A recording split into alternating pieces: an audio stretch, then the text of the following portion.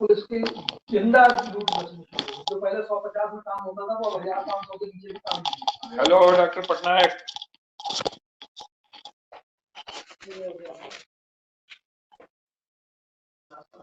क्या हो रहा है, क्या चल रहा है? नहीं चालू है, सेशन चल रहा है, चालू नहीं। हेलो तो विचार में कर लेना है ना। अरे वो बेचारे में भले ना पहुंचाओ। Good morning sir. हाँ good morning, how are you?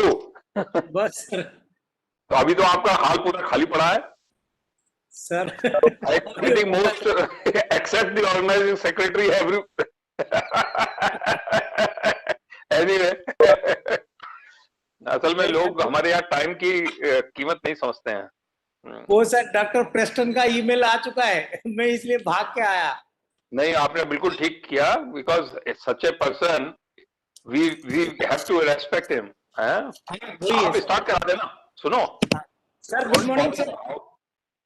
हाँ good morning doctor Rameshwar Singh. Morning everybody. Morning Sharma ji. जी और कैसे हैं? बस बढ़िया जी। अभी तो है टाइम आजकल हाँ हेलो। वहाँ पटना कैसा चल रहा है? पटना बस लगभग नॉर्मल हो गया है।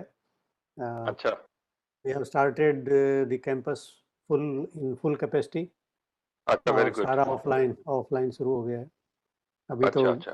ठीक है, ये सेकंड वेव वगैरह ना आए भगवान करे। नहीं अब वैक्सीनेशन हो गया? हाँ वैक्सीनेशन एक डोज लिया है, दूसरा अच्छा लगना है। लिया। अभी मैंने नहीं लिया, मैं बरेली आ गया हूँ बगैर वैक्सीनेशन के। ओके एनीवे वो तो खैर दोनों लगने के भी 14 दिन बाद टाइटर आता है जाके। नहीं उसका इशू नहीं है। आजकल अकेले हैं, फैमिली आ गई? नहीं फैमिली है यहीं। अच्छा तो वेरी गुड। पूरे कोरोना पीरियड में यहीं थे। अच्छा गुड, चलो that give us opportunity to be together. नहीं वो पहले तो होता रहता था इधर उधर, अब तो लगातार घर में ही थे। हाँ ठीक। पूरा हमने भी 1 साल के बाद पहली दफा आया हूँ बरेली आफ्टर 1 ईयर। निकलना शुरू किया। इस बार हमने कहा लगभग मेरा भी एक बार किशनगंज गया था बस, वो भी अच्छा दिसंबर के बाद ही गया था। मार्च से दिसंबर तक तो कहीं नहीं गए, जनवरी। तो आएंगे फिजिकली भी लोग, बैठेंगे हॉल में। आई डोंट नो, मैं असल में मेरे को कुछ काम था, जरा इधर पीलीभीत आ गया था। अच्छा जी, ठीक। हाँ अभी आज सुबह ही, तो फिर मैंने कहा कि this is a important session, so I have logged in. Right, नहीं बढ़िया, बहुत अच्छा लगा। और मैं भी बोलता हूँ कुछ लोगों को, और ये लोग अगर रहते हैं हाँ नहीं, क्योंकि वो बाहर से है, उनका तो टाइमिंग इनफैक्ट 11:30 बजे होंगे, रात के 11:30 12 बेचारे। हाँ वो तो ऑड आवर्स में कर रहे होंगे ना। ये न्यूट्रिशन वाली मीटिंग का जो है ना, न्यूट्रिशन वालों को भेजो और सीनियर अफसर्स के उस पर डाल के कहोगे एक सेशन है अभी 9:45 से, उसको ज्वाइन करेंगे। ठीक है ना, जितने लोग ज्वाइन कर सकते हो, है ना लिंक, प्रोग्राम में है लिंक मेरी मेल पे, मैं आपको भेज देता हूँ। ठीक, ओके। तो ये 9:45 से 11:30 है। चलो ठीक है। और आधा घंटा टाइम दे दें तो कुछ डिस्कशन के लिए बच जाएगा, कुछ फॉर्मेलिटीज के लिए हो जाएगा। सर एक्चुअली डॉक्टर प्रेस्टन दोनों का 40 मिनट्स का प्रेजेंटेशन है सर। 40, ठीक है, 40 ईच, ओके। हाँ उसमें सर एक्चुअली क्या है कि बहुत टाइट शेड्यूल है। एक तो डॉक्टर प्रेस्टन का स्टार्टिंग टाइम ऑलमोस्ट हो जाएगा 11:30 रात का, और उसके बाद डॉक्टर सेली का एक्चुअली इंडियन टाइम 12:30 बजे एक मीटिंग है। तो इसलिए सर मेरे ख्याल से आप 40 मिनट्स 30 to 40 मिनट्स उनको कह दीजिए, फिर डिस्कशन बाद में कर लेंगे। ठीक है, कोई दिक्कत नहीं सर। तो ये इनका टाइमिंग, शैली का क्या है? शैली कहाँ से, कहाँ रहेंगे? वो सिंगापुर से सर। सिंगापुर से, तो उनका तो डे टाइम है या क्या है? हाँ उनका तो सर हमारे पास ठीक 1.5 घंटा पहले है। ओके ओके हाँ ठीक है। जी सर। तो थोड़ा बुला लो लोगों को। हाँ सर वही कर रहे हैं कि बट विल स्टार्ट 9:45 में हम स्टार्ट कर लेंगे जितने भी राइट। हो सर। हाँ हाँ ठीक है। सर चलिए आई एम हियर।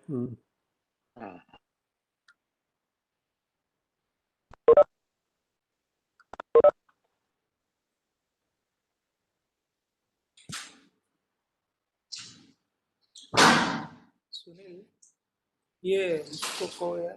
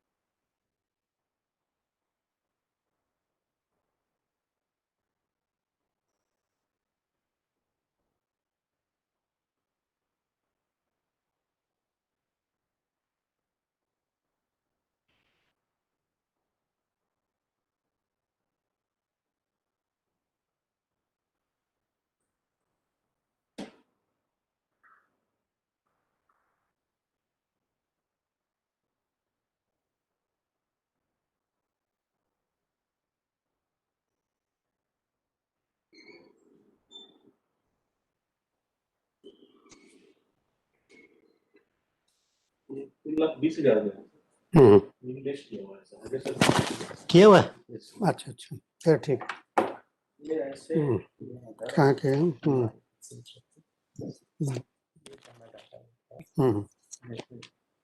ये बेसिक पे हम उसका हिसाब से नहीं चले हैं। जो पेंशन का राशि जो माइनस किया है उसके हिसाब से इतना बेसिक पे ले आए। डीए जो पे ओरिजिनल पे था उस पे ले आए। ये 5,000 ये 2,000 ये पे एडमिसिबल इतना यहाँ होता है। एक मिनट उस पे तो जो 5,000 है उस पर तो डीए नहीं होता ना। नहीं ये फिक्स है ये हम कर लिए हैं। अच्छा इस पे नहीं है डीए। ठीक ठीक ओके। वो जो ओरिजिनल दिया है वो उस पे डीए है।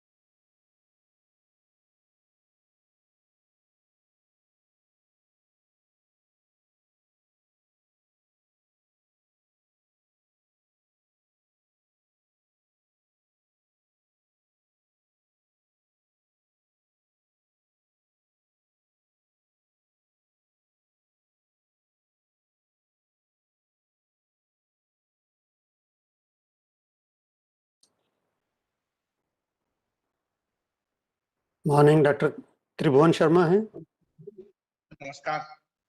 नमस्कार नमस्कार। Good morning, sir. हाँ मॉर्निंग। हाँ Nagalakshmi, Good how are morning. You? Fine, sir. चलिए, good meeting you. Good morning to all.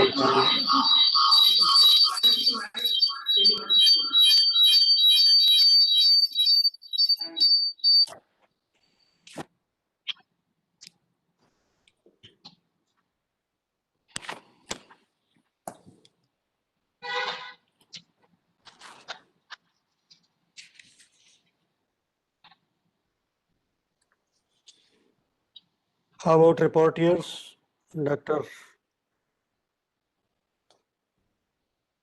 I'm here, sir. Dr. Dr. Dildeep or Yes, yes.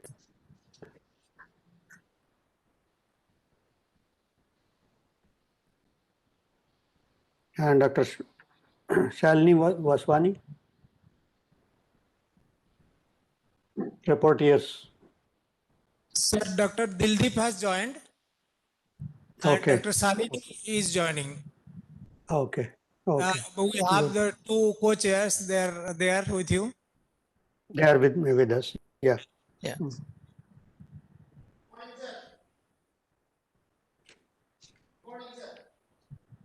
So it's Dr. Saha. हाँ नमस्कार नमस्कार। साहा साहब की आवाज़ थोड़ी कम आ रही थी, तो इट वाज नॉट क्लियर। नमस्कार डॉक्टर प्रधान साहब, गुड मॉर्निंग सर। सर का भी अनम्यूट है सर। हाँ म्यूट है। तो स्पीकर आ गए हैं सर? जस्ट वो आधा घंटा पहले किए थे कि I am there, please admit. अभी शायद he is joining. Okay okay.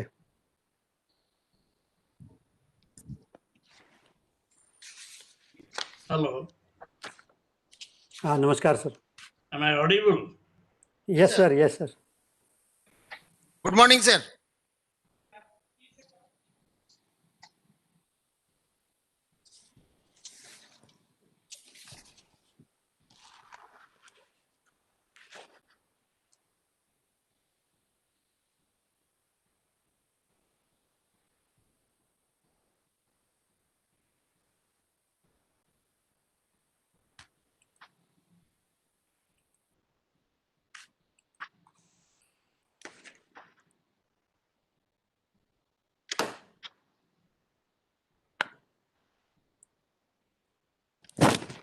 हाँ ये सेशन चलेगा थोड़ा 11:30 तक। ठीक।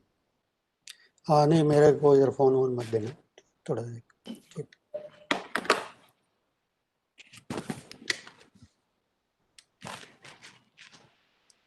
एक लड़का आएगा, वो क्या नाम है, कुछ नारियन नारियन, उसको हंसराज जी और इनके क्या डीआर साहब के पास भेजना टेस्ट के लिए।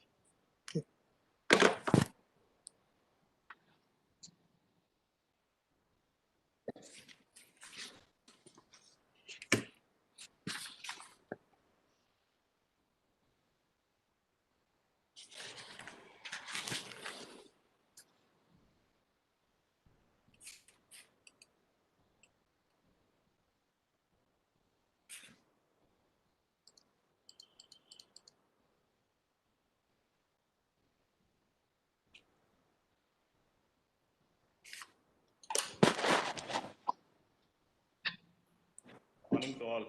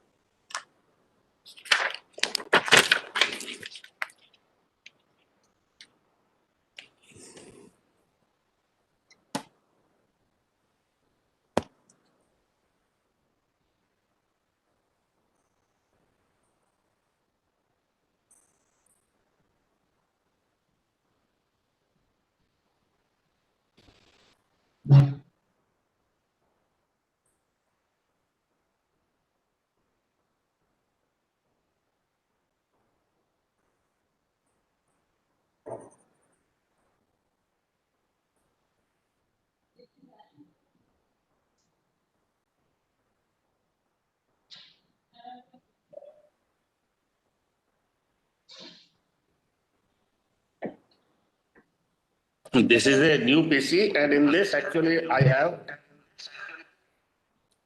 a hidden camera. You have to bring it out. Pop up होता है.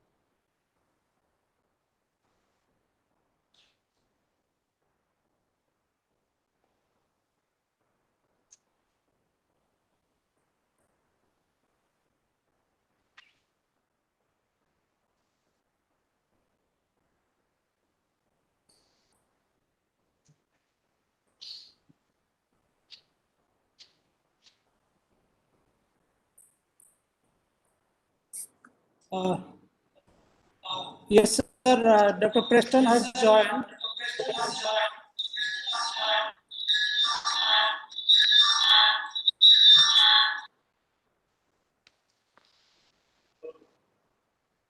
Yeah.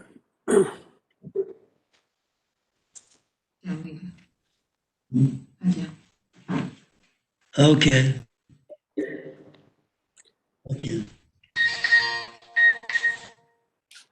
Welcome, Professor Preston. Le están diciendo que bienvenido, profesor Preston. Okay, I'm not hearing you too well. We're going to have to make do with visual contact. Oh. Good. Not audible. Hello. How is the It's quality? okay. It's okay? Yes, everything is okay, we think. Let us see. Yeah. So, Dr. Verma,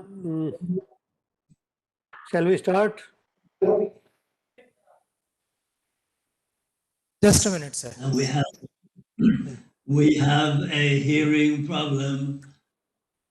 I have a hearing problem, and it's not easy to follow what you are saying. Vamos a poner la presentación, I think, But we can put up the presentation so that we get started. Parallel. Sir, if you can just send a message in chat box to Dr. Preston. Okay. Yeah, that would be better because he is having some hearing problem. I'll be in touch with him. Yeah. So a very good morning to all those who have joined. We have Professor Pradhan and Dr. Prasad, and of course the chairman for the session, Honorable Vice Chancellor Basu, Dr. Rameshwar Singh, both the co-chairs, Dr. Nagalakshmi, Professor from Hyderabad, and then Dr. Tribhuvan is Director HRD from Rajuvas, two rapporteurs, Dr. Dildeep from Kerala and Dr. Salini Baswani from Mathura. So welcome everybody. And from here we have our president with us. So without wasting much time, I request the chairman of the session, Professor Rameshwar Singh, to start the session. Only we have issues in terms of some hearing problem with the speaker. I think Professor Rameshwar Singh sir will manage by personally privately chatting with him. And if any problem is there, sir, we have the presentation with us. We can share it from here. So you can accordingly convey, sir.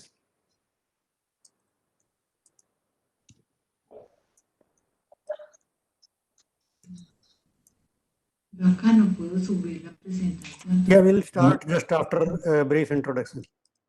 No se puede subir. I am sending a message to Professor Preston. We can't see. We have to set up the presentation. Good morning, President of the Society, Dr. Ashok Verma, Organizing Secretary, dignitaries present who have joined this session. I can see Dr. Pradhan, Dr. Prasad, Dr. Kushmakar Sharma, and I have my co-chair, Dr. Tribhuvan Sharma from Bikaner, Dr. Nagalakshmi from Hyderabad, and reporters Dr. Dildeep Vardhan from Manuti, Kerala, and Dr. Shalini Vaswani from Mathura. So on behalf of this team, I welcome you all to this plenary session on the second day of this centenary celebrations of animal nutrition research in India. I am thankful to the organizers of this conference for giving us this opportunity. We have two speakers in this plenary session. Both are pioneers in their field. Dr. T.R. Preston is the first speaker. So without taking much time, I would like to give a brief introduction about Professor Preston. Professor Preston is a pioneer in sustainable agriculture, and he is PhD and DSc from University of Newcastle, England.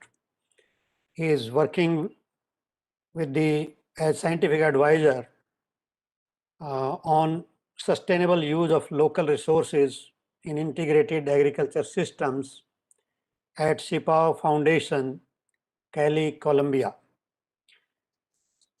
He had a long career starting in 1955 from Robert Research Institute and later serving in Cuba, FAO Rome, and as a consultant in International Development Agency, International Science Foundation, and he has also been consultant in Laos, PDR, and Cambodia on sustainable agriculture. The area of his expertise is quite vast, including strategies for the production of food and renewable energy from biomass, use of local resources in integrated farming systems, animal nutrition in the tropics, which is so relevant to us, renewable energy from biomass, that is production of methane, and installation and maintenance of low-cost polyethylene tubular biodigesters for production of methane. That's creating educational opportunities at all levels, that is producers, technicians, professionals, in the sustainable use of renewable resources. He is currently editor of reputed journal, that is Journal of Livestock Research for Rural Development, and he is providing great service in science communication pertinent to rural development. So this is the kind of profile, brief profile of our learned speaker, and we have around 30 to 40 minutes with us. So I welcome Professor Preston on behalf of the organizing committee and convey our thanks and regards. We would like to start this lecture. So I request Professor Preston to make his presentation. Ladies and gentlemen, please welcome Professor Preston. Lecturer, Están presentando. Sí, lo están presentando, Tomás. No sé, acá no se puede cargar. No sé por qué no se puede cargar. Ah, ya, ahora sí. Okay. Espérate. Sí, dale. Good evening, good morning. Whereas it's almost not quite midnight, we are hoping that the presentation will start very soon. It's always a challenge, these virtual meetings, as it seems that the software frequently changes.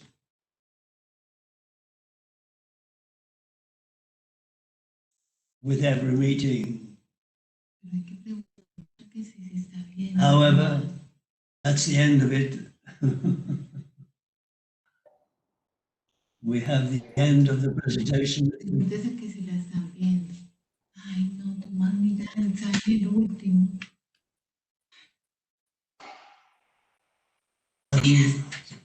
Eating problems.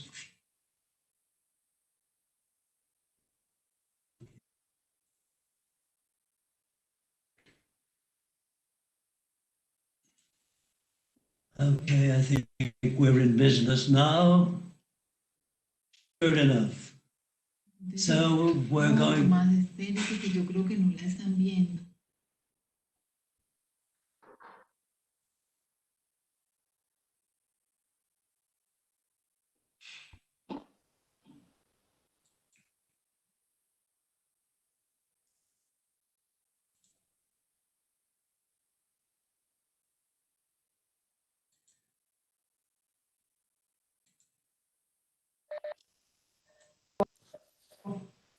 Dr. Rameshwar Singh, sir, I request you just send him the message because Dr. Patnaik has got his presentation, so he can display it and he can keep on explaining that. You can just make him a request. He is hearing us. That's not absolute problem.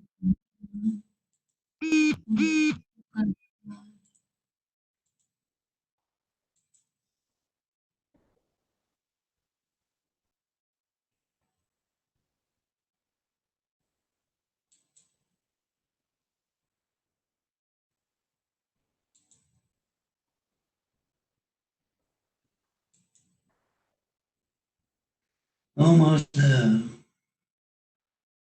I think we can begin. It's always a problem getting a start with these visual presentations. So I'm going to speak along with my colleague, Pero Dr. no sabemos si la están viendo, Tomás. Hay que preguntar si la están viendo. Pregúntale que si la están viendo. I hope, first of all, I should ask, can you hear and can you see? Absolutely, sir. Everybody is hearing. ¿Entiendes o no? No, yeah, we've got a problem with my hearing. I just hope that you can all hear and you can all see what is on the screen. Yes, sir, we are very much hearing you. So please go ahead with your presentation, sir. Okay, just send him chat message. Just send him the chat message. I can't send message because I am in a meeting room. So maybe आप ही दे दीजिए या Professor Rameshwar Singh sir. Just ask, send a message to start the presentation. Because मैं अपना AI on करूँगा तो echo हो रहा है. No, I am sending the message. Sir, I am sir, sending please. the message regularly. So Yeah. Okay, sir. Yeah. No sé por qué no se puede cargar. ¿Ellos la están viendo o no? Pregúntale si la están viendo. We are fine. Everything is fine, Professor Preston. You can see okay? Yeah, it's okay. Everything is good. Okay, let's go ahead because otherwise we will lose some time and waste your time in your meeting. So I'm joining with my colleague, Professor Lang, who many of you know in India. We have shared many ideas over the last 20, 30 years. So this is an attempt to relate to major issues which faces at the moment, the question of climate change and biodiversity. Every day we have warnings from the United Nations, from scientists and specialists, because we're not doing enough. So it's very important that we take the responsibility that we have to contribute. It's not just for the politicians, it's very much in our hands also as researchers. Some key words to introduce the subject.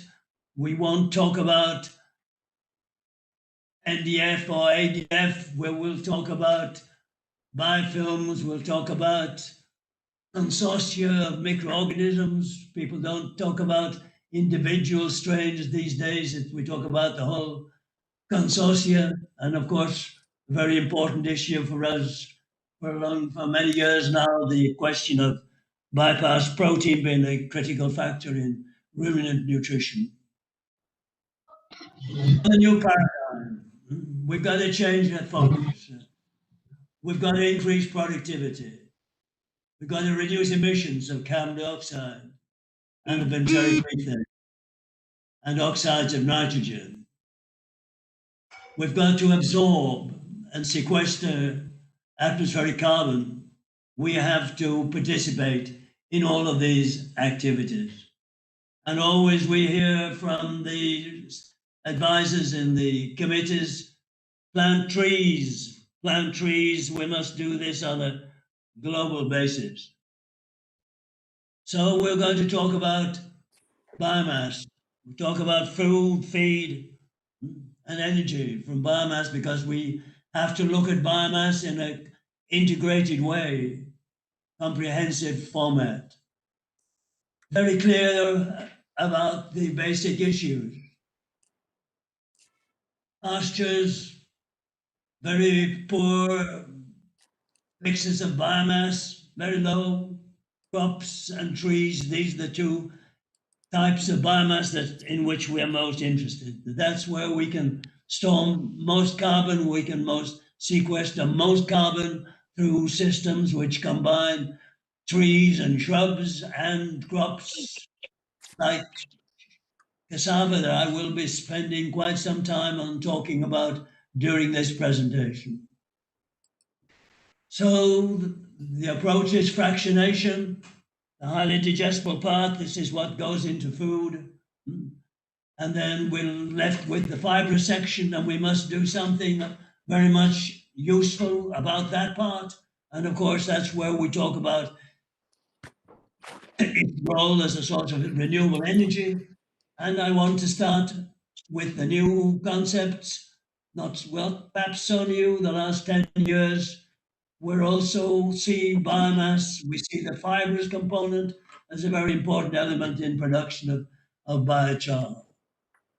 Biochar from fibrous residues, energy from fibrous residues.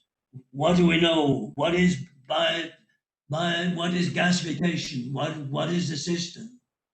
It's a process of combustion at high temperatures with a reduced air supply. The products of gasification, hydrogen and carbon monoxide, those are the energetic components. We get some ammonia, other elements coming from the atmosphere. And of course, what interests us as nutritionists, the residue when we apply this process of gasification. Biochar representing 10 to 20% of the original biomass. Strange, you may think, this all began in India. Well, not quite. It began in Mexico when we were using sugarcane to feed cattle and pigs, separating the bagasse from the juice. The juice was the excellent feed resource, but alongside it, we had this huge mountain of bagasse and wondered what to do with it. But I knew I'd heard about gasifiers produced in India, and so I went from Mexico with my 20 kilograms of sugarcane bagasse, and I went to India. First to Sweden to research technicians, then on to India. So that's where I learned about biochar, and that's been an essential part of my research since that first visit in 2004. It's not only a level of sophistication, we can also make biochar in a gasifier stove developed by my good friend Paul Olivier in Vietnam. Here we have an alternative directly usable by the family. We can use the local byproducts.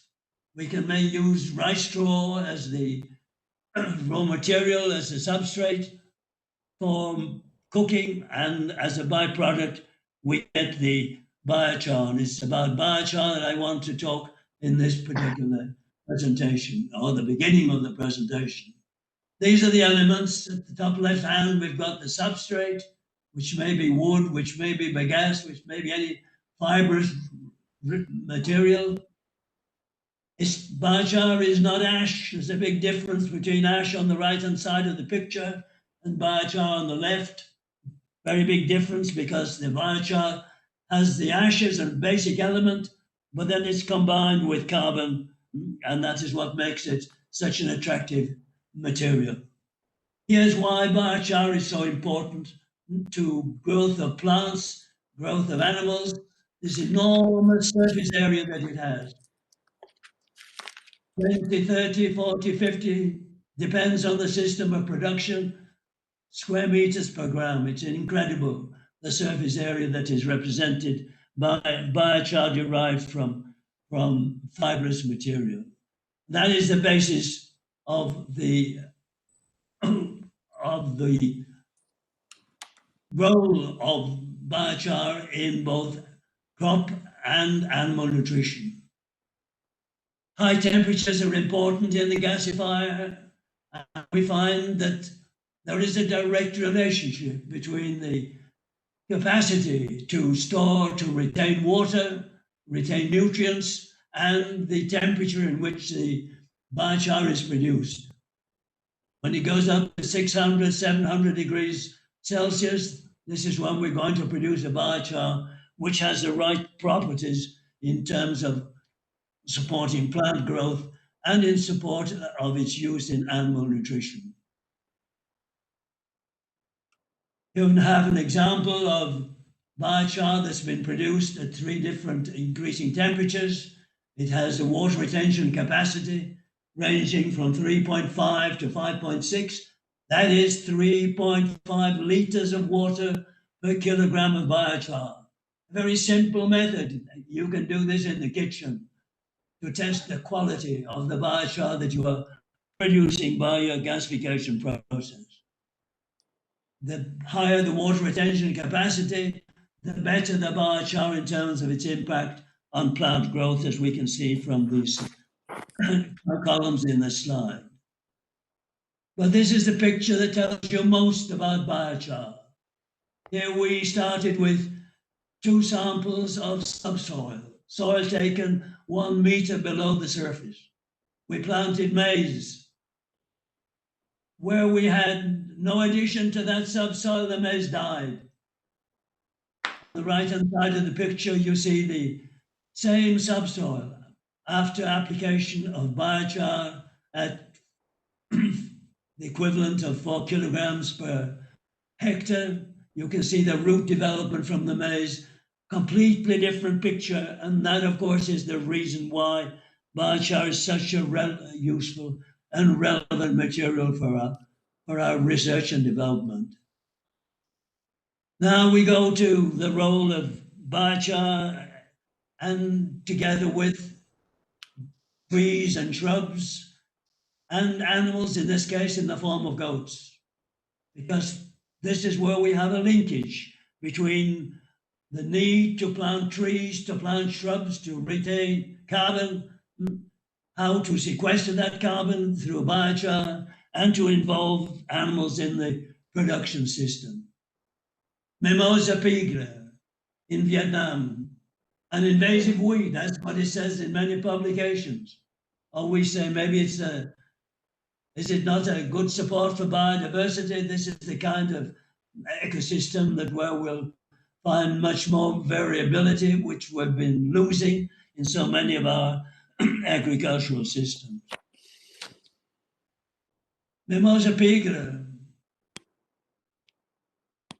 a campesino, a lady in Cambodia who doesn't read, can't write, but she knows how to feed Mimosa pigra to her goats. The goats very efficiently stripping off the leaves and the stem and the bark of the stems, avoiding the spines. This is the way that we have to look at our sources of biomass and how we can best utilize them. The goat is a very useful animal. Very useful because it's very selective and it's very efficient at separating the leaves and the protein-rich part of the plant and leaving the stems, the fibrous parts, which it does not find to be useful. It's an excellent animal model in the concept of integrated use of biomass coming from trees, fodder trees and shrubs. We have a good example here of how the goats very efficiently strip the valuable parts of these plants sources. In this case, it's mulberry plants. They strip off efficiently the leaves and the rind. And of course, leaving a material, what do we do with the residue? Of course, this is the basic resource that we'll use for our process of gasification. This is the material that we'll put through a small chopping machine. There we have the raw material that we can put into our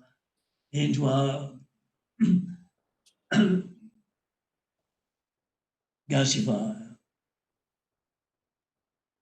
Biomass or biochar is we're calling it a probiotic because it is helping the production system inside the ruminant animal, not directly participating as a raw material, as a nutrient, but creating space, creating a place where microorganisms can congregate and get together.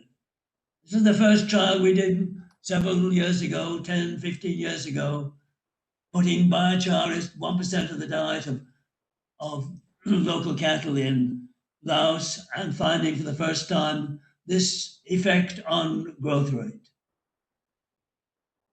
Since then, we have many experiments showing the advantages of biochar for increasing growth rates, for supporting other nutrient sources like water spinach, in all cases acting very efficiently.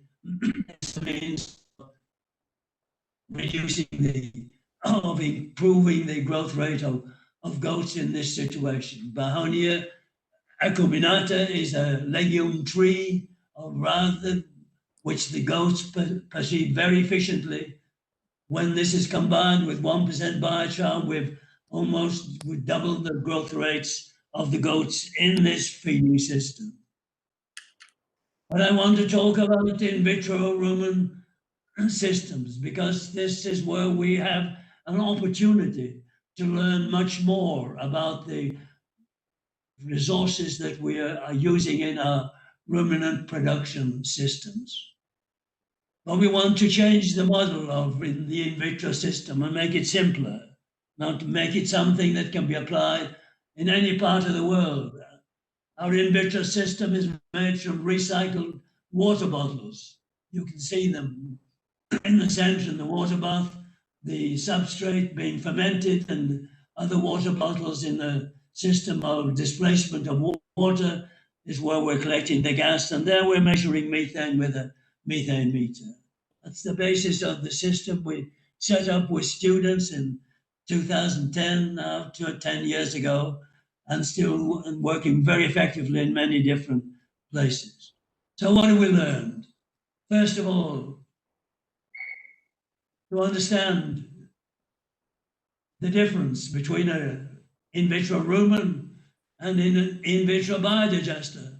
We see many in vitro systems in which researchers carry on measuring the gas for 48 hours, 72 hours, even 84 hours. But when you're measuring at that time of retention, that you're measuring what happens in a biodigester, because the longer the food is in the in vitro system, the more methane it's going to be producing. So it's very important in our system that we restrict our measurements to no more than 24 hours after the start of the fermentation.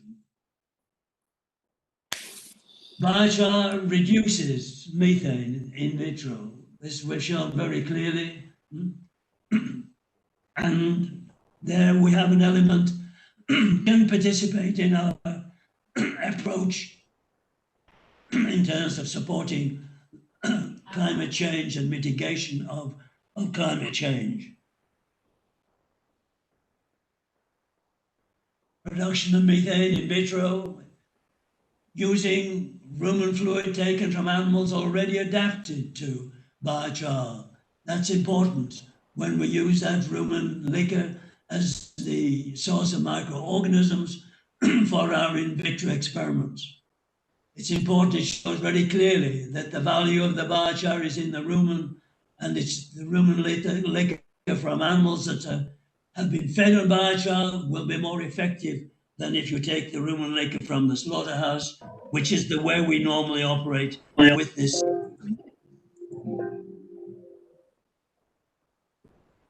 Okay, so we're concerned about methane. We won't talk about NDF or ADF. We're going to talk about methane as a key element in understanding the feeding value of our resources for ruminant animals. Methane is important because it's a major output from our agricultural systems. Some 30% of the greenhouse gas emissions coming from our agricultural systems come from methane. So it's very important that we concentrate on this element. So the first important finding, tropical grasses. We know they're of low nutritional value. We also realize now and appreciate that they produce a lot of methane. More methane than if we're feeding leaves from trees and shrubs. Here we have a good example from work done in Malawi, in Africa. The green columns are grasses, tropical grasses. The blue columns to the right are leaves from the trees. The difference is enormous. For the same amount of biomass into the in vitro system, there's 3 times more methane when that raw material, that substrate, consists of tropical grasses. Work done in Laos, this time with the grasses and leaves from the shrubs used in a production system. So the leaves in this case are only about 20–30% of the total biomass. The difference is not so great. The blue columns are the grasses, the yellow columns, the leaves from Lucina, from Cisbania, and on the right, the crop that we think has most impact in tropical animal production, cassava. Cassava with a very low production of methane, lower than any of the other elements that we have investigated. And on the extreme left, we see a plant with a huge amount of methane in an in vitro system. This is water spinach, an excellent vegetable for human consumption, highly digestible, but a terrible source, very rich source of methane in our fermentation systems. An important relationship that was known many years ago. More methane produced, less propionic acid. The hydrogen goes into methane, it doesn't go into the VFA to make propionic acid. And so that's so very, very important. Propionic acid, the basis really of our intensive production systems. We need propionic acid as a source of as a source of glucose. Direct relationship, negative relationship with the production of methane. So trees and shrubs are our guidelines. This is where we think we have to go. This is the system we have to follow. Initially, like as in this experiment done in Cuba, the silvopastoral system is pasture, typical tropical pasture, and then 30% about planted the leucaena to give it the form of protein, particularly coming from the leaves of the leucaena. हाँ बोलिए. The milk production increasing without any question when we have the leucaena in the production system. Future silvopastoral systems have got to go further. We've got to strengthen the arboreal element, eliminate the grasses completely, supplement with easily fermentable carbohydrates, molasses, cassava roots, minerals. And let us remember this excellent example from India. Bus from, they tell me that it lives only in the forest. It's soda, tree leaves, a little bit of salt.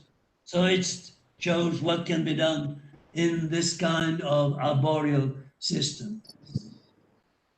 I want to stress the role of cassava, not only because of climate change is considered to be potentially more resistant to higher temperatures. It's logical, that's where cassava came from the tropical regions, and so one would expect it to be well adapted to high temperatures. It's considered to be in contrast with rice and maize, which will suffer in their yields as the temperature rises. A wonderful forage, perennial forage that we can keep on growing for 1-2 years without having to replant if we're going to manage it as a forage source. We started using cassava in Dominican Republic, replacing soybean in the molasses urea system. There was no need for soybean meal when we fed cassava as the source of protein. If we fed sweet potato, which is an excellent resource for monogastric animals, then of course the soybean was useful, but in any case, much inferior to the cassava. Cassava in Laos has been very important. High yields, large area under production, mainly for production of starch, but yielding valuable byproducts in the form of the pulp, yields higher than maize, and of course these byproducts are very valuable. We went to a cassava factory, a starch factory in Laos, near the central city, near the capital city. This is what we saw. A pit 200 meters by 100, something like that, 11 meters deep, 100,000 meter cubes, 100,000 meter cubes of cassava pulp. Waste material, apparently, looking at it from the surface. But when we dug down a meter, we found clean cassava pulp. So the students took their 11-meter plastic pipes, put them to the bottom of this waste material, apparently, and of course found that 1 meter below the surface, there was beautifully ensiled cassava pulp, pH 3.2. No protection, there for 4 years, rain falling, no protection whatsoever, yet perfectly ensiled, perfectly covered in that, perfectly maintained in that very poor production, very poor storage system that was being used. So we started with cassava pulp replacing molasses, as in the molasses urea system, replacing molasses with cassava pulp. The rest is the same. Urea for NPN, loose grains for protein, and some rice straws to give some fiber to the system. What did they give us in Laos, the small-scale farmers at the end of the dry season? Some very poor, thin animals, local animals. You see them in the top left-hand corner of the screen. But the incredible effect of this diet showed that in 90 days, only 90 days, we changed completely the conformation of these animals. This is what we converted those lean, scrawny animals that we got from the farmer. This is what happened after 90 days of fattening on cassava. So we've learned a lot. We learned that if we manage cassava for the root, the leaf will keep growing right until the day of harvesting the root. Big contrast with maize, where the leaf at the time of harvest has very little feed. Cassava offers many alternatives to us in the tropics. The good results with brewer's grains as the protein source was not reflected when we used cassava foliage. So we had here 4 groups of cattle in Laos. At the top of the blue line is traditional, not the system based on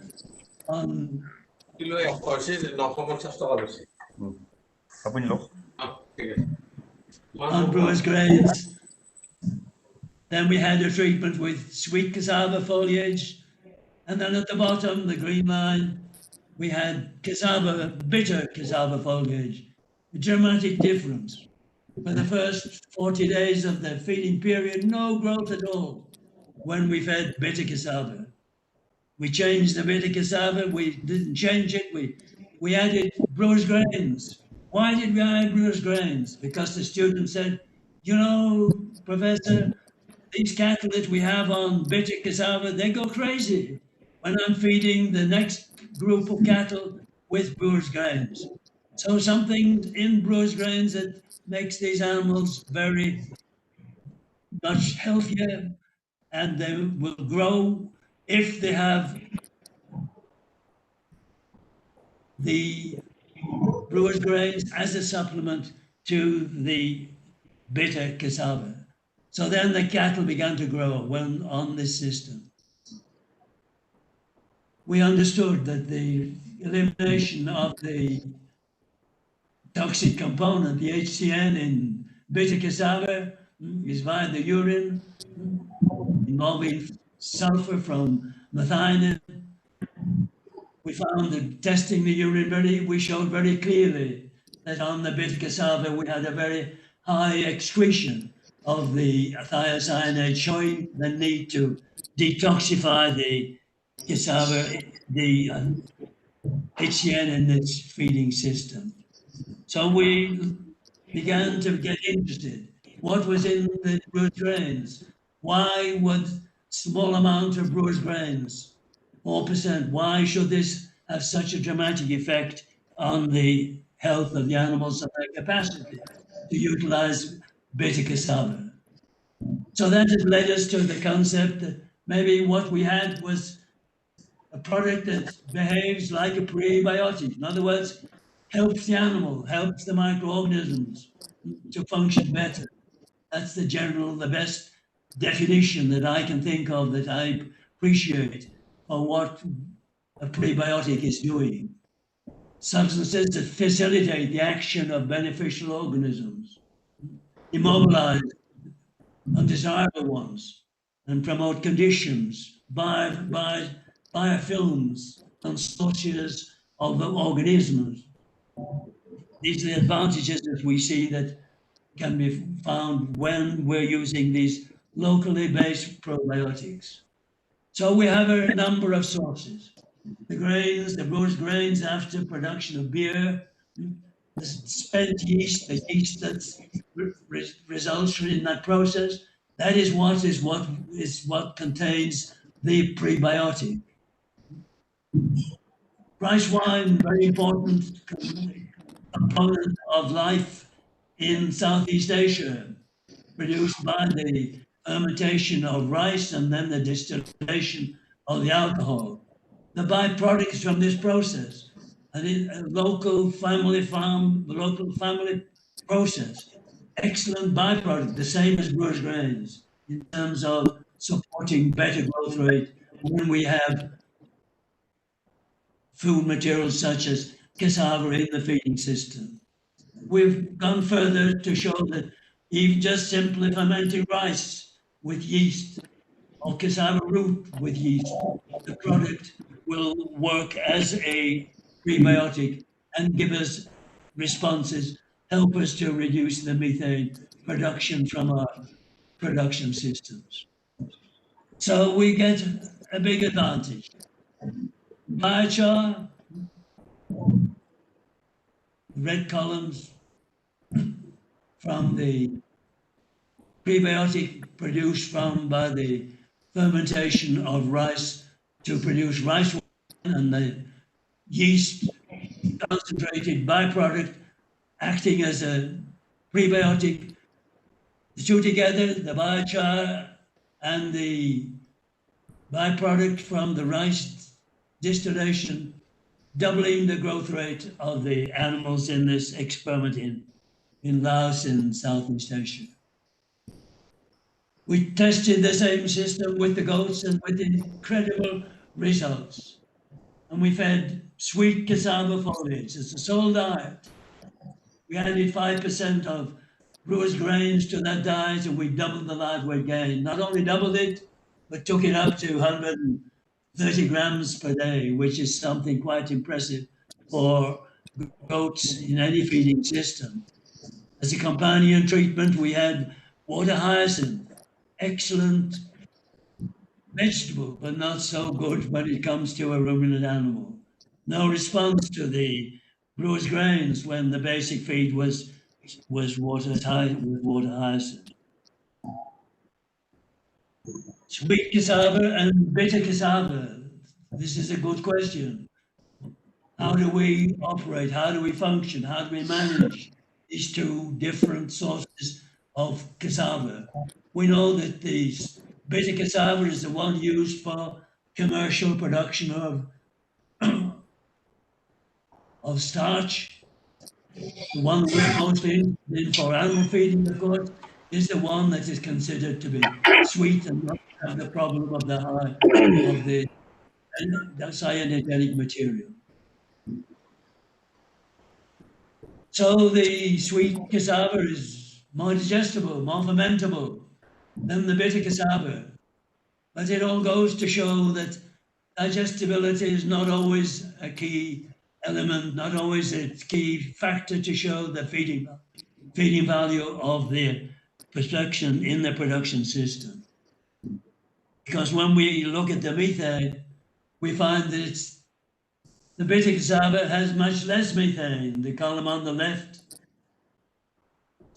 So it has advantages in helping to reduce methane production. So the solution is offer the animals free choice of both. Let them select for themselves. Do they want to eat the sweet cassava or the bitter cassava? And the goats say, we want to eat 50% of each of them. This way we'll grow better.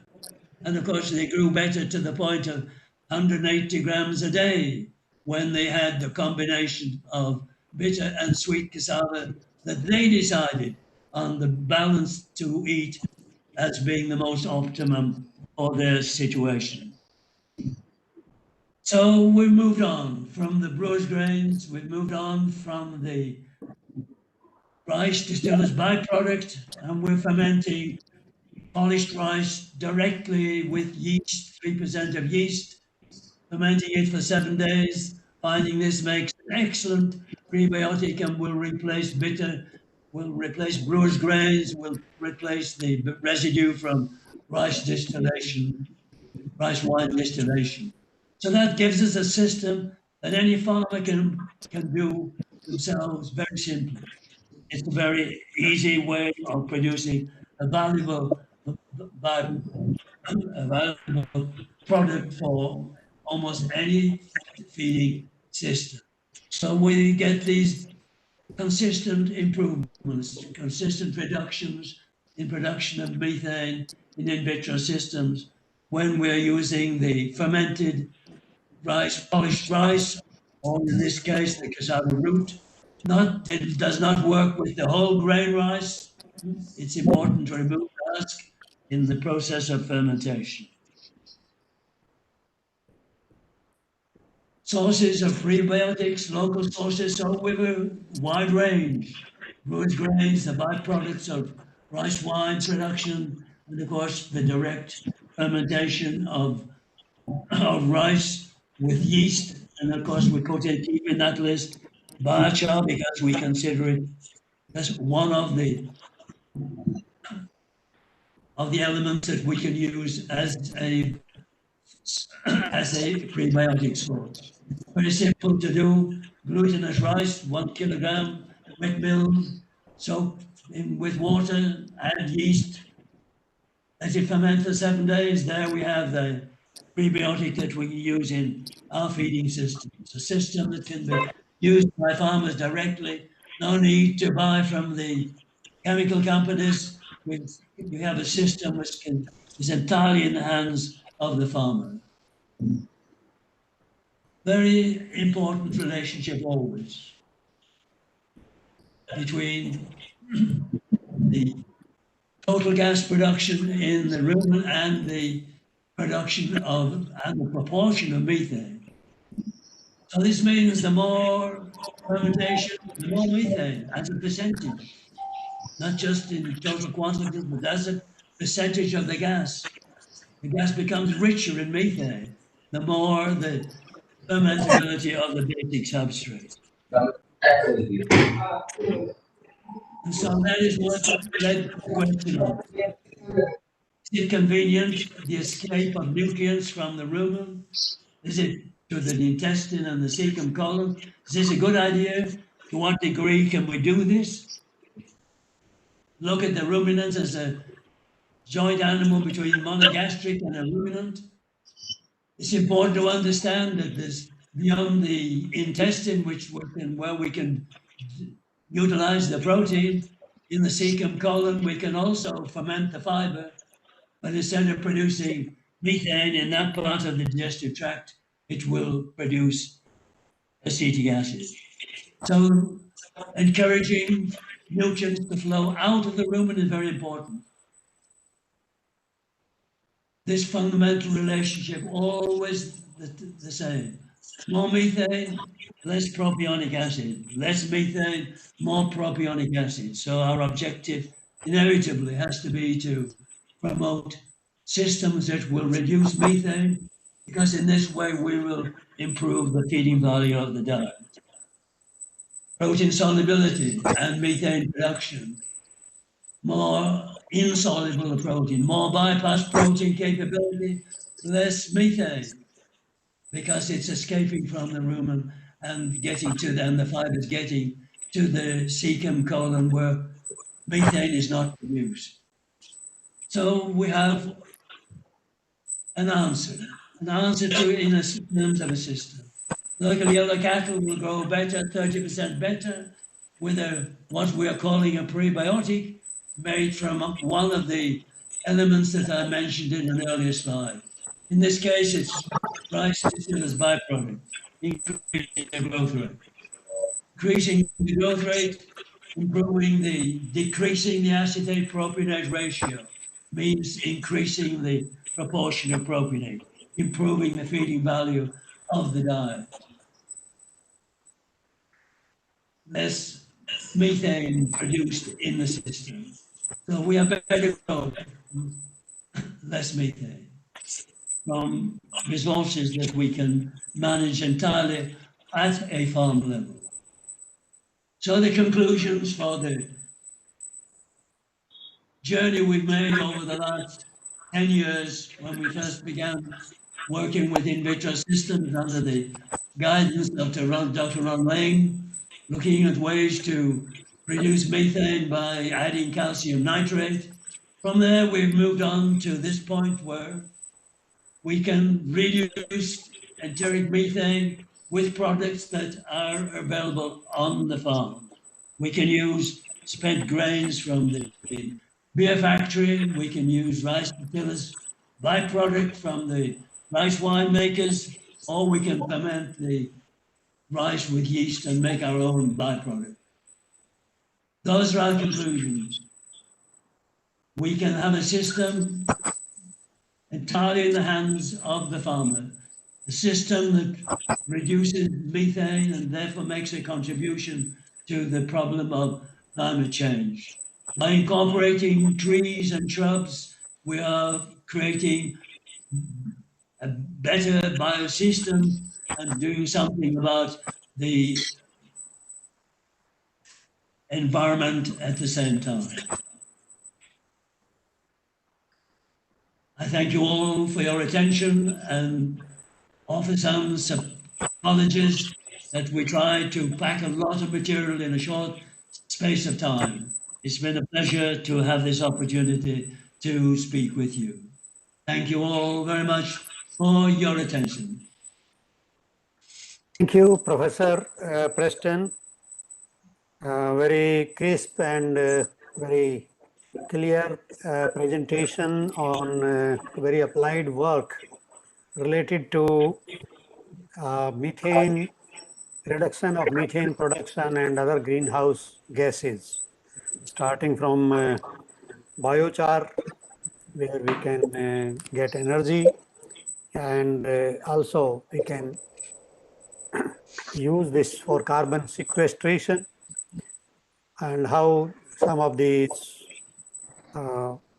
tropical grasses and their stems and other non-leafy materials can be used for making biochar.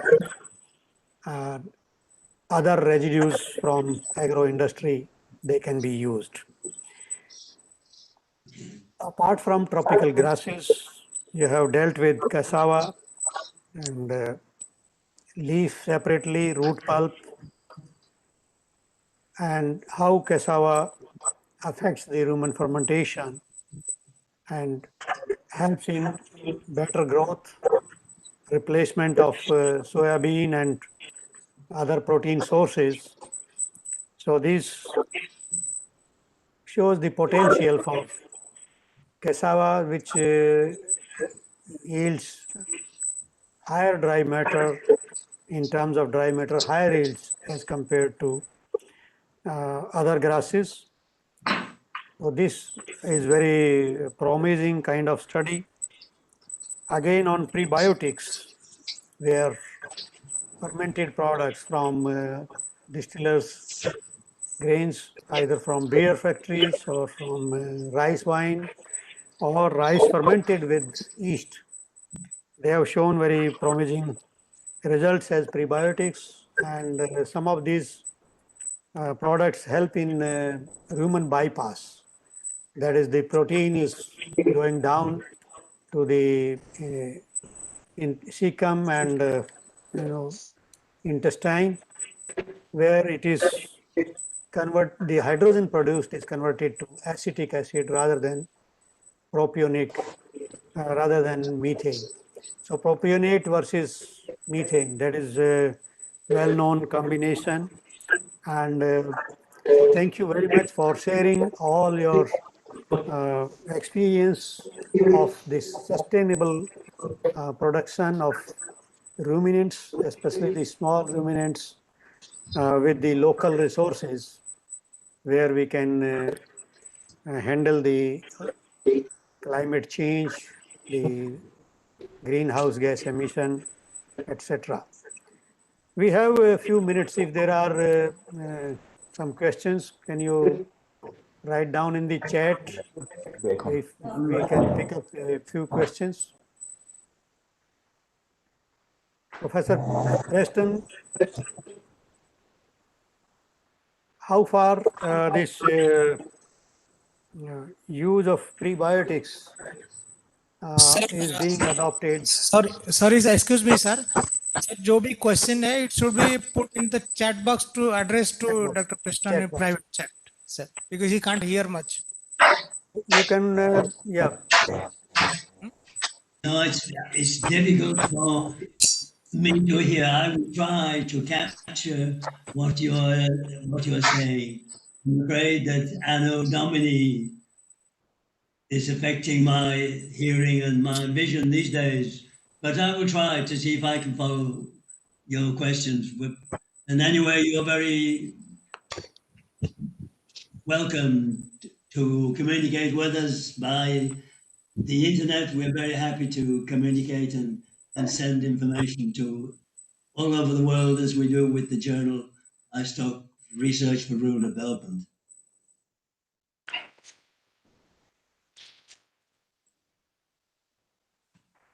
Okay, we've seen. So I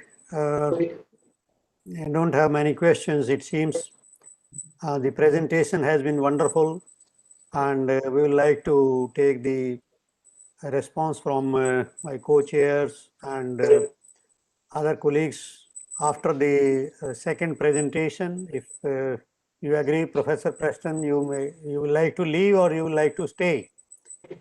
We have one more presentation in this plenary. Whether hello. Sir, better you send him chat box because he has problem Okay. with hearing. Yeah. I'll just login कर पाऊंगा नहीं, eco होगा ना, एक room में 2 login होगा नहीं.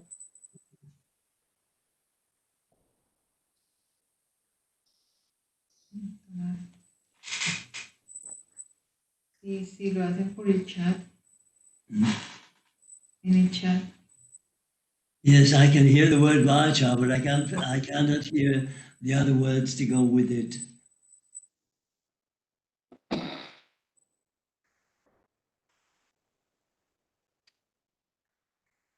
I'm sorry that this is a barrier. Can we move to the next presentation? I think Professor Preston, I convey very sincere thanks to you and your colleague for making this presentation in the midst of the night from your location. So that is really wonderful of you, and we are also appreciative of the same, and we will be in touch, and if you permit, we will share your email, and the participants can interact directly with you, those who are interested in this work, so that they can make a good use of this communication with you. So thank you very much. We all appreciate, and we can cheer Professor Preston. Thank you. Thank you so much. Thank you very much. I apologize for my poor hearing. Unfortunately, I can't do very much about it, even with hearing aids. I hope we can maintain our lines of communication in the future. Thank you, sir. Thank you. Thank you for your words, and we'll stay in touch. Friends, next learned speaker is Vitro Shelley. If I'm pronouncing the name correctly, Professor? Perfect. Thank you. Thank you. Thank you. So, he is the Regional Category Manager for Ruminants and Palatability at Aditio APAC, Singapore. He graduated in veterinary medicine from Italy, moved to Australia, Western Australia, Perth, and obtained his PhD in animal sciences from the University of Western Australia. In 2000, he took a lecturership position in animal physiology in Italy at the University of Basilicata.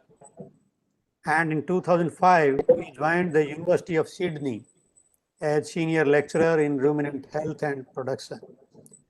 From 2015 to 20, he was global science lead in eubiotics at German DSM Nutritional Products.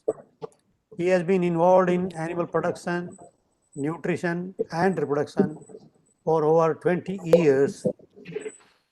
And during this time, he has worked on a variety of livestock species and topics such as the characterization and development of biomarkers of gastrointestinal functionality and oxidative stress. His main focus during the last many years has been on gut health and skeletal health versus the nutrition and the microbiota, diversity of the microbiota. He is member of the editorial board of the international journals, that is Frontiers in Animals, Frontiers in Veterinary Science, and the reputed Journal of Dairy Research. So I invite Professor Shelley to make his presentation on health by nutrition, a global One Health approach. So ladies and gentlemen, let us welcome Professor Shelley. Over to you, Professor. Thank you, Mr. Chairman. Hopefully you can all hear me okay, and hopefully you can see the screen. So I'll start sharing the screen. Please let me know if you're all able to see. Everything is good. Everything is good. Okay. Perfect. I just would like to start first by thanking for the opportunity that I've been offered to contribute to your event, and I'd like to congratulate you all for the this big milestone, 100 years anniversary for the Association of Nutrition. So for me, it's an honor to be here and share with you some of the work that I've been doing over the past year. And as I would like just to spend another few seconds to say that there won't be any presentation on products. This is not a commercial presentation. You see that, of course, the Adiseo slide in logo in the background. That's the company that I'm working now, but I won't be talking specifically on any products. Instead, I wanted to share with you some of the work that I've been doing over the years, but it's something that is very much at the core of the activities also for the company that I'm working now. And indeed, this is very critical in this day and age.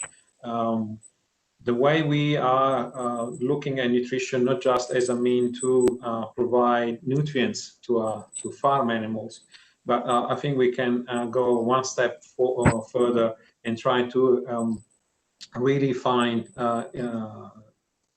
now interactions with veterinary medicine, human medicine, and the environment. And that's what I'd like to go through my presentation today. Let's see if that, okay, that working. Okay, that's my outline for today. I would like just to give a bit of an introduction, touching a few points as I highlighted there.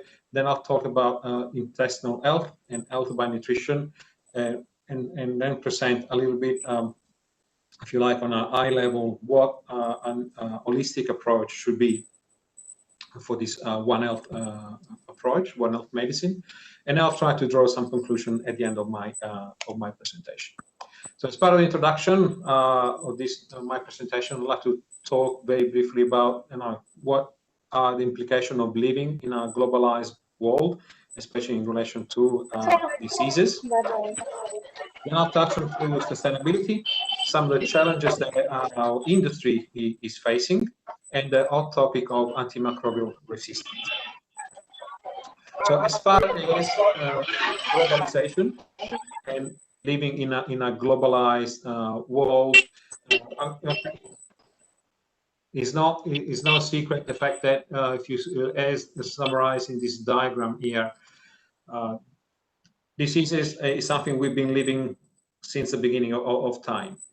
If you look at especially viruses, they are out there, and our animals, not just domestic animals, are hosts for these viruses. and some can have a lot of host plasticity. What it means by that, what I mean by that is that they can actually cross different and evolve and replicate in different hosts. So whether this is wildlife or livestock, and every time there are interactions between wildlife and farm animals, or there are vectors like insects most of the times, and we add the interaction with humans that we have with animals, whether wildlife or farm animals. That's where we can have these spillovers of viruses, and therefore now the way we travel, or I should say we used to travel, as has been, at least for me, more than 1 year with no trips, these diseases can spread very quickly. I'm not going to mention it, but I think we all know about what happened with COVID, and it's still living the consequences of this pandemic. But there are many other examples in the past with other coronaviruses in particular, or currently with the bird flu that also can infect humans. But what I'd like to touch upon next is the issue around the impact on human health, and the environment. Is animal welfare and the environment is under scrutiny, because there is more consumers are more and more interested in they want to know how animal protein is produced. There is more focus on the topic of antimicrobial resistance in society, and therefore there's pressure to reduce the use of antibiotics. There's continued focus on animal welfare and changing in legislation to make sure that animal welfare is respected. There's also a trend in the reduction in the consumption of red meat in particular. So the red meat industry is under scrutiny. And I've confessed I'm not familiar with the situation in India, but I'm not sure whether any of the alternative protein sources are taking place there on the market. And what the WHO has done recently, very recently, couple of years ago, has set out 17 sustainable development goals. When now is sort of a blueprint for where industry, society needs to go to make sure that we look after the environment. So what I mean, where I'm going with this is that animal production needs to happen within planetary boundaries. What it means is that we're seeing that livestock industries are more and more consolidated now. Okay, we are going away from small farms, going away in big operation, big integrators. Also the animal industry is getting globalized. There's more focus on also, and this is coming from pressure from consumers, on tangible outcomes, measurable contribution to the environment. They want to make sure what is the carbon footprint of my liter of milk, or my steak, or my chicken drumstick. There's more and more focus on. Sorry, is there a question? No. There's all focus participants on may production. please unmute. All participants may please mute themselves except the speaker. I'll be thankful to all. Thank you, sir. Sorry for interruption. No problem. Thank you, Mr. Chairman. There's more emphasis on efficiency of production. There's more, once again, emphasis on a reduction on the environmental impact of animal production and what actions are being taken for antimicrobial resistance. So consumers want to know how meat is produced. So very important this. So I listed here a number of factors that are now becoming more and more relevant for animal production. And these are the boundaries, the planetary boundaries. You might notice that maybe antimicrobial resistance is not part of that, but these are some of the aspects that are now being looked at and big companies, big feed companies and feed additive companies are looking at this aspect to make sure that the new technologies that are coming through the innovation pipeline can actually provide a benefit, provide some value for customers in relation to sustainability. So health by nutrition in animal production is becoming more and more relevant. That is, in particular, as we see because of the possibility of zoonosis of diseases that are transmitted from animals to humans, but also the economic impact of these diseases that can have on a particular country, whether we're looking at mad cow disease or foot and mouth or avian influenza or the African swine fever, for example. So all major livestock farm animals are affected. But what options have we got now to manage animal health? Yeah, we can use drugs, of course, including antibiotics, vaccines. We can implement culling programs, and that's quite common. But what about nutrition? And that's what I try to summarize in this diagram to your right. So we got disease agents, we got the host with his own characteristics, genetic resistance maybe, but also the diet there. And I think there is merit to look at the interactions between these three components. So why nutrition, you might ask? I think that, as I try to put in this slide, Hippocrates is a Greek philosopher that he said many, many years ago that all diseases begin in the gut. We can argue whether this is true or not, but I think there's a lot of merit definitely to look more closely at these particular aspects. And therefore, let's look at this is an example for the relevant to the poultry industry, but if you like, that's very much applicable to the swine industry and the ruminant industry as well, with of course the due differences. Because what is the common thing is intensification, efficiency, trying to make more with less, so optimizing the infrastructures that are available to farmers. So what that means, that leads to an increase in stocking density, and therefore bringing more animals together in a closer environment, that increases the chances of the occurrence of some diseases. Then there's been also the removal of antibiotic growth promoters. In some countries, the regulatory status is different globally, but definitely it's been now many years in Europe. That also has posed a challenge. It was an easy and cheap way to prevent and control some of the issues. But what we see as a result is a higher incidence of intestinal diseases. And looking at more in particular at these diseases, we see issues with malabsorption. Definitely, that's the first thing we see.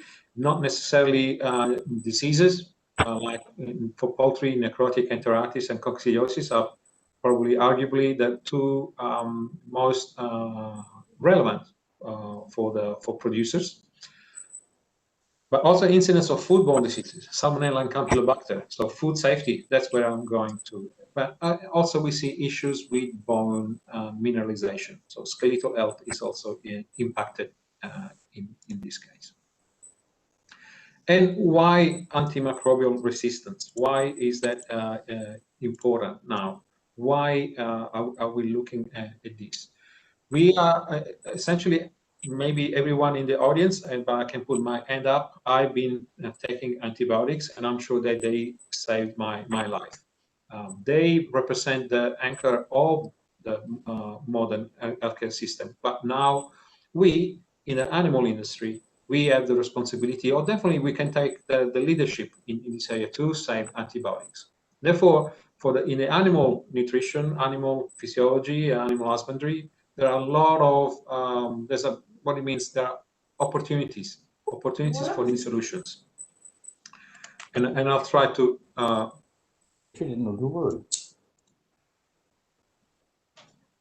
give you an example of this. So, for example, looking at antimicrobial resistance, here this is a statement from the former UN Secretary General Ban Ki-moon. Antimicrobial resistance poses a fundamental long-term threat to human health, sustainable food production and development, and it is a very present reality in all parts of the world, in developing and developed countries, in rural and urban areas. And this is a piece of information for you. According to the National Council of Disease Control in the US, in India, almost every minute, one child under 5 years of age dies of pneumonia because he cannot be treated or he does not respond to antibiotic treatment.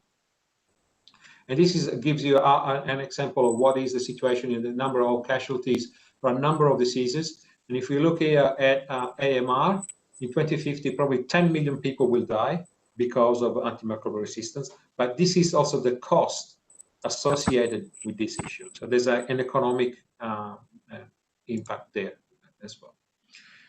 AMR is accelerated lately because of a number of issues. And we can argue which one is the main culprit, but definitely these three are the main reasons. And of course, pollution from pharmaceutical production, overuse and misuse in human medicine, but also overuse in agriculture. And because we use a lot of antibiotics, it's easier to point the fingers at us. I don't think there's much point arguing whether this is true or not. I think that's the situation. We need to do something about it. And that's where health by nutrition, this is where gut health comes into the picture. I'm not going to spend too much time in discussing what is gut health, how can we describe it. This is a graphical representation of intestinal health. There are all different components, and we need to look at all of them together, and not at a single aspect. It's no point in just looking at the diet or at the microbiota, which I know it attracts a lot of interest in the scientific world. We need to look at a number of things and how they interact. And ultimately, what I think, in my opinion, and I'm happy to be questioned about this, how the manipulation of nutrition can influence the immune status, in particular can improve resilience, is a key. Just, I'm sure you're all aware that it's been estimated that 70 to 80% of the immune system is in the gut. So I think that that's the physiological basis for this. So why this is important? Intestinal health is important. Well, essentially, practically, and I'm coming from an industry perspective, this is a key driver for profitability. Now, whether we look at poultry as swine or ruminants, is crucial to sustain optimal performance. It's important because, just as I said before, it also drives antimicrobial resistance. If we know that we have removed the use of antibiotics, it's very important to further reduce the use of antibiotics in animal production. Sustainability is important for not only the environment, looking at nitrogen emissions, for instance, phosphorus, or in line with the previous presentation, methane. Okay, that's very important. So I'm not going to revisit Professor Preston's presentation, but also that links to animal welfare. There's even more scrutiny, and food safety. So the foodborne diseases, very, very important. And so what we need, so what I was already anticipating in the previous couple of slides, we need solutions that can really increase robustness of our animals, resilience. In particular, we need to boost the immune system. Of course, we need to optimize nutrient digestibility and prevent these issues of malabsorption. But also that needs to go in hand with management practice. It's not that nutrition can solve all the problems. Management needs to come into good practice as well.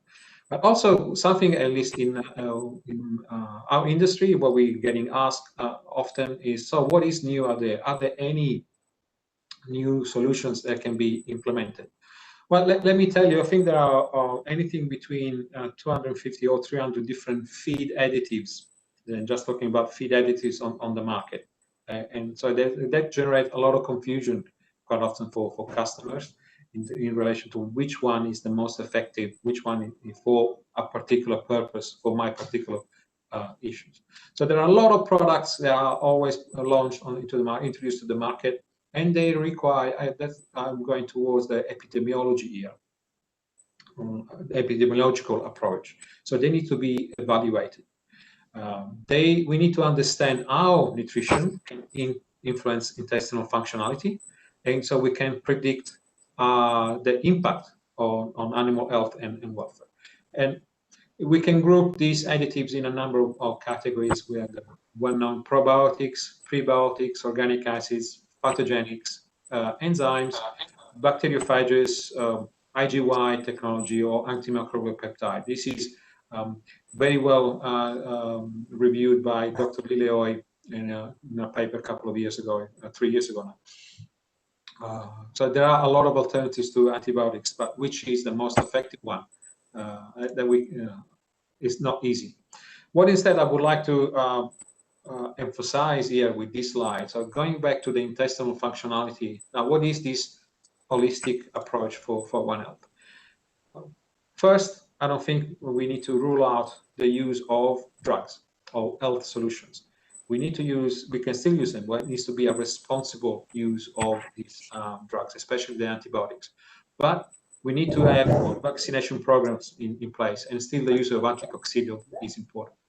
Management, arguably, that is something that can have the biggest impact, and we can look at the different housing systems and the implementation of biosecurity measures. Then we have a number of nutritional solutions. We can change the raw materials, the quality, the digestibility. We can look at use of vitamins, and I'll come back to these enzymes and trace minerals. Last but not least is the health by nutrition. And I see this as, so think at this as a stool, and we got 4 legs of this stool. And all of them are necessary. You take one, you fall. So you need to have all 4 of them working properly. And that's where you have all these new feed additives that might influence intestinal functionality. So, and change is possible. We have now is driven by a number of organizations, FAO, WHO, or the World Organization for Animal Health. That is coming with a number of actions like regulations in terms of banning the sub-therapeutic use, which we can lead to AMR, can be taxes, surveillance, improvement in sanitary controls, diagnostic management practices, greater use and development of vaccines. And this is a multi-sector approach. So there's not a single player can make a difference. We need to look at animal, human, and API production as well. And education, innovation and education, looking for new things. Okay, that's where the industry, everyone is going. And I would like to give you an example of the swine industry in Denmark. They've been successful in this, so it can be done. It comes with a cost, but it can be done. That's essentially the message from this slide. We're looking at the swine industry. So the ban in Europe for antibiotics came in 2006. They started reducing the use already in 2000. They went ahead of the curve. During this period, the industry grew almost by 50%. All the meat was exported. Okay, the majority of the meat was exported. What happened is it wasn't good for everyone. Small farms and the one with poor management, they closed. Big farms with good management, they did well, and they stayed. And what we see here in this graph, starting here, we got this is the average daily gain, the bars, and this is the mortality, the line. We see that we are, let's say, on a good level here in terms of the ADGs. Then we have got the reduction in AGPs and the removal. We see a drop. So it was impacted. No one is denying that. It came with a cost, but then it recovered. It took few years, but it recovered. There was also a little spike in mortality, but then eventually it did recover. So it can be done.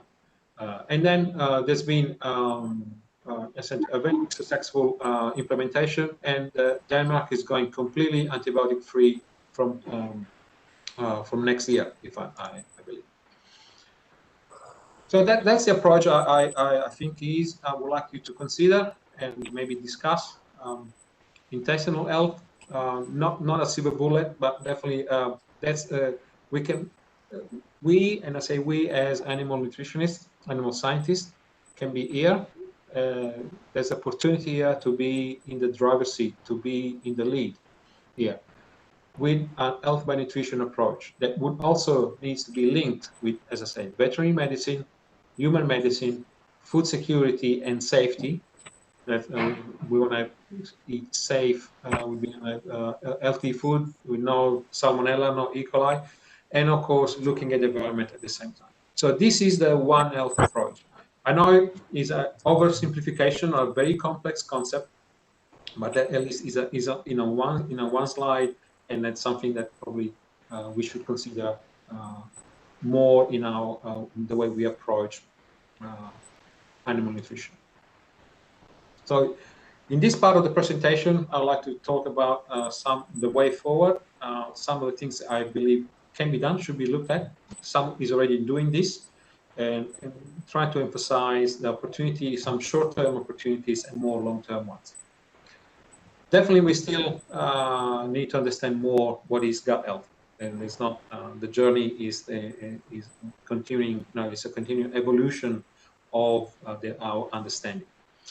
But I would like to propose here maybe some critical areas that I think, as I said, are important to move forward with this in relation to nutritional immunology. So looking at what nutrition does to the immune system, the ecology, nutritional ecology, how that impacts the microbiome. This is already happening, these kind of activities.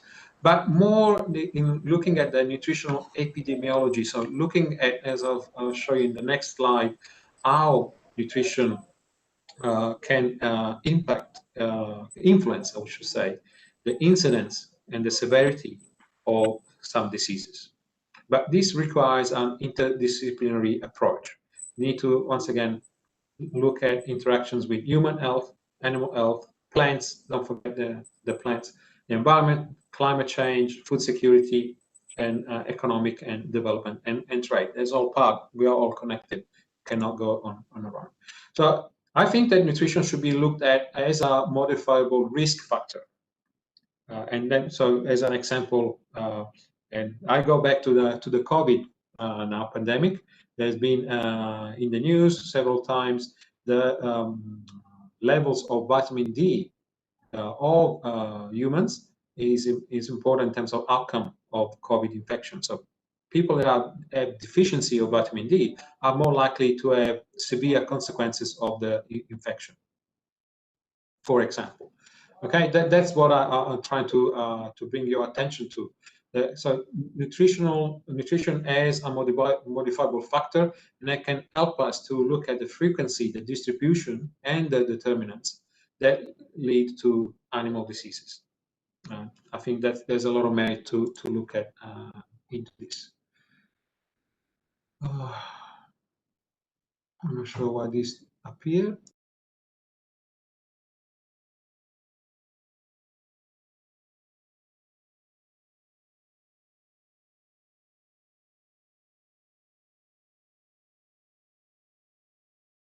Professor Sally, please unmute yourself. Yeah.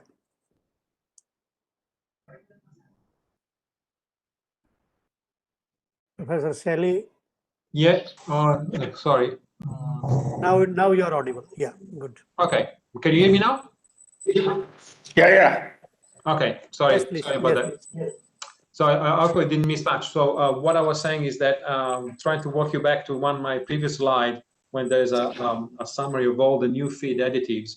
I think the first question that we get is, does this intervention work? So the necessity of evaluating the epidemiology here. And something that can be done is very easy, very simple. Systematic reviews, meta-analysis, and meta-regression. So quite often there's a lot of published evidence about a particular interventions. Every time we change the diet, every time we change or we treat animals or humans with a particular drug or vaccine, or the inclusion of a particular feed additive, we can do a quantitative analysis that through a meta that can give us a weighted average effect.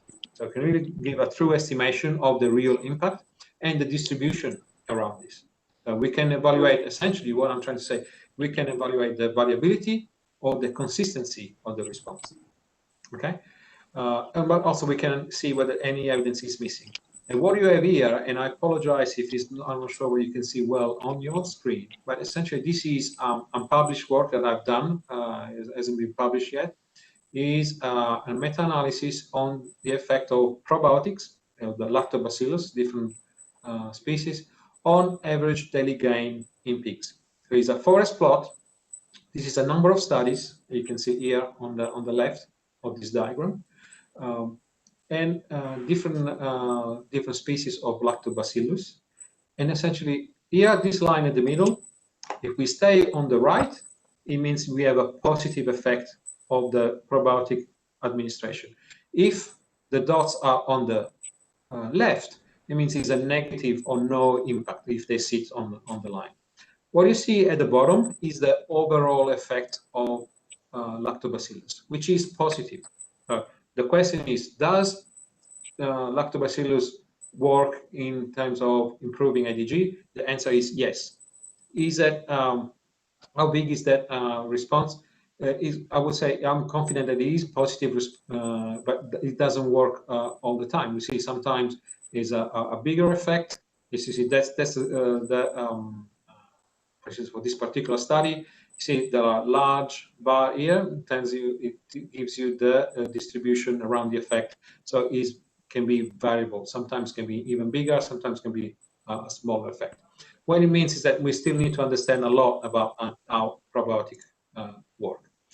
Same, this is another forest plot, and in relation same to a treatment with lactobacilli, in relation to now fecal shedding of E. coli, so going to food safety here. And the answer is once again, does lactobacillus decreases shedding? The answer is yes, if we see the overall effect. And overall, we see different studies and a decrease in the shedding of E. coli. So there are benefits in using this type of probiotics. But sometimes we have no effect, for instance, like in this first study. But the meta-analysis can, instead of presenting just one study, yes, I've seen this, can tell us if this is a true effect, is it consistent, is it variable or not. But also it can help us, as again, it's not that with the meta-analysis we can solve all the problems, but we can definitely improve the precision of the way we measure things. We can improve the design, we can generate new hypotheses, but also we can settle controversies more importantly. So does it work or not? At least we can get an answer on that. Now moving on other aspects are something else that we can do in terms of health by nutrition is the use of vitamins. Maybe nothing too exciting there, we might think, but the literature tells us that the vitamins are the essential nutrients. They can do a number of things like boosting the immune system, in this case, maintaining redox balance, or improving intestinal barrier function. They can decrease inflammation. They have a strong impact on metabolism. Some of them can also function as prebiotic, some of these vitamins. So if you see, there's a number of mode of actions there, and a range of effects.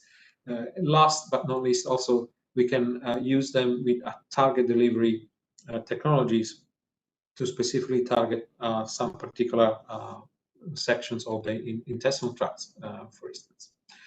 But in relation to gut health, vitamins, I just draw your attention. I think there's been a lot of work published in human medicine, in particular, human nutrition, for vitamin A and vitamin D. Vitamin A is important also because it regulates the host and the macrobiome metabolism, and that leads to alteration in energy homeostasis. So here the attention is for humans in incidence of obesity, for instance. For us, in animal nutrition, that might be important. If you're looking at growing animals, ADGs, that might be also is relevant, looking at metabolism. Vitamin D, of course, is not just the calcium involved in calcium metabolism there, but also there's receptors are very abundant in the intestinal tract. There are and in the immune system, so they can really then reduce inflammation by modulating T cells activity. But also it can modulate epithelial cells integrity, so intestinal permeability, innate immune response, and can also modulate the composition of the gut microbiota. So overall, vitamin A and D, they regulate multiple pathways in intestinal functionality.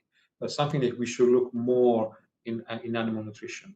There's some work done, some nice work done in this sense, especially in ruminants. I'll be happy to share some of this with you if you like. But going to, I think, very interesting also digging into the literature here, looking once again at vitamin A.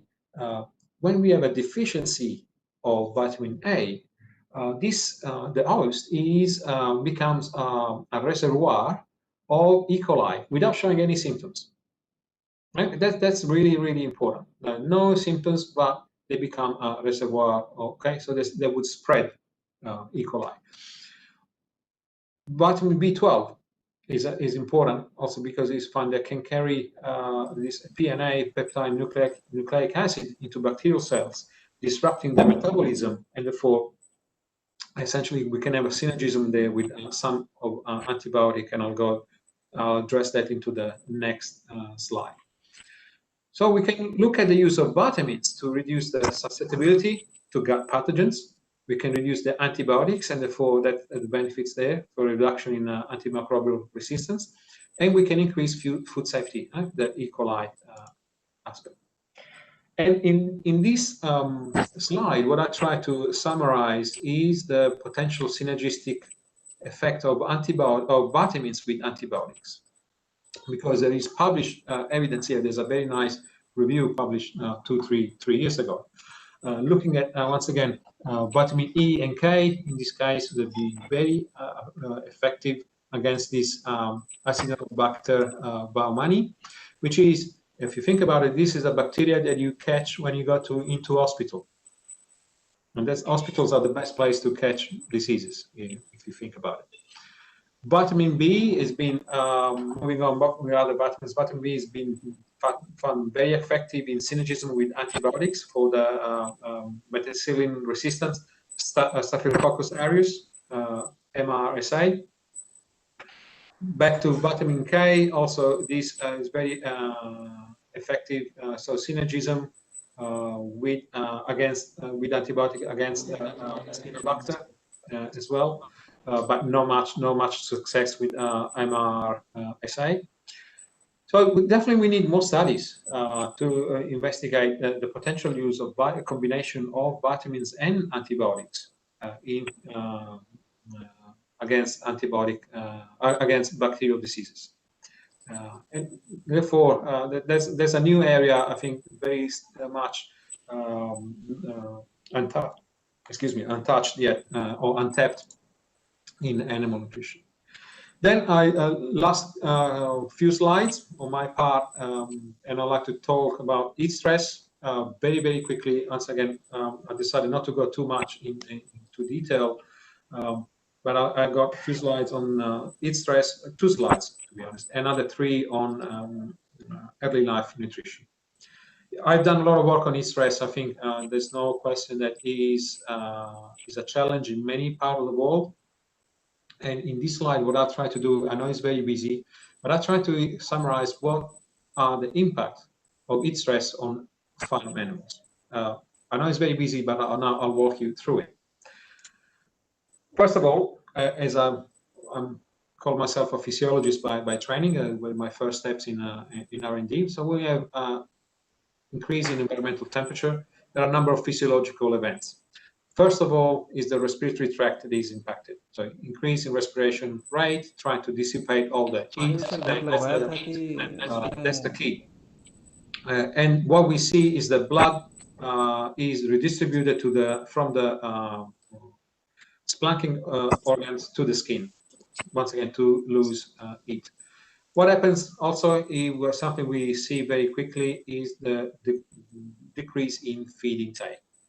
Feed intake generates heat, digestion generates heat, so that's a natural physiological response. The gut is the one that's possibly mostly also severely impacted, because this redistribution of blood from the periphery to the periphery means that we got hypoxia.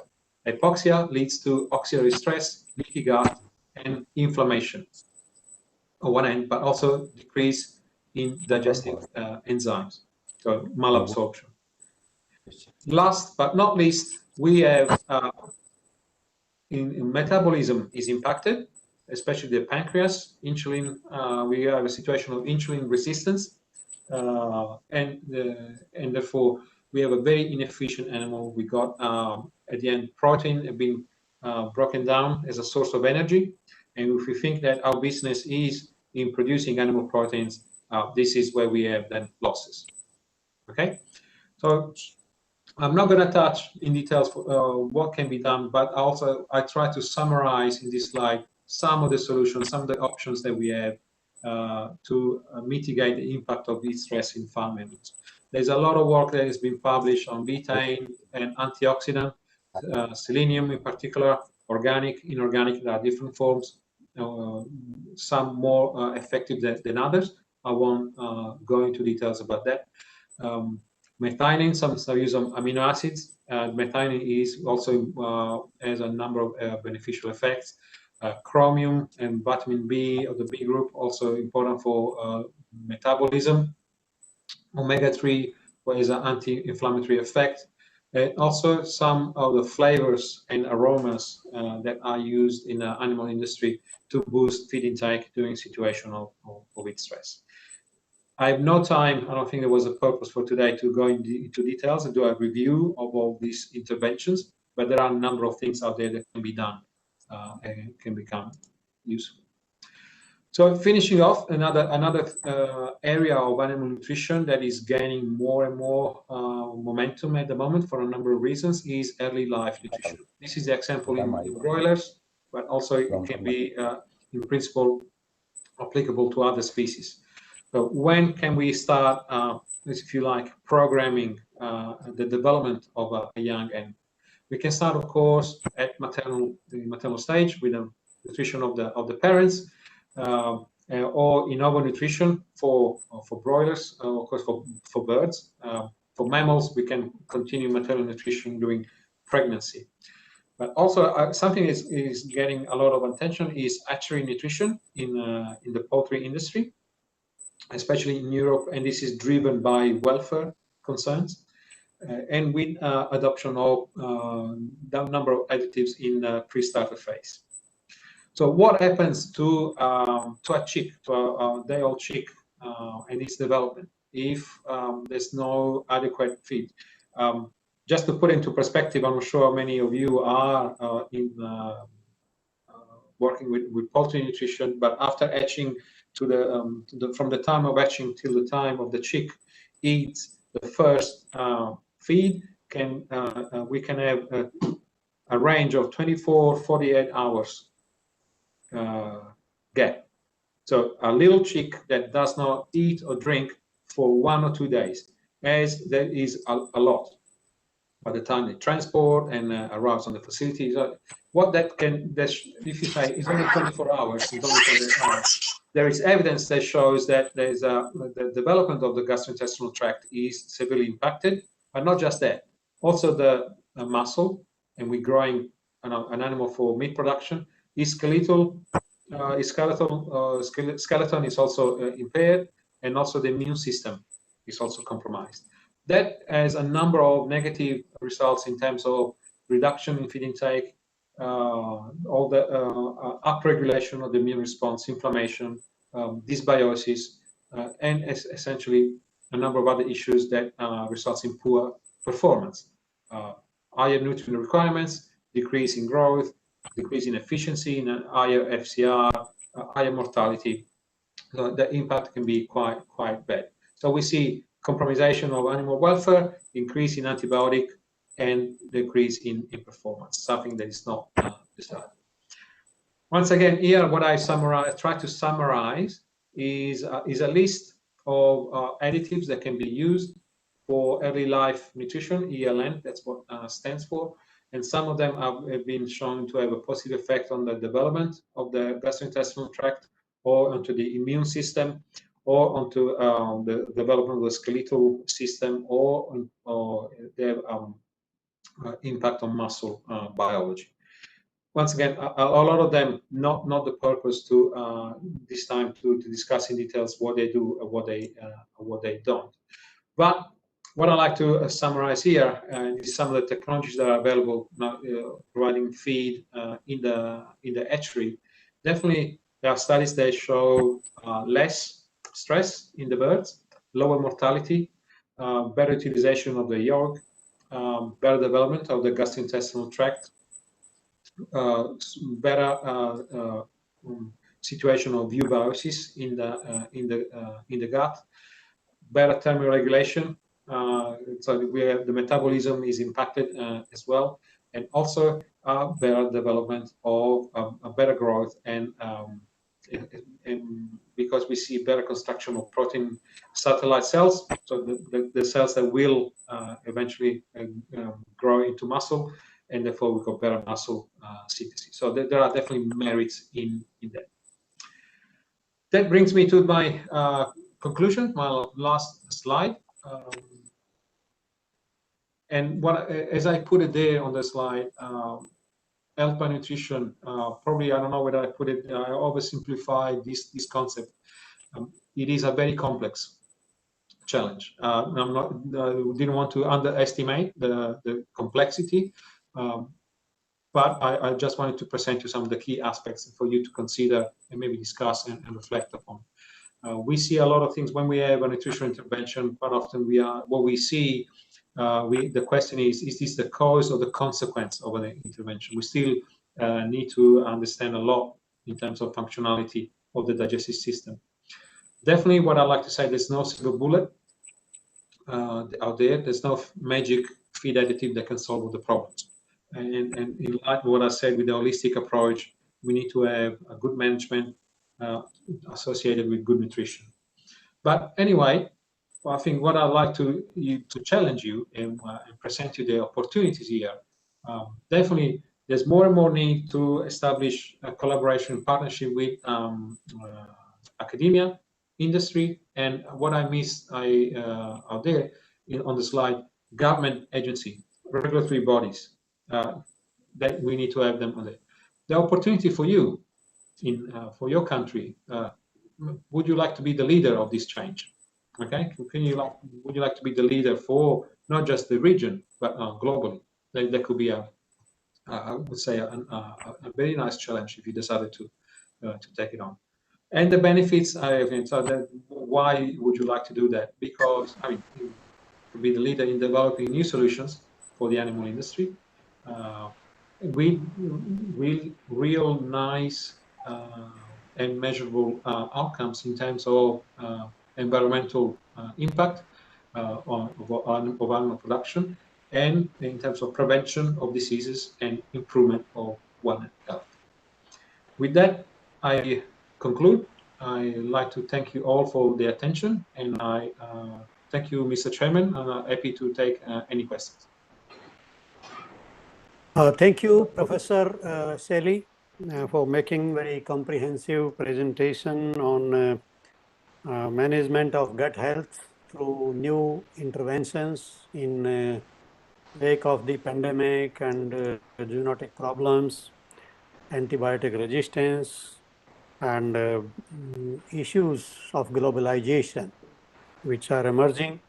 You have stressed on change management and shown good example of Sweden in managing the change in swine industry. and new additives and role of vitamins and probiotics and prebiotics.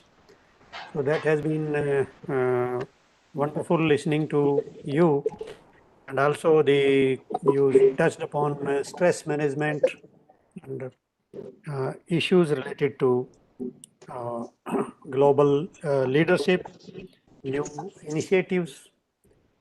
So I thank you on behalf of all the organizers, and I think we have already exceeded the time allotted for this plenary session. So I wonder if we can take questions at this stage, though some participants are interested in your email. They may contact you on email, so you Definitely, can yes. write on the chat. You can write. And, Yeah, please, absolutely. I be happy to respond to your emails. Yeah. Thank you so much. So the organizers will share your contact details with the participants. And I would like to invite comments from the co-chairs on both these presentations. So, Dr. Nagalakshmi and Dr. Tribhuvan Sharma.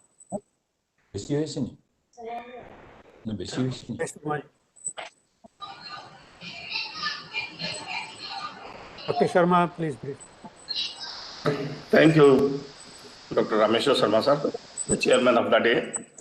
Though we are running out of time, so I don't think that we can actually comment precisely. One was on sustainable livestock production in the changing scenario. Dr. Preston has shared his research work and experiences on this aspect, how to produce the biochar from the waste, agricultural waste, and its uses in reducing the methane production. And also on the production of locally, how to produce the prebiotics. That was also one of the new aspects. We focused on that at the farm level production of the prebiotics using delivery grains or the rice fermentation. So this we can also think of it. And regarding the next lecture was from Dr. Selly. He gave an overview on the One Health aspect, focusing on more on the monogastric nutrition. So by adopting short-term and long-term goals and using the feed additives and use of vitamins, especially E and D, which we have to think of using it in improving the gut health. So these are focused on the nutritional strategies in eliminating the heat stress. So it was a very good and nice informative lecture from both the speakers. So I thank both the speakers for sharing their experiences and research work. Thank you. Thank you, Dr. Nagalakshmi. Dr. Sharma. Thank you, Mr. Chairman. First of all, I would like to thank the organizers for coming out with this 100 years of animal nutrition research as a symposia. And I was very happy to see Dr. Pradhan, who is also today with us, and then Dr. Ranjan, then Dr. Kusmakar Sharma, Dr. Pathak. They were here with us, and they are the stalwarts of our field, and many of us are here as well. Actually, today's plenary session was very good plenary session in the way that it has given directives, and those directives can be adopted for the future research of the nation to lead. In first lecture, Dr. Preston very precisely explained the concept of feed, energy, followed by biochar and the methane reduction. Probably this can be one of the idea of taking it up, because we know biochar, it is not very latest now, but it is latest. To think in the way he has tried to ask us to think upon, and it has to bring out as a prebiotic. It is very important, and we should go ahead with it, because 30% of agriculture methane is to be from the animal system, and if any idea can ask us, that can help us to come out with it, it's very good. Then the second lecture was from Dr. Sally, and it was very good in the sense that he has emphasized on the gut health and has tried to explain it as to be the remedy, which we all know that this can be one of the direction, but the way he has precisely explained it, the way he has explained us that how far we can go, actually he has asked us that nutritionists can dictate and even pay pathway to proceed further in livestock production or One Health. That health includes every component of the ecosystem, And that way it was very good presentation, and I was happy to see both the presentation. It will help a lot to beginners because it is the seniors research that paves the way for the newcomers. So that way they have very well summarized the work in the respective fields and they have very well explained. We are running out of time, so I would like to thank everyone, the organizers, and I'm really very happy to join this symposia with the reason that those to whom I admire are there with me in this session. Thank you. Thanks a lot. Please. So we come to the end of this session, and before we close, I would like to thank both the speakers, Professor Peterson and Professor Sally, for making their wonderful presentations, very elaborate and very well presented. So thank you so much, Professor Sally.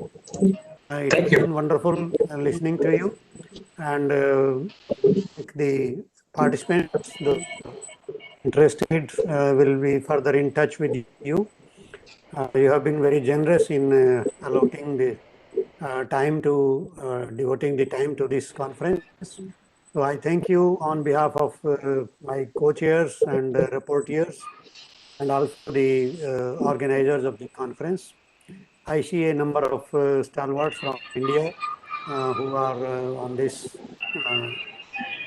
conference through online or offline mode. So I greet all of them and thank them, and also thank the organizers for giving this opportunity to me to chair this session and be a part of the proceedings of the centennial celebrations of animal nutrition research in India. So thank you very much, and I hand over the proceedings to the organizers. So Dr. Patnaik, over to you. Thank you very much. Thank you, sir. Thank you very much for conducting the session very nicely. And we had really two very good presentations from Professor Preston and Professor Shelley. And on behalf of the organizers also, we would like to thank both the speaker. Dr. Preston is now he has already gone into sleep. It's late night, but I think Professor Shelley is there. Thank you, Dr. Shelley. This is Ashok. Yeah, other than that, I would like to place on record my thanks to the chairman, both the co-chairman, Dr. Tribhuvan Sharma from Bikaner and Dr. Naglakshmi for Hyderabad, and both the rapporteurs for doing the job very nicely for us. So with this, we are coming to end of this session. So thank you all for your participation. And immediately after this, we will switch over to the next technical session. And it is really nice to see Dr. Tadan being here throughout the morning. And really, thank you, sir, for your presence. We are really inspired by your presence. Dr. Prasad is also there. Who I can see. So these are really impetus for us to go ahead. Thank you very much, sir. So with this, we conclude this session and we'll just switch over to the next one. For the next one, thank you, sir. Thank you. Thank you. I wish you all the best and success for the rest of your meeting. Thank you. Yeah, thanks, Petro. Bye. So the next Thank you very much. technical session 2, that's going to be chaired by Dr. D.V. Prakash Rao. And we have two co-chairs, Dr. A.K. Samanta from SARC Agricultural Research Center, Dhaka, and Dr. Asit Das, Principal Scientist from NDRI Kernel. And the rapporteurs, I can see Dr. Kanan, Principal Scientist, PDR Hyderabad, and Dr. Pankaj Singh from Basu Patna. So if Dr. Rao is there.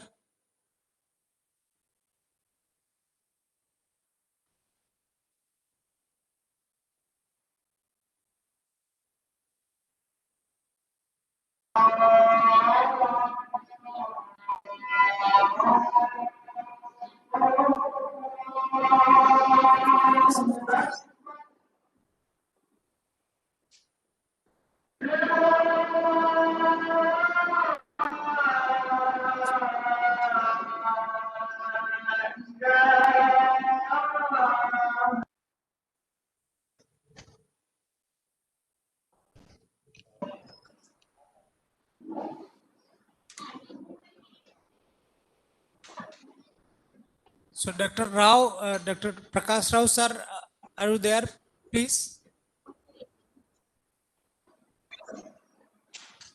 I'm sorry. Yeah, it's okay now? Can you hear me? Yeah. Sir, Hear me? yes, sir. Yeah. Yeah. At the outset, I want to thank the organizers for organizing such an excellent centennial symposium. I know this which has given us a privilege to meet our teachers, our seniors, particularly Dr. Pradhan sir, who is here, to whom I have very great respect and regard for the achievements in animal nutrition, a veteran in the animal nutrition profession. And I was glad to see Dr. S.K. Ranjan and all the seniors here, and my own colleagues and good friends. My association with animal nutrition has been quite long, and Animal Nutrition Association is well known for organizing and the potential to organize such massive seminars. Really, in the COVID time, this organization was really good, well attended, and a lot of good papers were here. I would like to say here a few words about animal nutritionists as an industry, in relation to the animal production industry. The animal nutritionist is quite a challenging job in the animal feed industry and animal production industry, because we are confronted with raw material shortages always. Raw materials are seasonal, availability is difficult, and today with modern machineries and all, smaller replacements in feed formulations are very difficult. 2%, 3% is no goal at all. The minimum has to be a 5%. So any researchers what we conduct should aim at least at a 5% replacement of the traditional feed raw material. And more so, the animal feed technology is not that complicated. As such, the role of feed supplements and nutraceuticals has increased a lot, because the efficiency of feed conversion has to be increased by utilizing the available raw materials in different proportions. So nutraceuticals and feed supplements play a very important role. And well-qualified animal nutritionists can certainly think of innovations in this direction, which will promote the animal feed industry much better. Now, I will not go into further. I have put in more than 45 years in this industry after my doctoral program in animal nutrition. And I have innovated a product, which is a feed supplement, and work on that as an industry, which has given very satisfactory results in the country. Now, I would start the seminar right away, because I'm glad to see some good work, good papers here. Now, I think Dr. Samantha is here. Yes, I can see him. Now, Dr. Ajit Das is here. Dr. Ajit Das, co-chairman. I don't know. He's there. Then rapporteur, Dr. Kannan, I can see. Dr. Pankaj Singh from Pune. Yes, sir. I'm here, sir. Yeah. Now we'll start the seminar. Can I ask the first speaker? I would request the speakers to take not exceeding 10 minutes, because the time is short and I don't want to hold people before lunch. First paper is zinc, selenium, vitamin E and their combinations could partially ameliorate the adverse effect of arsenic in guinea pigs. Ranjan Kumar Mahanta, Anil Kumar Garg and Anil Kumar Sharma are the authors of the paper, and it's going to be presented by R.K. Mahanta. Can I request Dr. R.K. Mahanta to present this paper, please? Sir, kindly, thank you, sir. Kindly, sir, allow me to share my content.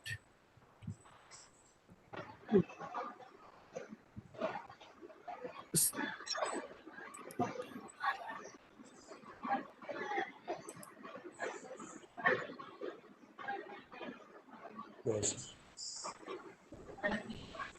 Okay.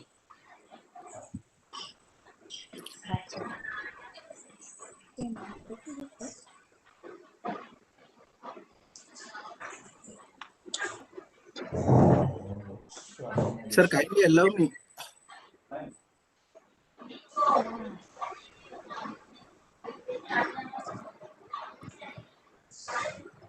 Sir.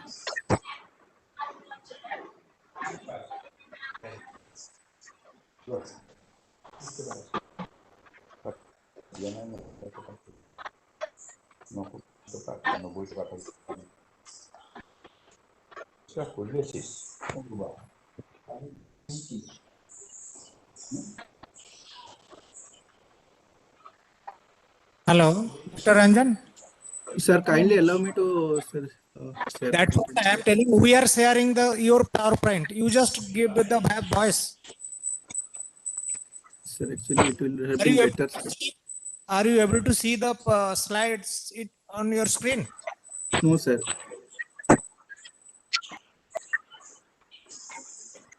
Okay, you just unshare. Let him. Okay, now you can share your screen. Okay, sir.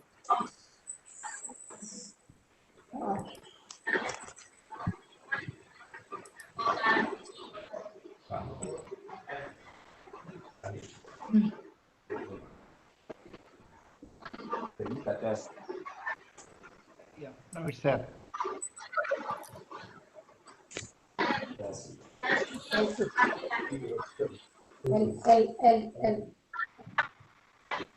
Sir, is it visible, sir? Yeah. Hello.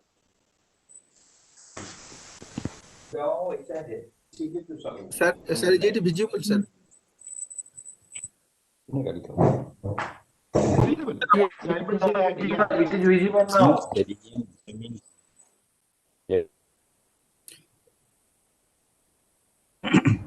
Sir, can you start, sir? It is visible. Okay.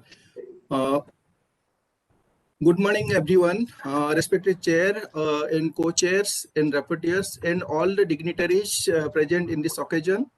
I am going to present how zinc, selenium, and vitamin E and their combinations ameliorate the adverse effect of arsenic in guinea pigs. It was a part of my work at IVRI Izatnagar. Actually, arsenic is a global threat. Recent report indicated that 180 nations are affected with 230 million people and numerous livestock. So Indian standard in water is this about 50 ppb in drinking water, but global standard is 10 ppb actually, because it is a cumulative poison. And maximum tolerance level is 50 ppm in diet according to NRC, and it elucidates the antioxidant response and thyroid and bioaccumulation in organs. It creates the problem. So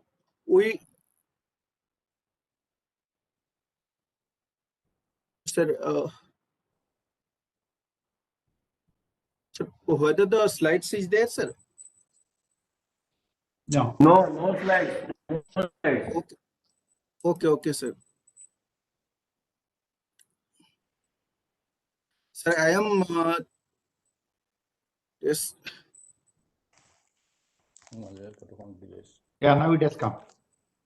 Okay, then actually, because of its antioxidant effect, we took zinc, selenium, and vitamin E, some of the potent antioxidants, to ameliorate these effects and to elucidate the response. We took more than maximum tolerance level, that is 60 ppm of arsenic in the diet, and that is given through arsenic trioxide. And we studied the clinical, nutritional, and pathological changes for this arsenic, and we tried to show the effect of this supplementation. Then main groups were the control group without any arsenic, and other groups supplemented with 60 ppm arsenic in the diet. And in the other groups, zinc, selenium, and vitamin E at the rate of 100 ppm, 0.2 ppm, and 125 international unit per kg diet were supplied. And in the last two groups, selenium was combined with vitamin E, and selenium, zinc, and vitamin E were combined. And it was studied for nearly 23 weeks. And out of that, actually, after 112 days of experiment, this metabolic trial was conducted. And this feed intake, body weight gain, all the blood hematopoietic parameters, serum and tissue minerals, enzymes, antioxidant, and histopathology were studied and analyzed through general linear model of ANOVA. And as you can see, the composition of diet, it was fulfilling, and green mesh was given for adequacy of vitamin A, to the guinea pigs. And as you can see in the concentrated mixture, there was also presence of arsenic was there. It actually there was the negative effect on arsenic. You can see the dry matter intake and dry matter, organic matter, and crude protein digestibility were affected. And some of the there was not in the other groups because of the decreased dry matter intake. There was compensatory means this increase in digestibility of some of the nutrients, but they were nearer to the normal values. And you can see the absorption of retention of this phosphorus and copper were affected by this arsenic, and which were very less done by this our amyloid agents.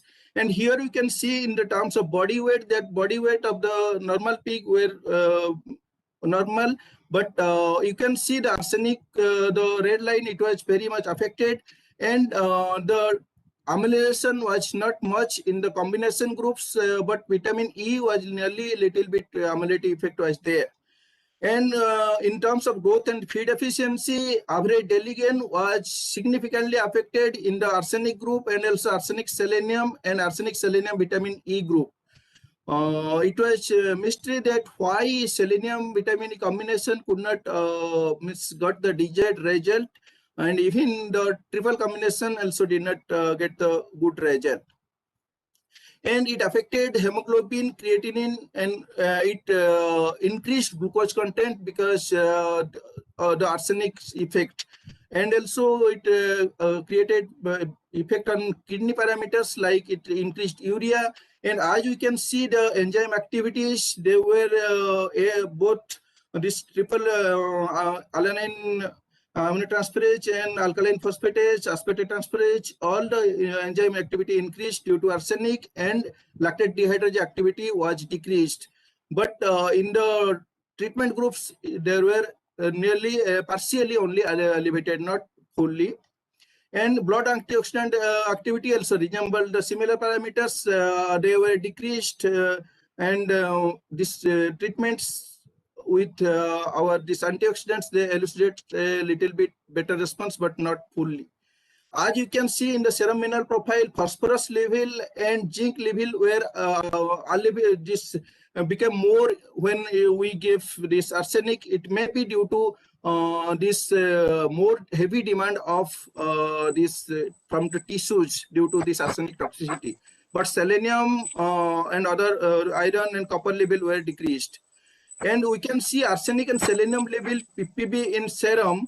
We can see that arsenic generated negative effect on serum, this selenium content, and they were marginally improved in the treated groups.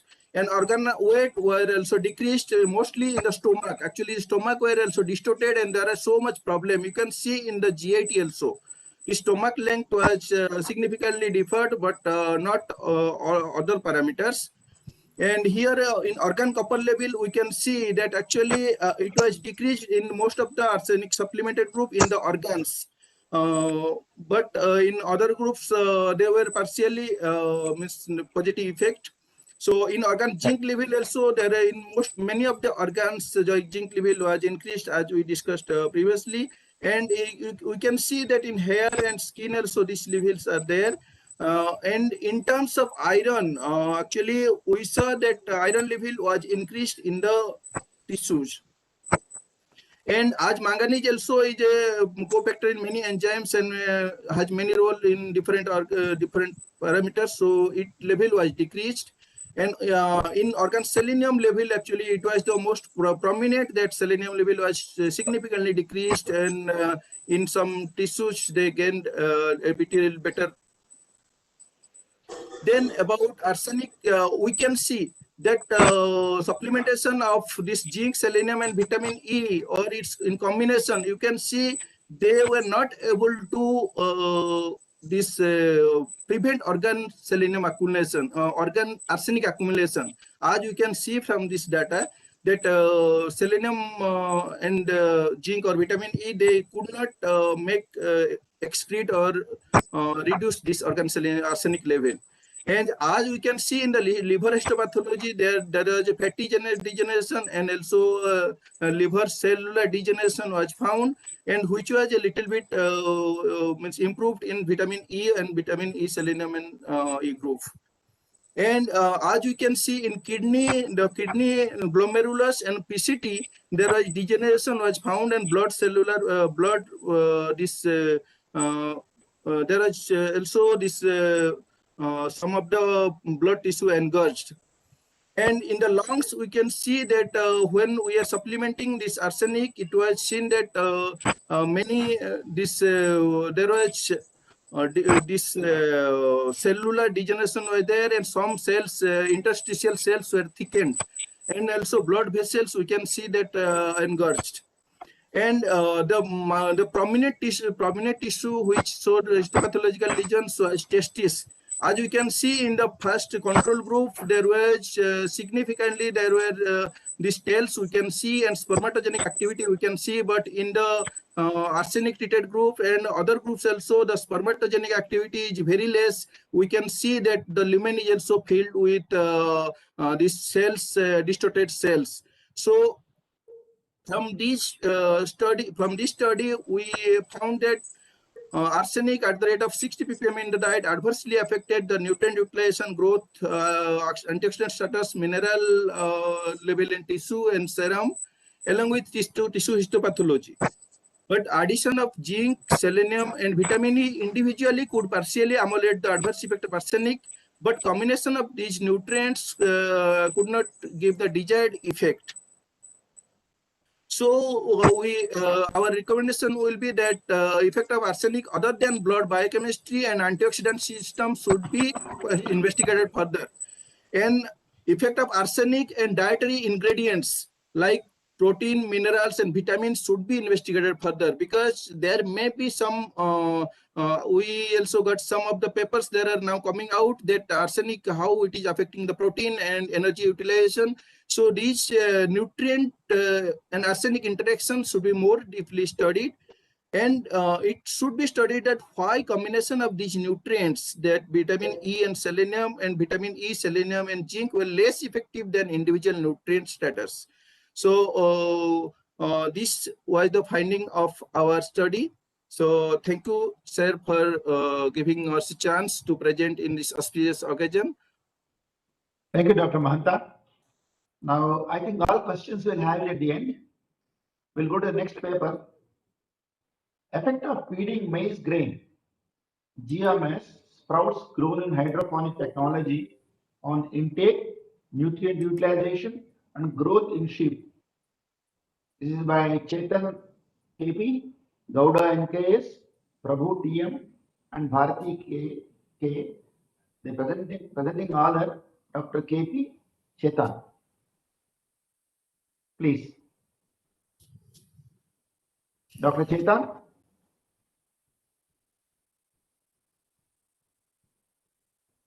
Dr. Chetan, should we take this paper is not being present? Yeah.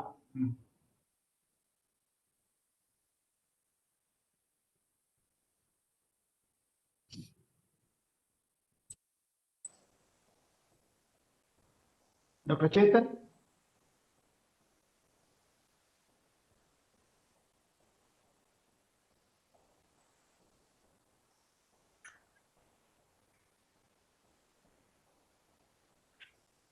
He has to unmute. Yeah. Dr. Chetan?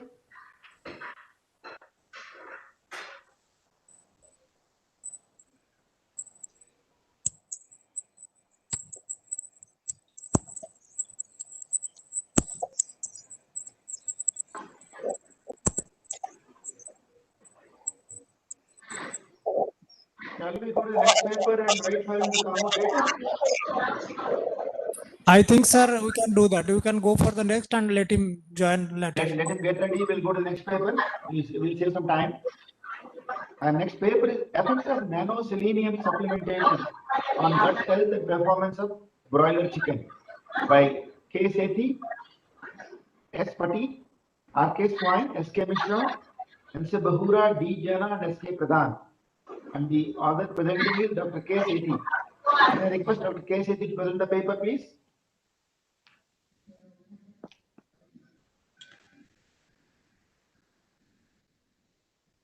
Hello, sir. Yes, please carry on. Sir, this is Dr. Chetan. Dr. Chetan, you come on the line now. Yes, Okay. sir. Okay, please bring the paper. Quickly, 10 minutes, please.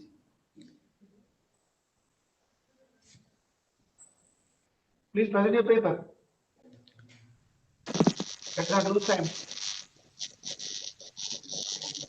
Yes, sir.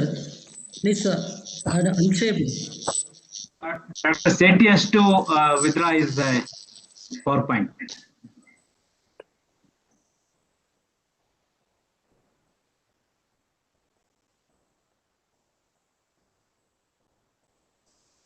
Sir, we are going ahead with number 3, or we'll go for Dr. Chetan's? Chairman, I sir. think we'll finish number 3 and then come back to number 2. Yeah, He's yeah, already, okay. Number 3 is already there. Okay, sir. I can see Sethi's paper on the board. Dr. Kamdev, you can go on with your, share your screen and go on with your presentation. I think he has withdrawn. I think everybody has withdrawn. I don't know who's coming now. No, somebody is sharing. Yeah. Yes, please present your paper. Okay, sir. Good afternoon, sir. Sir, my papers are visible, sir, please. Yeah. Okay. Thank you very much, sir. So, respected teachers, my dear friends, my juniors, I, Dr. K. Sethi, Assistant Professor, Department of Animal Nutrition, CVSCH, OUT Bhubaneswar. Welcome to my presentations on effect of nano. Dr. Kamdev, bring it to presentation mode. Okay, sir. Thank you, sir.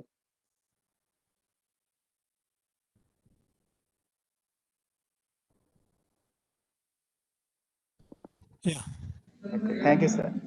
So I'm Dr. Sethi, presenting in front of all of you my recent activities in ICR NSA project, which is operated in my department in the form of effect of nanoselenium supplementation on gut health and performance of broiler chickens.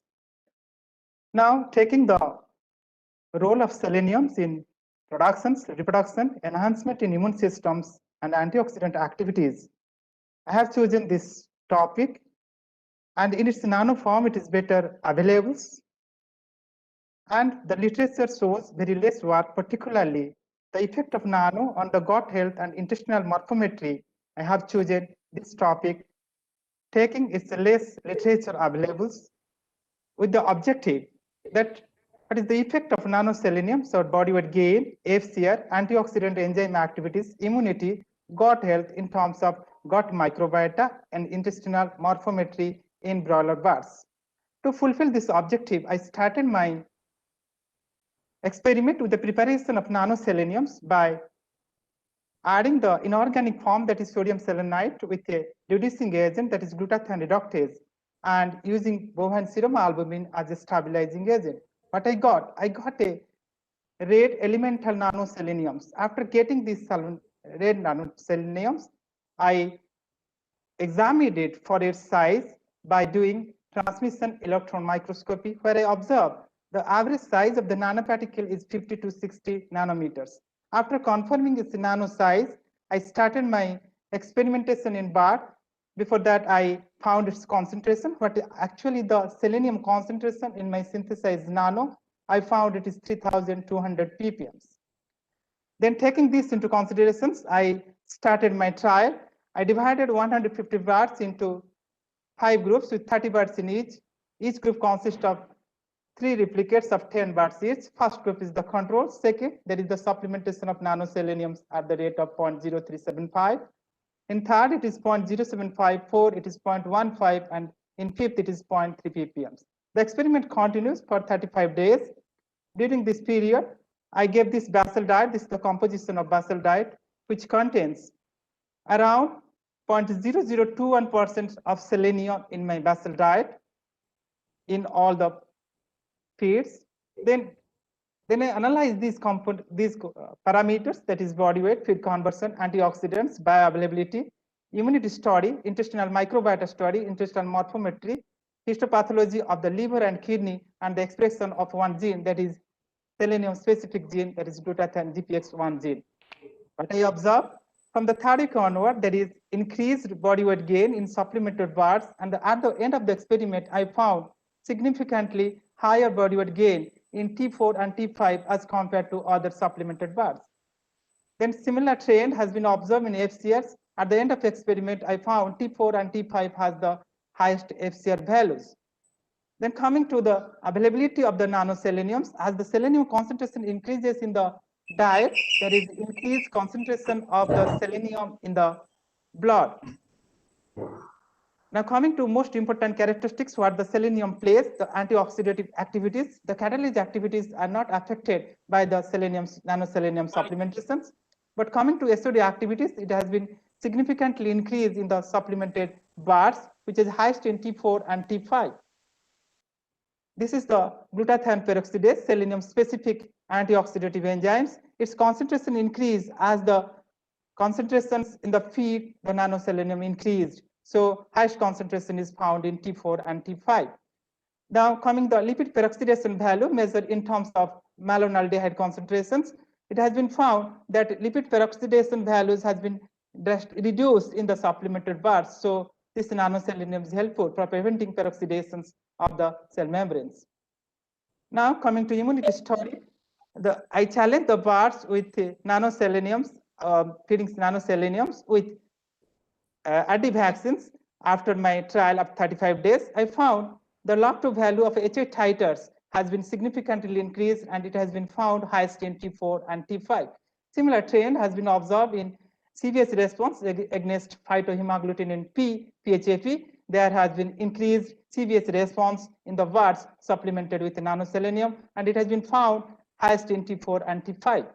Now coming the antibacterial effect of the nanoselenium, first in laboratory I observed that when I'm inoculating 0.15 ppm of nanoseleniums in the E. coli culture, there is a specific inhibition zone has been produced. So taking this thing into consideration, I calculated or I measured the E. coli count. It has been drastically reduced in the supplemented intestinal content of the supplemented bars. Similarly, the salmonella count has been decreased, but the lactobacillus count has been increased significantly in supplemented bars. Now coming to the intestinal morphometry, the villi length in duodenum and jejunum has been found significantly increased, and this is more potent in the distal part of the duodenum and proximal part of the jejunum. So as we are providing the nanoselenium, the villi length has been increased significantly. Villi width also same trend for duodenum and jejunum. We find that there is significant increase in the width. Now coming to crypt depth, there is no changes in the crypt depth, but crypt width has been significantly increased in the supplemented bars than the control. So this is a very good area of research for my fellow colleagues. Now coming, these are some of the intestinal morphological structures showing changes in the villi length and villi width.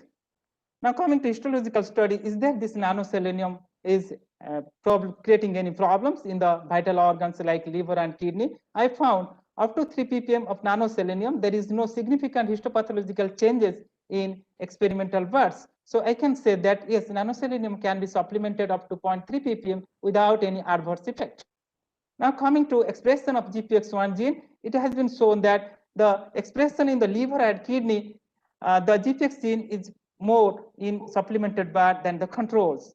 I measured this cause how much increase. It has been shown that the expression is 7-fold increase in the liver tissues, the bar supplemented with 0.15 ppm of nanoseleniums, and in kidney tissue almost 3-fold increase in the expression of GPX1 gene. So from this experiment, I may conclude that supplementation of nanoselenium at the level of 0.15 ppm enhance the body weight gain, FCR, antioxidative enzyme, selenium bioavailability, intestinal lactobacillus count, and expression of the antioxidative genes. So thank you very much. Have a nice day. Thank Good. you. Good. Thank you. Thank you, sir. Now, is the second hour ready, Chetan KP? Yes, sir. Chetan? I'm ready, sir. Are you present now? Yes, sir. Yeah. Please allow me to share the slides, sir.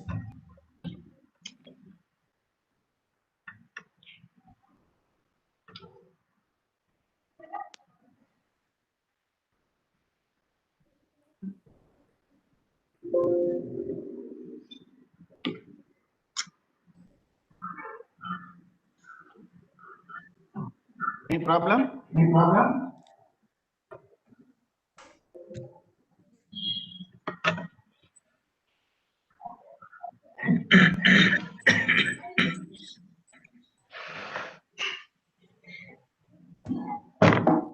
Hello, sir. Dr. Chetan? Yes, sir. Why don't you start your presentation? Now my slides are visible, sir. No, not. You are not. Authorized कर दिया. Yeah, you can just share your slides, Dr. Chetan.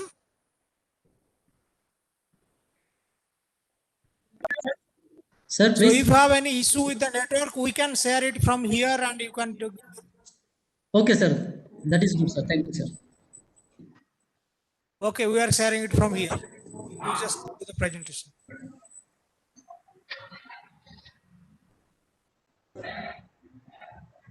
Number 2. IS2. Yeah.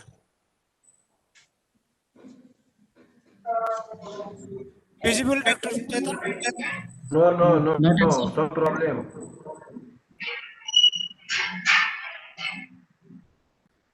Dr. Chetan? No, not visible.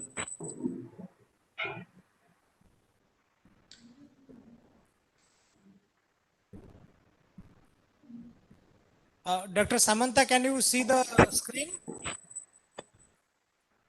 Full screen. I think 2 times click. I think you just close again. That click the file. You please close the and again now just click and then go ahead. Yeah. Okay, Dr. Chetan, can you see the screen? Screen is visible. Oh, I am worried about the presenter. Is he able to see? No, but the content has not appeared. Only that display of the screen is coming, not the content slide, exact slide. Okay, let me see. Hey, हमारे यहाँ का network issue है?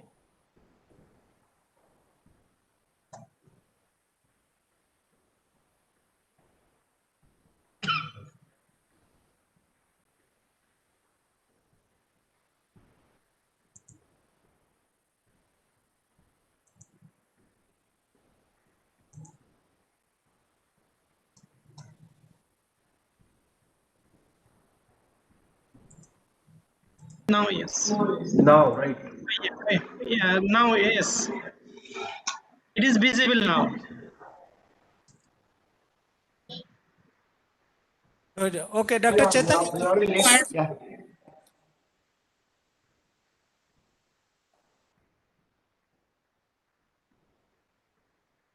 Dr. Chetan, start your presentation, please.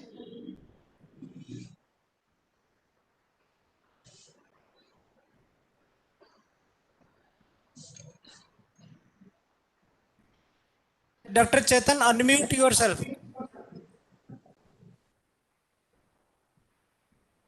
I'm audible, sir. Yeah. It is audible now. You start your presentation. Yes, you are audible. Go ahead with your presentation. Okay, sir. A very good morning to all of you, sir. Respected chairman, co-chairman, researchers, and all the animal nutrition scientists present over here. The title of my presentation is Effect of Feeding Maize Grain, Sprouts Grown in Hydroponic Technology on Intake, Nutrient Utilization, and Growth in Sheep. So this is my part of my PhD research work under the guidance of Dr. T.M. Prabhu and research guide Dr. N.K.S. Gowda. So as we all know, the green fodder is the natural diet for livestock. The major constraints in livestock production is the quality and quantity of green fodder available throughout the year. So in ICR NINP, its reports, Vision 2015, predicted the demand and supply chain may fall short by 2025 to 40% for green fodder and 20% for dry fodder. The conventional green fodder production, though it is cost effective, cannot be produced with much ease.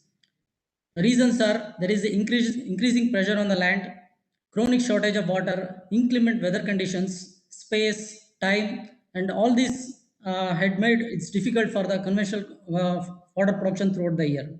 In such situations, hydroponic green fodder production can be considered as a potential alternative. Next slide, please. So the nutritional content of maize grain sprout has increased in terms of crude protein, crude fiber, ether extract, vitamins, and minerals. And there are some reports upon feeding sprouted barley and maize sprouts in growing kids shown improvement in digestibility, nutrients, intake, growth rate, and FCR. But there is a paucity of literature on nutritive value of maize grain sprouts for small ruminants.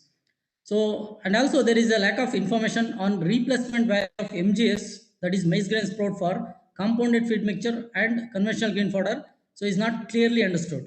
So, with this background, next slide, please. So, we designed our study with the objective to assess the nutritive value of maize grain sprout in terms of nutrient utilization, growth performance, and cost effectiveness in lambs.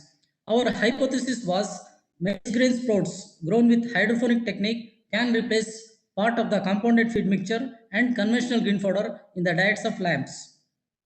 Next. Coming to the material methods.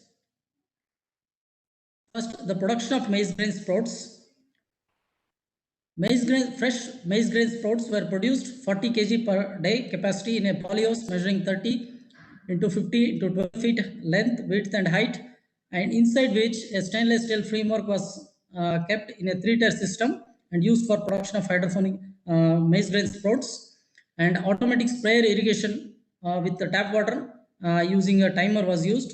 And the study was conducted from October to March, and the temperature was in the range of 22 to 32 degrees Celsius and relative humidity of 55 to 75%. Next slide, please. Yellow maize grains were procured from APMC yard, Yeshwantpur, and good quality grains were selected from among them. And grains were soaked overnight, 12 to 14 hours using the tap water. And after decanting, again soaked for 30 minutes in 4% vinegar solution. And the maize seeds were transferred to clean, porous, wet gunny bags for germination for 48 hours. And intermittently, water was sprayed over the gunny bag to ensure the moistness. And the germinated seeds were spread on porous plastic bags. Next slide. So the rate of seed rate used was 4 kg per meter square or 950 gram in each tray, and water sprinkling was done for 8 times daily as a 5 mist for 10 seconds using auto timer, and the grains was allowed to sprout for 7 days in the rack and harvested on 10th day, and after harvesting they are exposed to air ventilation for 1 day in order to reduce the moisture, then weighed and chopped with knife to avoid selection of leaves before feeding to the animals. Next slide. So this is a picture of different steps in hydroponic grains production. Next. This is in the rack from 4th day to 10th day. So growth of hydroponic maize grain sprouts. Next. And this is a polyhouse inside which the stainless steel framework was kept for growth of hydroponic maize grain sprouts. Next. So coming to feeding cum growth trial. Next. The feeding cum growth trial for a period of 4 months was conducted ICR NNP in Adgudi, Bengaluru, and permission for using the animals was obtained from the IAAC, and the species used was Mandya crossbred male lambs of 3 to 4 months age, and the number of groups were 4, and in each group there were 6 animals, and the duration of study for 120 days. So the 24 animals of a comparable age and average body weight were used. Animals were housed in well-ventilated shed with facilities for individual feeding under hygienic and uniform management conditions. And before start of the experiment, the adjustment period of 1 month was provided, and all animals were provided fresh and clean drinking water twice a day. Deworming followed by vaccination was carried out, and nutrient burns as per the ICR 2013 was followed. Next slide. This is a picture of feeding of hydroponic maize fodder, drying, chopping, and then feeding to the animals. Next. These are the particulars of the lamb used for the feeding trial. Average body weight of 12 kg was used. Next.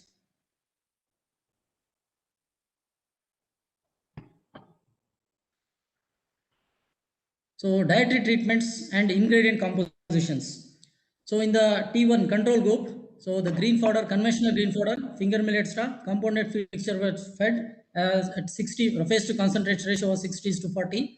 In T2, green fodder and compounded feed mixture was reduced by 50% and replaced with 45% maize grain sprout. In T3, conventional green fodder reduced completely 100% and compound feed mixture was reduced to 25% of the control and replaced with maize grain sprout 80%. And in T4, instead of maize grain sprout, maize grains which is equivalent to produce 80 parts of the maize grain sprout was used. Next slide. And the green fodder was in the ratio of 50:50 with conventional maize grain fodder as well as the sorghum fodder. This is the composition of the compounded feed mixture. In CFM1, so yellow maize, wheat bran, nut cake, and salt was used. Whereas in the CFM2, only the yellow maize grain was used, and urea to compensate for the crude protein level of the control, 1.2 parts were used. Next. So parameters recorded are daily intake of dry matter and fortnightly body weight gain, feed conversion ratio, and cost effectiveness. Next, please. And the trial of 6 days duration was conducted after 80 days of feeding. The sample of the diets offered residue fecal bodies were analyzed for chemical composition, forage fiber fractions, and plane of.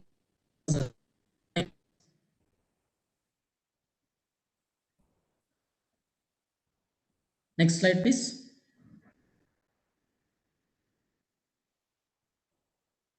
Next slide, please. And cost economic, cost of hydroponic production assessed based on the prevailing market values, and the data was analyzed by ANOVA, and post hoc test used was Tukey's t-test. Next. Coming to results and discussion. Next. This is the chemical composition and nutritive value of feed and fodder offered to the experimental lamps during the feeding trial. And in maize grain sprout, so compared to the maize grain as well as the conventional green fodders, sorghum and maize grain, so there was improvement in the crude protein. Similarly, the crude fiber was increased, and compared to grain, but less than the conventional green fodder. So when come to the metabolic energy, so there was a decrease in metabolic energy compared to the maize grain. Next slide, please.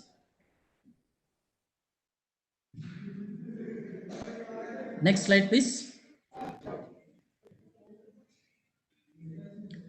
The dry matter, there was a significant decrease in dry matter intake as gram per day, percent body weight, and gram per kg metabolic in groups T2, T3, and T4 as compared to control.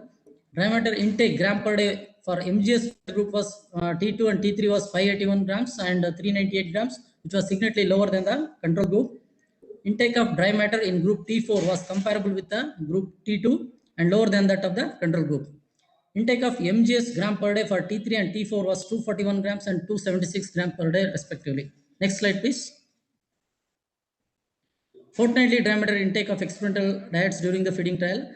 So T2, T3 and T4 there was a reduction in the intake, but there was a gradual increase in intake as the age advanced. Next slide, please.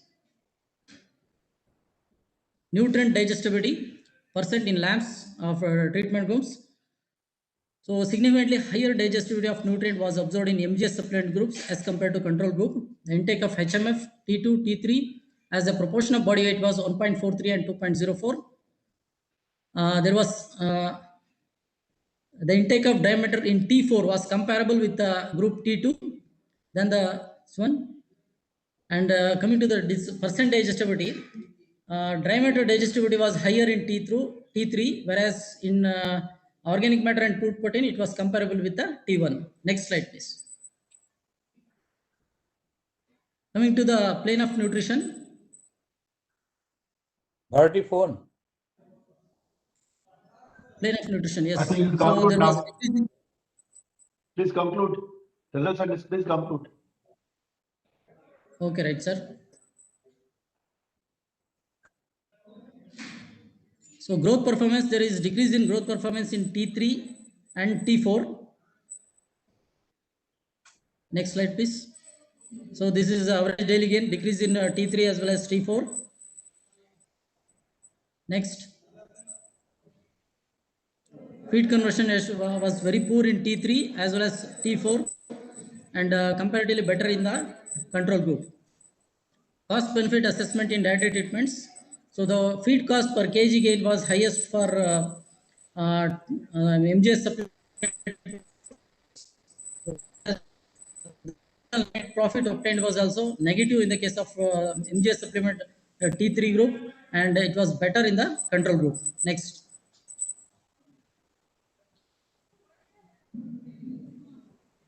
Next slide, please.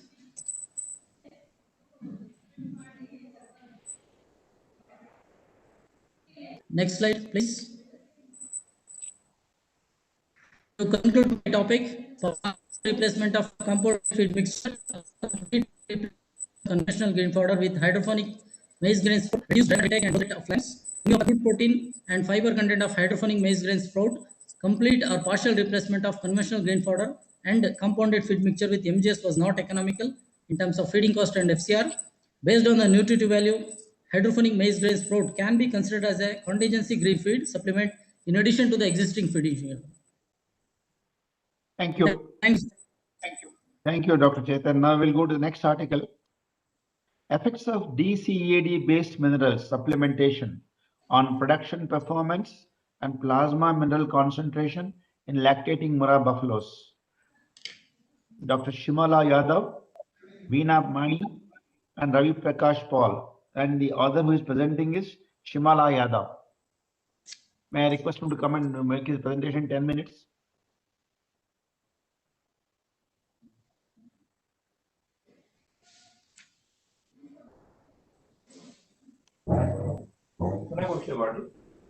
Mr. Yadav, Dr. Yadav? Dr. Yadav?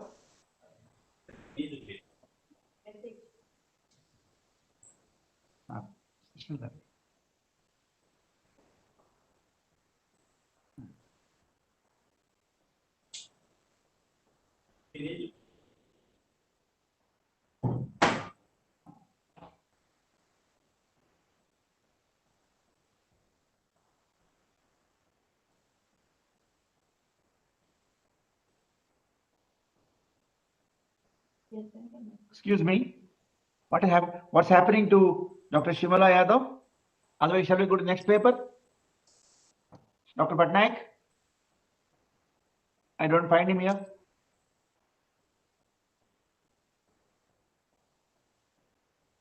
Sir, please go ahead with the next paper. Samantha speaking. Okay. I think save the tape. Can you go for next paper?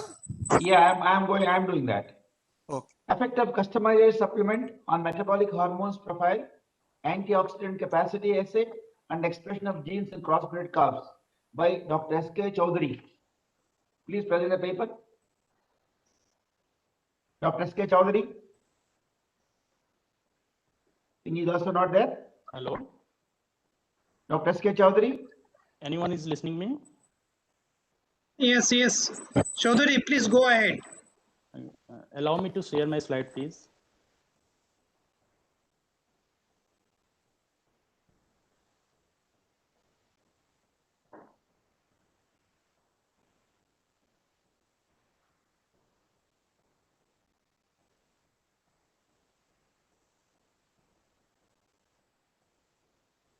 My slide is visible to everyone? Right. You go ahead. It is visible and audible. Good afternoon, one and all. Myself, Dr. Sandeep Kumar Chaudhary, and I welcome you all to present my topic. The topic is effect of customized supplement on the metabolic hormones profile, antioxidant capacity assay, and expression of genes in crossbred calf. As we all know that the Indian livestock are mainly fed on low quality crop residues and byproducts, oil cakes, and locally available green fodder due to the shortage of good quality fodders. This limits the fermentable energy, degradable protein, and minerals availability to the human, thereby they further reduce the fermentable carbohydrate composition in the rumen, as well as also reduces the microbial biomass production, leading to the compromised growth, immune response, and antioxidant of the animals. So, Dr. Sandhi, please yes. adjust your mic. Okay. Your voice is Hello. not clear. Yes, now it's okay. Okay. Now, so what may be the alternative strategy? Supplementing the animal's diet with the customized supplement, which is fortified with energy, protein, and minerals, may be the alternative strategy to cope up this limitation. So, keeping this brief background in a view, we have come up with a customized supplement which was formulated under AICRP projects, which was rich in fermentable energy, protein, and minerals. And the objective of the study was to assess the effect of dietary inclusion of customized supplements to farmers-based diet on metabolic hormone profile, total antioxidant activity response, expression of immune-related cytokines and genes involved in energy metabolism in crossbred calves. To go for the study, we have conducted this experiment on crossbred calf, which was conducted in animal nutrition set of IVRI Izatnagar. 15 crossbred calves were selected of about 18-month age and randomly divided into 3 treatments for a period of 30 days. The treatments were control, treatment group, that was customized supplement group, and SPR, that is standard based ration group. The calves in the customized group were fed with vessel diet along with the concentrate mixture at the rate of 20% of dry matter intake, which was as per the farmers' practices. The treatment calves were supplemented with, as per the control, with additional customized supplement at the rate of 0.25% of the body weight. However, the calves in the SBR, that is standard based ration group, were fed as per the standard requirement. The response criteria were just as per the proximate composition of the feed, daily feed intake, hormonal assay, which was done at the start and end of the experiment, and assessed for T3, T4, growth hormone, and insulin-like growth factor 1. The total antioxidant capacity assay was also conducted towards the end of experiment, and the gene expression study was done for immune-related cytokines, mainly IL-2 and IL-4, and the genes involved in energy metabolism, mainly ghrelin and leptin, which was conducted at the start and end of the experiment. The statistical analysis was done as per the SPSS 20.0 software package. Coming to the results, the chemical composition of substrate used in the feeding of calves are shown over here.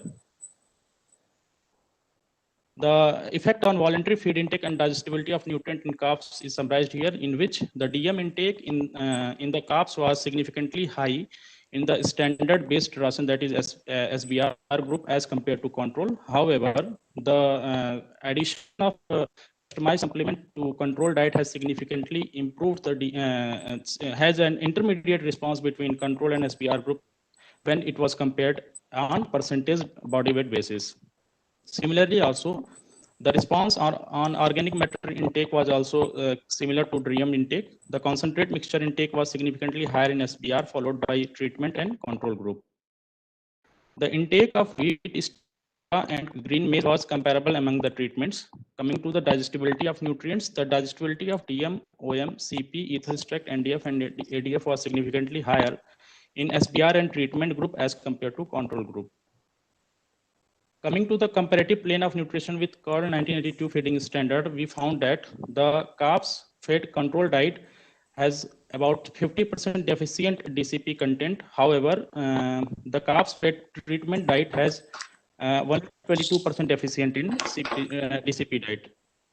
On the other end, the calves fed control diet has about 12% deficient in TDN. However, the supplementation of customized supplement to control diet has scattered the need of TDN in the calves fed treatment diet. Coming to the serum metabolic hormone concentration in calf, we found that the T3 and T4 hormone level were significantly increased in standard ration and treatment group as compared to con group. The growth hormone and IGF-1 concentration were also significantly increased in SBR group as compared to control group. However, in talking about treatment group, it was intermediate position between control and SBR groups. Coming to the total antioxidant capacity assay of the calves, we found that the total antioxidant capacity response was significantly increased in SBR and treatment group as compared to control group. Coming to the fold expression of immune-related cytokines, we found that the fold expression of IL-2 and IL-4 genes were significantly upregulated in treatment and SBR group as compared to control group. Talking about the fold expression of gene involved in energy metabolism, mainly leptin and ghrelin, we found that the fold expression of leptin was significantly upregulated in SBR group. However, the fold expression of ghrelin was significantly reduced in SBR group. The fold expression of leptin and ghrelin in treatment group was comparable between control and SBR groups. So we finally concluded that inclusion of customized supplement at the rate of 0.25% of body weight to farmers-based diet significantly improved the intake and digestibility of nutrients, metabolic hormone profile, and total antioxidant capacity response in the calves. The relative mRNA expression of IL-2 and IL-4 genes were significantly upregulated in treatment and SBR groups than control groups. The fold expression of LEP gene was significantly higher. However, the ghrelin gene was significantly lower in SBR than control groups, whereas the treatment group has intermediate position between SBR and control groups. Thank you. Thank you, Dr. Chaudhary. It was a very good presentation. I will go to the next paper, development of a new active microbial for the reduction of E. coli in food-producing animals by Dr. Karthigan. Is he here? Yes, sir. Yeah, I'm here, sir. Can I share my content now? Just 1 minute, sir. 1 minute.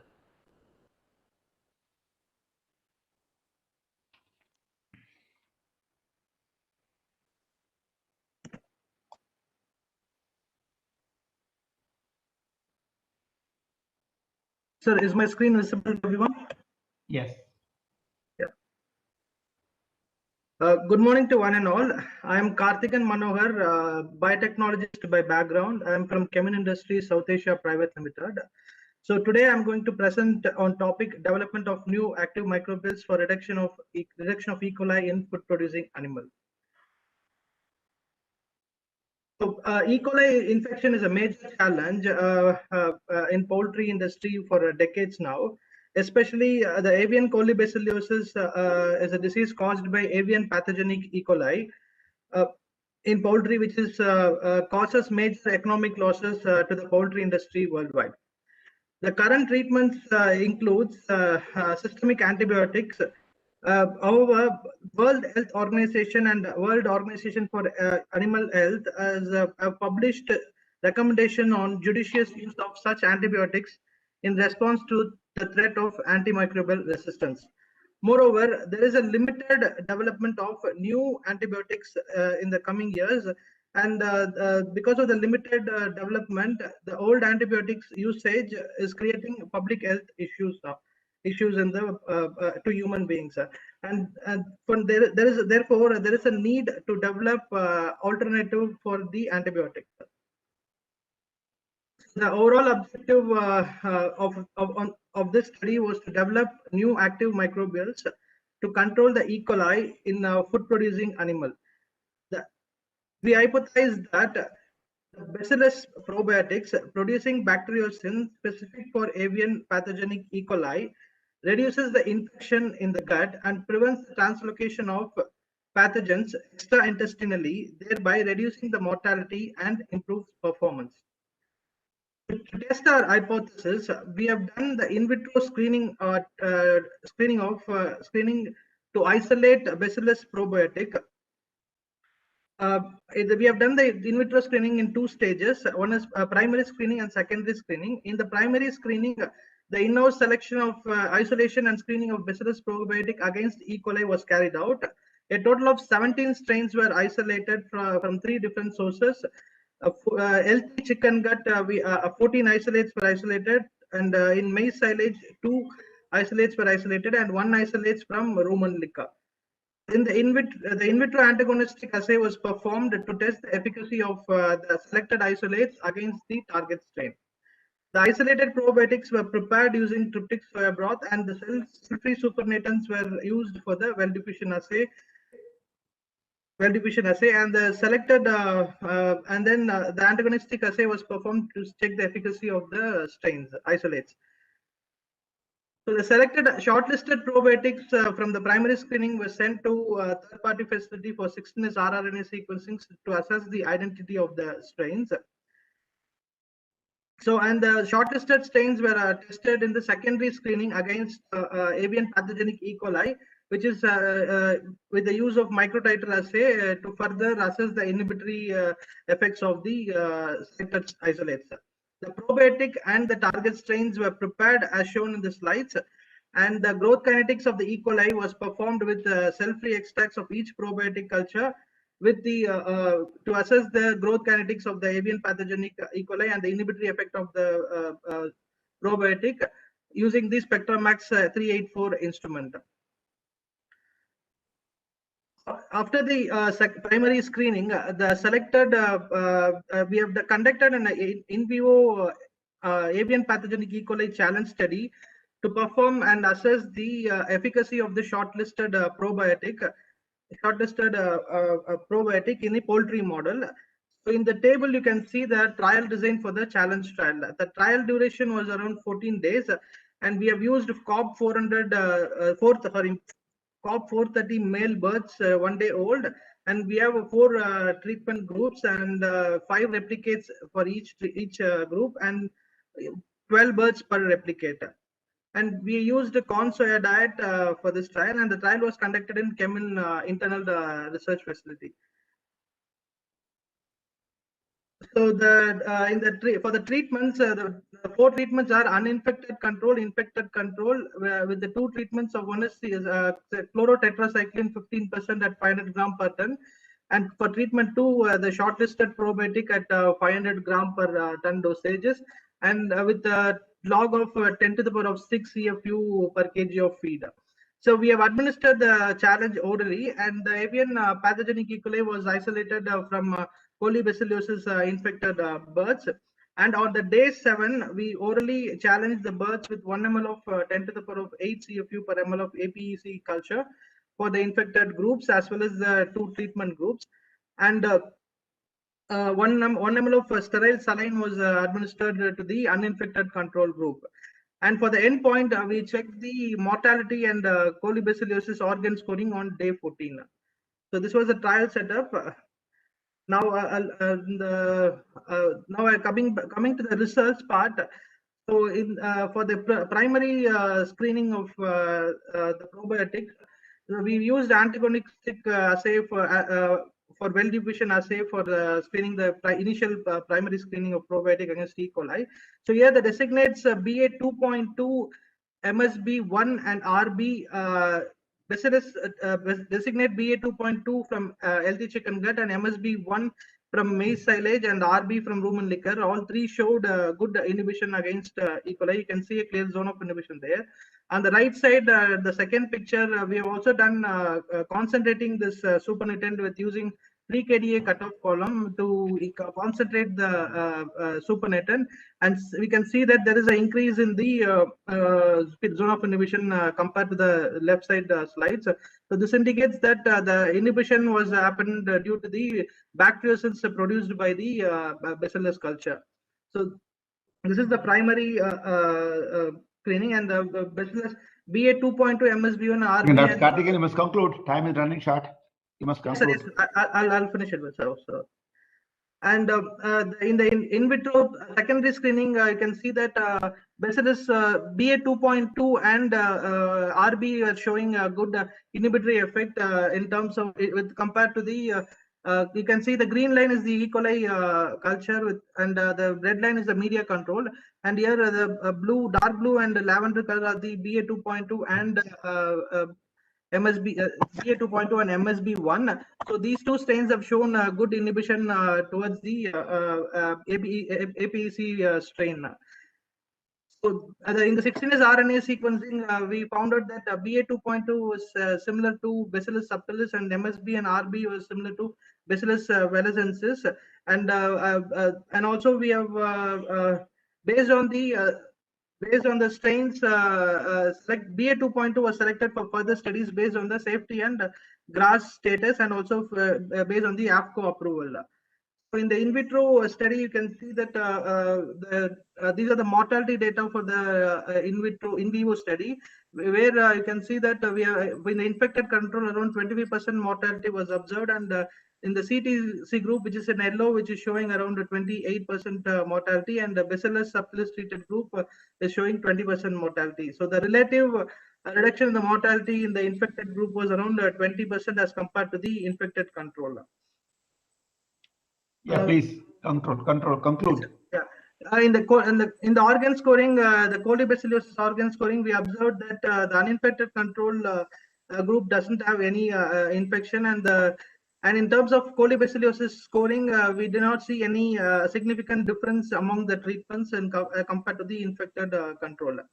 In conclusion, out of 17 isolates shortlisted, BA 2.2 was shortlisted for in vivo challenge study, and in the APEC challenge trial, the supplementation of Bacillus subtilis to BA 2.2 reduced the mortality by 20% as compared to the infected control. Thank you for listening, and I'm happy. Okay, thank you very much. The next article is effect of peppermint essential oil along with combination of different organic acids on performance of broiler. Dr. M.A. Gol. Please, faster, please.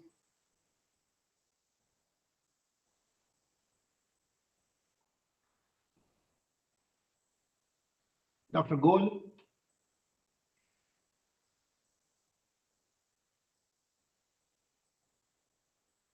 Dr. Gol. And Dr. Patnaik, if he's not coming, shall we go to the next article? Dr. Gol? Okay, we'll go to the next article. No, sir, he was there and I got an SMS that he's ready with the presentation. I don't know. Oh, then let him present it. Dr. Gol, can you hear us?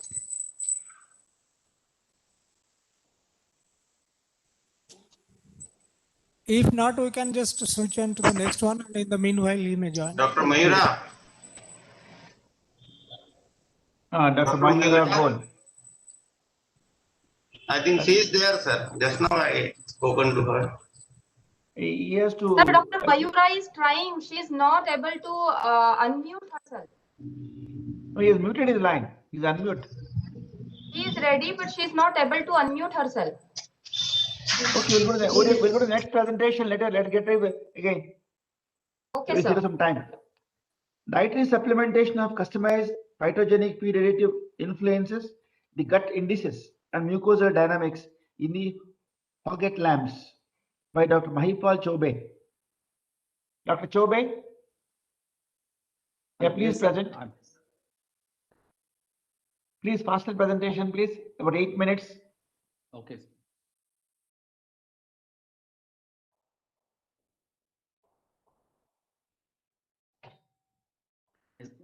My slides are visible? Yeah. Okay, thank you, sir. So, good afternoon, everyone. I'm going to present my research work on the topic dietary supplementation of a customized phytogenic feed additive that influences the gut indices and mucosal dynamics in Hoggett lambs. So as we know that this phytogenic feed additives, they are well known for their health promoting virtues. However, they have been well recognized for their rumen modulating potentials, which will help us to optimize the animal performance.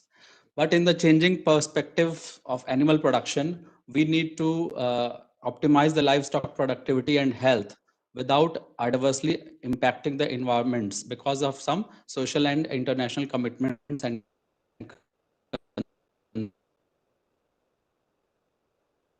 it can be different combinations, and if we can add some new functionality to their traditional virtues, that will be the new information. So these nutrients are the basic inputs for the animal production and we know that the small intestine is the key site for the digestion and absorption, which is being regulated through its cellular or histological modifications. So with this idea, we have planned this experiment to attempt to reveal the mechanistic aspect of a customized phytogenic feed additives, that is having 11 different herbal feed additives, which were having already established anti-methanogen properties. And we have tried to see their impact on various gut indices like morphometry, histology, cellularity. Apart from this, we have also tried for the different mucin dynamics in different segments of this small intestine. So this customized phytogenic feed additives, this has already proven its methane reduction effect through the rumen modulation under a series of in vitro and in vivo experiments, which has already been carried out previously. And these phytogenic feed additives have been well acclaimed for their therapeutic virtues also. So for this purpose, we have procured 28 Malpura Hogget lambs aging between 4 to 5 months from CSWRI Izatnagar, and for a period of. So during this experimental period, these animals were supplemented with a customized phytogenic feed additive at the rate of 0, 1, 1.5 and 2%, and designated as control medium and high doses of customized phytogenic feed additive. So for the small intestinal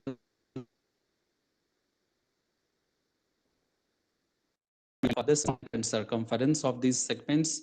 For histological attributes, we have studied mucosal thickness, villus height, and width, crypt depth. Apart from this, cellularity of jejunum has been estimated through quantification of different nucleic acids, DNA, RNA, and protein.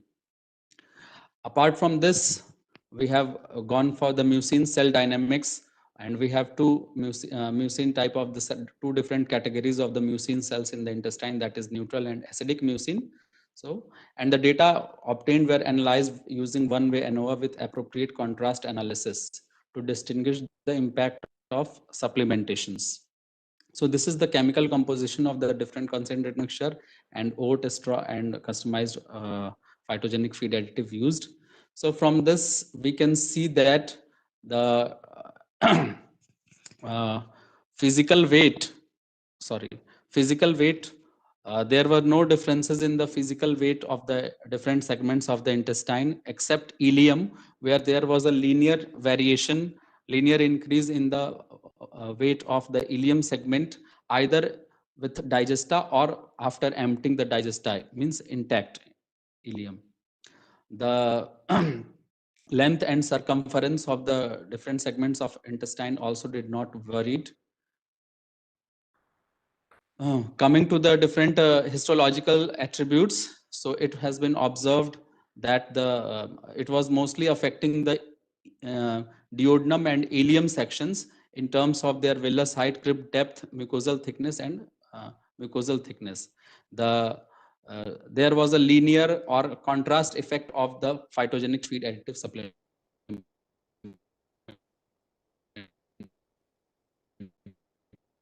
So these are to the cellularity. So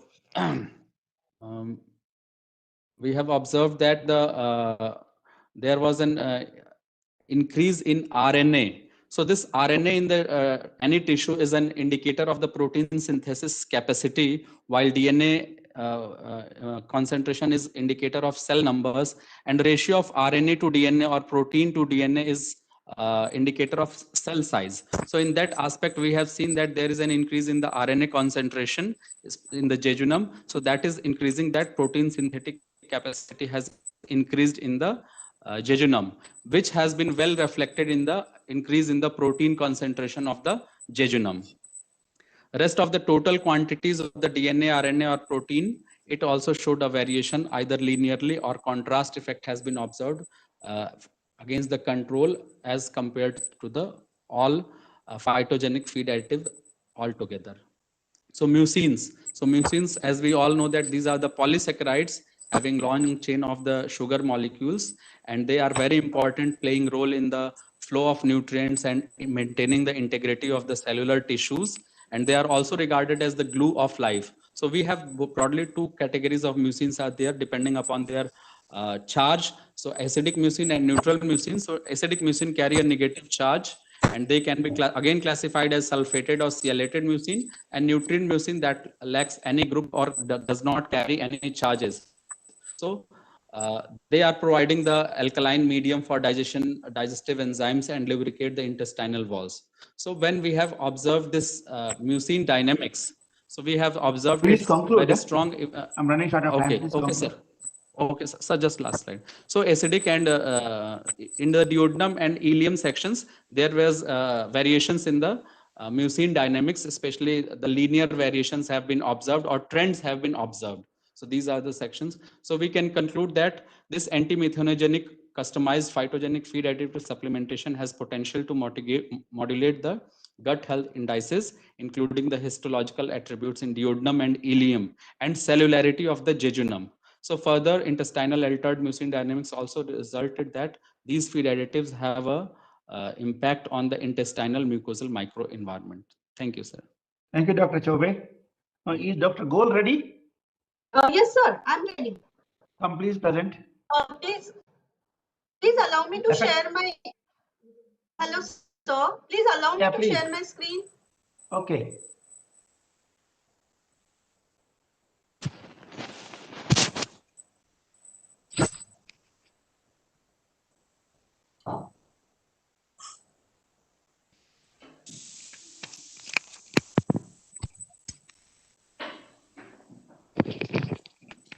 Please allow me to share my screen. Dr. Patnaik.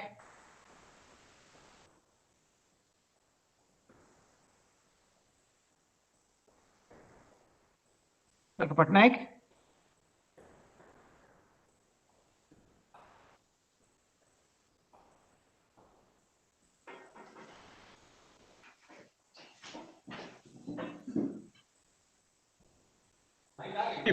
Patnaik sir, enable her screen sharing. Dr. Patnaik. Dr. Barma ji.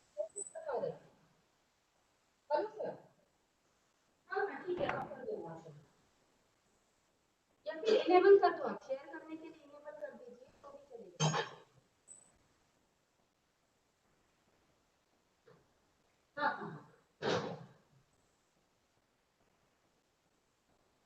Not able to do it?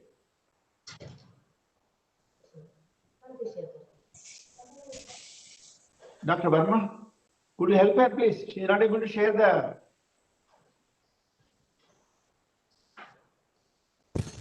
Dr. Rao, we are doing it from here, okay? Okay, Just okay. bring the slides. Okay.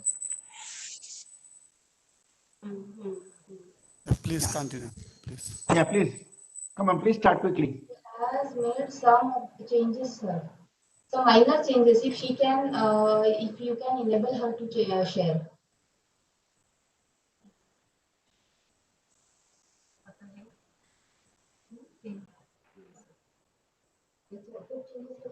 Minor. Effective. Good afternoon, everybody. Myself, Dr. Mayura Goel.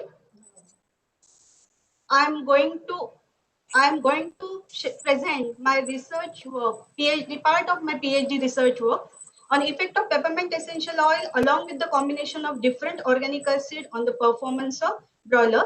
Next slide, please. As we all are aware that poultry industry is transformed from backyard poultry farming to full-fledged agro-based industry. India is third largest producer of the egg and fifth largest producer of the meat. Next slide, please. As we all are aware, in broiler industry, today we are having the strength which are attaining the body weight of 2 kgs within 35 days. Nutrition plays a very important role in the broiler production. As far as nutrition is concerned or the feed is concerned, n number of additives are added in the feed. Among these, presently, the antibiotic growth promoters are the major concern issue because many of the countries, they have banned these antibiotic growth promoters. So there is a demand for natural feed additives in the poultry feed. Considering this need, next slide please. Considering this need, we have decided to use the essential oil and the organic acid. As we all are aware that essential oil, these are the herbs, these are having very well proved effect on the growth performance, also digestive enzyme production, it enhances the immune system. Essential oil being phenolic compound act as an antimicrobial effect. Next slide please. Organic acids also plays a very important role in the growth performance of the birds. It stimulates the digestive secretion. It reduces the pH in the feed and in the gastrointestinal tract. Definitely, it will be helpful in the growth performing effect. Next slide, please. Considering this growth performing effect of both this essential oil and the organic acid are mainly active in the upper respiratory tract, whereas essential oil exert their effect in the lower segment. So definitely the combination of both these products might result into the stronger product which improve the digestive process in throughout the tract. Next slide, please.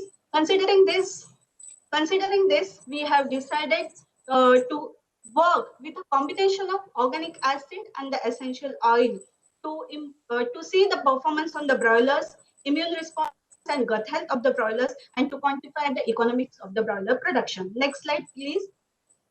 In my research work, I had planned 4 trials by considering the 3 different oil like peppermint, cinnamon, and clove essential oil, and the organic acids such as sorbic acid, fumaric acid, and the propionic acid. In different trials, I had performed this combination. I'm presenting here. Next slide, please. I'm presenting here the trial with a part of it that is a peppermint essential oil with the organic acid. There were 8 groups. Group first was a controlled diet. Group B was supplemented with peppermint essential oil at a rate of 200 milligram per kg, whereas group C, D, and E supplemented with sorbic acid, fumaric acid, and the propionic acid, whereas group F, G, and H is supplemented with a combination of peppermint oil along with a different organic acid. Next slide, please. Different parameters studied like growth performance, immune response, gut health, economics of broiler production, and European production efficiency factor. Next slide, please. As far as results are concerned, the weekly live body weight were significantly higher in 3rd and 4th week, where the birds were supplemented with peppermint essential oil along with the sorbic acid. The same trend was observed in the 6th week, though the differences are non-significant, but numerically higher body weight were observed. The group B supplemented with peppermint essential oil showed 3% improvement, whereas group C supplemented with a sorbic acid showed 5% improvement in the final body weight. Whereas when we combine both, the body weight gain, the weight was 11% higher. Next slide, same was graphically represented in this slide. Next slide, please. As far as the cumulative weight gain is concerned, next slide, please. Next slide. As far as cumulative weight gain is concerned, same trend was observed that group F supplemented with peppermint essential oil along with the sorbic acid showed significantly higher body weight as compared to the control bird. In case of 3rd and 4th week, at 6th week, numerically higher values were observed. Next slide, please. This is graphical representation of same. Next. As far as feed consumption is concerned, the non-significant differences were observed in the feed consumption. All the birds showed comparable feed consumption. Next slide. As far as cumulative weekly feed conversion ratio is concerned, the birds supplemented with organic acid and the essential oil showed significantly better feed conversion ratio as compared to the control group. Next slide, please. This is a graphical representation of same. Next slide. As far as mortality pattern is concerned, the normal mortality pattern is observed, but the oil supplemented group showed lesser mortality as compared to the control group. Next slide. Next slide. As far as ND titers are concerned, at 6 weeks, significantly better ND titers were observed in case of the birds supplemented with peppermint essential oil along with the sorbic acid. Next slide. TVC and E. coli count is concerned, there is a significant reduction in the total viable count, and the E. coli count was observed in the group supplemented with a combination of essential oil along with the organic acid. Next. As far as economic of broiler production is concerned, next slide, we will observe that the better net profit was observed in the group supplemented with essential oil along with the organic acids. Next slide. As far as European production efficiency factor is concerned, the European production efficiency factors is higher in the group supplemented with the essential oil, either singly or in combination with the organic acid. The group F supplemented with peppermint essential oil with the sorbic acid showed highest European production efficiency factor among all the different groups. So I will conclude my topic. Next slide. The supplementation of combination of peppermint essential oil with the sorbic acid in broiler diet was found to be beneficial in terms of improved growth performance, better immune response, and gut health in the broilers, which could be a promising strategy as an alternative to antibiotic growth promoters in broiler production. Thank you one and all. Thank you, Dr. Gol. Now we'll go to the next paper. Assessment of energy and protein requirements of Hunsley chicken at different stages of rearing in intensive management system. Dr. Samal and Dr. Behura, Dr. P.K. Jaina, P. Naik, and S. Sahu are the others. The presenting author is Lipismita Samal. May I request for a quick presentation, please, without losing time?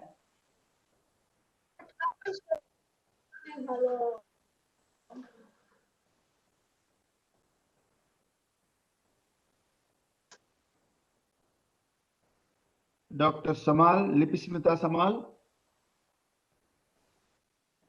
Is she around?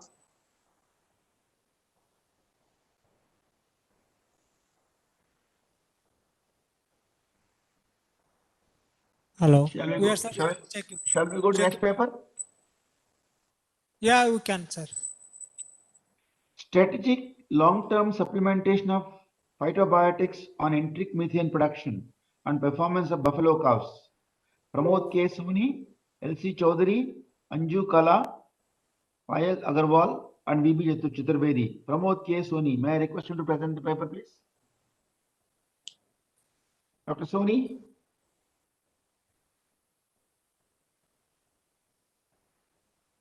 Dr. Soni? Yes, sir. Am I audible, sir? Yeah, you are audible. Please present your paper. Sir, okay.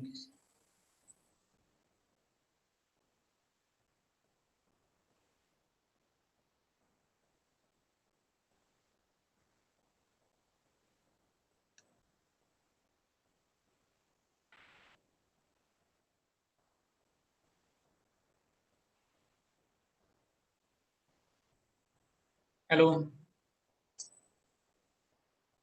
Yes, please present the paper. So, very good afternoon, all of you, chair, co-chair, organizing secretary, and Animal Nutrition Association, to giving me opportunity to present my PhD work at this historic event.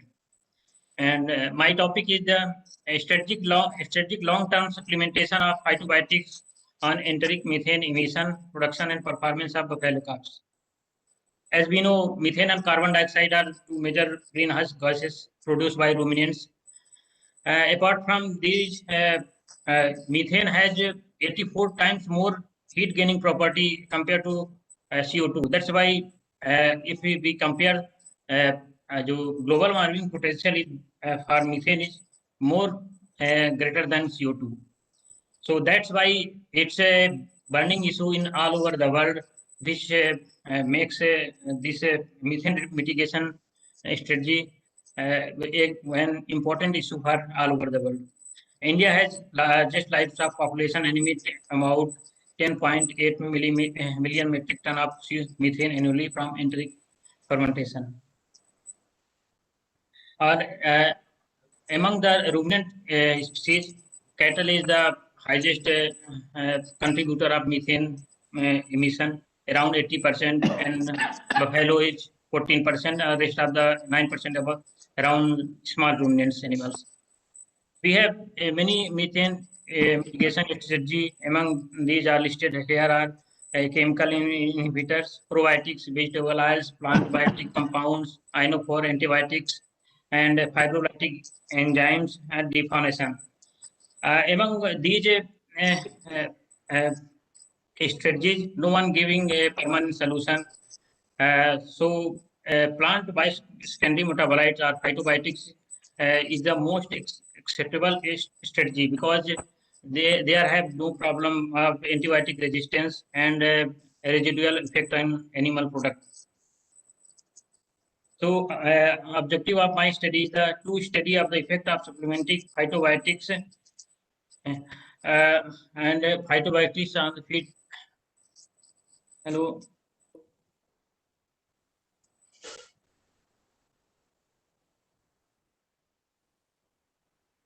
Am I audible, sir?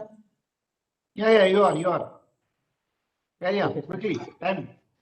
So the objective of my study is to study the effect of supplementing phytobiotics as a feed additive on methane production, nutrient utilization, microbial adaptation, growth performance, and energy partitioning in male buffalo calf.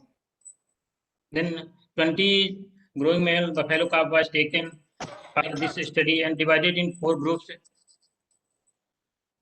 First group control is control T1. Second group is T2, which are supplemented with a feed 81 at the rate 1% of dry matter intake. Third group is the diet supplemented with feed 80 second at the rate 1 ml per kg dry matter intake. In fourth group, diet supplemented with feed 80 first at the rate 1% of dry matter intake and feed 80 second at the rate 1 ml of diet 1 ml per kg dry matter intake alternatively at every 15 days. Feed 81 is a blend of the garlic, ajwain, harad, and soap made in equal proportion, and feed 80 second is the ajwain essential oil. Here I am presenting a feed ingredient which are used in concentrate mixture in my experiment. Then here is the chemical composition of on the basis of dry matter. Feed contain 10.72% Cp and concentrate mixture 20.25%. The parameters will be was studied at body weight changes at fortnightly interval, dry matter intake, estimation of approximate principal fiber fraction of feeds, metabolic trials, and methane emission and energy partitioning. Then coming to result, there was no changes in dry matter intake among groups, and the fortnightly body weight changes. There are also no changes in body weight among the groups. All groups are similar body weight. Body weight changes and feed conversion ratio here also among all parameters in non-significant, but here we can see the among treatment group body weight growth average daily gain is among treatment group is higher compared to control animals. And effect of plane of nutrition of buffalo here also all parameters are non-significant. Then effect of nutrient intake and digestibility, there also is no significant effect in all parameters. Then coming to effect on methane emission, here we can clearly show the methane emission per liter kg digestible dry matter intake is significant, and liter per kg dry matter digestible dry matter intake is also significant. Lower in among these group, T4 group is more methane inhibition is occurred in T4 group. That is the alternative group. Here we can show effect of phytobiotics on methane inhibition on percentage inhibition in all buffalo calves. Here we can see the methane inhibition is compared to control is all treatment group from 15 to around 30% is methane inhibition occurred. Coming to conclusion, feed additive first at the rate 1% of dry matter intake and feed additive second at the rate 1 ml per kg dry matter intake decreased methane production ranging from 25 to 30%. and the performance of animals.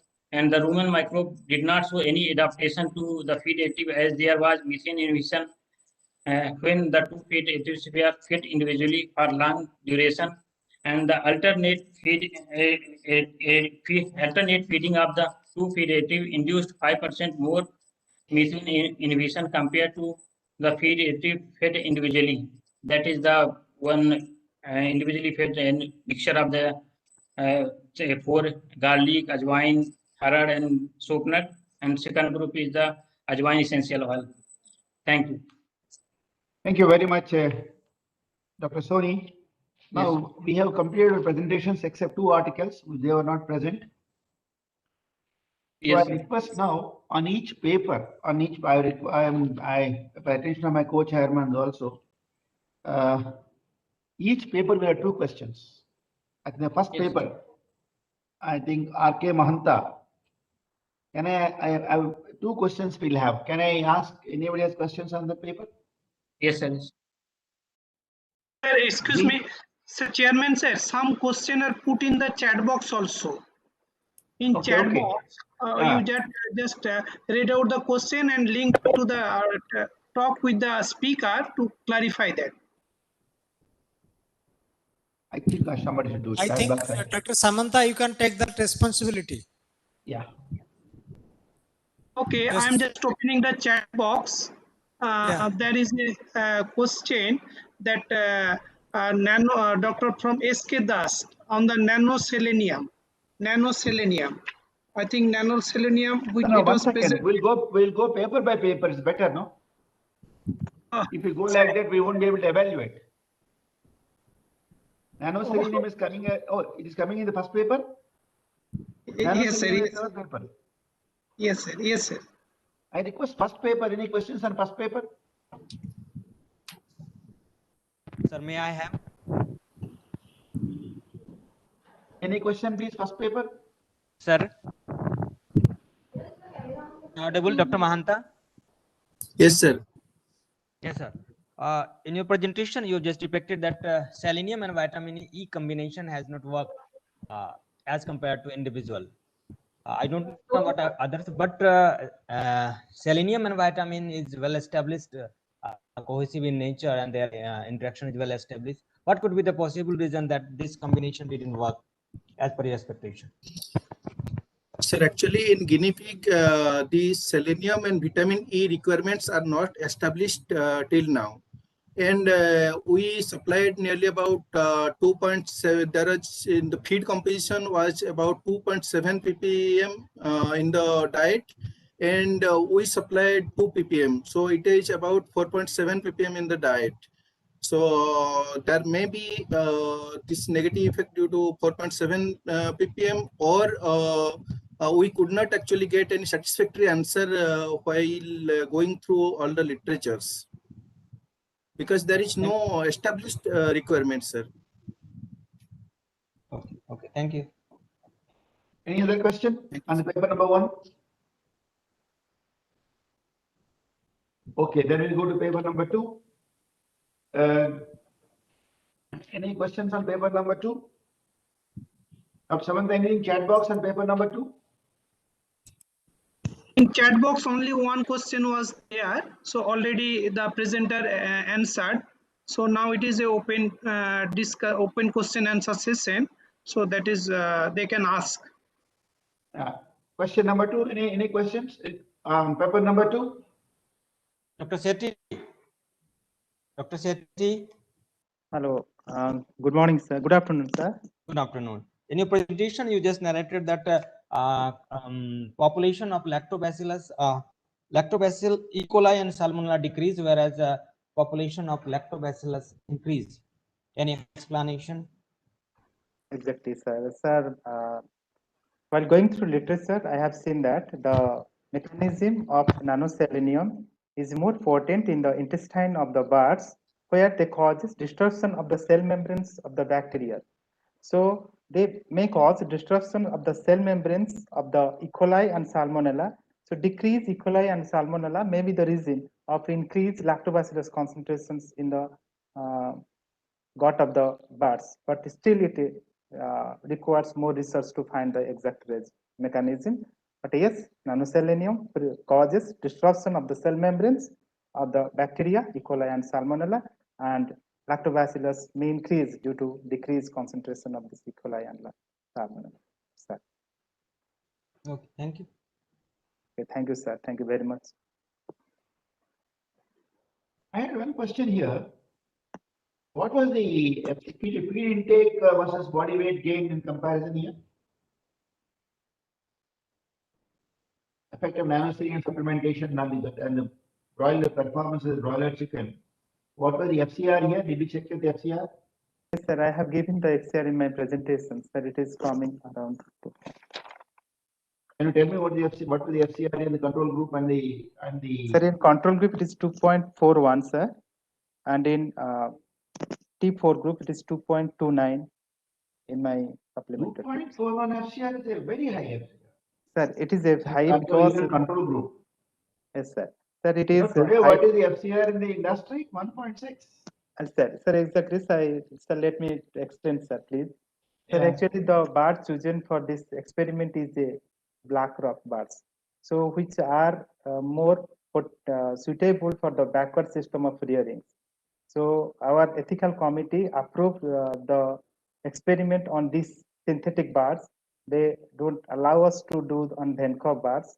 So that's why this birds consumption is high, but growth rate is comparatively low because this bird is suitable in Odisha climates, particularly for backward rearing, sir.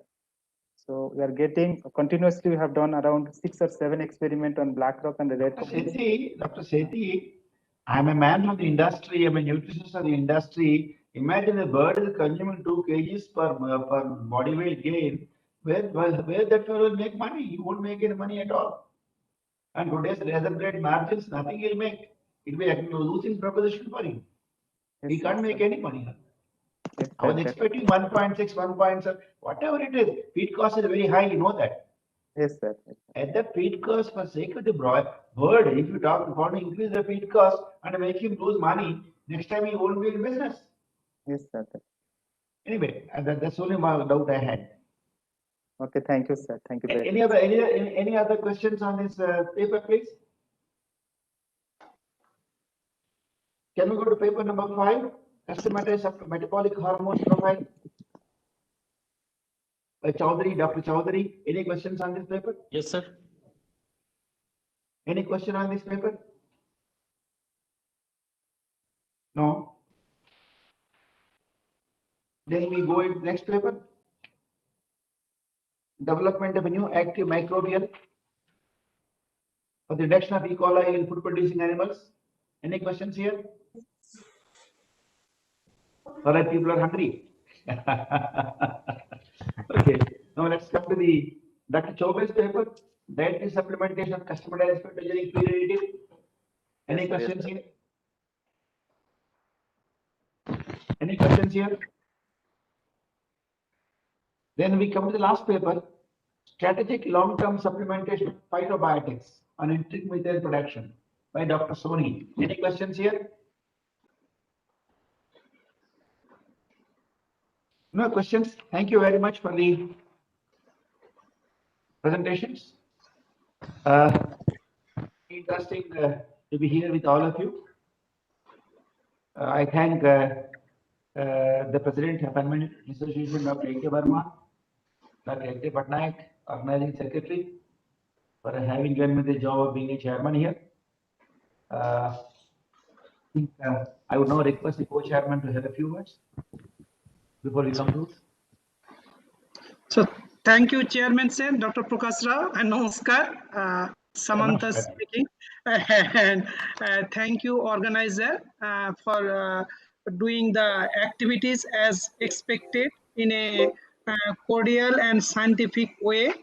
And that was a great presentation, and I think bearing 1 or 2, most of the young scientists already they have presented, and there is a tough competition. I think result will be disclosed by the other this organizing team from the IVRI Izatnagar.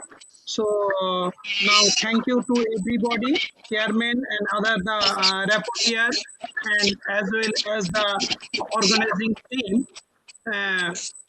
for conducting this important seminar to celebrate the 100th year of animal nutrition research in India, particularly which has been started from IVRI Izatnagar really. So compliments to that. Now over to chairman. Thank you very much. I also thank the rapporteurs. I only had one point here to say. If part of PhD articles are being presented in abstracts in 10 minutes, I think we won't be doing justice. They won't be doing justice. We won't be providing time for them also. I don't know. This Dr. Verma and Dr. Patnaik should think of that. Whether we should really present these kind of articles in such a small time. Pardon, sir? For this, I have nothing else to say. I thank all of you. I thank the think, sir, rapporteurs. Das is also there. Pardon? Sir, other co-chairman, Dr. Siddhas is also there. He hasn't come. Oh, Dr. Kannan is here, no? Sorry, I didn't realize. Yes, yes, Dr. Asid Das, Kannan. Dr. Asid Das. Doctor? Dr. Asid Das is also. Yeah, I didn't see him. Yes. Good afternoon, sir. Thank you very much. And thank you to all. All the presentations were very nice. First of all, I would like to thank my co-chairman and the chairman. They have very nicely organized, and all the presenters have presented nicely. And my congratulations to the organizing committee as well. And I think it was a good session. All the people have presented nicely, and scientific content was also good. So best of luck to all of you, and thank you very much from my side. Over to Dr. Patnaik.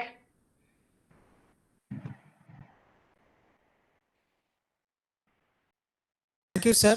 Thank you very much for conducting the session in a very nice manner and almost within the time.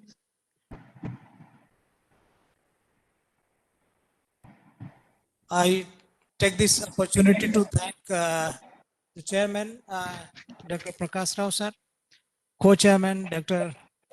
Samantha from Dhaka, Sark Agriculture Research Center, and Dr. Asit. Special thanks to Asit because I think he is showing us some background scenery. But anyway, in spite of his tour outside the institute, he has chosen to be with us. That speaks of his commitment. Thank you, Dr. Asit, and both the rapporteurs, Dr. Kanan and Dr. Pankaj. So thank you very much. Thank you, sir, for your help in organizing the session. So with this, we are breaking for lunch, and the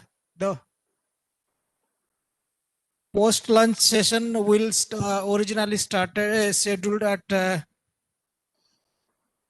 2:45. So we'll stick to that, and that session will have Dr. Raghavendra Bhatta, Director NNP, Chairman, Dr. Madhu Moini, Head Nutrition Colonel, NDRI Colonel, and Dr. Anil Kumar, Head Nutrition Pantnagar at co-chairpersons, and Dr. Bisal Mudgal from CIRB Hisar, and Dr. Sital Chopra from Bapsu Nagpur. They will be the rapporteur. So with this, we take a break, and let's meet again at 2:45 p.m. Thank you very much. Thank you.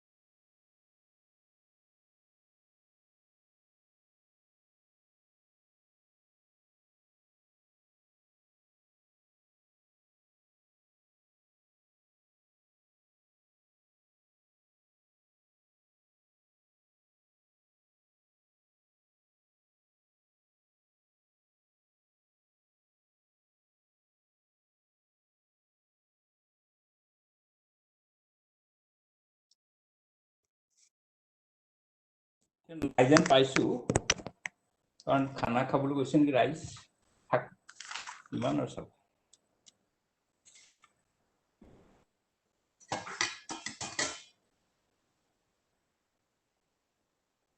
মানে ইয়াৰ দৰটো ভাল দিলে আৰু এইটো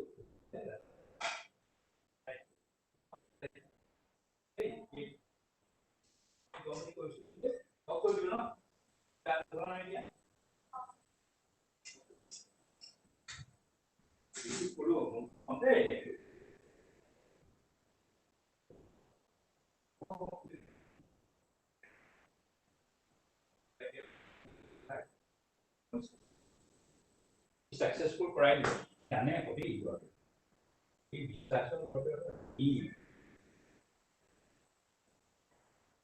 মই ভুল ঠাইত মানে হাত দি বুঝা ভুল জায়গা में हाथ दे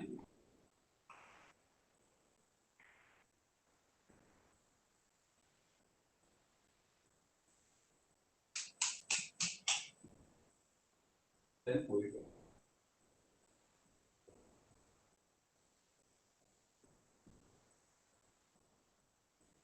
आपका पता है पढ़ाई नहीं আছে বহি থকা দেখিছিল কানে নুশুনে কাৰণে কি সুধিব নোৱাৰে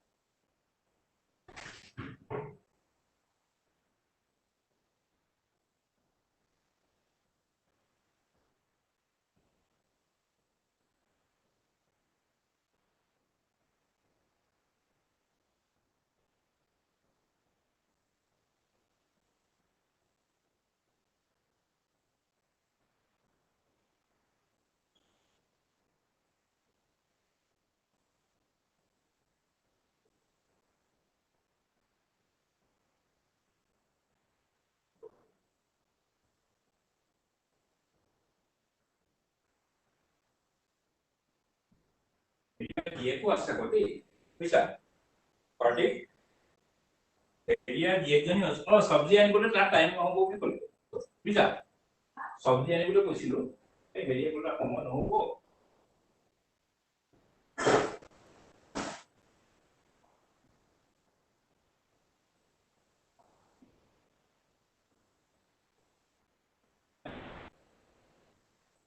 খাই পেলাই আবেলি এই 4 বজাত যাবতো যে দুটা লগ হ'ল 3 বজাত পঠাই দিম আৰু নহয় জানো পাৰ্টি আবার 3 বজাত পঠাই দিম আৰু নহয় জানো 3 বজাত পঠাই দিম নেকি 3 বজাত কথা মাতিম নাই মই হেৰিয়া কৈ দিম এই বৰাকে কৈ দিম বৰাকে কওঁ হয় নে বৰাকে কৈ দিম বৰাকে কৈ দিম নেকি এই আন্দাজটো বেয়া পায় বৰা গৌতম বাবু বৰাকে কৈ দিম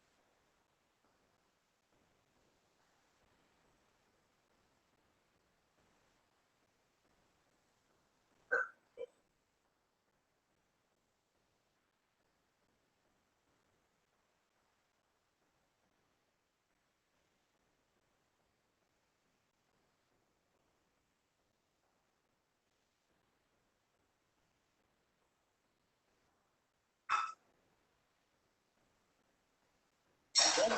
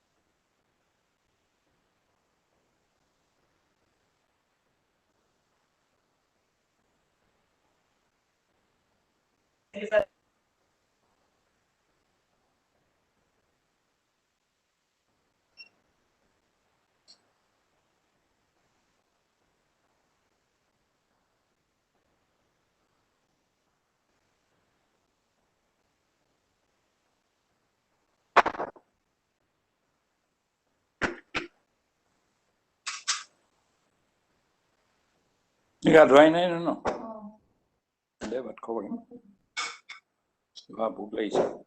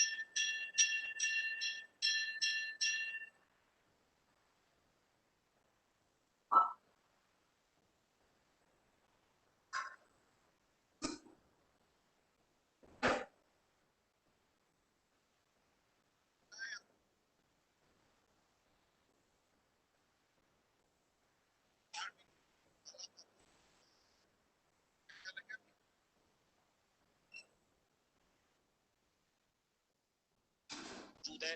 हलचल बहुत ज्यादा है, यहाँ पर सुरक्षा की व्यवस्था बहुत ज्यादा है। अब 48 घंटे अंडर ऑब्जर्वेशन है Mamata Banerjee, CM Mamata Banerjee. Medical report आ चुकी है, उसमें भी जो बायां पैर है उसकी हड्डी में गंभीर चोट है।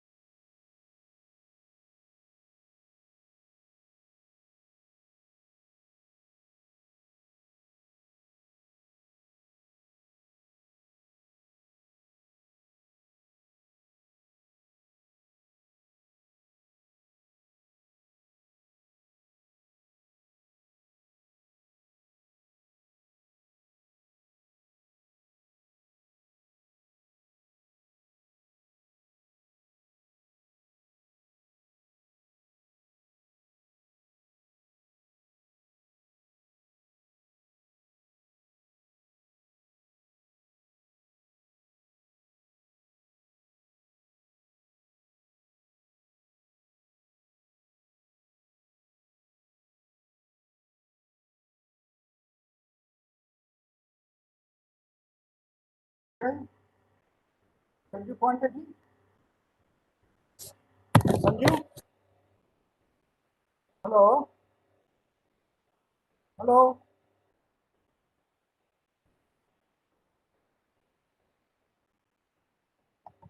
Sanju Pandey.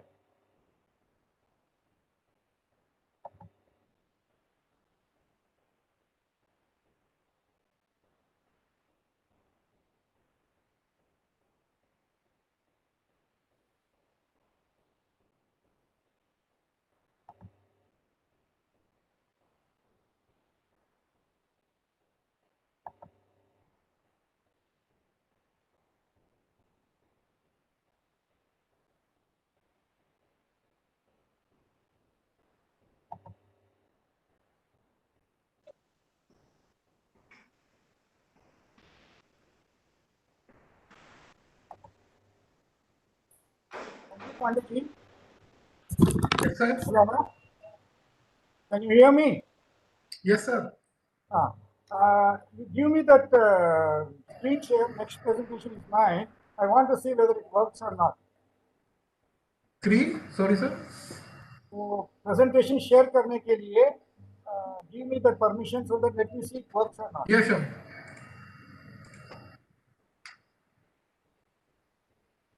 Is it okay, sir?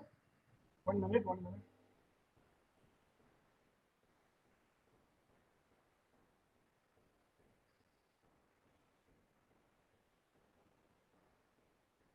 How to do this?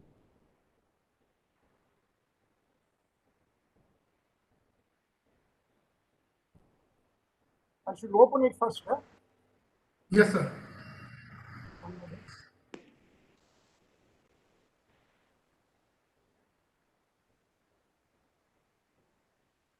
Okay. Not coming. Which one I have to do? It's on the screen. Sir.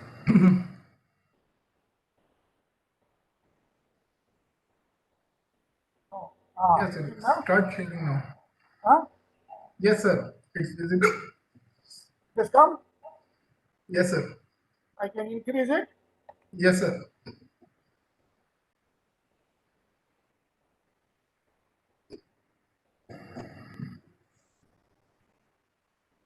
Okay. Okay, sir. Fine. So make it ESC. Let it be there. This side. Bring it here.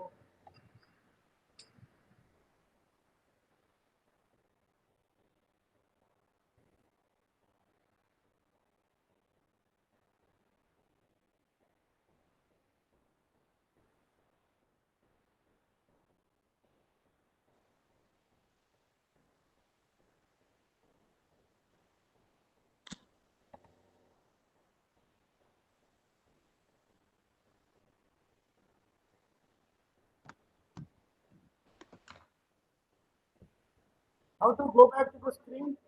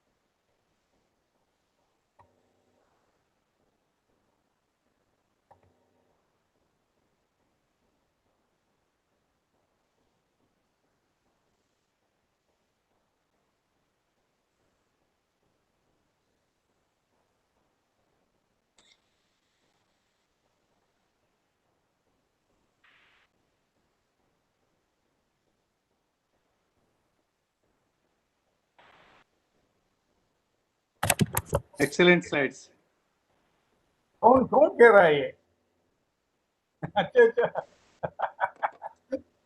That's what I thought. There could be only one person who could give that compliment, and you have already reached that. Sir? I knew there would be only one person who could give such compliment, but I never expected that you would have come so early. I thought who else could give that? First class, 48 slides, 20 minutes. 20 minutes. Yes, sir. Is my voice clear? First class. Your voice is clear. Your mustache is very nice. Your specs But, are looking good. sir, your voice is little feeble. Why? Not clear. I'm taking the computer so close to me. I don't know because I'm not using that external speaker and all that. अभी वो bank में कुछ वो तुम्हारा वर्मा था ना जो मेरठ में अब चला गया है वर्मा वर्मा डॉक्टर वर्मन आया हुआ है यहाँ पे बाहर से मेरठ से वो जब पीएचडी कर रही थी वो डीसी शुक्ला का क्लास फेलो था पंतनगर में बीवीएससी नहीं जानती अरे मुझे तुम्हारा नाम लिया आया हुआ तुमने दिन फोटो भी मैं बोल भी रहा था वो अच्छा इसमें हाँ एसबीएस वर्मा तो नहीं हाँ वो बुढ़ा सा लगता है बहुत बाल सफेद से है वो कार चला के खुद आया हुआ लखनऊ से लखनऊ में रहता है मेरठ से अच्छा वहाँ रहता है मैं ये कह रही थी कि डीसी शुक्ला का क्लास फेलो था अच्छा बीवीएससी वो तो नहीं है क्या कहते हैं सीआरआई में तो वो कॉन्फ्रेंस के लिए आया हुआ अच्छा हुआ था कोई अपना यहाँ अकाउंट वगैरह था ना उसके बारे में हम जरा काफी तो को गड्ढा करता जबकि नहीं भी हम बनाना शुरू कर दिया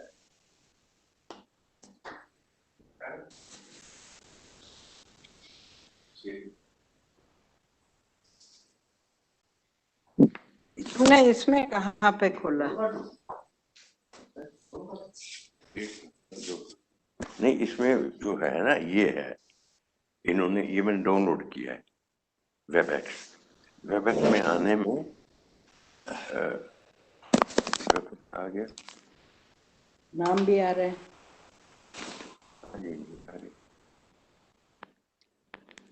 वेबएक्स हो गया अब तो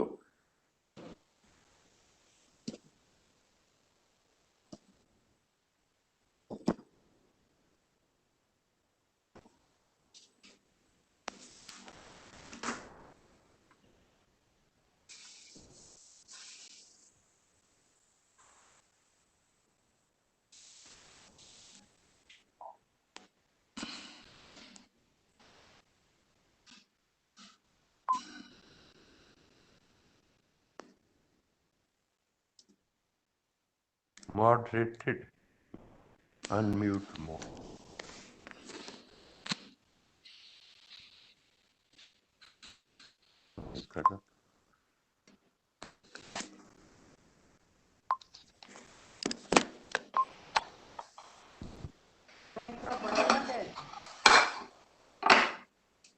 I see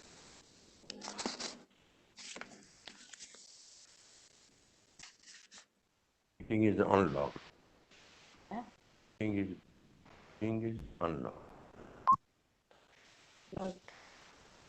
लॉक का मतलब तो लॉक है अनलॉक का मतलब तो अनलॉक नहीं है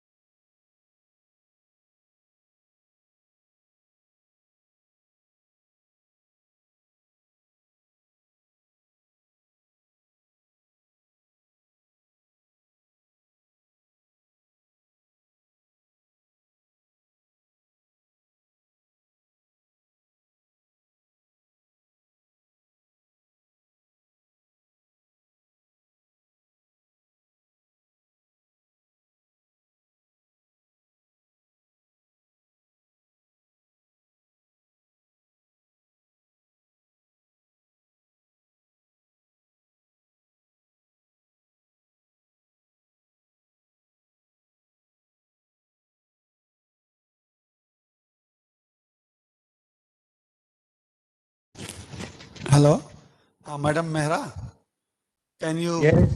put on your video? Yes. Well, yes.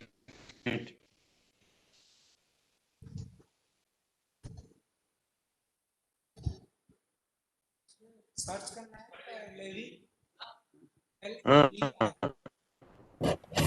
वो क्या हो नहीं रहा मैडम मेरा गरम हो गया सर, हमने सफाया। Okay. Patnaik sir, good afternoon. अरे गुड आफ्टरनून कैसे बहुत बढ़िया चल रहा है अभी तक तो सर पटनायक साहब तो चमक रहा है। सही था यस भाई प्रसाद साहब को नमस्कार तो करना बहुत जरूरी है। अरे नमस्कार जी नमस्कार। मैंने कहा आपका नजर हमारे ऊपर कब पड़ेगा, मैंने कहा जब स्पीकर बनेगा उसी टाइम पड़ेगा। अब आप जो है आपसे बात ही नहीं हो पा रही है। आप दिल्ली वाले का यही हालत है भाई, क्या करें। अरे आप ऑनलाइन का मजा ले रहे हैं, हमको तो यहाँ फिजिकली रहना पड़ रहा है। देखिए स्वागत करने अच्छी बात है, you are coming back to your alma mater for the centennial celebration. Agrawal साहब नमस्कार। नमस्कार अग्रवाल साहब। डॉक्टर भट्टा नमस्ते sir, good afternoon sir. Agrawal sir नमस्कार। वर्मा साहब नमस्कार। Doctor Krishnamurthy doctor how are you looking as smart as ever. Doctor Prasad की संगत का असर है। ये की शहर में रहने का असर है।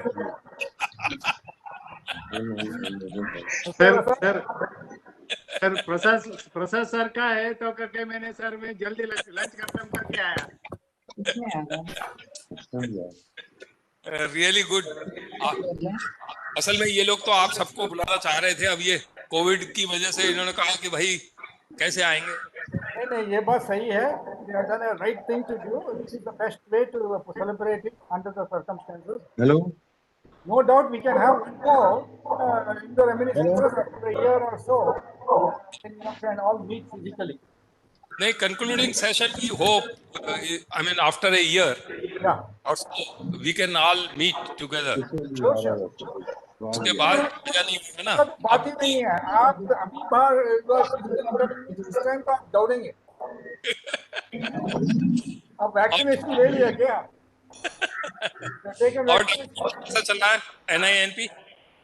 NINP ठीक है sir, everything is good. All your blessings, good wishes. नहीं यार, you are doing well. It's a matter of satisfaction for all of us. Thank you sir, thank you so much. Patnaik साहब कितने बजे शुरू करना है? 2:45. अरे जल्दी शुरू करते, थोड़ा सा हमको ज्यादा टाइम देते हैं। देखिए अभी मैंने कहा प्रसाद साहब टेस्ट कर रहे थे 48 स्लाइड्स, मैंने कहा सर 20 मिनट 48 स्लाइड्स, अरे आपने देख लिया, मेरे को 40 मिनट चाहिए। डॉक्टर प्रसाद 20 minutes 48 slides 20 minutes। Animal nutrition का फ्यूचर रिसर्च बताइए, कहाँ से खत्म करते हैं? रहा है 2 बार कमेटियों में। Sir good afternoon Krishnamurthy sir, good afternoon. I think Dr. Bhatta, volume is increase it. Volume is not okay. Now better, now better. No, I'll do one thing. Maybe I'll use the earphone.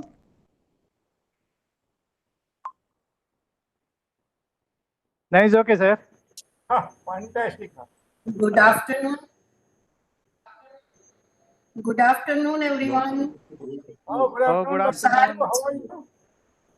Dr. Bhatt. Madhumohini, good afternoon. Good afternoon. Good afternoon, Dr. Madhumohini. How are you doing? Fine, sir.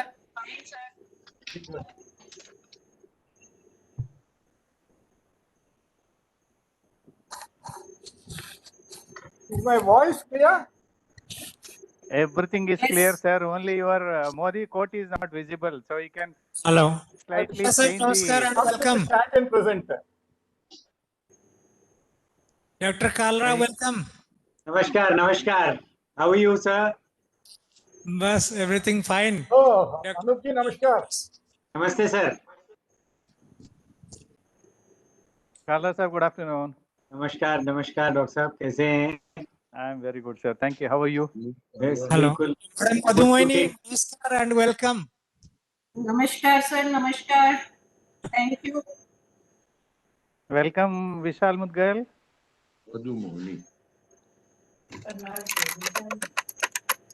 Actually, sad incident happened.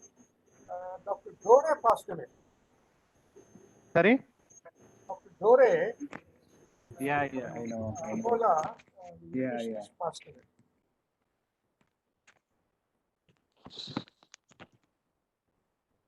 I think we are going to have a condolence meeting during the valedictory function, it seems. That's what Dr. Patnaik told me.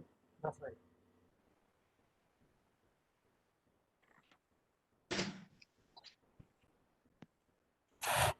Patnaik साहब 5 minute पहले शुरू करें या 10 minute पहले शुरू करो. Dr. Anil Kumar has also joined, so welcome you, sir. Dr. Anil Kumar from Pantnagar. Oh, very good, very good. Chairman है, co-chairman दोनों हैं, reporter है. Dr. Vishal. He is there. Yeah, Dr. Vishal Mudgal is there. Oh, good. Sir, yes, sir. I am also here. Okay. And Sheetal. Sir. Yes, sir. I am here. Good afternoon, sir. Good afternoon, everyone. Good afternoon. Good afternoon.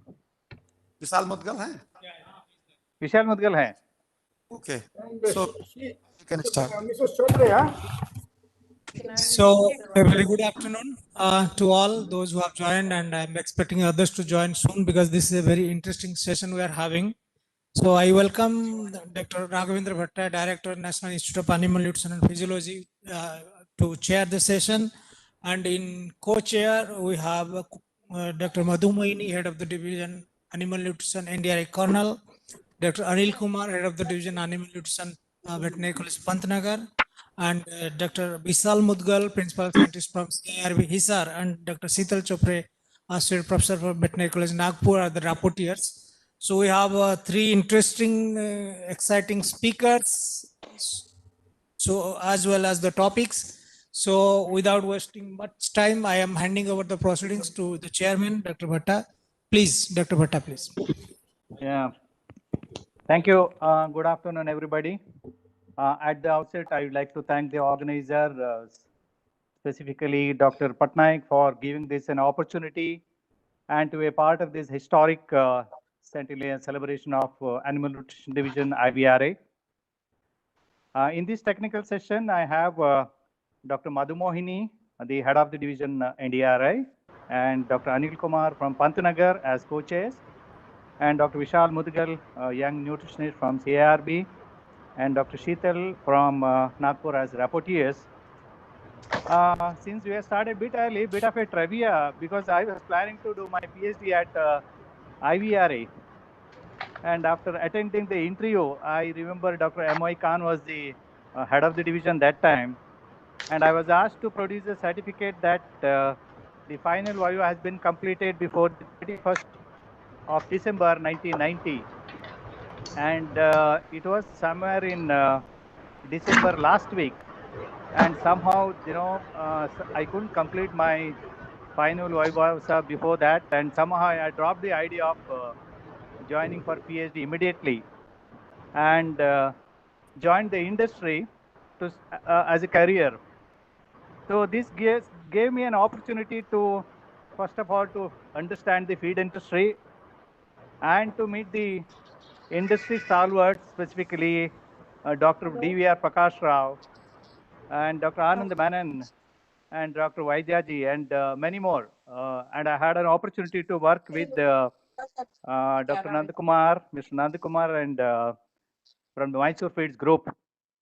And I also got an excellent opportunity to do my PhD work under the guidance of respected Dr. Krishnamurthy sir, whom I consider as my role model for his knowledge in the subject, for his honesty and sincerity and also simplicity. So I'm extremely grateful that it is sort of a blessing in disguise that though I didn't become an alumni of IVRI, but I think God is very kind to me that He gave me many more opportunities. And coming to today's session, we have three stalwarts, Dr. C.S. Prasad sir, and my very good friend Dr. Dinesh Bhosle, and Dr. Anum Kalra sir. And sir, as per the schedule, we have 75 minutes and we have three presentations. So we can have around 20 minutes of presentation and 5 minutes for a couple of questions. So before inviting Dr. C.S. Prasad sir, I think I'm sure that he needs no introduction. Everyone knows him. So he's former Assistant Director General, Animal Nutrition Physiology, ICAR, and former Vice Chancellor, MAPSU, and my predecessor, an NP Director. And he has received many accolades and awards, the major being that he received three outstanding team research award from the ICAR. I think that is a very prestigious one, and is also fellow of the National Academy of Agricultural Sciences. With this brief introduction, I welcome our respected C.S. Prasad sir for his presentation on a very important topic, animal nutrition research, research trends, and way forward. Prasad sir, now the screen is yours. Thank you. Thank you.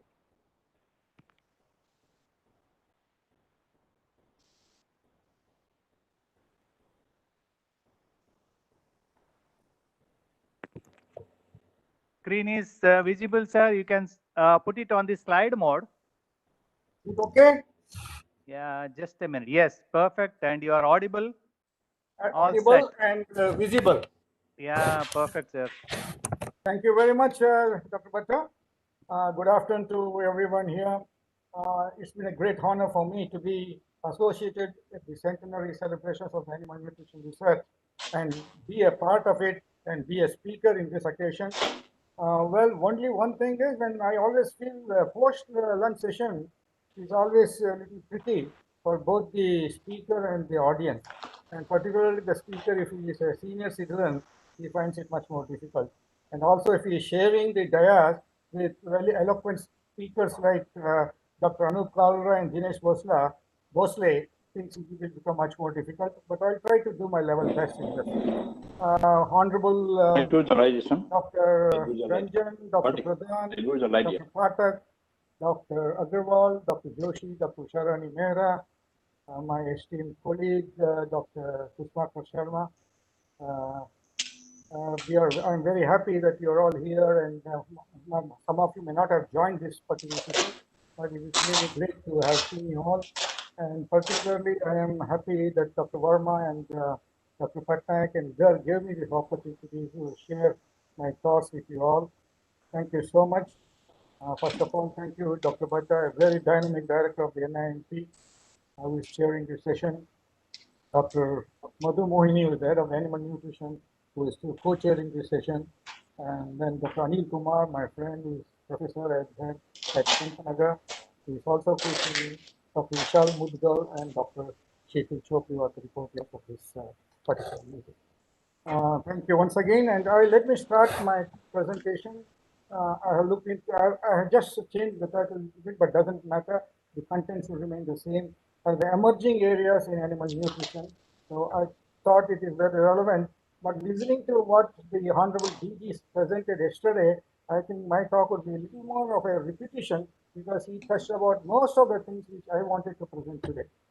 I would be facing my talk with the feed resources, which is one of the most important aspects, then micronutrient, which is very close to my heart, the bioavailability of it, and then the most important, now everybody talks about nutrigenomics and nutritional epigenetics, gut and digestive physiology, biology, which is again important, which we saw two of the speakers talking in the morning feed additives, precision feeding and climate resilient feeding, which is once again a very important area which my chairman is very actively pursuing. Coming to feed resources, as you all know, that we had this assessment and requirement estimation for requirement at NINP, at NDRI, at Jhansi and other few places. And we have been updating this particular thing. What I really thought is maybe, I wouldn't go into the detail of how much is deficient and what is the present scenario, but what I thought which requires a little more of thinking is the feed budgeting. Probably when we are looking into the animal unit, we are looking into the sheep, the goat, the yak, the mithun, which are all basically the grazing animals. Probably very little concentrate goes into their feeding, and suppose we have taken a unit and allocated the nutritional requirements accordingly, then probably a little bit. Professor, bit closer to the mic. I think the voice is bit. Now is closer. it clear? Yeah, fine. Please, So, thank you. what I was telling is that this particularly the concentrates, probably the requirement to the present scenario, the shortage will still come down because we don't feed that much concentrates to the sheep, goat, and the yak and mutton. So that's what I was just mentioning that. And so it's very relevant and important for us to look into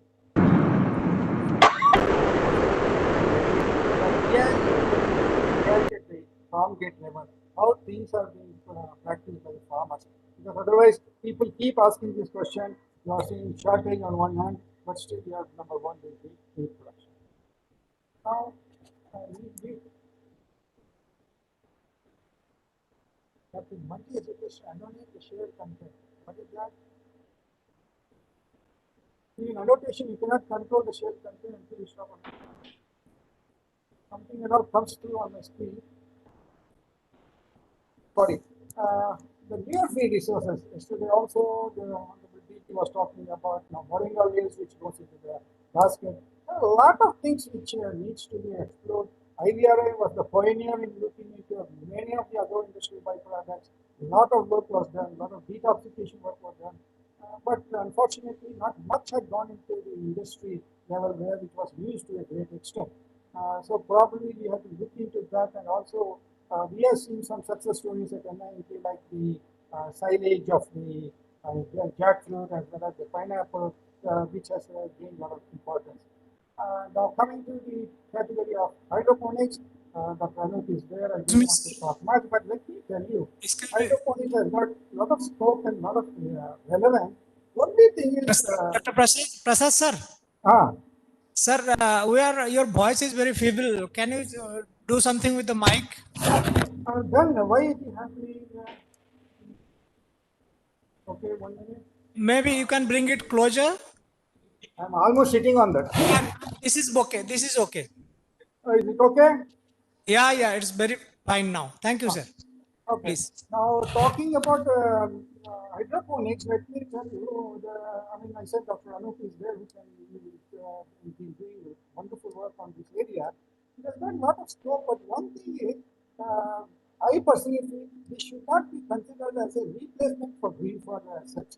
This is a strategic supplementation, because hydroponic fodder with moderately good protein, with low fiber, and with rich in minerals could be a strategic supplement rather than supplementing the entire green fodder today. So probably we consider it as a green field because of its low fiber and good protein. This needs to be looked into, and the real thing is to come up with low-cost hydroponic technique. Then racial balancing, our NDDB has been doing it, and I think where else it has been done, it is the best possible way to do the productivity enhancement. Now, the second aspect which I thought was the strategic supplementation. So let us not confuse strategic supplementation to the ration balancing. That is two different aspects. We are not doing strategic supplementation, we are not going to feed the animals as per the requirement. What we do here is we find in a particular place the farmer is feeding more protein, less energy, so we need the energy is deficient there. Ask him to provide some grains additionally, 1 kg, half a kg. That triggers off the entire nutritional metabolism. So that's where I talk about strategic supplementation using resource-based, region-specific feeding modules.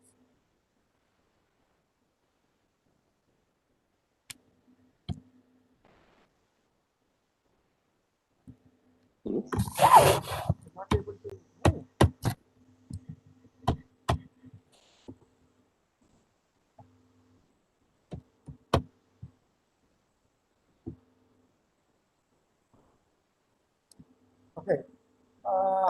these are some, some figures to show you that there are a lot many we can do. The hydroponics we have seen, and the various applications of byproducts, the silages which we can go into, and which we have been talking about since ages. But still, today also we find that silage is one of the most important way of conserving fodder. So the moringa leaves is one which has picked up recently.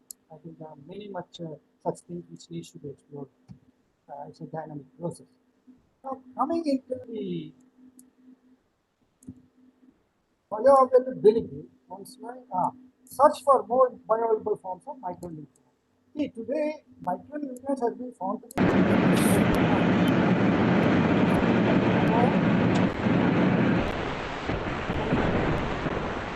Hello?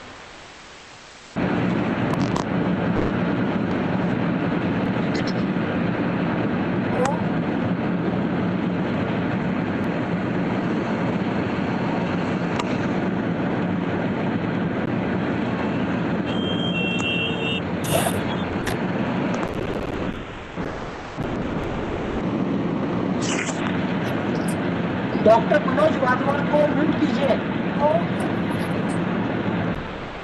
Hello? Yes. Hello? Hello? Can you hear me? Yes, sir, it is okay now. Yeah, in between there are a lot of noise. Now it stopped. Actually, all other people should mute. There was a noise from Manoj Wadhwa. May I request all of you, please, mute so that only Dr. Prasad sir can be unmuted. Shall I start, continue? Yeah, please. Now, when we talk about micronutrients, we have done a lot of work. We have done, I think from the last decade or so, a lot of work has been done on the minerals. But what we really have to look into is the bioavailable form of minerals. Look into these areas with the mineral mixture. We have learned a lot of lessons in this. When we started this at NINP, both at IVRI here and NDDB, it was said, is it possible to come up with a mineral mixture for different areas, different agroclimatic zones? But we did, and it has been done with great success. And it has shown to improve the reproduction, immunity, as well as some sort of improvement in the production also. So this is a good lesson which we have learned from by these areas with the mineral mixture. Where a lot of demand is there. People are, we have been able to commercialize it. So it's a technology which I find it very promising, which needs to be updated. Now, we have done it quite some time back. We know there's a lot of rundown of the minerals, leaching and other things. So I think a new assessment of the mineral status in different zones and coming out with mineral mixture with a higher bioavailable mineral salts is big development. Then we also did on chelated minerals, many people have done because of the improved bioavailability. Then we have also talked about nano minerals, where you can deliver the mineral in very small particles at the target site and with a larger surface area for a better absorption and better impact. Then also the encapsulated minerals, which can bypass the lumen. This is where I want to depict to you in a picturized form, where we are giving you inorganic minerals, which is organic lumen. Hello? Hello? No problem. Yeah, please go ahead. In between, if there's any issue, please let me know. Huh? Yeah, please. So this was the one which we found that when you give inorganic mineral in the lumen, it can have an antagonistic effect. There could be binding with other minerals, and so we thought the best way and the most bioavailable form should be the amino acid complex with the minerals.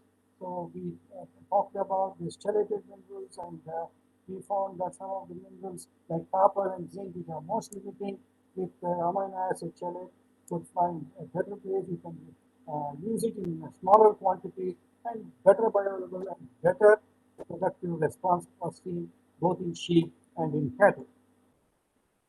So what is the specific categories which we need to do work on? Mineral mixture for breeding mills, some work has been done at NINP. Small ruminants, yes, we have already done that. Now, mineral supplements for high altitude animals like yak, mutton, we do not have. Though we did a survey there, it's a requirement there, and for wild animals, probably this is one area which the IVRI should take. Dr. Ajit Das was involved earlier. Probably this is one important area, as well as the oceanic and aquatic animals, where the fisheries also should join hands, because today minerals have become the most important aspect. Even in pandemic, we have been asked to take zinc and selenium and other minerals every day. And also very important for various physiological functions, which we have seen at NDRI for the periparturient animals. They have an anionic mineral mixture because of the room and pH being affected, and also for particularly boosting immunity and antioxidant activity. Now, long time ago when we started mineral work, we always thought it will increase production. But the real impact of minerals is on reproduction and on the immunity. Now, stress management is again, it is an oxidative stress due to the thermal stress, the climatic changes. I think minerals like selenium or zinc and copper can have a major role. I'll come to this nanomineral of gut health later, because nanominerals today has become an anything. I think probably in Europe, most of the mineral supplements are in the nano form, because they are much more absorbable, they are having better impact, and they are required in very small quantities. And the other one, the minerals is understanding the manipulation to a nutrigenomic approach, which I will be explaining to you both the epigenetic changes as well as the nutrigenomic approach. A small example to give you, work was done at NIMP and also at Orissa, where we looked into the copper deficiency. Now, most of the time we take blood as one of the indicators, markers for assessing the mineral status, but due to the homeostasis, we may not be doing the right thing. Probably the other way of approach is to look into the specific enzymes. So we thought copper specific to cellular plasmin, and zinc for alkaline phosphatase, and also the superoxide dismutase. And we studied this and we had very interesting results. We found that these enzymes in combination could give a more sensitive, be a more sensitive molecular marker for copper and zinc status. Just to show you how copper and zinc with SOD, and you can, this is work done by Dr. Paul at NMP. This dependent enzyme was, when you see the next few slides, when you are looking into the nutrigenomic aspect, you will find how they are upregulated or downregulated, looking into the copper adequate or deficient diet. So nanoscience is again very important, as I told you, the nanominerals, because you are reducing the particle either physically, chemically, or microbiologically to reducing to 1,250 times greater surface area. So you can, and there are easy methods now. So I think most of you are at Gadavasu as well as at Orissa, they have been able to prepare the nanominerals even at NIMP. Nutrigenomics. It's often said what you eat is not necessarily what you get. And what you get is not necessarily what you want. What you want is what your body wants. That is what is called as nutrigenomics or functional genomics. You know, there is a molecular mechanism involved in the whole of nutrient utilization and metabolism. What we are doing in terms of what we understand by the term, saying that, oh, it is nutrigenomics. Nutrigenomics is nothing but studies most relevant to identify biological or molecular markers to assess the status. So nutrition studies where we understand the gene expression, and these gene expressions are regulated by some of the minerals, some of the nutrients, which we can consider them as markers and assess them. This is the future science, let me tell you. This is what the Honorable DG was also telling. Any nutrient today, we have to look into how it impacts the gene. Now, one example I will give you quickly. A study was done in Australia, where they looked into providing a lot of protein, energy, everything was adequate, but the gene responsible for triggering the immune mechanism was not responding. So when they included selenium in the diet, they found that this particular gene responsible for the immune response was triggered. But let me also cautiously tell you that once a particular gene gets upregulated or response increases, what happens to the other related genes also should be studied, and that is the area which I think our future researchers to take up. Then this is again deciphering the nutrient metabolism and regulations, like the gene, how it is regulating the various functions, and it will be, today we are also looking at not only the nutrition, we are looking into the host, we are looking into the environment, even if the food is right, even if the environment is not right, if the animal is on stress, still then also the genetic makeup or genetic response may be different. So nutrigenomics, as I told you, it is the omics of nutrition.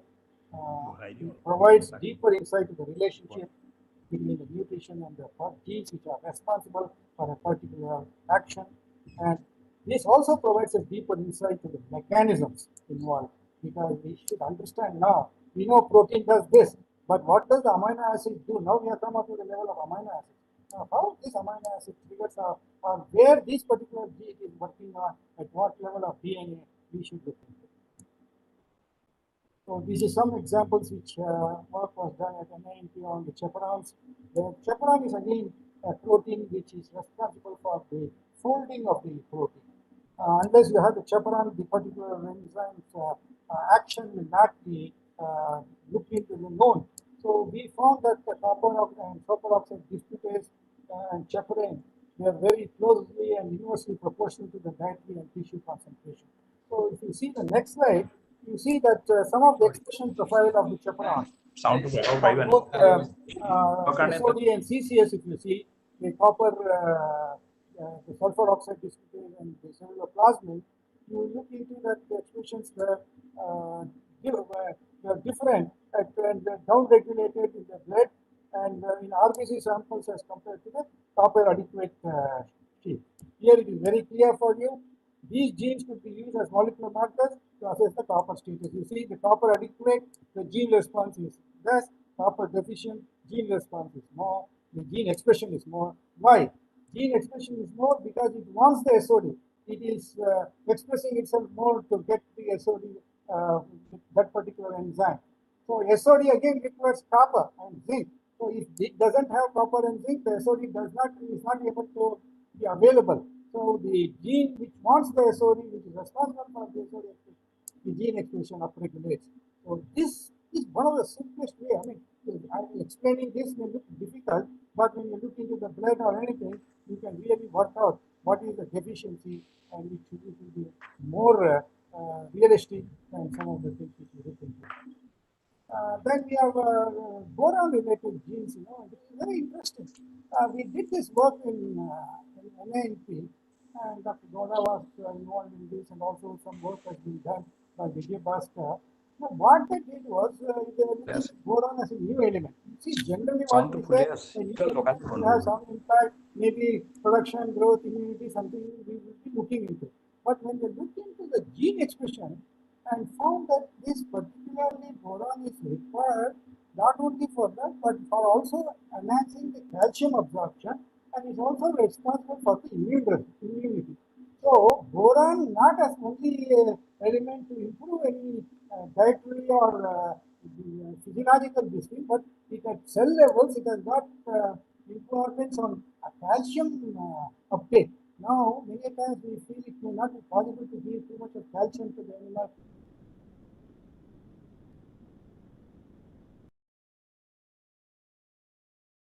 Made available faster.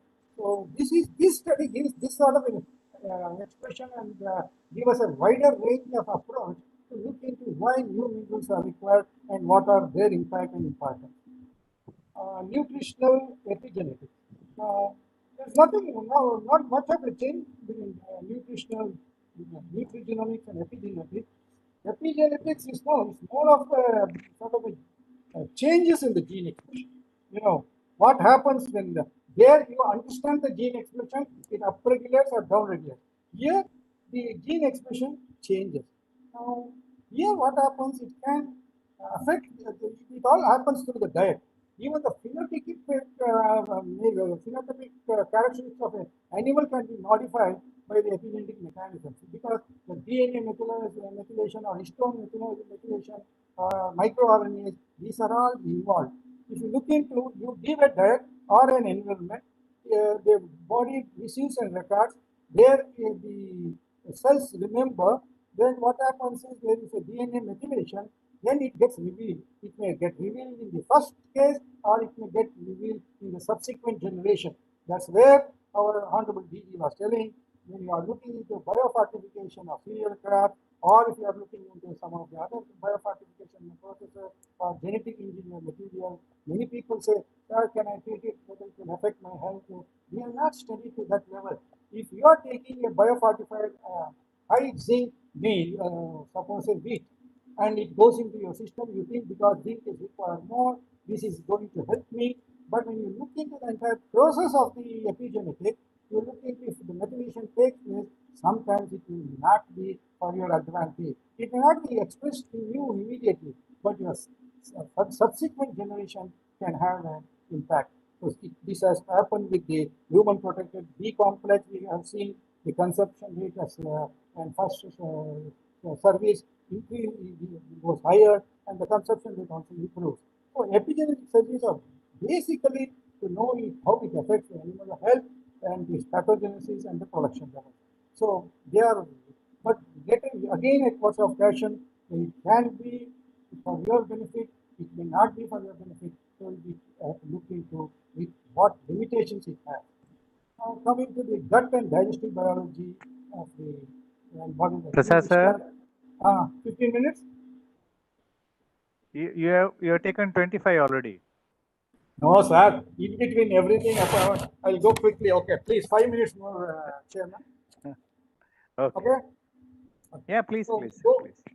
we go into the microbial diversity, which I will not go into the details because morning everybody talked about it, how the probiotics and the prebiotics impact the gut health. Now with a lot of AMR being talked about, I think today we are we should be very must be taking care of our gut health more than anything else. I think this is a new word which many of you may not be aware of, the dysbiosis. This is a condition of imbalanced microbiota. So it can happen due to stress. If your body, if you are having some stress, you are running also, if you are under stress, this sort of a change in the microbiota happens. And once this beneficial microbiota gets reduced and imbalance of the dysbiosis happens, then we can have a lot of impact both on production, both on health and your immunity. That's why today in poultry they follow the Innovo nutrition, as many of you know. At the time of hatching only, they provide the prebiotics or the probiotics to help the animal to gain additional benefits. So these are some of the newer this thing which you all know, like the turmeric and other things which are beneficial use. And the other one which I wanted to talk about was prebiotics, probiotics, There's one more word, postbiotics, And this is very important. Postbiotics is nothing but they are the what has come out of the various metabolites of the probiotic is the postbiotic. So today people go for postbiotics thinking that the metabolites of postbiotics when you are providing, it can have a more faster action than the other things. So effect of probiotics, postbiotics is a bioactive compound of the probiotic, and it can be also used for various mounts commonly used more in the non-ruminant system. Since we don't have much data, there's some other data which are not very much helpful, saying some of it is good, some say it's bad. We really don't know how it works. But definitely, yeast in this is study in ruminants, we have found that some of the fibrinolytic enzymes and also the lactate enzymes are improved in the yeast supplemental group. So we have to control the gut biodata through various figurative mechanisms, immune to be taken up, and we also look into the intestinal microbiome changes. Precision feeding, 1 minute I take. Precision feeding is nothing but providing the actual nutrients required in the specific form. We have seen that we give 20% protein and to achieve our targeted production level, but you give 16% protein with limiting amino acids, with limiting fatty acids, and the limiting minerals, you can achieve the same production level. So the right proportion, right time, and right composition, right type of feed, very important to reduce on the feeding cost and also reduce on the impact on the environment as more of nitrogen and phosphorus are excreted into the environment. Residual feed intake, another 1 minute please. Residual feed intake is nothing but you have to compare it with the predicted feed intake. You have a predicted feed intake, a particular animal, as you say, it can take this much of feed, but it can perform equally well taking less quantity of the feed, where we talk about better feed conversion efficiency. These are all heritable characters, so we can breed animals with higher RFI. So today in USA and Germany, they are breeding cattle with higher residual feed intake. I think that is a study which some of the institutes like IVRI India should take up. Their genetics department is there as well as the nutrition department is there. The environmental impact, I don't want to say enough because of, but I recently is the authority on that. So we have greenhouse gas is going to be a greater impact on the environment, and feed base has been found to be the most relevant way to reduce methane reduction, to the emission balancing, and also the saponins and other things which we have found, the tannins which can reduce the methane. So what we do, reduce excretion to chelated minerals, phytoelement precision feeding, nutrient efficient breeds, and also balanced feeding and plant secondary metabolites.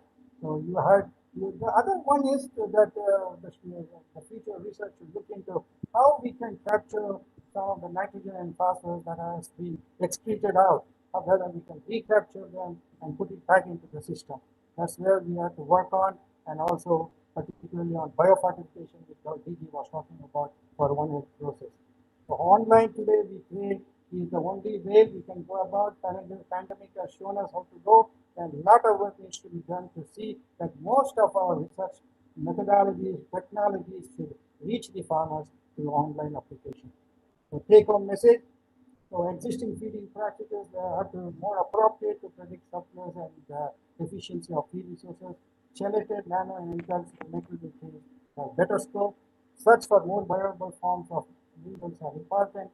Nutrigenomics and nutritional epigenetic study will help us understand the gene-nutrient interaction, which is very, very important in future of better feed management. Balanced microbiota of the gut is relevant and important for immunity and health.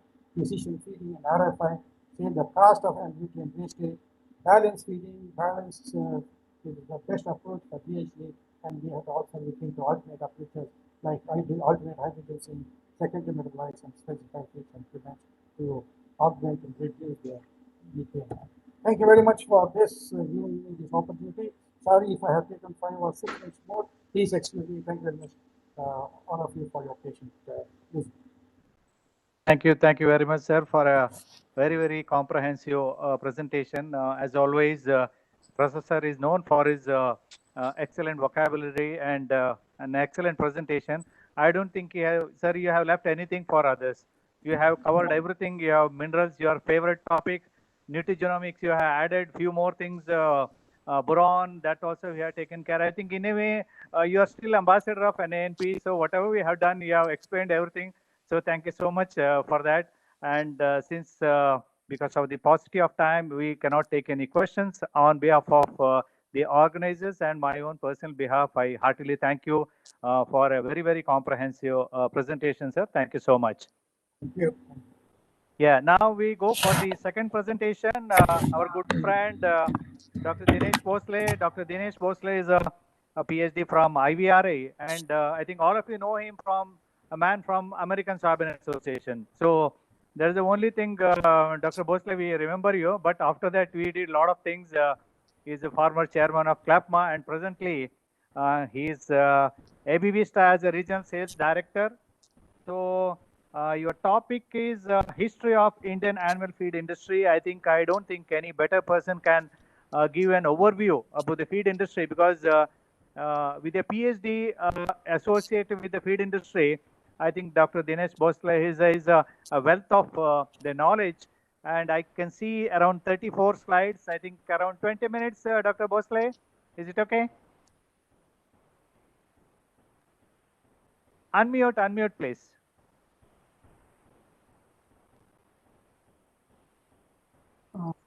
Where is? Can you hear me? Yeah. We can hear you. Can you put it on the slide mode, please? Okay. You are visible. Slide is visible. Okay. One You are moment. audible. Yeah, I'll just put it on slide mode. Yeah, please. Okay. Yes, perfect. I once again request all of you to please keep your system muted so that there will not be many disturbance. Barwa Sahab, KK Barwa Sahab, your system is very often getting unmuted and it is giving some sound. So may I request again to please keep it muted. Dr. Bosle Sahab, your time starts now, 20-25 minutes. So thank you so much.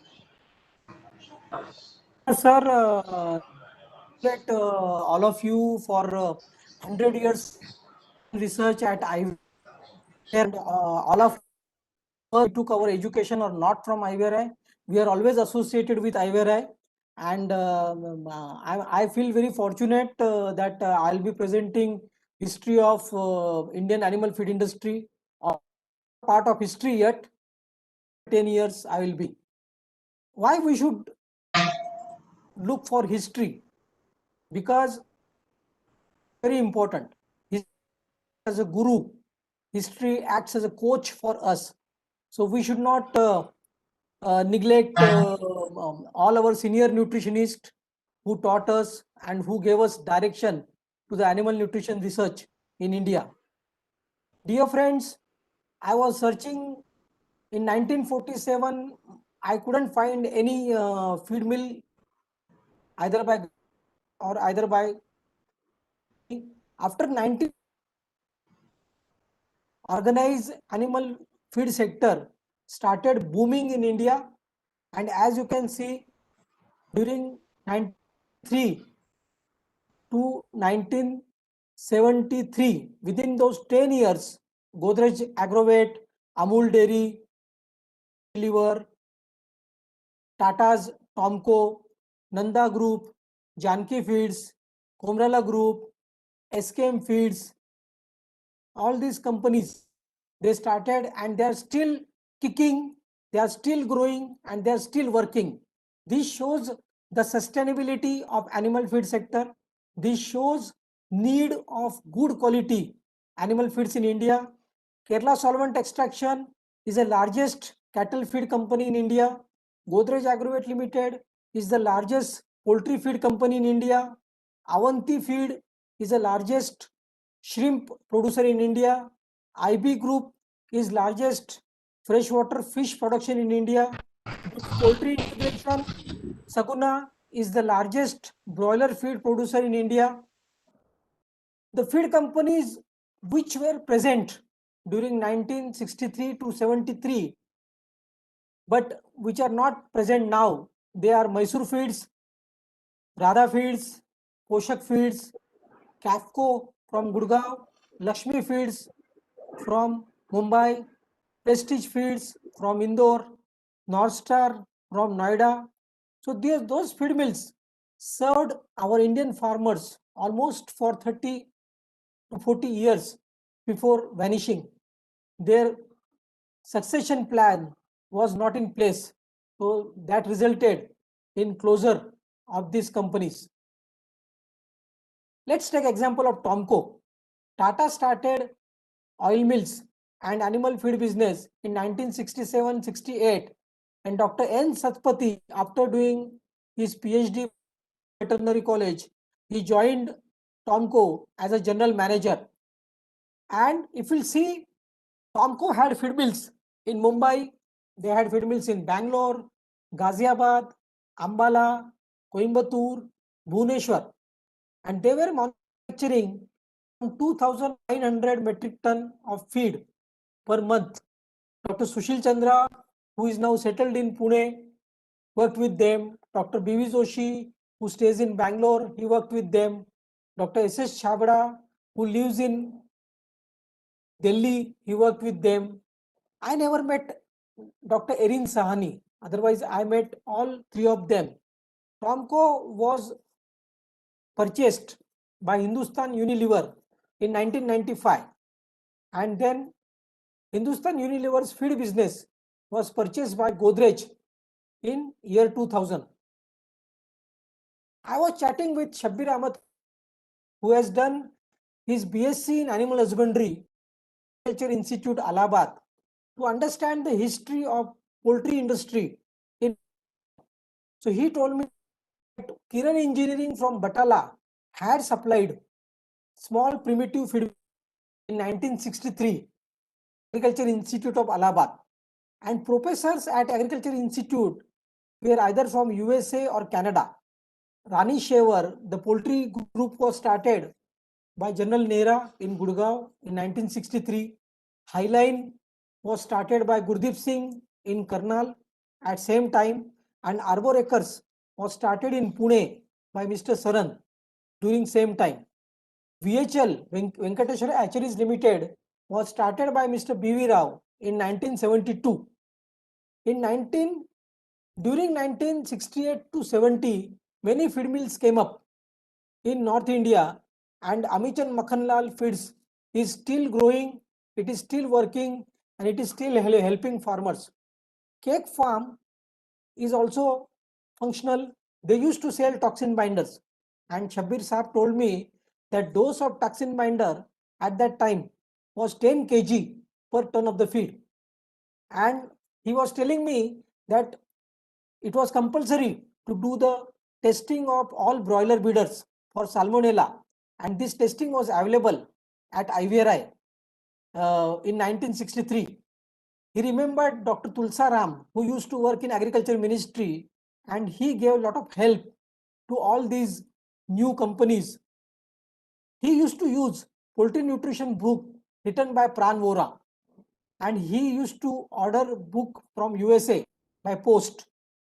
Dr. from Canada was at Agriculture Institute at Allahabad. There was a poultry magazine before 1970 known as Poultry Guide, run by Mr. Ramesh Thapar. Ultimately, it was closed. More than 15 poultry magazines and 5 magazines for livestock industry are available.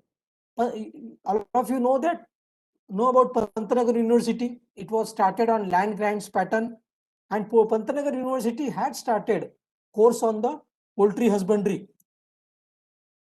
Shabbir Saab told me story that it was a headache for Highline how to reduce the growth of broiler breeder. They wanted to keep weight of the broiler breeder constant.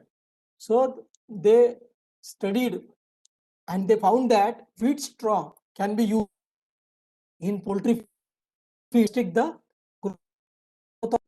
I was also chatting with another stalwart of poultry industry, Nandakumar sir from Bangalore. He was telling me that in 1963, he wanted to take admission in Kansas State University, but as he couldn't do course, but he hired Dr. Krishna Reddy and Dr. Subba Reddy, who did their PhD in Nurturing and Animal Nutrition at Kansas State University. 1968, Nandakumar sir has started Komrala Feeds, and he told that he used to take concentrate from Hindustan Unilever. He had started a poultry farm of 1,000 birds, and he could earn 15,000 rupees in 1 year by selling feed. And his total cost of 1,000 bird poultry shed at that time was 15,000 rupees. And at that time, the cost of the poultry feed was 420 rupees per ton. And he used to sell eggs to 18 rupees, eggs. Broiler came into business in 1972. Before that, all birds were reared for dual purpose. Hardcase Engineering had supplied feed mill equipment to Komrala Group, and his grandfather had flour mill business. So he used to use laboratory, his flour mill business, approximate analysis. And in USA, that maize can be used as an energy source in poultry feed. I would like to show you some photographs. All of you recognize this. On 31st October 1964, our then Prime Minister Lal Bahadur Shastri sir inaugurated the biggest feed mill of cooperative, Amul Dairy. You can see Dr. Varghese Kurian also in this photograph. I will like to dedicate my lecture to Dr. Varghese Kurian today because we are celebrating birth centenary of Dr. Varghese Kurian this year. And this is a picture of same feed mill today. And now Amul Dairy has opened one more feed mill. All other district milk federations, they also have big feed mills produce 1,000 to 2,000 feed per day in Gujarat. Looking at work, suggested Dr. Varghese Kurian that you should take this model pan India, and that was the birth of National Dairy Development Board. You can see Dr. B.V. Rao, Mr. Nandakumar, and Dr. Samad in this photograph. Dr. B.V. Rao, people from India to visit. Dr. Falke, you can see, Anuradha Desai. This is the Science Congress, Mr. M.B. Desai, Dr. Suryavanshi, Animal Husbandry Ministry of Karnataka, visited Nandakumar poultry farm. You can see young and dynamic Mr. Nandakumar in this photograph. Mr. Subhash Vaidya was a former chairman of CLEFMA. You can see poultry magazines, Mr. Abdul Ghaffar, B.S. Rao, who was a joint commissioner. You can see the tallest person, Mr. V.N. Dubey, Phoenix Poultry. Janki Feed was started in Karimnagar in 1967, and they also celebrated 50 years of their inception. Kicking, they are still growing. You can see Mr. C.V. Rao, who also became CLEFMA chairman during 2008 to 2010. I would like to mention here that Compound Livestock Feed Manufacturers Association of India was started in 1967, and we celebrated 50 year in 2017 recently at Mumbai. This was a progress of Janki Feeds, how they expanded their business in Andhra Pradesh and Telangana. These are the pictures of the primitive feed mill equipments they used to use at that time. This is a picture of one of the first feed mill of Godrej, started in Mumbai. I would like to mention here that Tata's feed mill, Hindustan Unilever's feed mill, Godrej feed mill, they were all in Mumbai at that time. Vet Care, which was started in Bangalore by Mr. Bharat Tandon, was the first feed supplement company. He made feed supplements popular. He brought yeast into Indian cattle feed. He promoted toxin binder. You can see founder president of Alltech from America. So Mr. Bharat Tandon had joint venture with Alltech for many years. He brought many other companies also. He was also chairman of CLEFMA for 2 years during 2004 to 2006. CLEFMA also took delegation to Egypt, Israel, and other countries. When Dr. Subhash Vaidya was CLEFMA chairman, our delegation went to Egypt to visit the feed mill business there. You can see Mr. Praveen Lunkad, who started Nav Maharashtra Chakan Oil Mill. He was also chairman of CLEFMA. He was also chairman of Solvent Association of India. Picture, you can see young Subhash Vaidya, Mr.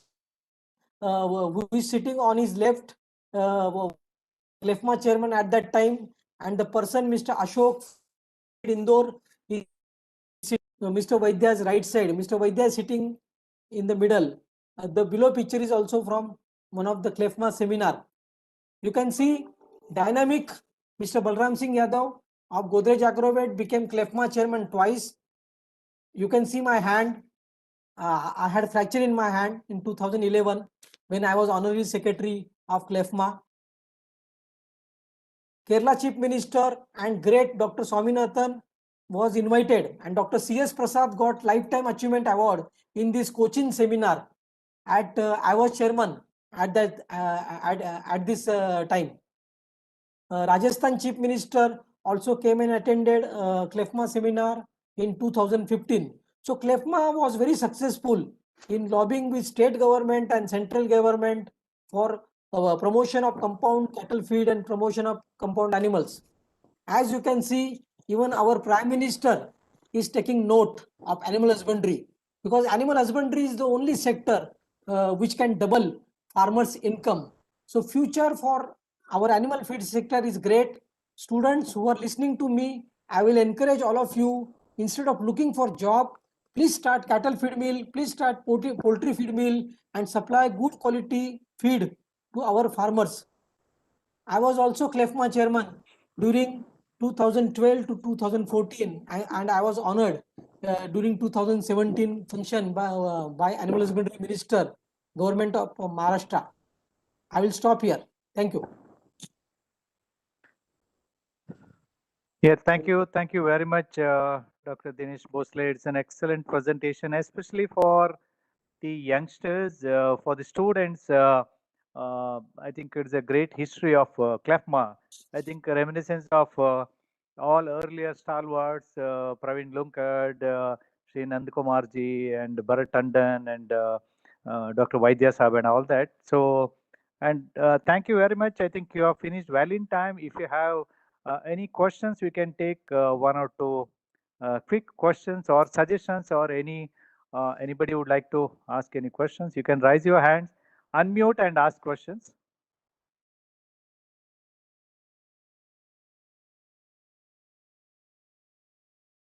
I think there are no questions, Dr. Dinesh Bhosle. It is a wonderful presentation, and also with a lot of pictures, which I really enjoyed, because it is a whole history of CLEFMA journey, and very, very wonderful. And thank you so much. My own personal behalf, on behalf of the organizer, I would like to thank for taking a lot of time and collecting all these wonderful pictures.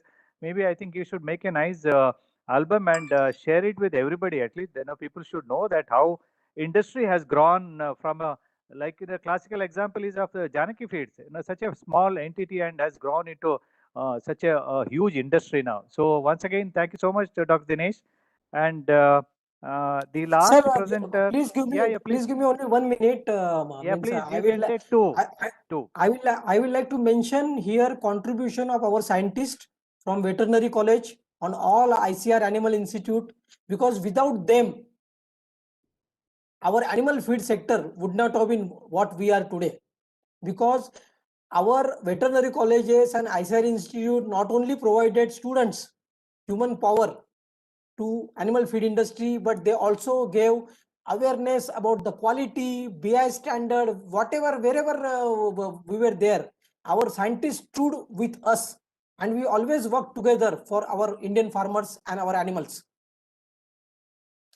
Yeah, thank you. Thank you so much. Our very senior animal nutrition, Dr. Pradhan sir, is also there listening to, and many people are sending their messages, chat box. Excellent presentation. Once again, Dr. Dinesh, thank you so much. So we'll come to the last presentation, Dr. Kalra Saab. So I think all of you know, but still, Kalra Saab holds a master degree in veterinary science from Hisar, and he also PG diploma in marketing management. And presently, he's the board of director of the very popular and company IVRI. So with this, Kalra Saab, you have 25 minutes, full 25 minutes, and slide is visible, and you are audible. You can put it on the slide mode and start. Thank you so much. Yeah, thank you. Thank you, Chairman, sir. It's indeed my pleasure to be amongst such an alumni nutritionist here. And I would like to thank Dr. Patnaik for informing me and giving me this opportunity to share my views here. I see Dr. Pradhan. Sir, namaskar. Dr. Pradhan has been one of our founder directors, and we owe a lot of regard and respect to him what IVRI stands tall today. Thank you, sir. Without wasting much time, I would be taking around 20 minutes. And the key point which I wish to share here is, that the herbals, or some people might refer it as phytogenics, this is being talked all about, not only in India now, also in Europe, also in America. And then there are new trends which are emerging. So I thought I would spend some 10-15 minutes sharing that what are the trends, what are the possibilities, and how it is growing. Can I have next slide, please? Well, these herbal feed additives, basically we all know that these are all plant derived and they are used for animal feeding for improving the health. Next. And the very significance of using the phytogenics or the herbals in as part of the nutrition is towards improving not only the health index of the animal, but also help in producing safe food and also very importantly safe environment. When I say safe environment, there have been a lot of studies which share and confirm. One of such study was done at IVRI, that if you use a combination of herbs, it not only improves the immunity but also helps in reducing the methane gas production. So such similar studies now, herbals have gone much beyond, far beyond on the scientific platform, and then it is being studied at the molecular level. Next. Next slide, please. Well, there is a popular saying, let thy feed be thy medicine, and which is very, very true. Because we all know that major cost of animal health or animal management is towards the nutrition. Therefore, it becomes very, very important what exactly do we feed. Now, as animal nutritionists or as industry stakeholders, we give our best to see that the animal gets the best. But then there are certain missing links because of which the animal might fall sick, may not be able to absorb. So nutrient utilization becomes a question. So therefore, the herbals as such or the phytogenics as such act as part of the feed and thereby improving the efficiency of the animal and also of the feed. Next. Now let's look at this slide. Will tell us that today this entire industry globally stands at 614 million US dollars, which was in 2017. 2024, this is projected to grow and reach almost to 800 million US dollars, which is a big growth. And you'll be surprised, because in India we keep talking about herbalism, phytogenics. The maximum growth of this particular industry is happening in Europe, is happening in Asia Pacific. So I still remember what Honorable Prime Minister had said in one of his Man Ki Baat, that we have a lot of traditional heritage. We must respect this traditional heritage, this traditional science, and we must practice it. Do a lot of research on this and make this science of Ayurveda globally for human beings and also for the livestock for improving health. And that is the reason, whenever herbals are being talked about, people will have difference of opinion, but people have discussed that this helps in improving the performance of the animal and helps in improving the quality of the food as well. Next.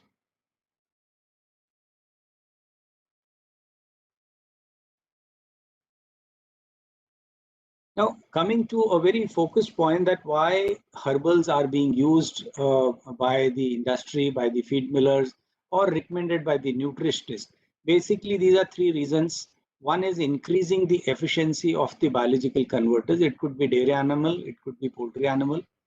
Second is sparing the mineral resources, because the herbals have been scientifically validated and tested that they have a mineral sparing capacity and to improve the efficiency of the animal.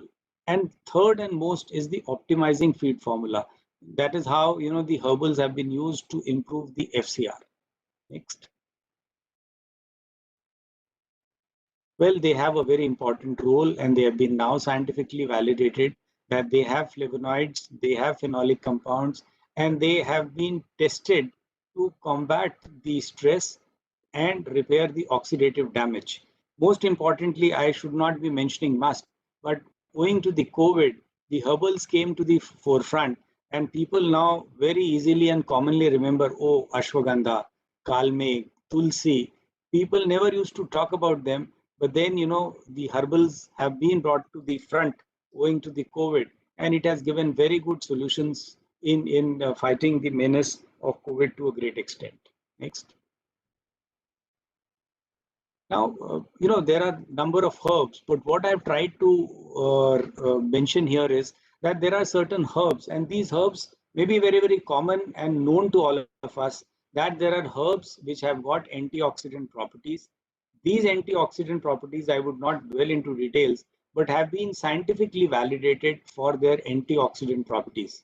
One is tulsi, that's Ocimum centum, ashwagandha, Vidania somnifera, then amla, and then asparagus racemosus. Now, these herbs, it's not only the herb, but the content of these herbs are very, very important. And therefore, the right selection, right harvesting, right storage, and right formulation makes the difference in use of these herbals, either as healthcare products or as feed supplements. Next. Similarly, to improve the palatability and the gut functions, I was, Dr. Prasad was sharing that the herbs have been used in these directions to improve the aroma, to improve the flavor, and there are certain very specific herbs which have been used to improve these functions. Can I have the next slide? These are some of these herbs: Andrographis paniculata, that is calming. Then this is Trigona folium gracem, that's an appetite stimulant. Ginger officinalis, हम लोग को सबको इसके बारे में पता है. Then this is Trichospermum emmi. This is what you call जीरा, अजवाइन. ये सारी चीजें बहुत commonly use होती हैं हमारे kitchen में. We use them, and they have been very effectively used in improving the animal health. The oils have been used now, and the oils, the herbal extracts, oils itself is a very, very big industry growing, and a lot of people are getting into this industry and creating value for the feed millers. Next. Gut modulation, there are certain herbs which have been documented. We at Ayurveda, what we are trying to do is that we know that these herbs are traditionally known to improve the gut function modulator. We, as an organization, because we base our research basis the demonstration of science, so we have developed certain modules, and we are trying to look at the molecular level how these herbs are acting, and therefore what happens in the system, so that the results are documented for the benefit in the livestock, whether it is milk production, egg production, or meat. Next. I mean, AMR is a big issue,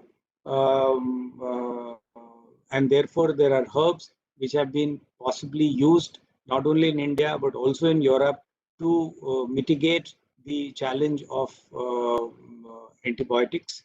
Next.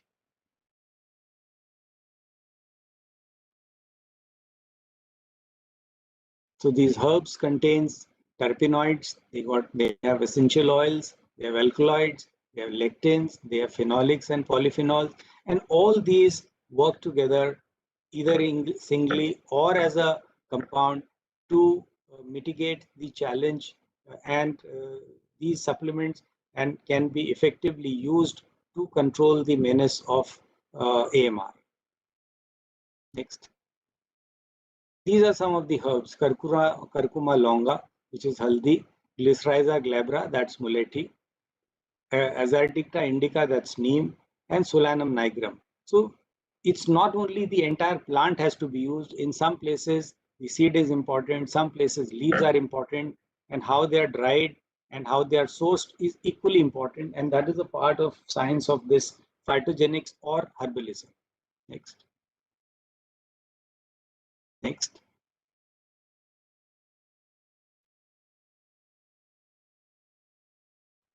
Next.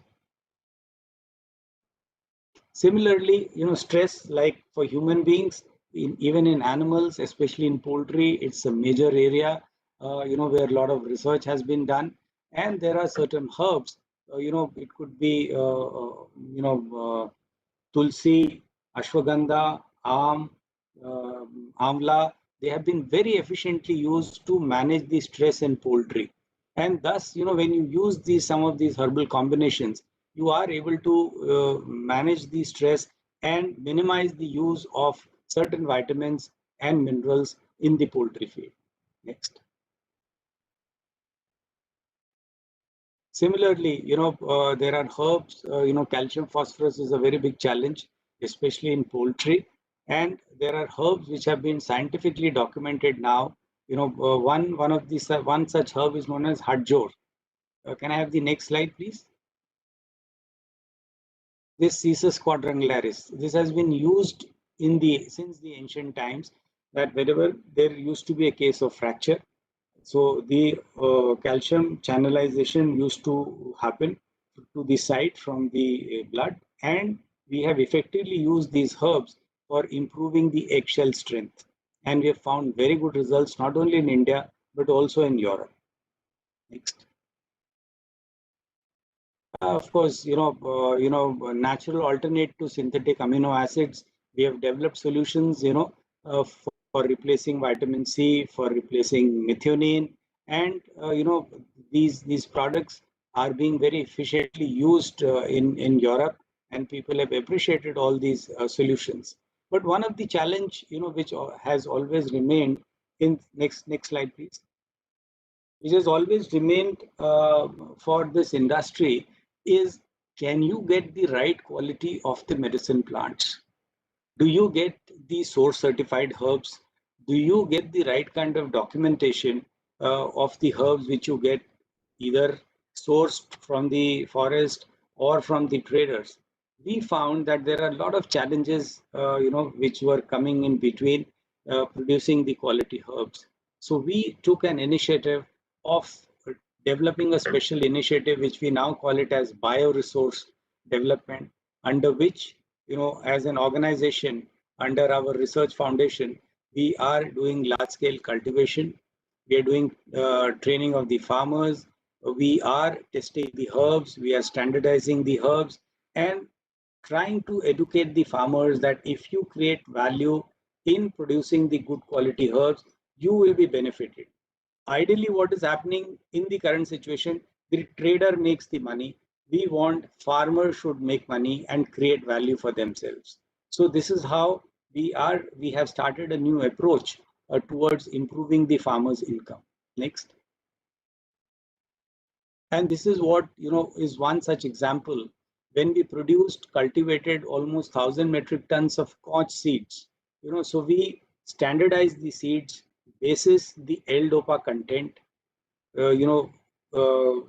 We segregated the good quality seeds, and then we labeled it, certified it, and packed it in a uniform packing, and said, now if anyone wants to use in the industry, these seeds are available, whether it is for human beings or it could be for livestock industry, because these conch seeds are very good in dopamine, L-DOPA. Next.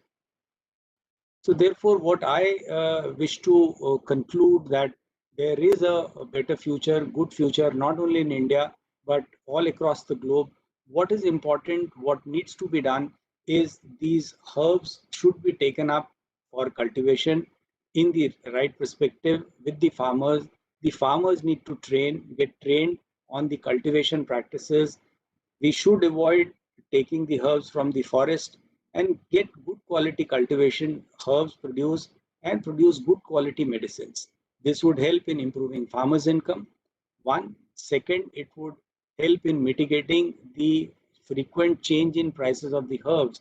Like for instance, ashwagandha, which used to sell at 100 rupees a kg, is now not even available at 400 rupees a kg post-COVID. Tulsi, which was available at 40-50 rupees, now it is available at 80-90 rupees. So you can look at the opportunity which the traders are trying to manipulate. So if this kind of practices start, which we have started an initiative, I think the industry would benefit, the farmers would benefit, the animals would benefit, and you and me, we will be able to get good quality food, and we will be able to live a healthy lifestyle. And needless to mention, lot of efforts have been put by the scientists and the nutritionists, and we have had very good projects with IVRI and also NINP, and I wish to place on record their contribution and thanks for their support. Thank you very much. Thank you, Kalra Saab, for an excellent presentation. Now, we have a couple of minutes. If there are any questions, I would like to invite the participants. You can unmute and ask the questions. Anybody? Very good presentation, sir. Who is this? Very good presentation, sir. Dr. Sanjay is here Yeah, from yeah. India, right? Yeah, please. Yeah, please. I have one question. If few farmers are interested to provide their land to cultivate the medicinal plants, so what kind of support is available from Ayurveda, and how they will get benefit? Farmer will get benefit with the help of Ayurveda. Well, what we do is we have an interaction with the farmers, try and understand the type of land which they have. So we get the soil and water tested. We understand the climate. We understand what kind of herbs can be grown there and what are the practices. So we train them, give them good planting material, and definitely ensure that they get better income than what they were getting at the at the moment, doing whatever agri practices they were into.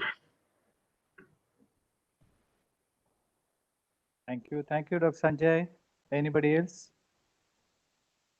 Dr. Kalra Saab, I have a question. See, there's a feeling that especially this phytogenic feed additives, they'll be very, very effective only when these metabolic active substances are present, because when these are exposed to the stress, when you start cultivating this, there are some reports that they may not contain those active metabolites because they are produced when the plant is under stress. So you give them enough water, you produce under the maybe something polyhouse, and they are likely to lose this the effectiveness as a phytogenic blend. Is how far it is true? Now, this is partially true, and but what we have observed, for number of herbs which we have been cultivating, essentially ashwagandha, kalmeg, tulsi, mucuna, bacopa, and we have observed that if you give the right kind of atmosphere, the soil and the water, and you then harvest the what you call the plant before flowering, the results are equally good. But if you do that post flowering, the content gets down. So thank you so much. Now I would request our co-chairs, Dr. Madhumohini and Professor Anil Kumar, if you have any suggestions or questions. Madam Madhumohini, myself, Dr. Anil Kumar. Yeah, please. Yeah, this session was very informative, and Dr. Prasad, Dr. Bhonsle, and Dr. Kalra have given a very updated information and also shared their experiences. And they also focused the research of area of research for future, and especially for the young scientists working in this area. At this juncture, I'll be thankful to the stalwarts of the animal nutritionist. Dr. Pradhan is here, Dr. S. Karanjan, Dr. Pathak, Dr. Agarwal, Dr. Kushmara Sharma, and Dr. Kamra for their blessings. And I'm thankful to the organizers of this symposium also, who are working very hard in making this symposium a great success. So with this, I thank one and all. Thank you. Yeah, thank you, Professor Anil Kumar. Madhumohini, any comments? Yes. First of all, I would like to thank the organizers for giving this opportunity and to meet all the people at this time when we are unable to meet physically. At least virtually we are able to meet. So thanks a lot for that. They have taken great effort.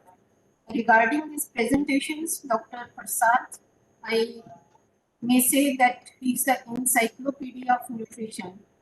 He has not left any point of nutrition.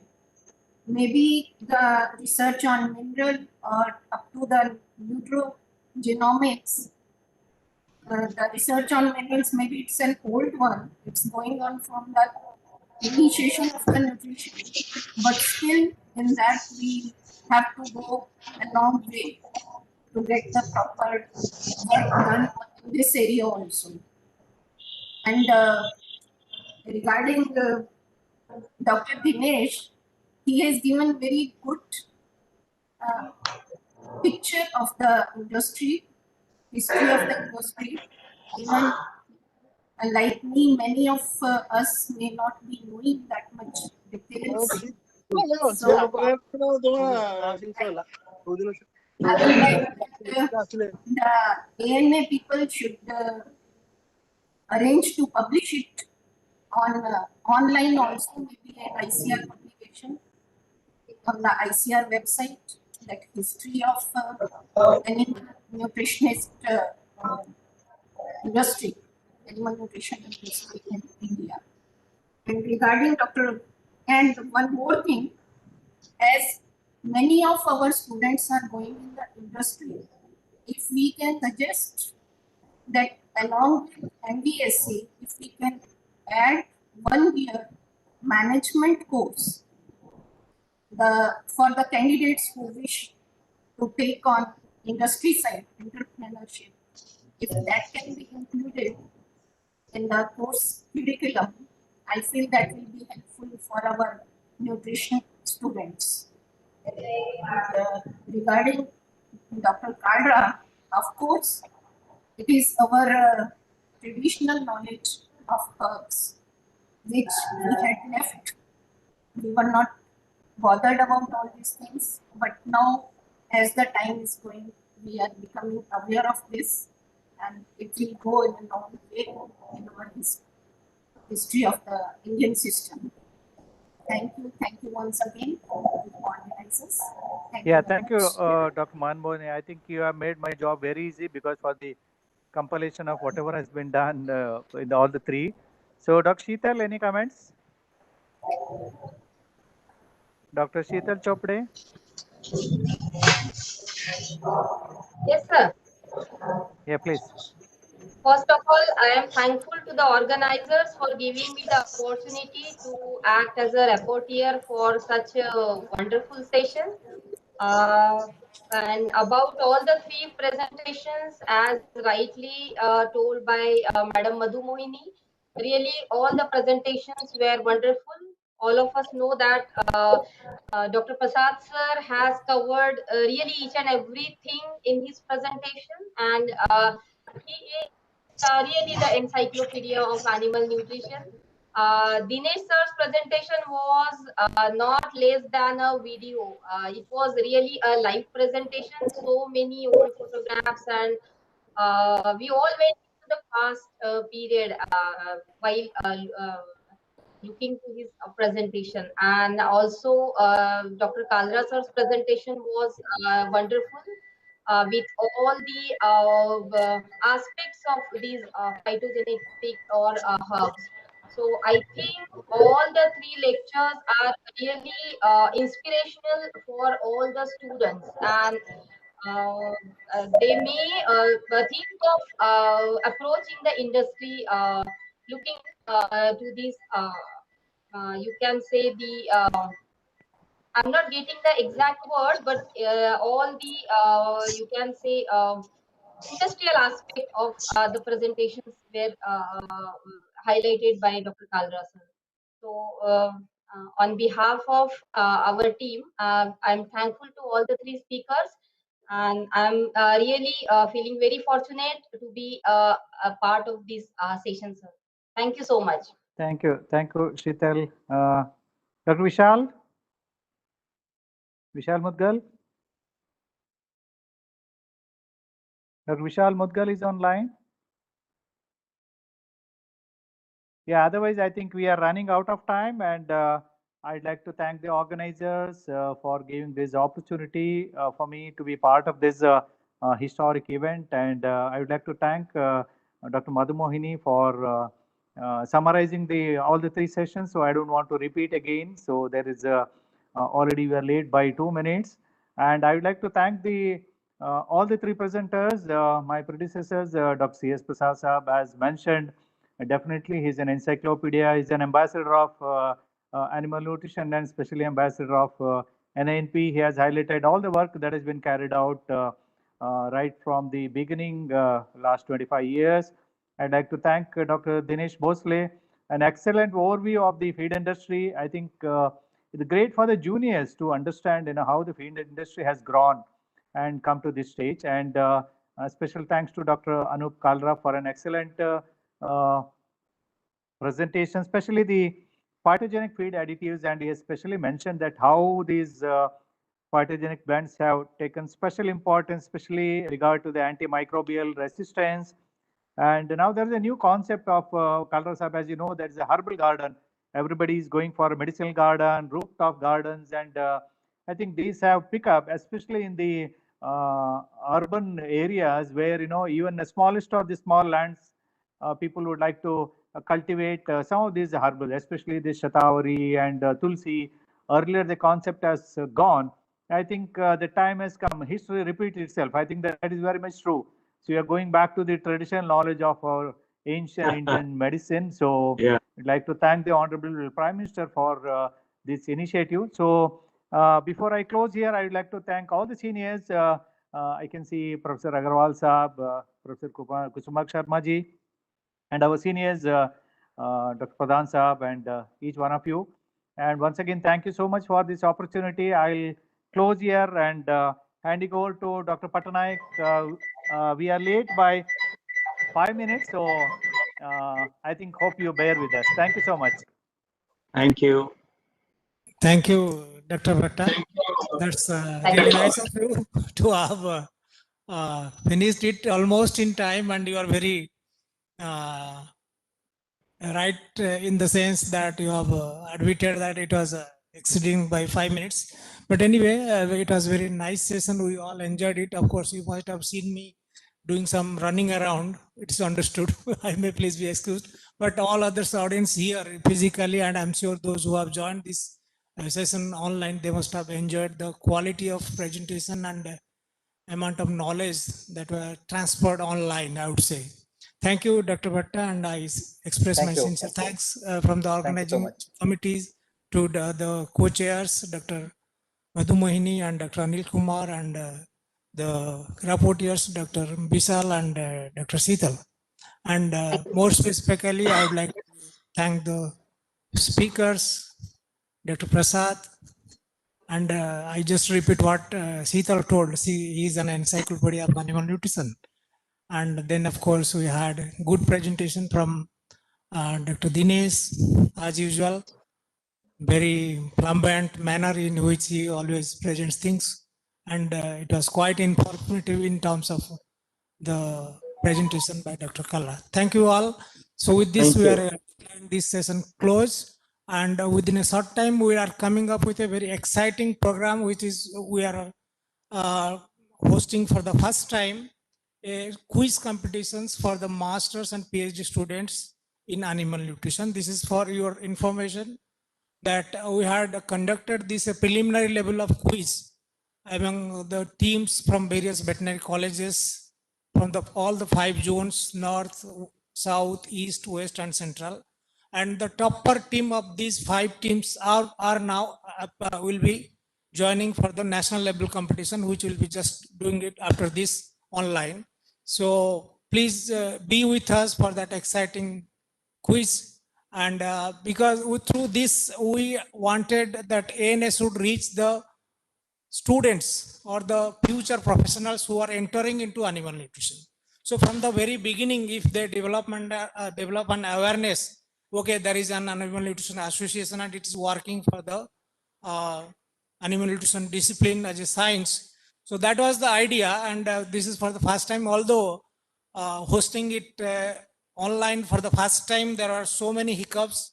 but hopefully we are hoping that it will be till now it has been a success in the preliminary round, and we want to see whether it is coming up to our expectation when we will see it just now, just after 5 minutes. So thank you all. Please be there for this quiz. Thank you.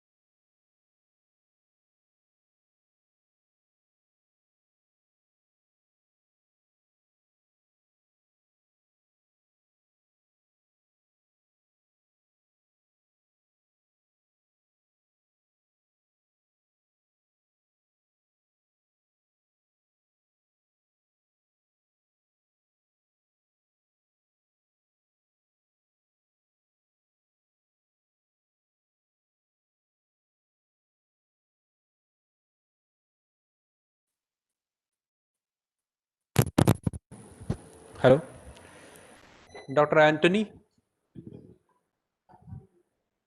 and Yes. Sukanshi. Am I audible here? Yes, sir. You people are mute? Yes, yes. Voice कैसे नहीं आ रही? Hello, sir. अरे speak out something. You are Words. audible, sir. Pardon? Yes, sir, you are audible. Ganesh and Mahesh. Yes, sir, you are audible, sir. Okay. Then Dr. Anthony, Yes, sir. Audible, sir. your voice is not coming. I don't know why.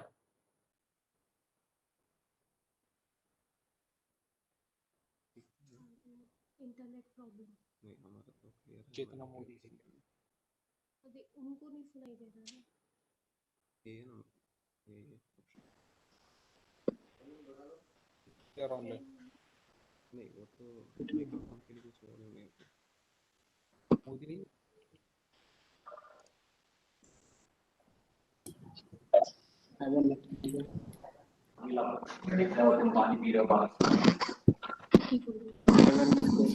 All the teams, please rename yourself. Teams, please rename yourself as Team Central, Team East, Team West, etc. Please, so that it will be easier to conduct. Yes, sir.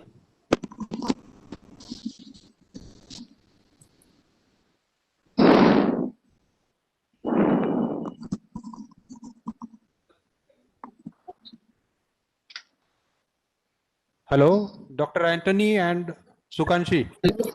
Hello sir, Yeah. Rename कैसे करते हैं इसमें? Before starting the meeting, you can rename yourself. Okay, sir.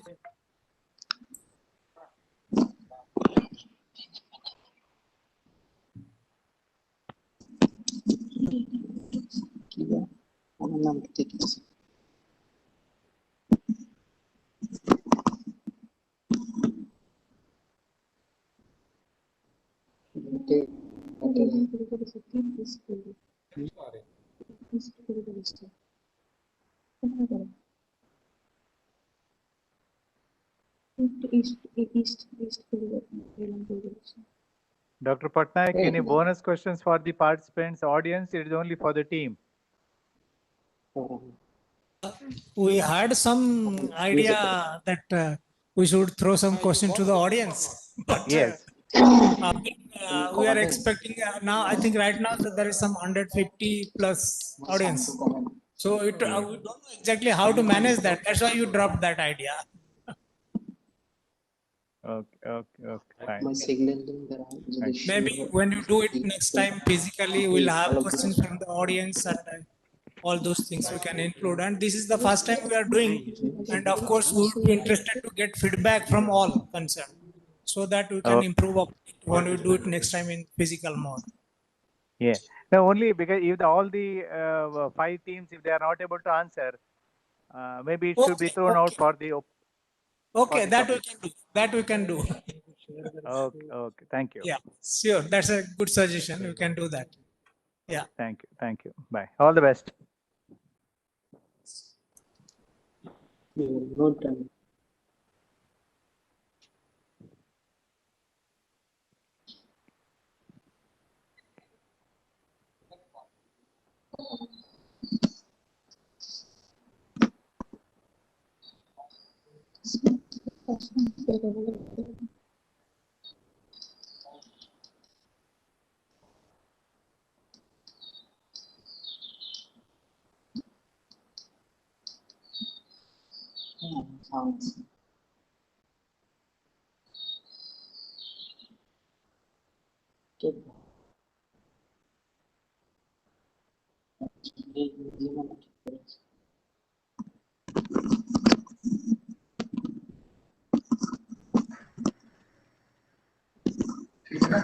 Video चल रहा है।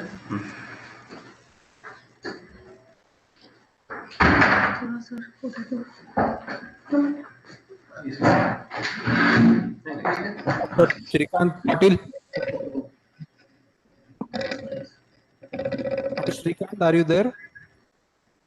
हाँ, इसमें तो आवाज किसी एक को ही सुनाई देगा। I am here, sir. Dr. Shrikant, this Chetna Modi and Jayveer Patel responding. Actually, sir, that इसका डेस्कटॉप का आवाज भी तो होगा ना सर? का वो रीनेम का प्रॉब्लम हो रहा है, तो मैं कि उनको वैसे ज्वाइन करने दीजिए sir. No, actually, it is easy. They can quit, log out, and again go for rejoining. At the time of rejoining, they can rejoin. Will again take 10-15 minutes, sir. By what name they are there? By what name they have joined? आपके नाम से बोलो तो चेतना है ना? I think they are from Chetna, sir. Chetna Modi. Chetna Modi. Their video is not on. Click करो.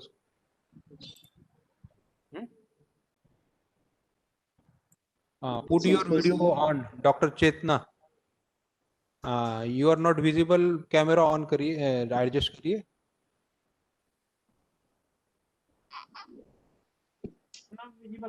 थोड़ा zoom out कर सकते हैं क्या? Zoom out या आप पीछे जा सकते हैं क्या?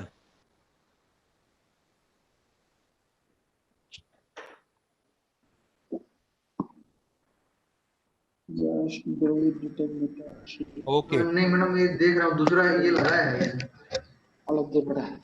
ठीक है। अच्छा वहाँ पे लगाया है। एक्चुअली इसमें सुनाई पता नहीं सुनाई दे रहा है नहीं दे रहा है, पता नहीं चल रहा है। You kindly we want to listen your audio. Chetana and Jaivir, we want to listen your audio. Are you ready for the quiz? हाँ मैडम ये तो मुश्किल हो रहा है सुनाई नहीं दे रहा है उनको Chetana, अच्छा ठीक है okay your audio is not madam के पास है चलो मैडम के पास है ऐसे डायरेक्ट इसमें ही है तो फिर ये सर लॉग हाँ इसको लॉग आउट कर देता हूँ Excuse me, Dr. इसको लॉग Patnaik. आउट कर देता हूँ Dr. Patnaik, Yeah. नॉर्थ की टीम जो है वो अपना सिस्टम चेंज कर रही है, वो मेरे Dr. System Shikha? पे आ रहा है. ठीक है, no problem madam. They are coming. Dr. Haq? Yes, sir. Yeah, you are audible and kindly. Suhail sir. Yeah. Yes, sir. Audible and visible. I am giving my PC. Pardon? I am Repeat. giving my laptop to both of them. They will join my laptop. No problem. Okay. So my laptop they will join, sir. So the team name will be Srikant Pani, sir. Team name will be Srikant.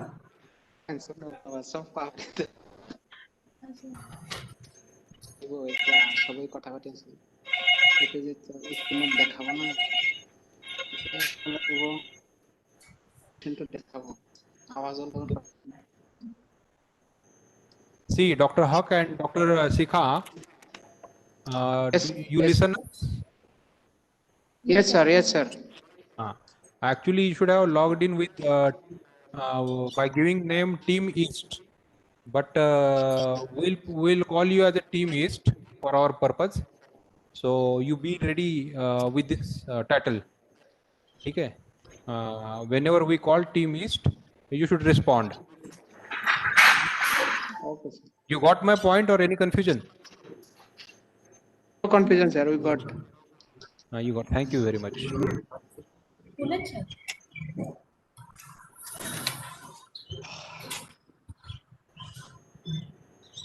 Tension लगी doctor चेतना Modi. Yes, sir. आपका थोड़ा video adjust करिए, camera नीचे ले या please. You are audible as well as visible. Dr. Anthony is also there. Yes, sir. Okay, thank you.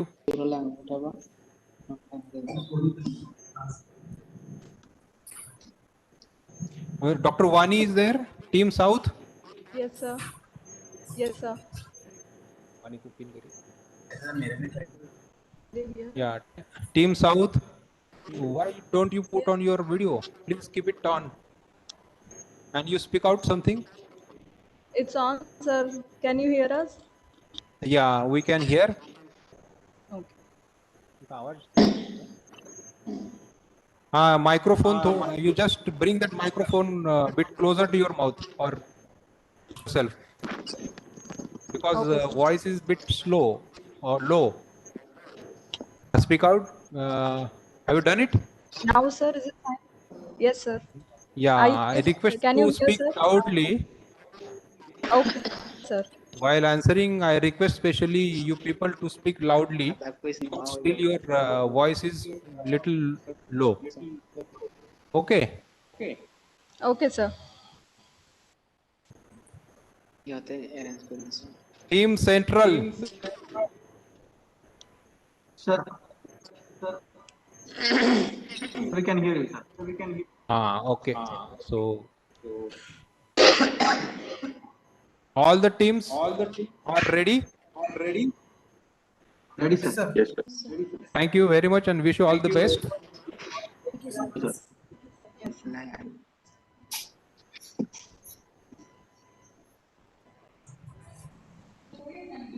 Head to quiz final.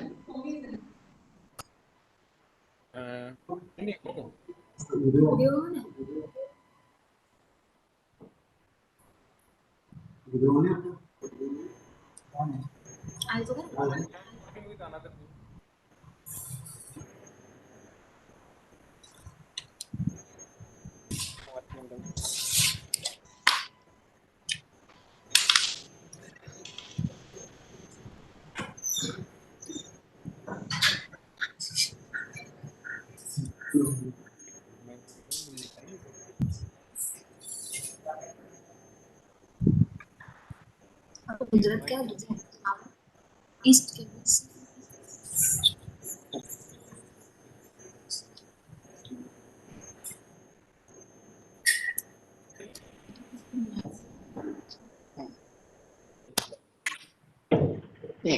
नहीं tension ना लो तुम चेयर ये सिलेक्ट हो गई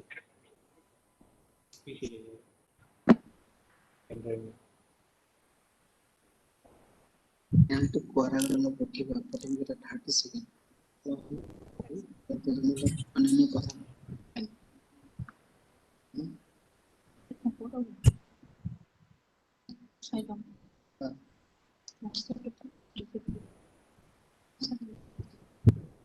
आंसर डिले होता है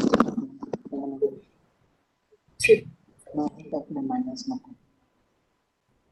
50% संस्था के लिए करना दो ही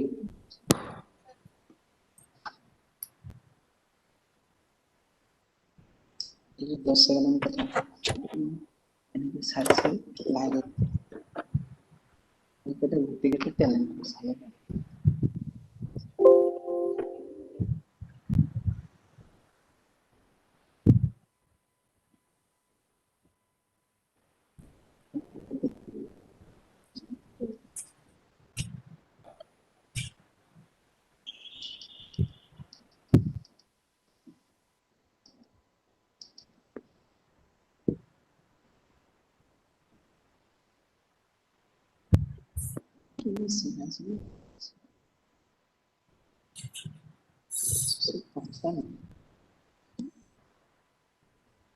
या सिंपल से join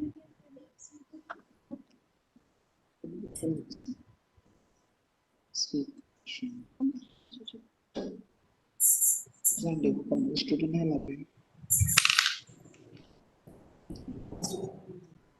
मैं वही बोल रही हूँ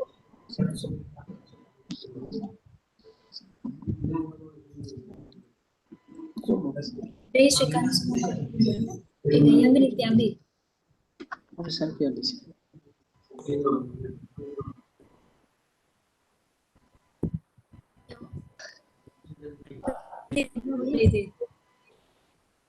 तो आपका वीडियो ऑफ होगा है ना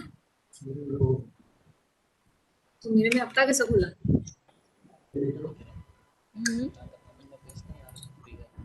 क्या है नहीं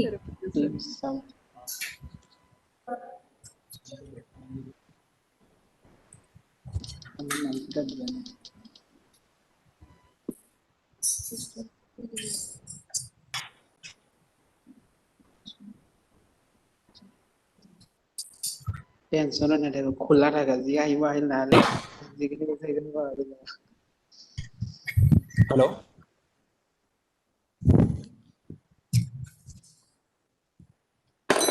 Yes, sir. Good afternoon to all, and I welcome you all for this Centennial quiz final round. So, honorable dignitaries on the dais, all my senior colleagues and our veteran people in the house, and my fellow colleagues of the fraternity, ladies and gentlemen. So I just initially would like to introduce about this quiz briefly in 5-6 slides, and just would like to orient you with the participants, and followed by the question answer rounds. So I just request for sharing my slides. So before I proceed further, I just submit here that this activity is we are performing it very first time. Quiz conduction through online mode was found bit difficult. For that, I request everybody to bear with us in case of some situations. So this quiz competition was arranged at 2 levels in India. First, there was a screening throughout the India by employing the zonal quiz, and I thank all the coordinators of that respective zones. They conducted this quiz among the colleges under their areas, and almost 10-15 teams in each and every zone they participated. 5 zones were there, and we have got a team of 2 successful candidates among from each zone, and thus now we have 5 teams with us. So there is a team South, team Central, team West. Hold on, please. Back. Team Central, team North, and team East. So in front of you is the team South, and you can see Dr. Vani. She's doing MSc first year. Dr. Gautam, MSc first year. So they're from Animal Nutrition Department of Madras Veterinary College and presenting the South Zone. Next, please. So this is Team West. Dr. Chetana Modi, she's doing first year PhD. Dr. Jaivir Patel, Master's second year in Animal Nutrition. And they hail from Veterinary College, SK Nagar, Kamdin University, Gandhinagar. This is Team Central. They are from ICR, Indian Veterinary Research Institute, Izatnagar. Dr. Ganesh Arirao, PhD third year student. Dr. Mahesh Kumar Tambe, PhD first year student. This is Team North. They are from ICR, National Dairy Research Institute. So Dr. Anthony Johnson, PhD second year. Dr. Sukhanshi Yadav, Master's second year student. Next, please. And the last team, Team East, they're from College of Veterinary Science, AAU, Khanapara. Dr. Shikhamuni Halai, PhD second year, and Dr. Ekramul Haq, PhD third year. So these 5 teams, I congratulate them on behalf of ANA and all organizers for their success in their zonal competition, and I welcome them for this final round. So just to brief in 2 slides, I will just give you the guidelines and rules briefly, and then we'll go for the first round. So next slide, please. This is the structure of quiz conduct. As you can see, for each team, they have to appear in 5 different rounds. 5 different rounds, and round number 1 is multiple choice questions. There are 5 questions, 3 marks for each question, and there is a time limit of 20 seconds. Once time limit is over, question will be withdrawn. Bell ringing is there. Participants kindly be alert to listen, and also we'll be giving verbal signal in case of any discrepancy. Second round is true and false statement, and you have to correct the statement if it is false. There are 5 questions, 3 marks for each question, and 30 seconds. So I request all the participants right now and others to mute. Participants will be unmute. Other dignitaries and participants shall mute their mic. It's the kind request. Round number 3 is a picture or photo identification. It's through PowerPoint only. There are 3 spots, we can say, and 5 marks per each. Again, this is a 30-second round.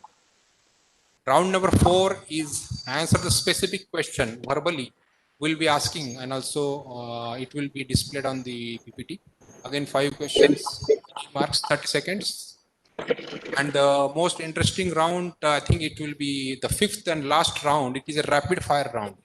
So you will be asked 10 questions and you have to answer. In fact, it's an instant answer, but logically thinking, maximum 5 seconds can be spent on this, and you'll be signaled accordingly. And another interesting thing is here that there is a negative marking system for this round. So participants kindly be alert. You can lose -2 marks for each wrong answer here, and 4 marks you can gain for each correct answer. So thus it's 100 mark, and we have done the mock. Another thing, it's my privilege to mention here that I have been helped by 4 other coordinators, very able and sincere efforts they have put. And just would like to acknowledge Dr. Anju Kala, my colleague here in IVRI, Dr. Ranjan Kumar from Odisha, Bhubaneswar, and Dr. Sachin from NDRI Karnal, and Dr. Gopi. So, and another thing is we have compiled the questions. There was a team with a consensus. We have finalized the questions and answers. So at first instance, my request to all, including participants, to accept these question and answers without any hesitation. And if in case of any discrepancies, you can discuss afterwards. I think because it was a team work and consensus was there, we have no doubt about the questions and answers. So same is put in front of you all accordingly. So with this 2 slides, just important rules, I think it's important to tell back. So don't use any other search engine. We have kept observers otherwise also. So Google or mobile or chat options, I know you are all scholars, but then it's my duty to inform you all. And I'm confident about your sincerity. So in case of any manipulation or misconduct, we are sorry, we have to disqualify you. So don't go for that. Next question, this is for participants.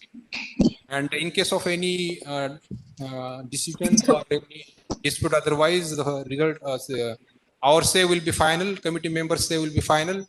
And okay, you all have logged in. Some teams could not log in with our desired name, but we have noted it and will continue accordingly. And another thing here important, because it's on online mode, it is the responsibility of the team actually to arrange fast, stable and secure internet connection. So we hope that you already have it. And your proper audio and video is very important. And if you lose the mark because of that, we are sorry that we should not be held responsible for that. So now these brief guidelines are also over. So with the hope that you have all understood the rules and regulations of this quiz, the first round I'm going to conduct, and this is the round of multiple choice question. So the sequence is like that. We'll ask first to Team South. And as I told, there are 5 questions. So continuously, I'll be asking the questions 30-second times.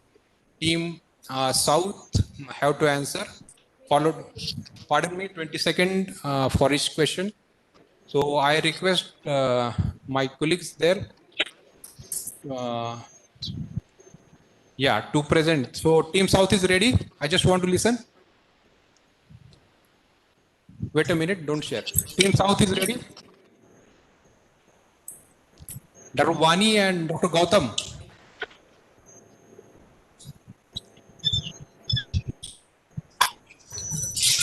Dr. Vani and Dr. Gautam.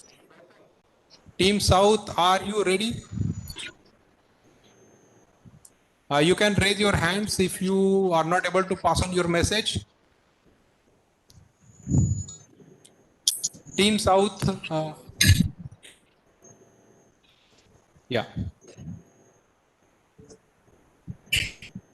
Am I audible to other teams? Central team? Dr. Ganesh? Dr. Ganesh? Sir, you are audible, sir. You are audible, sir. Yeah, Dr. Anthony? Yes, sir. It's audible. Dr. Huck? Sir. Yes, sir. Okay. Dr. Vani and Dr. Gautam?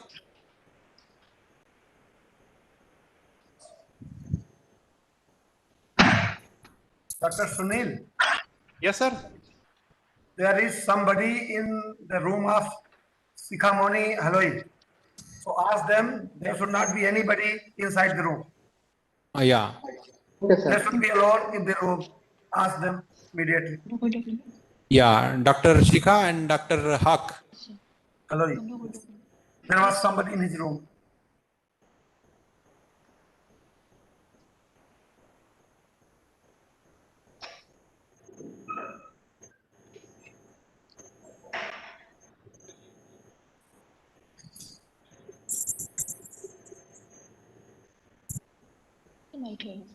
Wonderful.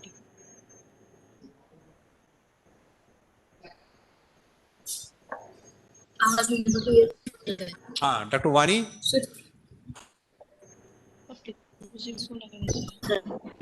Dr. Vani, can you listen me? I think you can log out and again rejoin in a minute time. No, your voice is not coming at all. They were connected, sir. Few minutes back, they were well connected.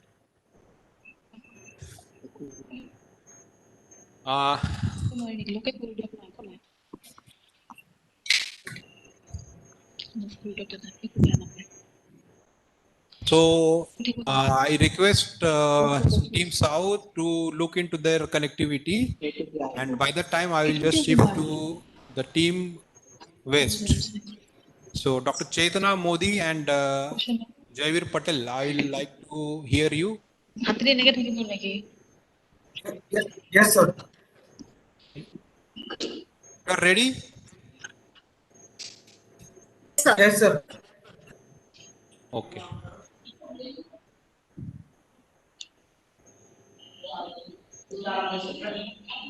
Second. I see 5 slides. Team West. Yeah. Display. Display and stop there. So can you see the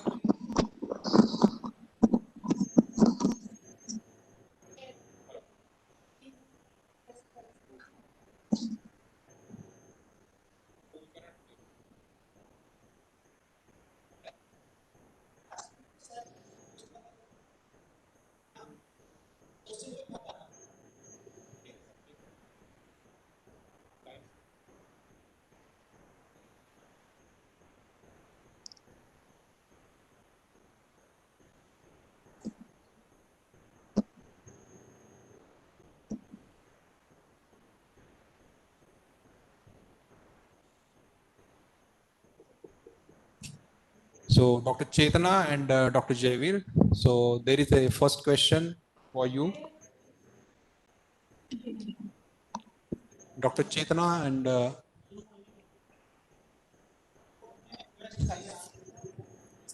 Yes, sir. you speak out so that your video will appear here. You have logged in by what name? Okay, thank you.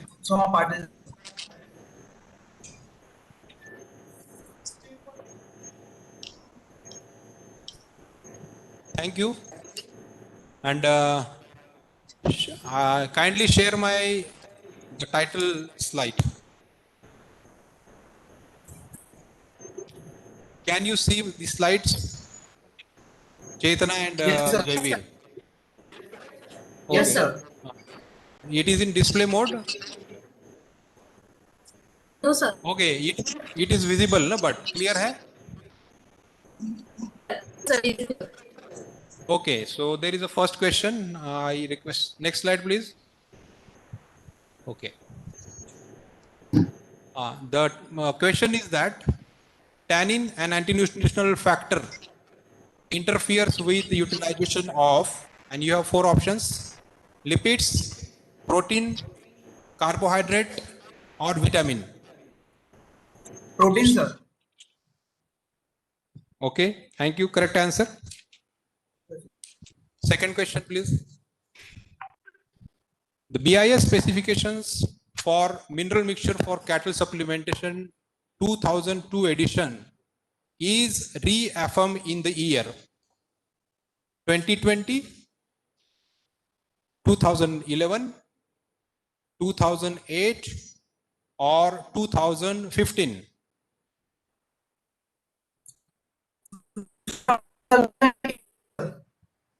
Pardon? 2008. Yeah, you told the correct answer for, previously also. So this is the correct answer. Next question, please. Vitamin which contain sulfur are option number 1, thiamine and biotin, riboflavin and thiamine, biotin and choline, or choline and riboflavin. Thiamine and biotin. Pardon? Thiamine and biotin. Correct answer. Yeah. You can tell option A, thiamine and biotin, like that. Okay. Okay, sir. Okay. Next question, please. Which of the following is an example of feed additive? Option A, mineral mixture. B, fish meal. C, enzymes. D, mustard oil cake. Sir, C and Correct answer. Next. Next question. Omega-6 series of essential fatty acid is derived from option A, oleic acid. Option B, palmitoleic acid. C, linoleic acid. D, linolenic acid. C. Linolenic. Correct answer. So your first round is over, and let the slides like this only. Okay, thank you very much for first round, Team West. I would like to come back to Team South. So they will be telling. Numbers will be told after the round is over for all the teams. So Team South, Dr. Vani, can you hear me?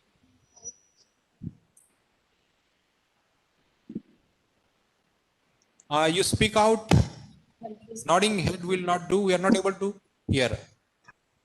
I'm sorry. Kindly look into matter again, because you may be having some 5-7 minutes more. I will return back to you after all teams are finished in this round. So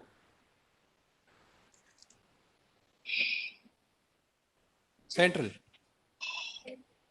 So Team Central. Yes, sir. Are you ready?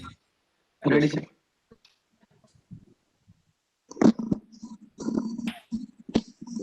Go ahead. Okay. So share the screen. Is it visible to you? Yes, sir. The first question. Feed ingredient having the highest natural bypass protein value is A, groundnut cake. B, corn gluten mill. C, rice polish. D, soybean meal.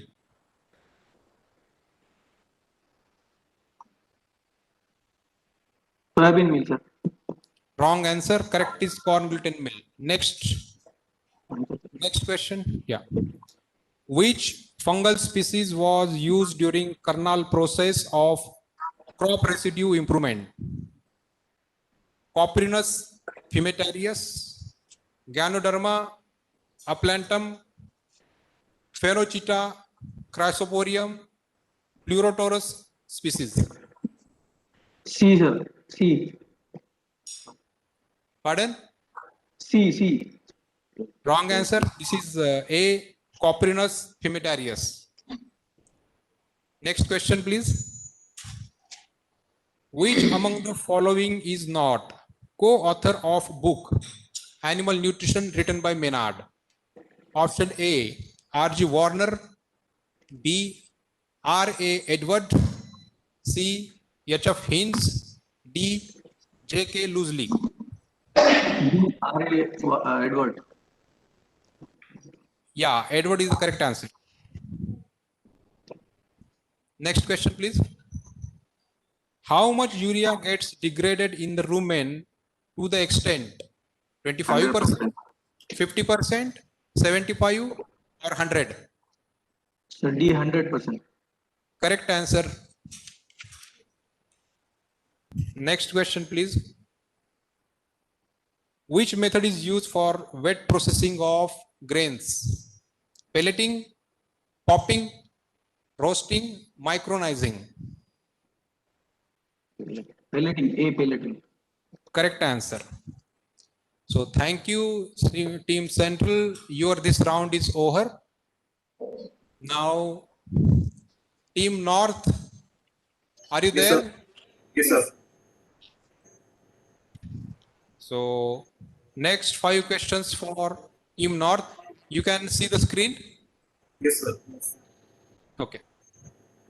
So can you float the question? Number 1 question.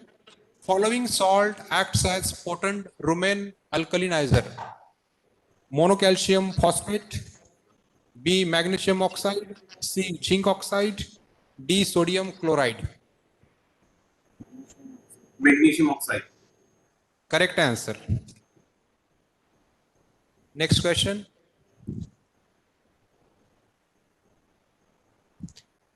Brix value for grade 1 molasses is 70, 75, 80 or 85? 80. C. 80. Wrong answer. 85 is the correct answer. Next question. The richest source of linoleic acid is A. Sunflower oil, B. Groundnut oil, C. Soybean oil, D. Safflower oil. Safflower oil. Correct answer. Next question. The latest edition of NRC nutrient requirements for dairy cattle is A. 4th revised edition, 7th revised, 5th revised, or none of the above.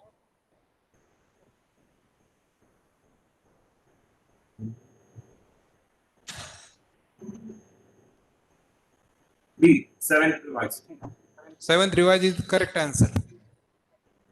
Next and final question of this round here. Which volatile fatty acid is mainly responsible for milk fat synthesis? Acetate, propionate, butyrate, or palmitic acid? Acetate, sir. Acetate is correct answer. Thank you, Team North. Then I come to Team East. Yes, sir. Team East. Can Yes, you sir. Yes, sir. see the slide? Yes, sir. Okay. Your voice I think is a bit low, so properly take care. So your first question for you. Yeah. Which of the following species is the most susceptible for aflatoxins? Dairy cattle, chicken, duck, or turkey? C, duck, sir. This is correct answer. Next question. Acid detergent insoluble protein is represented by option A, albumin and globulin, B, extensin, C, malate protein, D, lignin. C. Malate protein. Correct answer. Next question, please. The latest edition of nutrient requirements of cattle and buffalo standards of ICR 2013 is 3rd edition, 5th edition, 1st edition, or none above?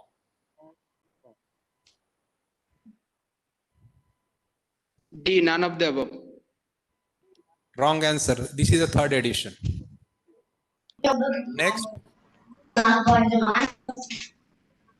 Next question. Depigmentation of hair and wool is mostly due to the deficiency of ferrous, copper, manganese, or cobalt.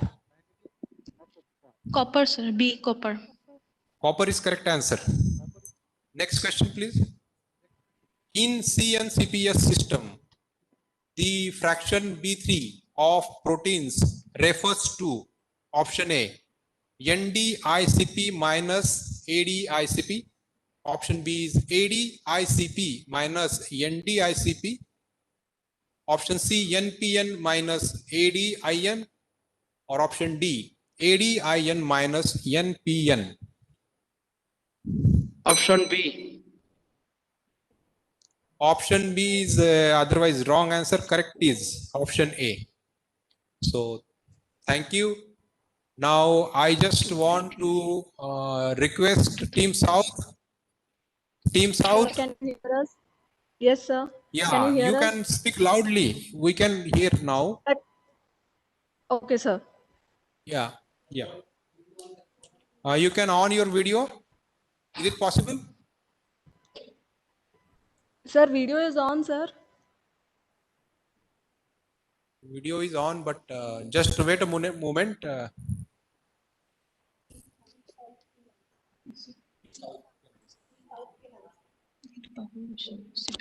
They are visible, sir. Sachin, Dr. Sachin, Video is on, sir. they are visible to you there. Yeah, yeah, sir, visible. Okay, but somehow we are not able to see them.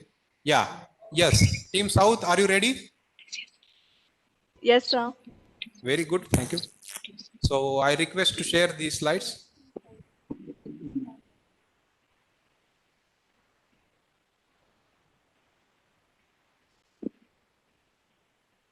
Can you see the slide? No, sir. Now we can see, sir. Okay. So first question, NDF analysis of feed determines A. Cellulose, B. Lignin, C. Hemicellulose, D. All above. All the above. Wrong answer, it is hemicellulose. Next question, Bajra, Ragi and Jawar are commonly known as, option A is finger millet, great millet and pearl millet respectively. Option B is pearl millet, great millet and finger millet. Option C is finger millet, pearl millet and great millet. Or option D, pearl millet, finger millet and great millet. Fourth option, sir. Pearl millet, finger millet, great millet. Very good, correct answer. Next question, please. One electron reduction state of oxygen is option A, hydrogen peroxide, option B, hydroxyl radical, option C, hydroperoxide, or option D, superoxide. Option D, superoxide. Correct answer. Next question. The factor for crude protein content is calculated assuming protein content to be option A 6.25, option B 16, option C 8.43, option D 11.1.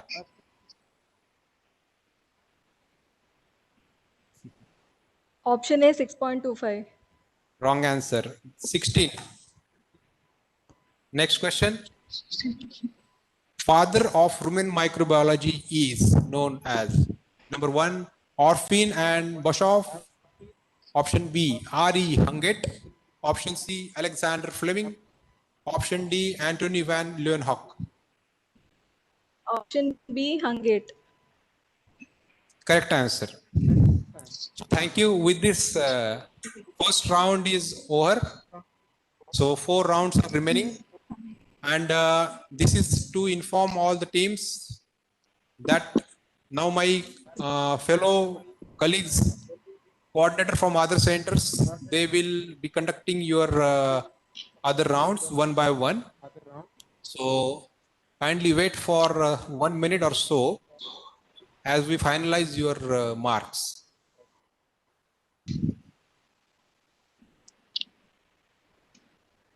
Next round will be conducted by Gopi. Dr. Gopi is a scientist at National Institute of Animal Nutrition and Physiology at Bengaluru. So, Dr. Gopi. Sir, good evening, sir. Yeah. Yes, sir, You are audible. Sound is a little bit low. yes, sir. So, Now it is audible, sir. now it is audible, and Sir, I'm not getting the option to share. yeah.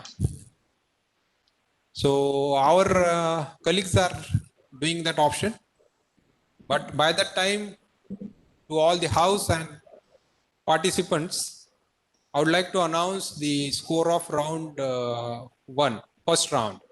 So out of 15 out of 15 marks. I am telling the this marks. Team South have scored 9 marks. Team West 15 marks. Team Central 9 marks. Team North 12 marks. And Team East 9 marks. So still there is a lot of scope for all the teams, and I wish highest scorer right now is Team West with 15 marks. So, and second number is Team North with 12 marks. Other teams are at 3 with 9 marks. So wish all again the best for other rounds. And now we are over to Gopi, and sharing is over. So Dr. Gopi, over to you. We'll start with Team South now.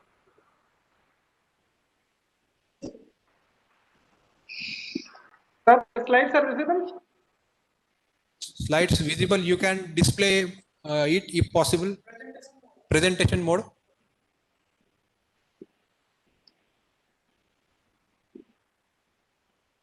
Now it's fine, sir.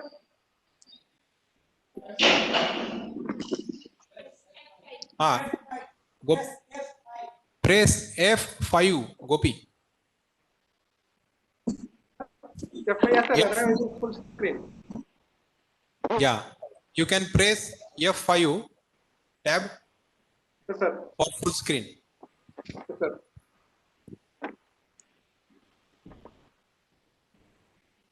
Is it in full screen or in slide share mode? Not yet, not yet. He is doing. Sir, here I am getting in full screen mode. No, okay. You have put that F5 tab. Yes, sir. But here we are not able to see the full display. Can you just scroll? If it is visible, we can proceed with this. I think we can go with this. Sir, but it is animation option, so it should be in full screen only. Previously also it was same, sir. Now it is also same. During previous round also it was same.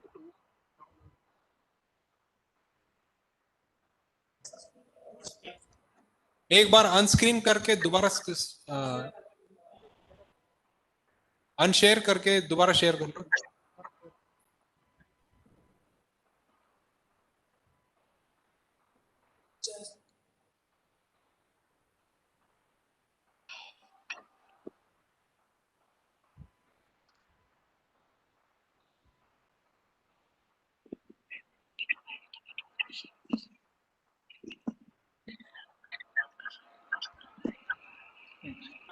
Sir, is it full screen now?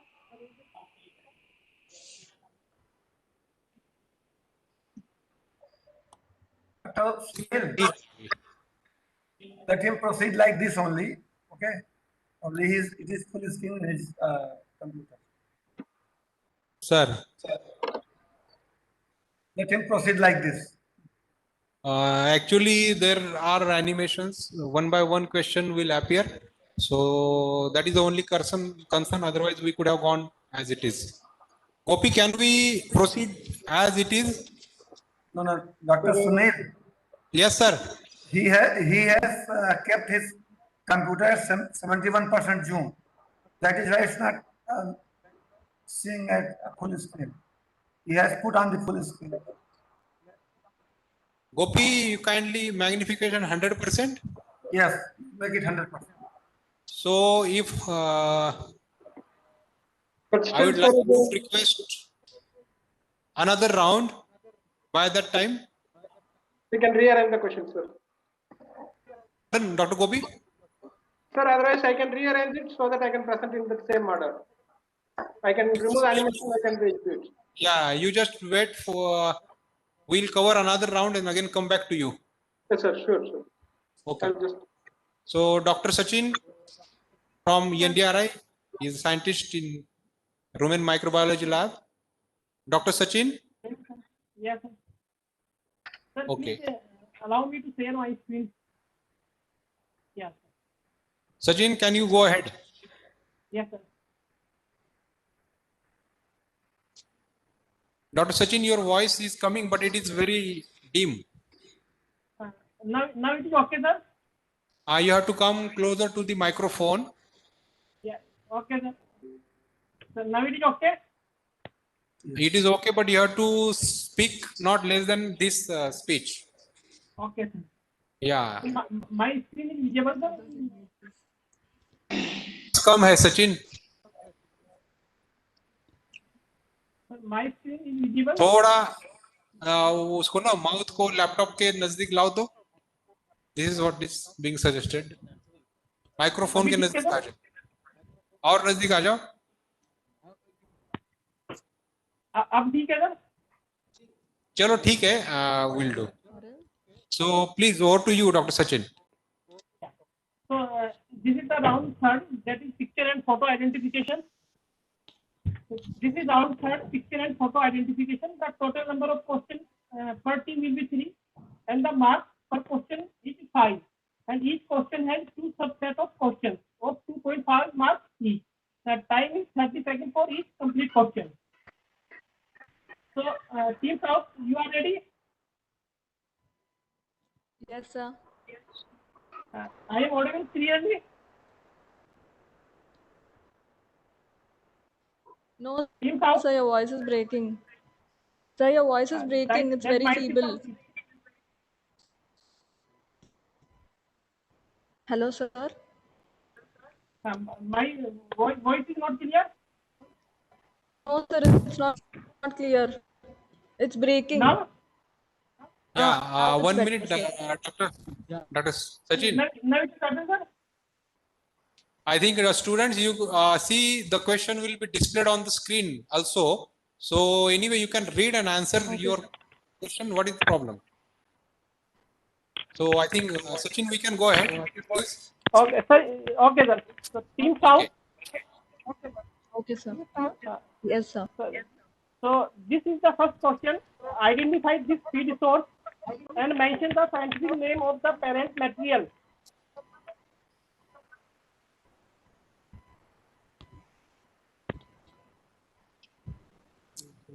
Okay.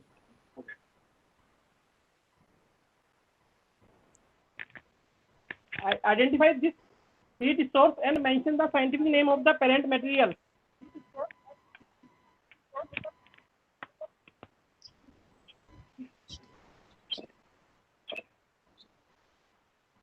No idea, sir. Okay, time is up. It is baboon pod, and the scientific name is Acacia nilotica. It contains nearly 12% CP and 55% TDN. So the next question: identify the this famous and historical institute or university in India and mention the name of year of its establishment. Identify this famous building. It is a historical building of one institute in India and mention the year of its establishment.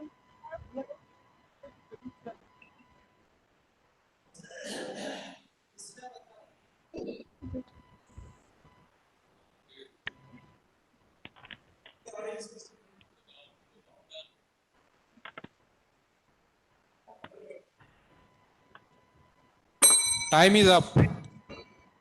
So this building is GB Pant University of Agriculture and Technology, Pantnagar University, and it is first university that was founded in India, and it was inaugurated by late Pandit Jawaharlal Nehru ji in year 1960. This is the third question. Identify the personality and mention his role. Identify this famous personality and mention his role.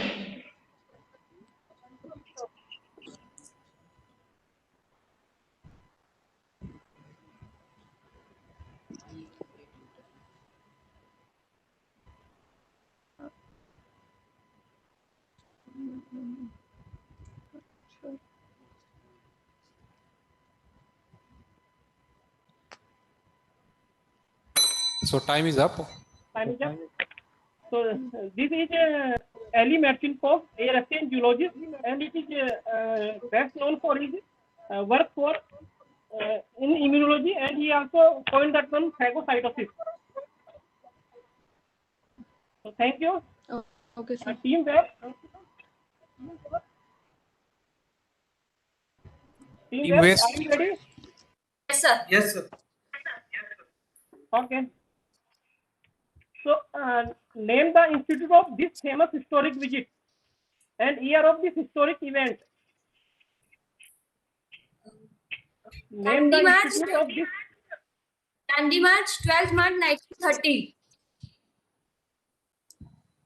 Pardon, it is wrong answer. This is the famous visit of Mahatma Gandhi to the SRS NDRI Institute, Bangalore, and it was the visit was in year 1927.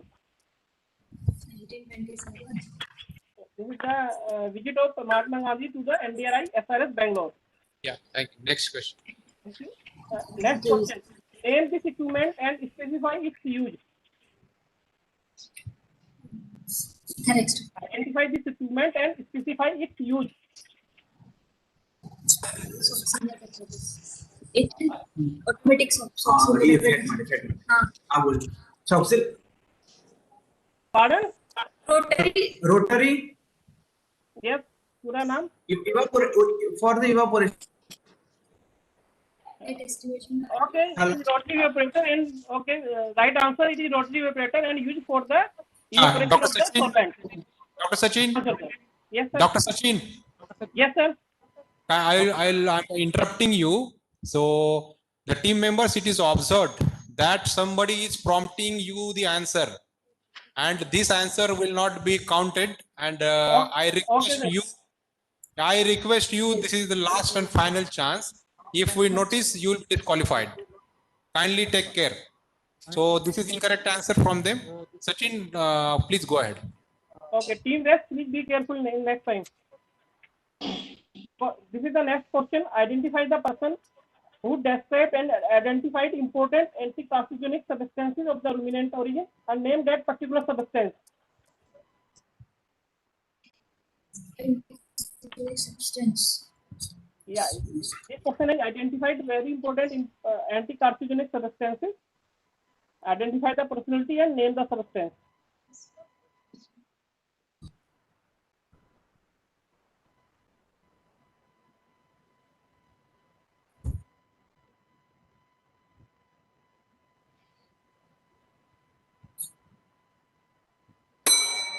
Time up.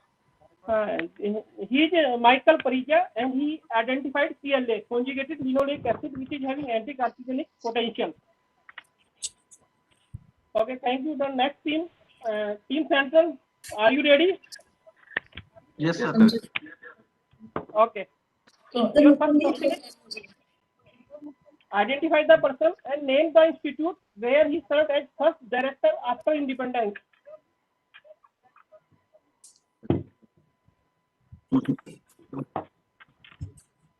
Identify the person and name the institute where he served as first director after independence. Sir, institute by IVRI, sir. Person, I don't know. KC Sen. Pardon? KC Sen and IVRI director. Okay, you are partially right. You will get 2.5 marks. The person is Dr. K.C. Sen, but he was the director of NDRI from year 1944 to 1957. So you will get 2.5 marks for this one correct answer. Okay.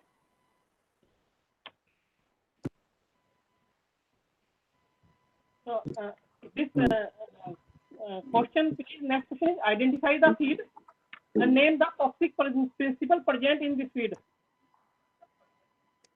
So this is a Subabu. Okay. And Mymucin is there, sir. Toxic principle. Right answer. Both answers are right. Third question is identify the personality and mention his one important contribution.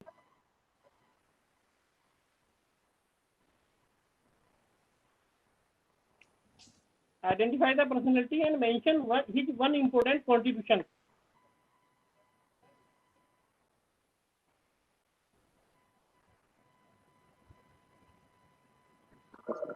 Don't know, sir. He is Casimir Funk, and he is associated with that concept of vitamin. So, thank you.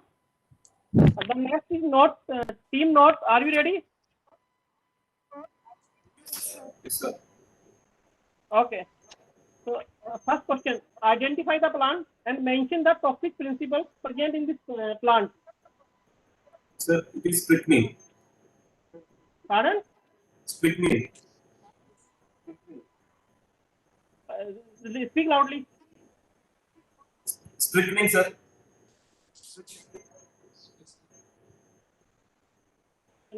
Hello, your voice is not clear.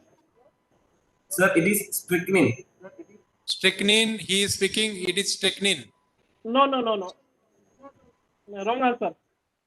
This is ricinus or castor bean, and the toxic principle is ricin.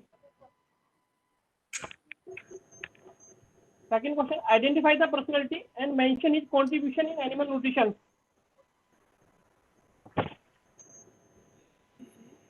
Identify the personality and mention his contribution in animal nutrition.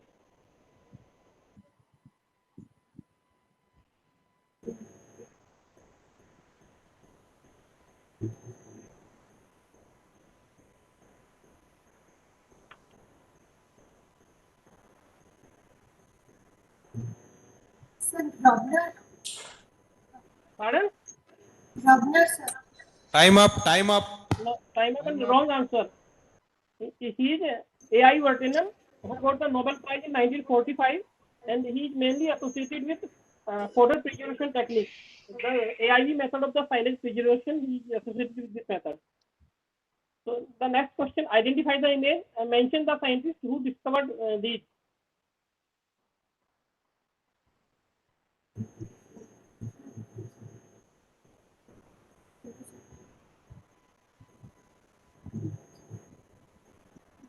Fungal spores, sir.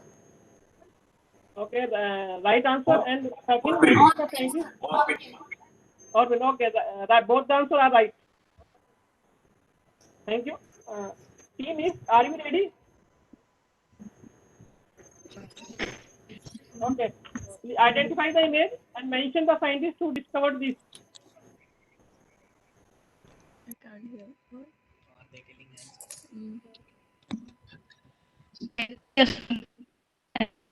Wrong answer. Bacteria, It is sir. protozoa. Wrong answer. It is rumen protozoa. And identify Grubby and Donovan. So wrong answer.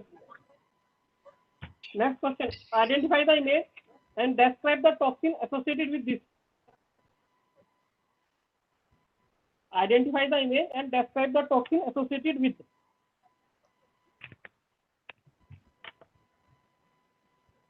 It is PCR.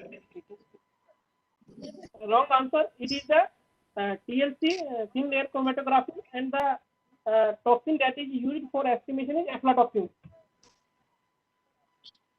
The next question: identify the conditions and describe it. Pica, sir. Audience are requested not to prompt. Pica. Okay, but He did unwanted all these things.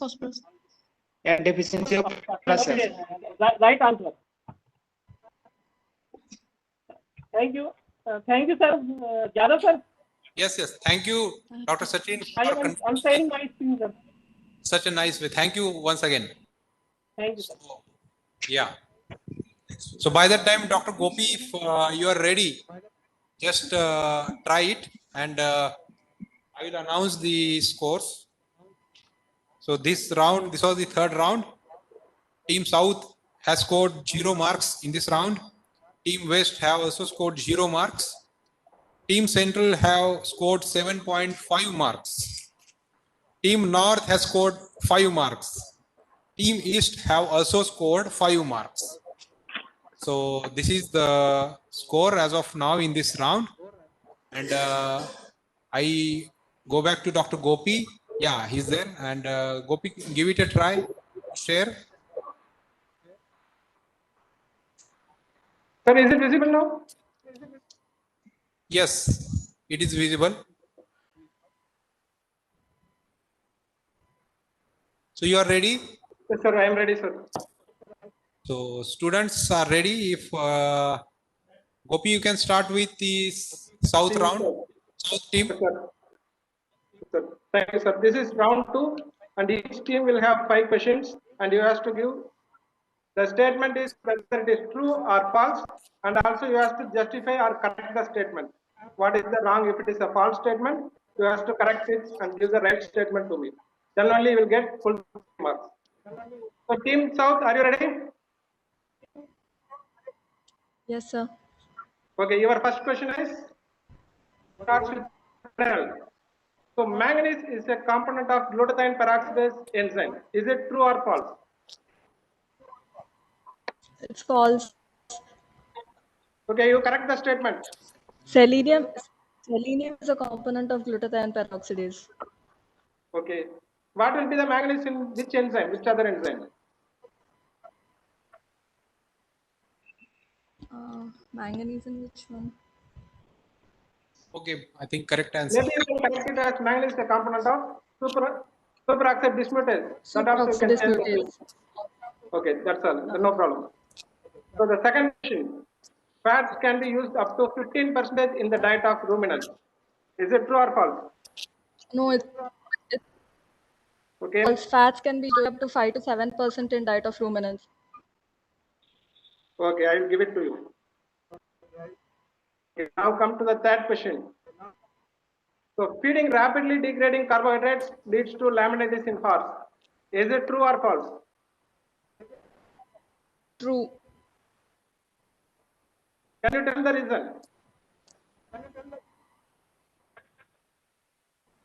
Because it leads to acidosis and Okay, you got the point. Okay, then okay, you got the mark. Next comes to the fourth question. None of the approximate principles we use to estimate is a chemical compound. Is it right or wrong?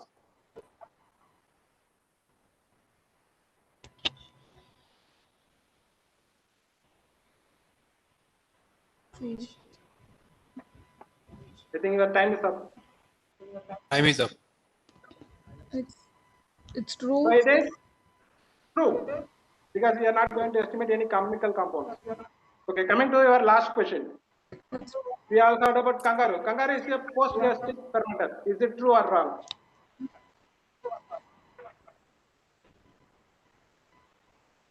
It has 2 stomachs. It is a pre-gastric fermenter. 2 compartments it has, no? It is pre-gastric fermenter only, kangaroo. With 2 Okay, can you compartments. say what are the compartments? That one.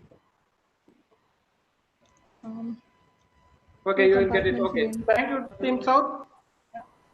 Now we move on to Team West. Gopi, Team Gopi, West, one. yes, sir. The last question result was correct or wrong?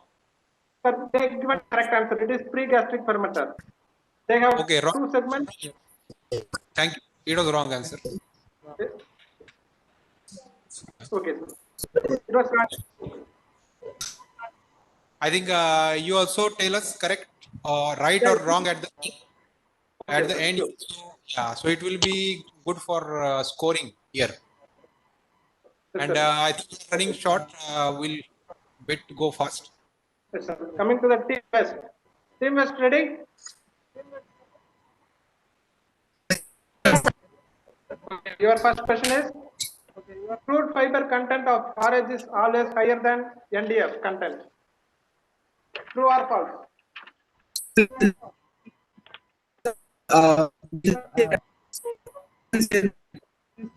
Your voice is breaking. Repeat the answer, students. Sorry? It is True. The answer is wrong. It is false. The right answer is false. Okay, now your second question. SF6 techniques is used to rise carbon dioxide production in silage fermentation. Is it true or false?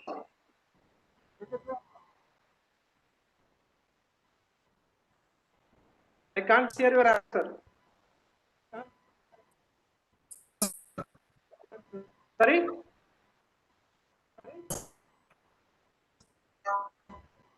It is true or false? The person is not getting his answer. Gopi, 1 minute. Gopi, 1 minute. Sir. Team West. Yes, sir. We are sorry, but your voice is breaking. And video is also not there in place.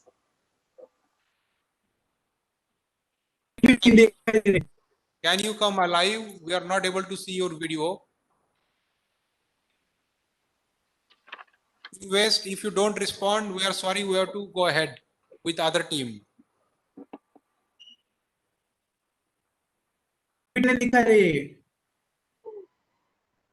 Yeah, we understand your problems, but we are very sorry. Yeah, so it's hard luck to you for this round. Dr. Gopi, I request you to go to the next team. Okay, sir. Now I am moving to Team Central. Team Central ready? Ready, sir. Okay, your first question. While estimating crude protein, 1 ml of N/7 H2SO4 is considered as equal to 0.002 gram of nitrogen. Is it true or false? Sir, it is false, sir. 0.002 only, not 0.002. Okay. Right answer. Coming to the second question. Lactulose is an example of non-ionophore antibiotic. True or false?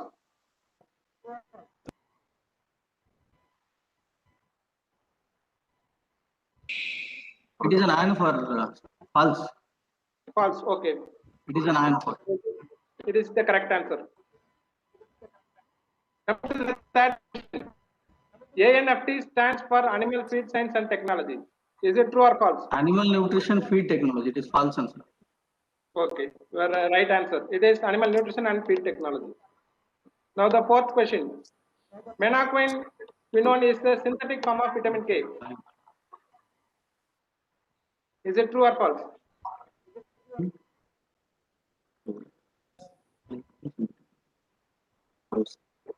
False, sir. Menadione is the synthetic form. Yes, correct. Menadione is the synthetic form of vitamin K. Your answer is right.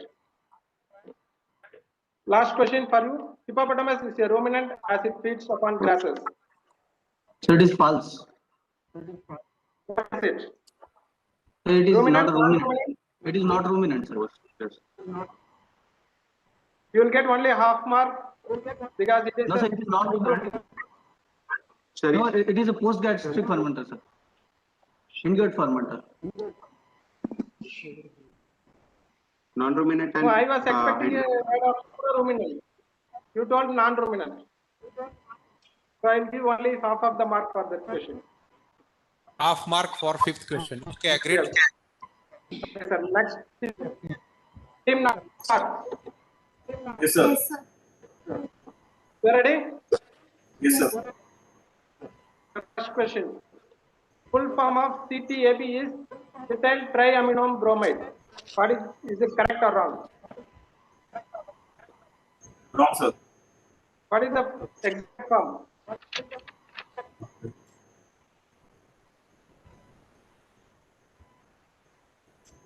To give the correct statement. I am sequence. I think time up. Time up. Yes, I will get only half mark for this question. Okay, next question. Defaunation indicates removal of bacteria in the rumen. False. What is the correct statement? Okay. Your answer is correct. Defaunation means indicates the removal of protozoa in the rumen. Okay, your turn. The maximum permission level for aflatoxin B1 in poultry feed is 20 ppm. Is it right or wrong? Sir, it's as per BIS. If I correct the statement. 20 ppb. Yes, it is 20 ppb, parts per billion. So your answer is correct. Next comes to your fourth question. Vitamin C is an essential nutrient for chickens. Is it right or wrong? False, sir. Okay, you correct the statement. So it's for guinea pig and Yes, it's for guinea pig. Answer is correct. So your last question. Carnivorous meet weekly starvation in their feeding schedule under captive conditions.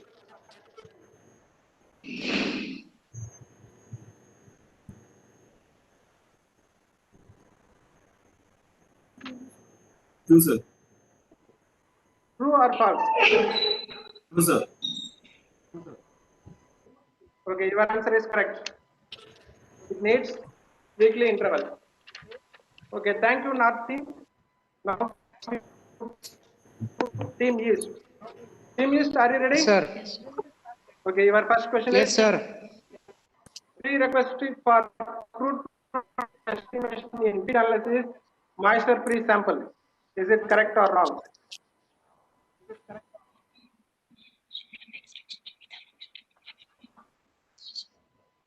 False, sir.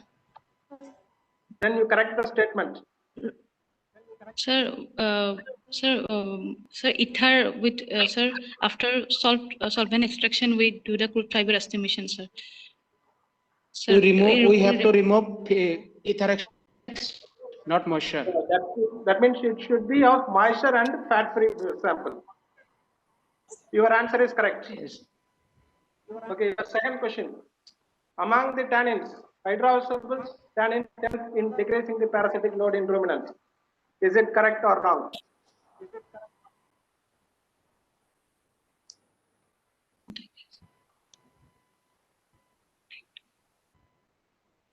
It is wrong.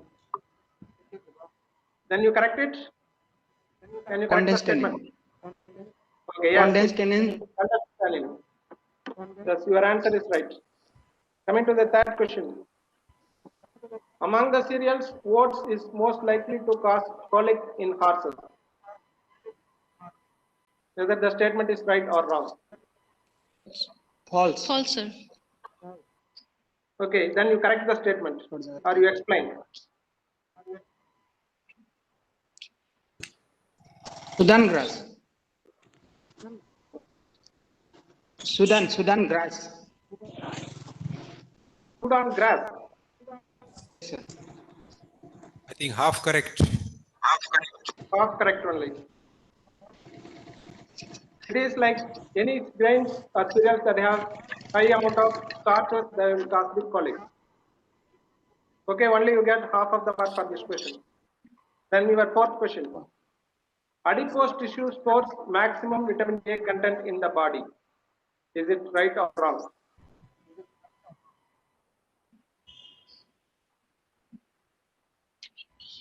It is correct. Correct. Your answer is wrong. Liver is the major storage site for vitamin A. So your answer is wrong. Your last question of this round also. Camel is a herbivore ruminant animal. Yes. Yes, sir. Yes, sir. Yes, sir. Correct. Correct, sir. No, the answer is wrong. They are pseudo-ruminant.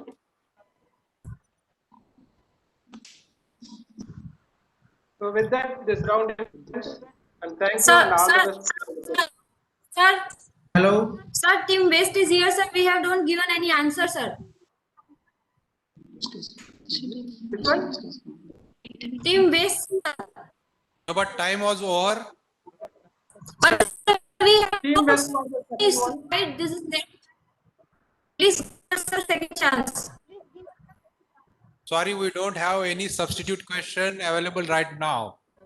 Sir, we have given not any answer. We have only given answer of 2 questions.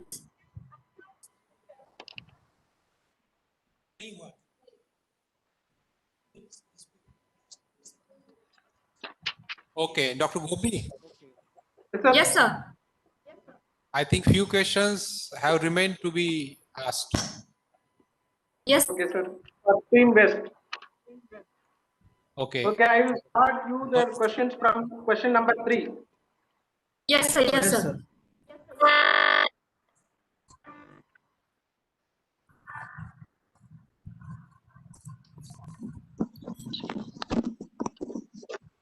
So your fruit fiber in fattening pig diet is at the level of 18%. Is it true or wrong?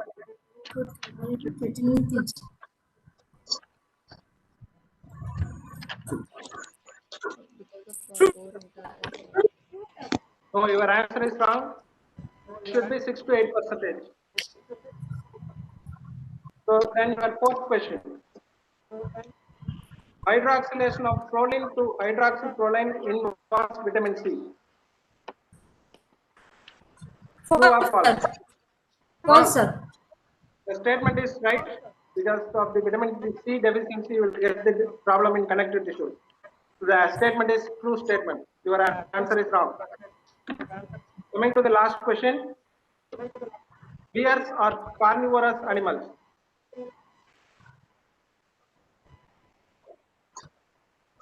Sir, herbivorous animal. Your answer is half right. They are omnivorous. You will be having half of the marks will be there. With this, this round is finished. Yeah. So Sir, I I think. am ready with marks. Can I read out the marks, sir? Thank you, Gopi. So we are calculating the marks. We are calculating the marks. So Dr. Ranjan, by that time, I request you to be ready. This will be the second last round. And here are the marks for this round. Team South 0, Team West 0, Team Central 7.5 marks, Team North 5 marks. I may be excused. I was repeating the marks of the round 3. So because round 2 happened after round 3, I was confused. So I am now telling you the rounds of this marks of this round, which is round 2. Team South has scored 9 marks. Team West 1.5 mark. Team Central 13.5 marks. Team North 13.5 marks. And Team East 10.5 marks. So with this score, 3 rounds are over. And 4th round, I request Dr. Ranjan. So Dr. Ranjan, are you ready? Yes, sir. Kindly allow me to share. Okay.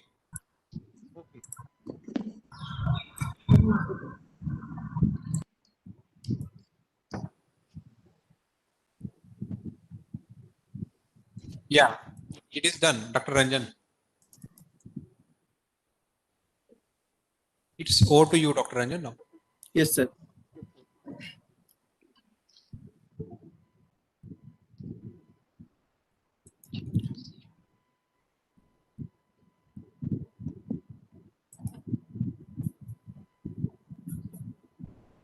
Thank you, sir, for the opportunity. Then this will be the fourth round. So there will be 5 questions for each team, and each question will carry 3 marks each. And please answer within 30 seconds. So Team South, are you ready? Yes, sir. Then your first question is, Mahatma Gandhi Institute of Farming Research Institute is located in which city?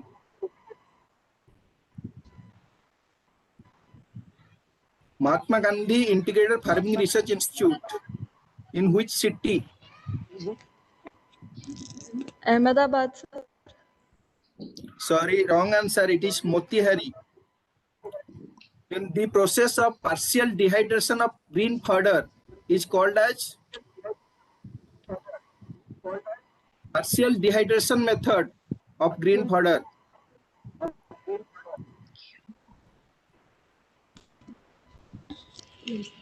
Wilting. Wilting, sir. It is correct. Then team, this two-stage technique for predicting feed digestibility was proposed by which scientist? Which scientist duo proposed this two-stage technique? Tilley and Terry method.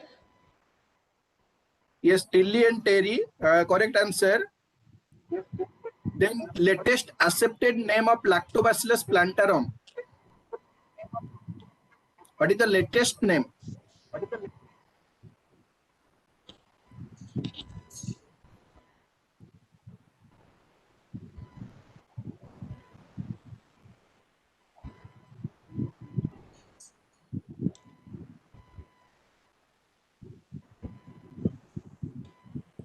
Please speak early. No idea, sir. It is Lactoplantibacillus plantarum. Then your last question is, what is the full form of ICRISAT? What is the full form of ICRISAT?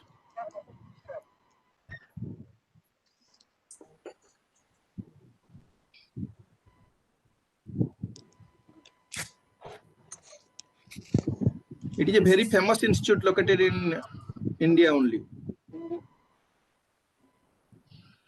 Some crop research institute.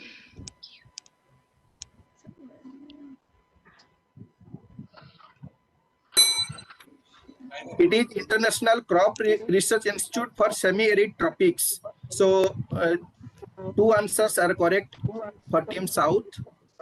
Then Team West, are you ready? Yes.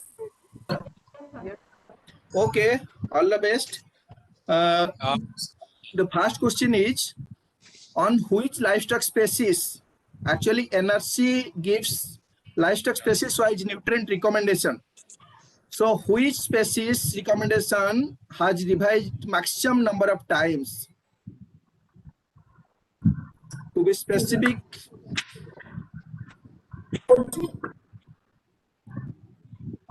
sorry? Poultry, sir. Sorry, wrong.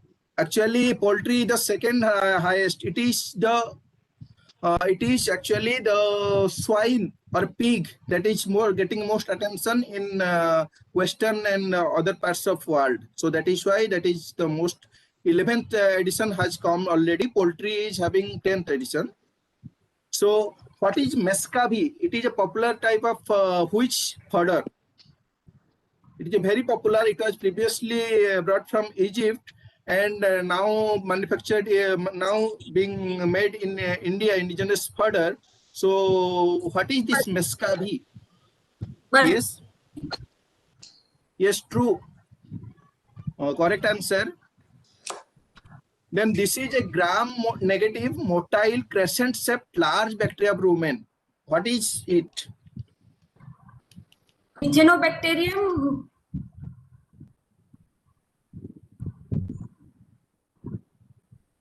Sorry, it is not Methanobacterium, it is Selenomonas ruminantium. So it is wrong. Then we can see that nitrogen to sulfur ratio should be maintained in ruminants for effective utilization. Yes, it is correct. 10:1 to 15:1 we should maintain. Then expand IGFRI. Grassland Fodder Research Institute. In the Grassland and Fodder Research Institute. Okay, correct answer. So Team West has given 3 correct answers and 2 wrong answers. So all the best for next round. Then Team Central, are you ready? Ready, sir. Then to you, we all know that excess energy intake will lead to fat deposition. The researchers, researchers analyzed the entire body of farm animals, means body composition of farm animals. Who? Lewis and Gilbert, sir. Correct answer. Give them 3 marks. So next question is, presence of greater amount of which amino acid in salivary proteins help goats eat large variety of leaves and grasses? Proline, sir. Okay, correct answer. Then we all have heard about respiratory chamber in its type. In closed circuit respiratory chamber, soda lime is used. Why? To absorb CO2. To observe? CO2. Carbon dioxide and emit oxygen. Okay, it used to observe carbon dioxide. Correct answer. 3 marks to them. Then latest accepted name of Lactobacillus reuteri. What is its latest name? Don't know, sir. Pass. Lactobacillus reuteri. So it is actually the correct name. So no mark for this question. Then what is the full form of ILRI? International Livestock Research Institute. Okay, correct. So 3 marks. So Team Central will get the 4 questions correct. Then Team North, are you ready? Yes, sir. Okay, all the best. Who coined the term physiological fuel value? Water. Okay, correct answer. 3 marks. Then yellow maize contains which pigment that gives its typical yellow color? Xanthophyll. Okay, it is actually cryptoxanthin mainly. So xanthophyll, it is okay. We can give them mark. Then next is a condition of squamous metaplasia in esophagus of chicken caused by deficiency of vitamin A is known as. What is the condition is known as?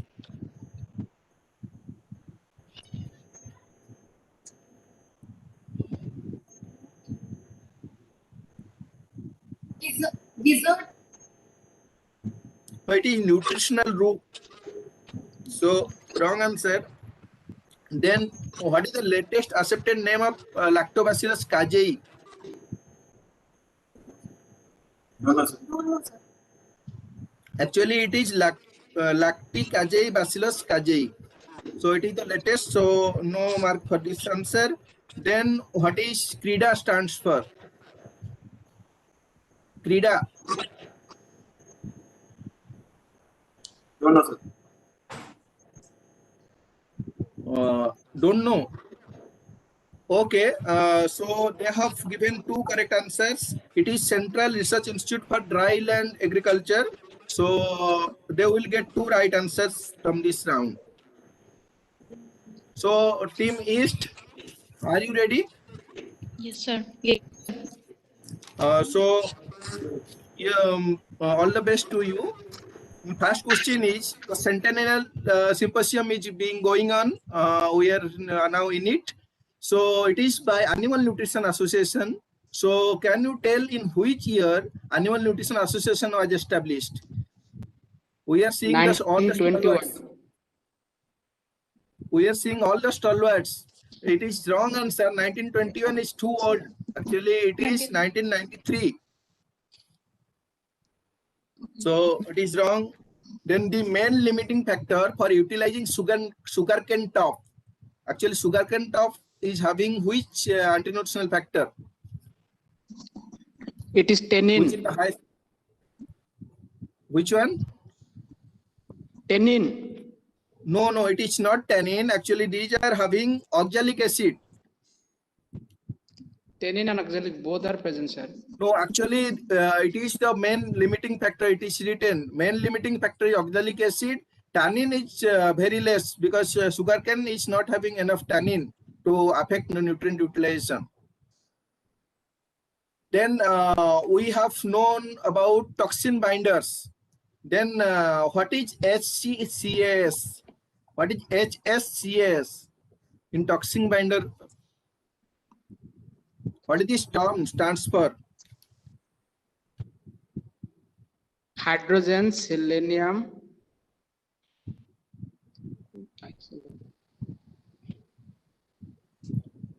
You can pass. If you don't know, you can pass. There is no problem.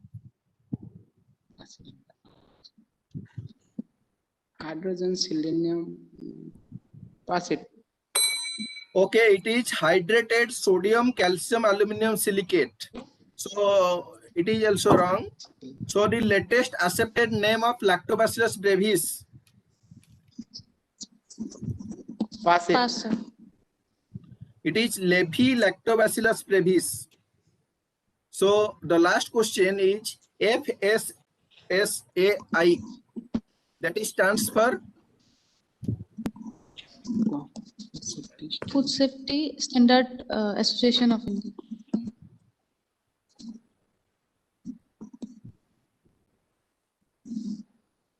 okay. We can give because Food Safety Standard Authority of India. So it can be okay. So Team East has scored only one correct answer and 4 wrong answer. So it is up to. Yeah, thank you. So, Thank you, Ranjan. yes, sir. Over to sir. Yes, thank you very much for conducting this round in such a nice way.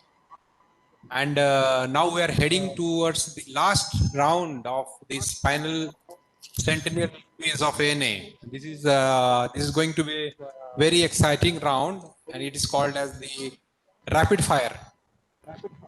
Before we go for that, the score of round 4 is like this. Team South 6 marks, Team West 9 marks, Team Central 12 marks, Team North 6 marks, Team East 3 marks. So this is the score of current round, and final round rapid fire. Dr. Anju is going to head. So I request Dr. Anju to proceed. Thank you, sir. Good evening to all. And as we are approaching towards the last round of this quiz competition, so I hope that all of you are ready. And the rules for this round, they are very, very simple. They have been already told you. I will just repeat them once more. There will be 10 questions for every team. And for each question, you will be given a time of 5 seconds, after which a bell will ring and it will indicate the end of that question. If you answer it correctly, you will be awarded 4 marks. But if you give a wrong answer, so we are going to deduct 2 marks for each wrong answer. So I hope with this we can start.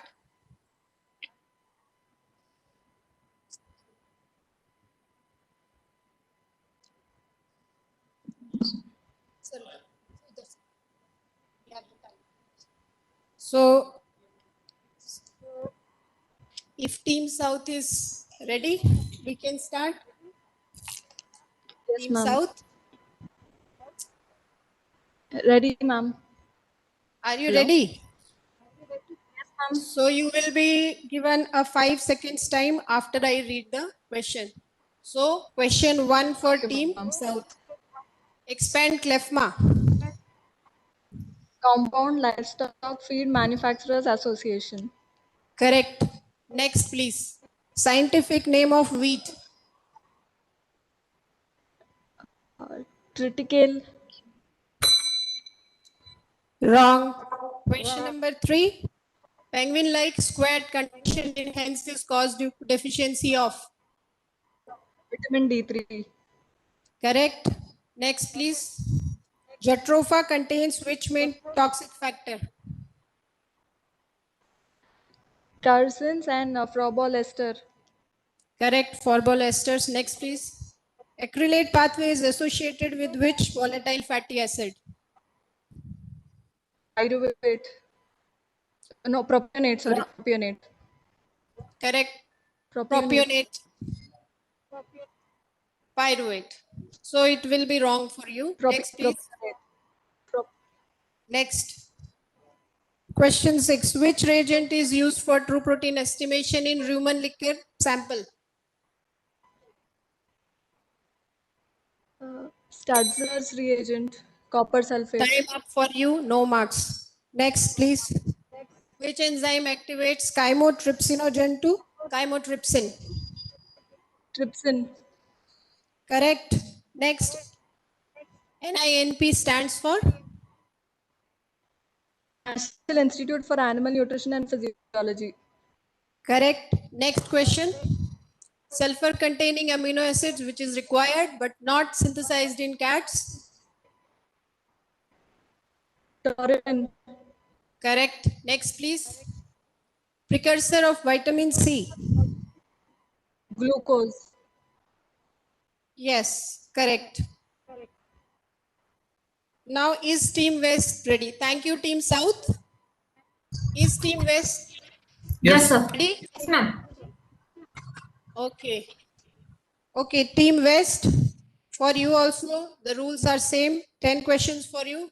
First one for you is full form of AFCO. American Association of the American Food Control Officers. Association of American Feed Control Officials. That is not. So, okay, we'll award you the marks. Next. Scientific name of lucerne. Medigo sativa. Medigo sativa. Time up for you, no marks. Next. Club down condition is caused due to deficiency of vitamin. B1. B1. Wrong for you. Riboflavin. Next. Sorghum contains mainly which anti-nutritional factor? Cyanogenic glycosides. Correct. Next. A microbe isolated from Hawaiian goats able to degrade myrmecin is. Name the microbe. Synergistic Johnsai. Correct. Next, please. Next question. Weatherburn method is used for analysis of? No idea. Next. How many amino acids are found dietary essential in poultry? 11. Correct. Next, please. Kellner proposed starch equivalent in which year?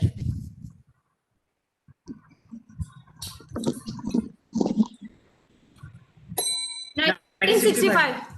No marks for you. Time up. 1907. Mineral needed for acetate incorporation in cholesterol biosynthesis. Choline. Wrong. Manganese. Next, please. In vitro gas production was developed by Menke et al. In 1972 in which country? Germany. Germany. Germany, yes. Thank you, Team West. And now it is time for Team Central.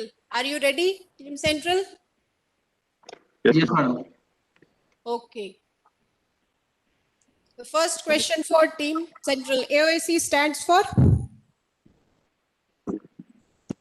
AOAC. Association of American. Gaya tumhara marks. Association of Analytical Chemistry. No. Time up for you. Agricultural chemistry. Sir, they have not answered it completely. So no marks for them. Next, please. Scientific name of Barsim. Tripolium Alexander. Yes. Question number 3. Exudative diathesis in chicken is caused due to deficiency. Vitamin E. Yes, correct. Question 4. Soybean contain which anti-nutritional factor? Trypsin inhibitor. Yes, correct. Next, please. How much grams of methane is produced per 100 gram of carbohydrate digested?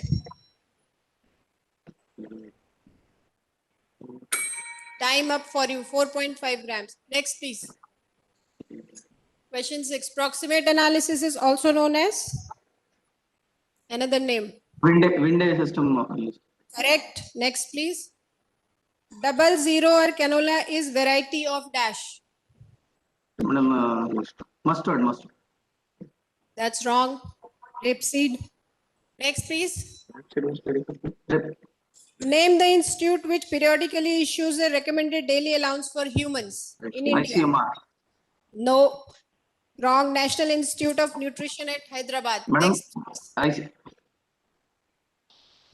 Name the mineral Chromium. associated with glucose tolerance factor. Chromium, correct. Next, please. Nitrogen content of urea is percent. Nitrogen 46%. 46%. Yes, correct. Thank you, Team Central. Now Madam, it is time for Madam, we just want to interrupt you, ma'am. There will be no discussion on the answers. It has been already finalized by a panel of very learned people, please.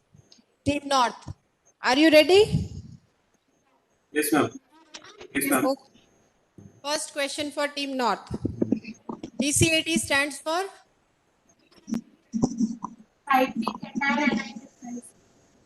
I cannot hear you. Please repeat your answer. Dietary cation anion difference. Okay, correct. Next, please. Scientific name of oat. Avena sativa. Yes, correct. Amino Question sativa. 3. Vitamin E. Vitamin E. Please let me say the question. Okay. Sorry. Next for you. This mulberry heart disease in pigs is caused due to deficiency of which mineral? At least read the question. Vitamin E. That's a wrong Selenium. answer. That's a wrong answer. No, your first answer was wrong. No marks to you. Next, please. Question 4. Paddy straw contains which anti-nutritional factor? Oxalic acid. Yes, oxalate, correct. Question 5. Among the volatile fatty acid, which has the maximum absorption potential? Butyric acid. Yes, correct. Next, please. In proximate analysis, estimation of which component is underestimated? Pass. Okay, next. The answer for question 6 is crude fiber. Okay. Major essential oil present in garlic is? Allicin, ma'am. Yes, correct. Next, please.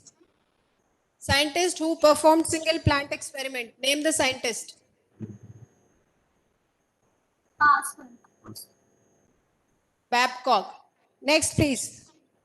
Heat increment comprises of two components. Heat of nutrient metabolism and? Heat of fermentation. Correct. Next, please. Which is the principal path of phosphorus excretion from body in carnivores? Urine, ma'am. Urine. Yes, correct answer. Thank you, Team North. And is Team East ready? Yes, ma'am. Okay. Then the first question for Team East is ADIN stands for? Acid detergent insoluble nitrogen. Yes, correct. Question 2. Scientific name of Vajra.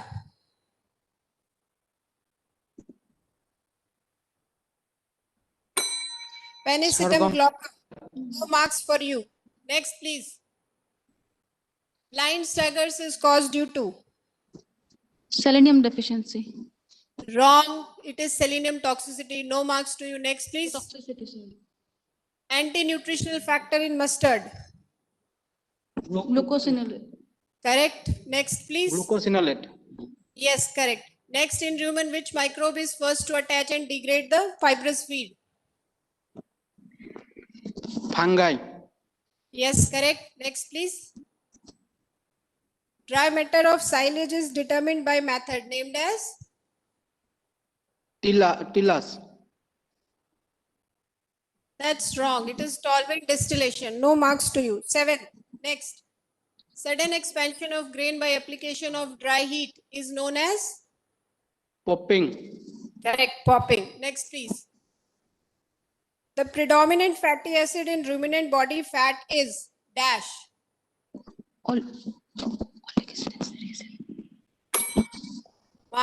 Stearic acid. Time up for you. It is stearic acid. Okay. No marks for 8 question to you. Next, please. The redox potential of rumen is? 350 minus 350 MV. Correct. Next question. Who coined the term vitamins as essential factors in the diet? Casimir Funk. Yes, correct. With this, we end this rapid fire round. Thank you all for your patient hearing. Thank you. And shortly we will be with you for the scores. Sterility. Oh, already said sterility. And toxicity. Toxicity of minus solution of the Mute yourself. Please mute yourself.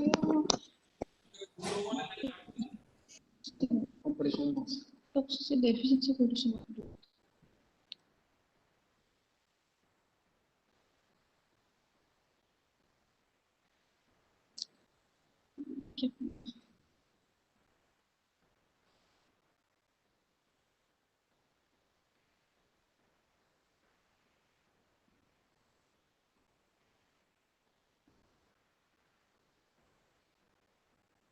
Minus 2 minus 2.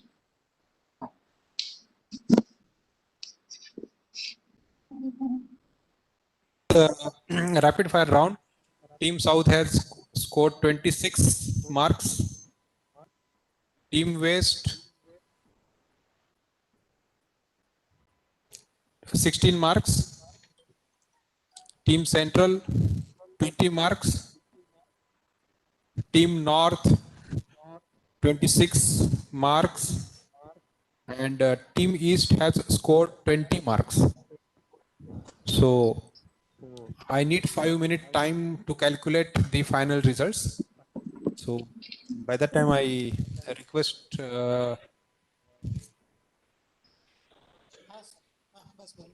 it's over to Dr. Patnaik, please. So thank you, Dr. Sunil and the team comprising of Dr. Anju Kala from IVRI, Dr. Sachin Kumar from NDRI, Dr. Gopi from NINP Bangalore, and Dr. Mahanta from CRRI Cuttack. It was a beautiful and exciting event we just witnessed. So the participants, they are the zonal toppers. Obviously, they are to be congratulated for being the topper in their respective zones. And to come here and participate, it requires a lot of guts. And thanks to your knowledge and many times what happens at this level, you just fumble and do some silly mistake that we could see. And particularly for the West, there are some hiccups in terms of connectivity, but in spite of that, all tips they have performed excellently. I request all of us to just applaud for their performance. So within very short time, we'll be just declaring the result. Not now, but you have to be patient. Just relax, take a cup of tea, and join us for the valedictory functions. During that only, we will declare the winners. Okay? Till that time, relax. All the tension gone. Let the result is with our hand, and you just relax and join us for the valedictory function, which will be starting within 5 odd minutes. Okay? Thank you very much.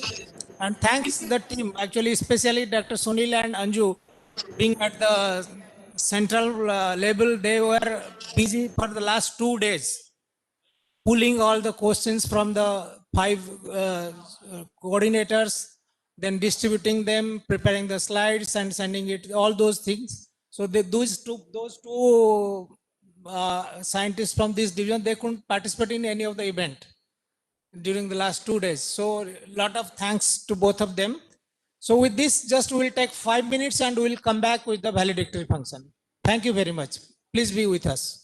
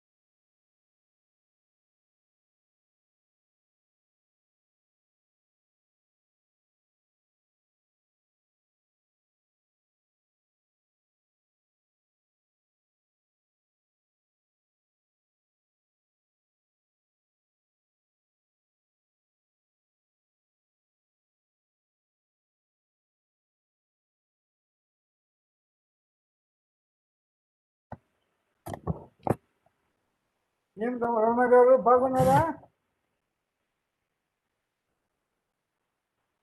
Doctor Ramana బాగున్నారా?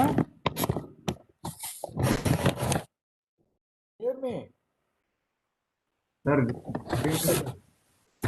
రమణ గారు బాగున్నారా?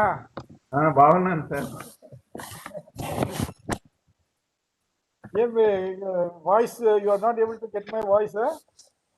No, sir. I could recognize, sir, but I was in mute, so I unmuted now.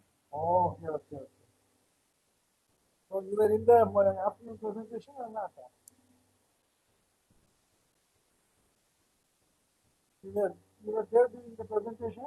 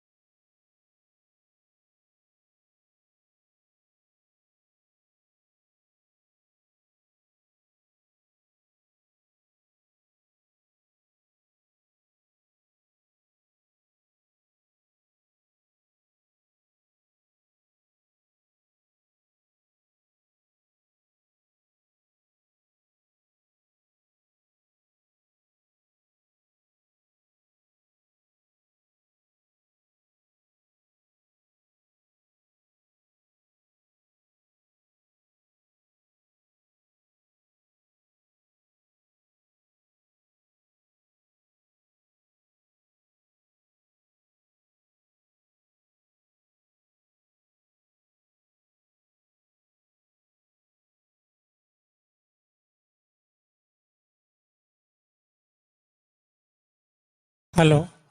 Yeah, good evening. We are about to start the valedictory function of the 2-day symposium, and I am just requesting Honorable Guest of Honor, Honorable Vice Chancellor of Raju Bas.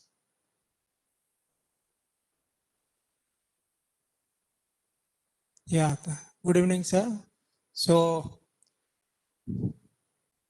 we are starting here with the permission of the chair, the valedictory function of the 2 days symposium. At the outset, I would like to request Dr. Narayan Datta, co-organizing secretary, for a formal welcome. Good evening, everybody. We have completed all the important session of the Centennial Symposium successfully. Now we have come to the last but very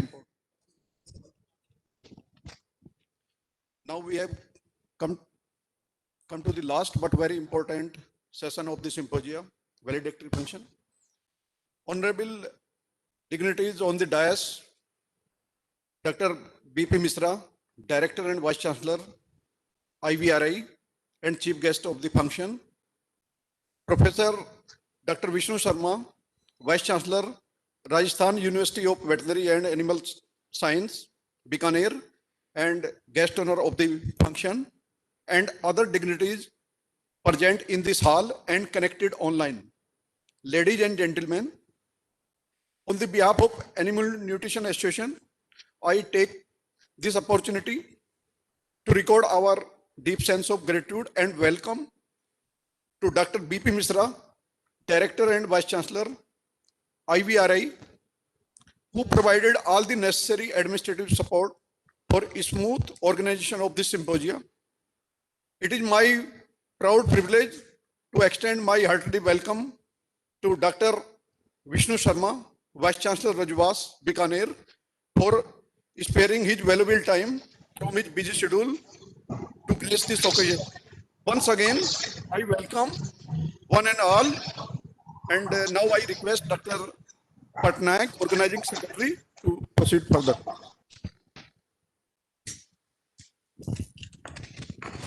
Thank you, sir. So I would just now request Dr. A.K. Burma, President, Animal Nutrition Association, for his remarks. Thank you, Dr. Patnaik. Very esteemed Director IVRI, Dr. B.P. Misra, sir.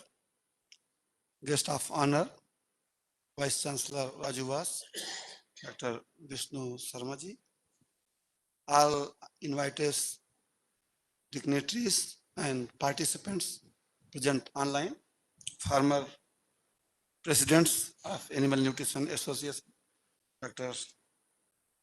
N.N. Pathak ji, Dr. D.K. Agrawal ji, Dr. Kusmakar Sharma, the General Secretary of the Association, Dr. A.K. Garg, the Organizing Secretary and Chief Editor of NFT, Dr. Patnaik, Co-Organizing Secretary, Dr. Narayan Datta and Dr. Sunil Jadhav, Treasurer of the Association, Dr.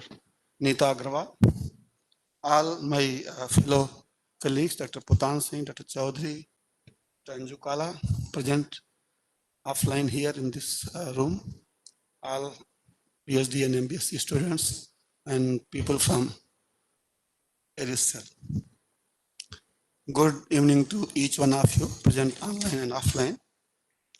We have seen these 2 days a marathon activity, almost 8.5 hours daily, starting from 9:30 to yesterday it was up to 7:30, and probably today also we will be completing by 7:30. The Centennial Symposium, which we thought of organizing at IVRI, was basically to commemorate the 100 years of journey of animal nutrition research in this country.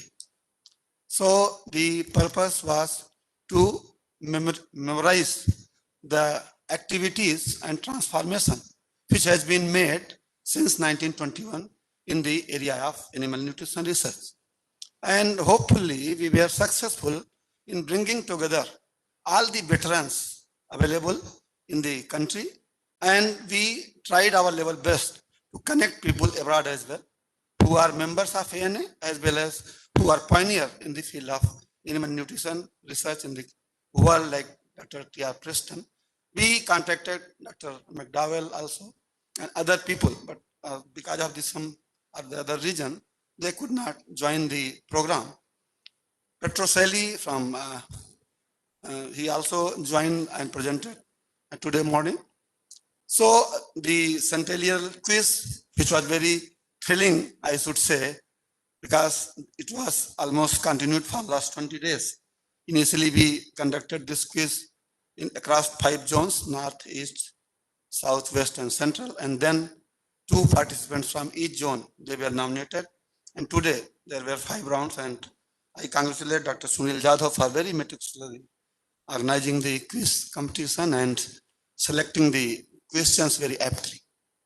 But here I would like to say that probably this type of quizzes should be a regular feature in all the institutions, at least if not every month, every quarter, because I was just looking at the questions and very simple questions people, our students could not answer. Like AOSE, it was very bad on part of the IVRI. I should, because we are all together sitting from the animal nutrition fraternity. A student of PhD, if he could not reply full form AOC, it is pity on our part. Oh, no, it's okay. So we should tell the students also. So, but it was very beautifully organized, and I was very happy that the students very aptly parted in the quiz. Both the plenary sessions were very nice by Dr. Pradhan and Dr. Pathak and all the speakers from IVRI. So in overall, we could, complete the objectives for which this symposium are organized. The major part of the symposium was to bring young and veteran people together, to know each other, to interact with them, and to know how they have completed their journey of animal nutrition research while serving for 30 years, 40 years, and that you have already seen in that film, which was depicted for almost 1 hour, the third session. So with this, I once again thank Honorable Director Sir for his wholehearted support, because without his support, this centennial symposium would have not been possible. I thank all the dignitaries present online, especially Dr. Pradhan, Dr. Ranjan, Dr. C.S. Prasad, Dr. Vishnu Sharma, all other dignitaries. I am sorry I could miss any name because it's not possible to name each and everyone. So all deans, directors, vice chancellors, all fellow members of Animal Nutrition Association who have joined. You see, our tally reached 359 in the first day, which again today up to 159, 160. And 50 people were present first day during the annual session in this room. So attendance of around 400 is overwhelming, and I consider it a successful symposium in terms of its presence. So I thank the organizing secretary, Dr. Patnaik, and Dr. Sunil and Narayan Datta. For us, the day was for 8 hours, but for them it was 20 hours. On day 10th, Dr. Patnaik could not sleep overnight, and there was some hitch in the film. So in the morning again, they went to the publisher and they could get it done by 8 o'clock. So I congratulate all the 3 persons and all the committee members from the division as a chairman or their member and member secretaries who give their best in organizing all the events, all the programs, even lunch, dinner, refreshments. So all the people from division who have supported, Dr. Avnish Tyagi, all the students, people from the lab and other people who have supported, I congratulate them for a successful completion of the symposium. Thank you so much. Thank you, sir, for your remarks. Now I'll be presenting a summary of the proceedings. As such, we didn't have a technical session, or so no formal proceedings or have been was supposed to be there. But just for the sake of the gathering, and particularly honorable guest of honor, we had Initially, the inaugural function, we all see it was quite mesmerizing, and we had a good attendance not only, and we got a good guidance from the Honorable DG Secretary there and DG ICR, and he has pointed out so many things which was quite sort of out of box and provided fodder for our thoughts. Other than that, we are in the plenary session one, we could get a touch of the veterans. It was chaired by Dr. K. Pradhan, and the speakers were Dr. Ranjan and Dr. Pathak. So, sir, in response to that, I have got so many WhatsApp messages from the younger youngsters, and they were very appreciative that they could get to see these persons, although online, but that is the sort of feedback we got. Then open session, again, it was quite exciting, although we had collected some video which was totaling up to 1 hour 50 minutes, but we didn't have time, so we had to stop in between to get some direct feedback. But what we have decided, the other day I was talking to President, we'll edit those videos, keeping relevant things, and we'll just make it a 40 or 45 minutes of film, and we'll upload it in our website so that it will be there forever. At least whoever wants to have a look at who were the people who made history for animal nutrition, they can get a chance to see that. So that is what we are going to do with that collection that we had. Then there are two sessions. Basically, they are not typical technical session, but we wanted the youngster to participate. That's why we had two competition, rather award competition. Emerging researchers, that is among the PhD and MBSc students, then young scientists below 40 years of age. So we invited abstract, and top 10 decided by the jury. We have asked them for a oral presentation, and that has been done nicely with the chairmanship of Dr. Sharma and Dr. D.V.R. Prakash Rao. And we have now the recommendations for the award winners that will be declaring shortly. Then today also we had the second plenary, and it was a quite, many people must have been deeply or highly impressed with the enthusiasm they could see with Dr. Preston's presence and talk. He is 93 years of old, hard of hearing and difficult. Anything less than 24 size font, he is not able to read. But in spite of that, he spoke for 40 minutes. So that was an example of devotion to the science. Then, of course, Dr. Pitro, he is a very renowned worker from Australia, and he has been switching up between academics and industry. So he gave a very good presentation. Then, other than that, we had another technical sessions. We got a chance to hear from Dr. Prasad and Dr. Bhosle and Dr. Kalra. So again, all the three talks were really informative and exciting for the students, for the youngsters, and even for many of us. So that was the end of the technical part of it. And the most innovative part of this symposium, sir, as Dr. Bama was telling you, it was the quiz. We arranged a quiz at the preliminary level, at the zonal level. Each zone, the students from various veterinary colleges, they contested, and the top team came to today's national level. We had all the 5 team, and we just now we are completing that. The results are again with me, and we'll be just declaring it right now.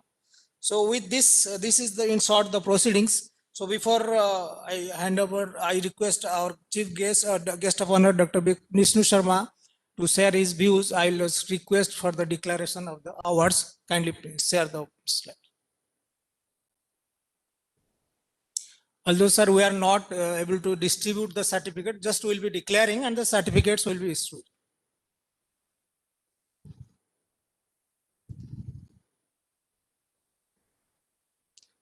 So, yeah. So it was the first award was in the category of, go back, Emerging Researchers Award.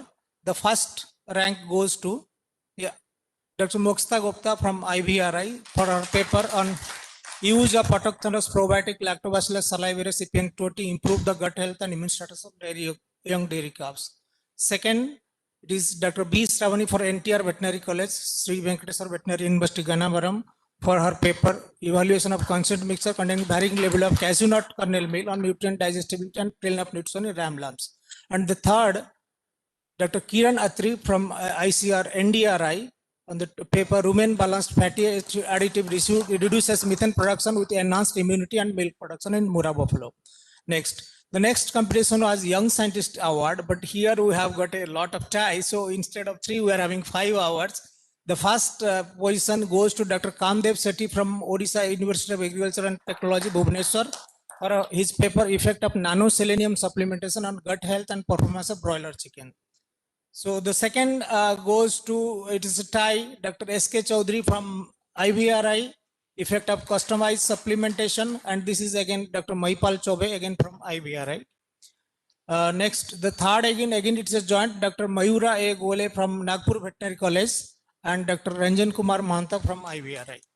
So this is with respect to the 2 awards. And coming to the most exciting, just now we have finished and we had a photo finish between the first and second. So I am just declaring the first position go to Team Nurse from NDRI, represented by Anthony Johnson T and Sukangsi Jadhav. They got 62.5 marks out of 20. And second, out of 100. And second is Team Central, represented by IVRI, Ganesh Arirao and Mahesh Ketambe, 62 out of 100. Yeah. So that's really hard luck. But again, the winner is winner. We do congratulate the NDRI team for securing the first.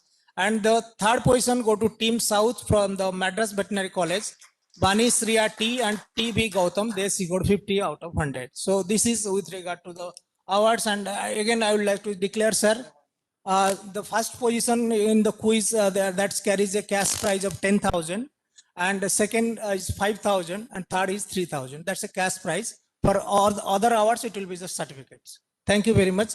Now it is the time to listen to our guest of honor, Dr. Vishnu Sharma, Honorable Vice Chancellor, Rajasthan University of Veterinary and Animal Science, Bikaner. So, Dr. Sharma, please.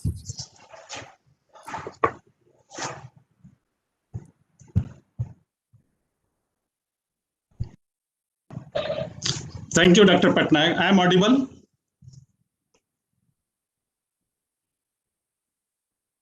Am I audible? Yes, sir, please. Okay. Chief guest of the 2 days function, Dr. Vishnu Prasad Mishra,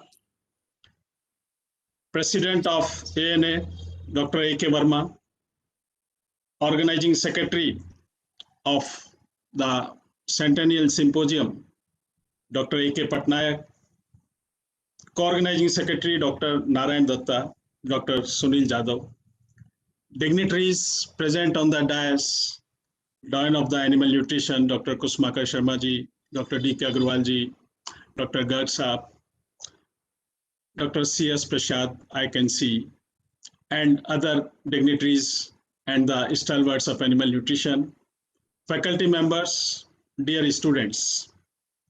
It's a great moment for me to be guest of honor of the 100 years of animal nutrition research in India on the occasion of the Centennial Symposium being organized on account of 100 years of animal nutrition research in India. First of all, I congratulate organizers for synthesizing 100 years of research in a very crispy and systematic way in a 2 days convention. As Dr. Verma spoke, the whole team deserves congratulations, appreciations, applauds, but not. But during this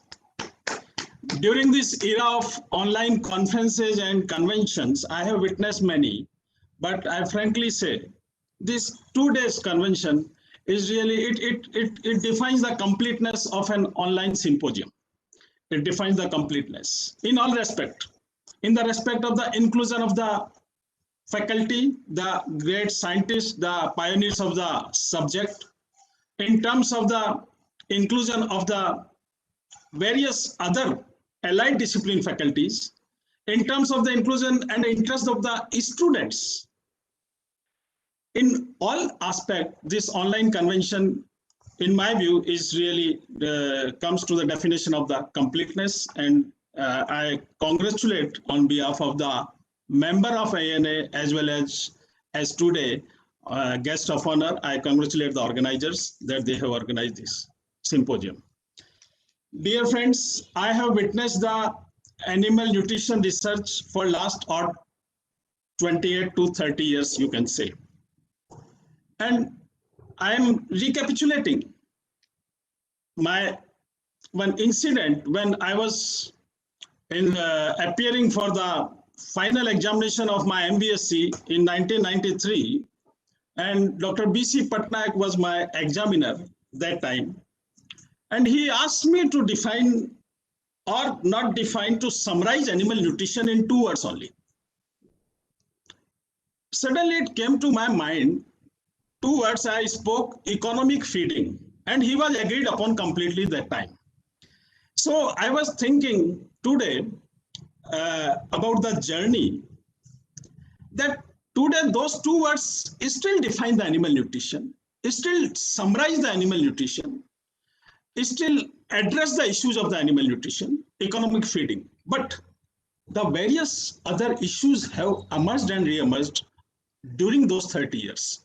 I have listened few lectures, and I have gone through the topics, and I have seen that the many stalwarts of the nutrition, K. Pradhan Sahab, Ranjan Sahab, and others have narrated about the complete 100 years of the journey of animal nutrition research. But now it's good time when we have to see and the project another 100 years of the projected needs of the animal nutrition. That is the time actually. This is the time when we are revisiting our glory of the 100 years, but at the same time, what will be the requirement for the next 100 years for the, and what delivery and what are the services required by the society from the animal nutrition scientists for the next 100 years. So nowadays there is a very good discussion and very good papers are coming in various peer-reviewed journals and magazines. Confluence of science and society. We have to find the new dimensions, we have to find the new platforms, we have to find the new addresses, we have to find the new services, we have to find the new deliveries, only and only visiting to the need of the society. Kusmakar Sharma ji, I remember various times emphasized on this particular aspect, and he was used to cover this particular topic, the society need. And here we have to see again, what are the society needs for the next, say, 100 years, broadly. So what we can pursue at the moment is, earlier it was the feeding of the food required for the population. Now it is required the safe food for the population. So the safe prefix has been very tightly adhesed with the food. All animal nutrition research has to go to ensure the safe food for the human being. So that is the one aspect which I see will address in the future, that how the animal nutrition can reach for the safety of the food, human food.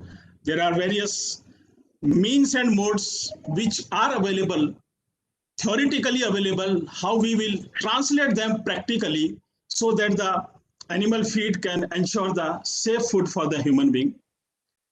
Disease prevention and the immunity booster. That is again with the recent COVID-19 situation, and again also it is going to be a major requirement by the human society. Then how we can enrich and stuff our animal products with those nutrients which have to be driven through the animal feed. That is the one another aspect the younger generation have to look upon, that how we can feed the animal such nutrients or such elements or such compounds which can turn or synthesize or catalyze the new metabolites or the new compounds or elements which prove to be potentially immunity booster. So those are some aspects regarding the health and the food of the human, because we have to see the ultimate requirement for the human being. Our science will flourish. So far we were looking with the input side of the angle. Now we have to look with the output side of the angle. with looking towards the output, we will able to calibrate and refine our nutritional science very well in tune of the human society. Then global warming, as you all know, is going to be an alarming field in the time to come, and already the livestock or the animal products or the animal population is invariably blamed with the kind of the emission of deleterious gases which are supposed to be modified or controlled through animal feeding regimes. That is going to be another one challenging aspect in time to come. Then looking to the society structure, change in the society structure, emerging, you can say emerging requirement or attraction of the societies towards the companion animals. Emerging of the nuclear families, we can see that there is a trend of keeping companion animals more and more. Then we have to go for the nutrition of the companion animals and sports animal particularly. Companion animals, as I was talking in some other conference of the pet animal, pet practitioners, that they are contributing to the happiness index of the society. And we have to see our contribution with that aspect also broadly. So we have to look for the companion animal nutrition also. Then I was thinking that for last 30 years, and when I was in the field of in the animal husbandry department, and my fellow vets, my fellow friends are there, they are not bothered about the animal nutrition completely. How animal nutrition can get placed into the prescription of the common veterinarian sitting remote in the area, that we have to see, because they are the key messenger of to the society. That we have to see that how we can refine our curriculum, revisit our curriculum, where the course of the animal nutrition will come into the BVSC, how that can be changes, that can be added or deleted, so that the interest of the youngsters who are in the bachelor degree course, they can create their interest, carry on their interest in the field, because the major galaxy is the field veterinarian, how they find animal nutrition useful so that it can synthesize into the prescription of their common prescription. The day we have to achieve that, we will say that yes, we have reached to the point where we should be. So those are some of the things which we want that our students should go for as a consultant animal nutritionist, as a feed industrialist, in our postgraduate programs in the ICR, how we can make it essential that a student of animal nutrition should spend at least one semester continuously 8 hours a day into the animal feed industry, or 4 hours a day for one semester at least in the clinics of the college or the hospitals.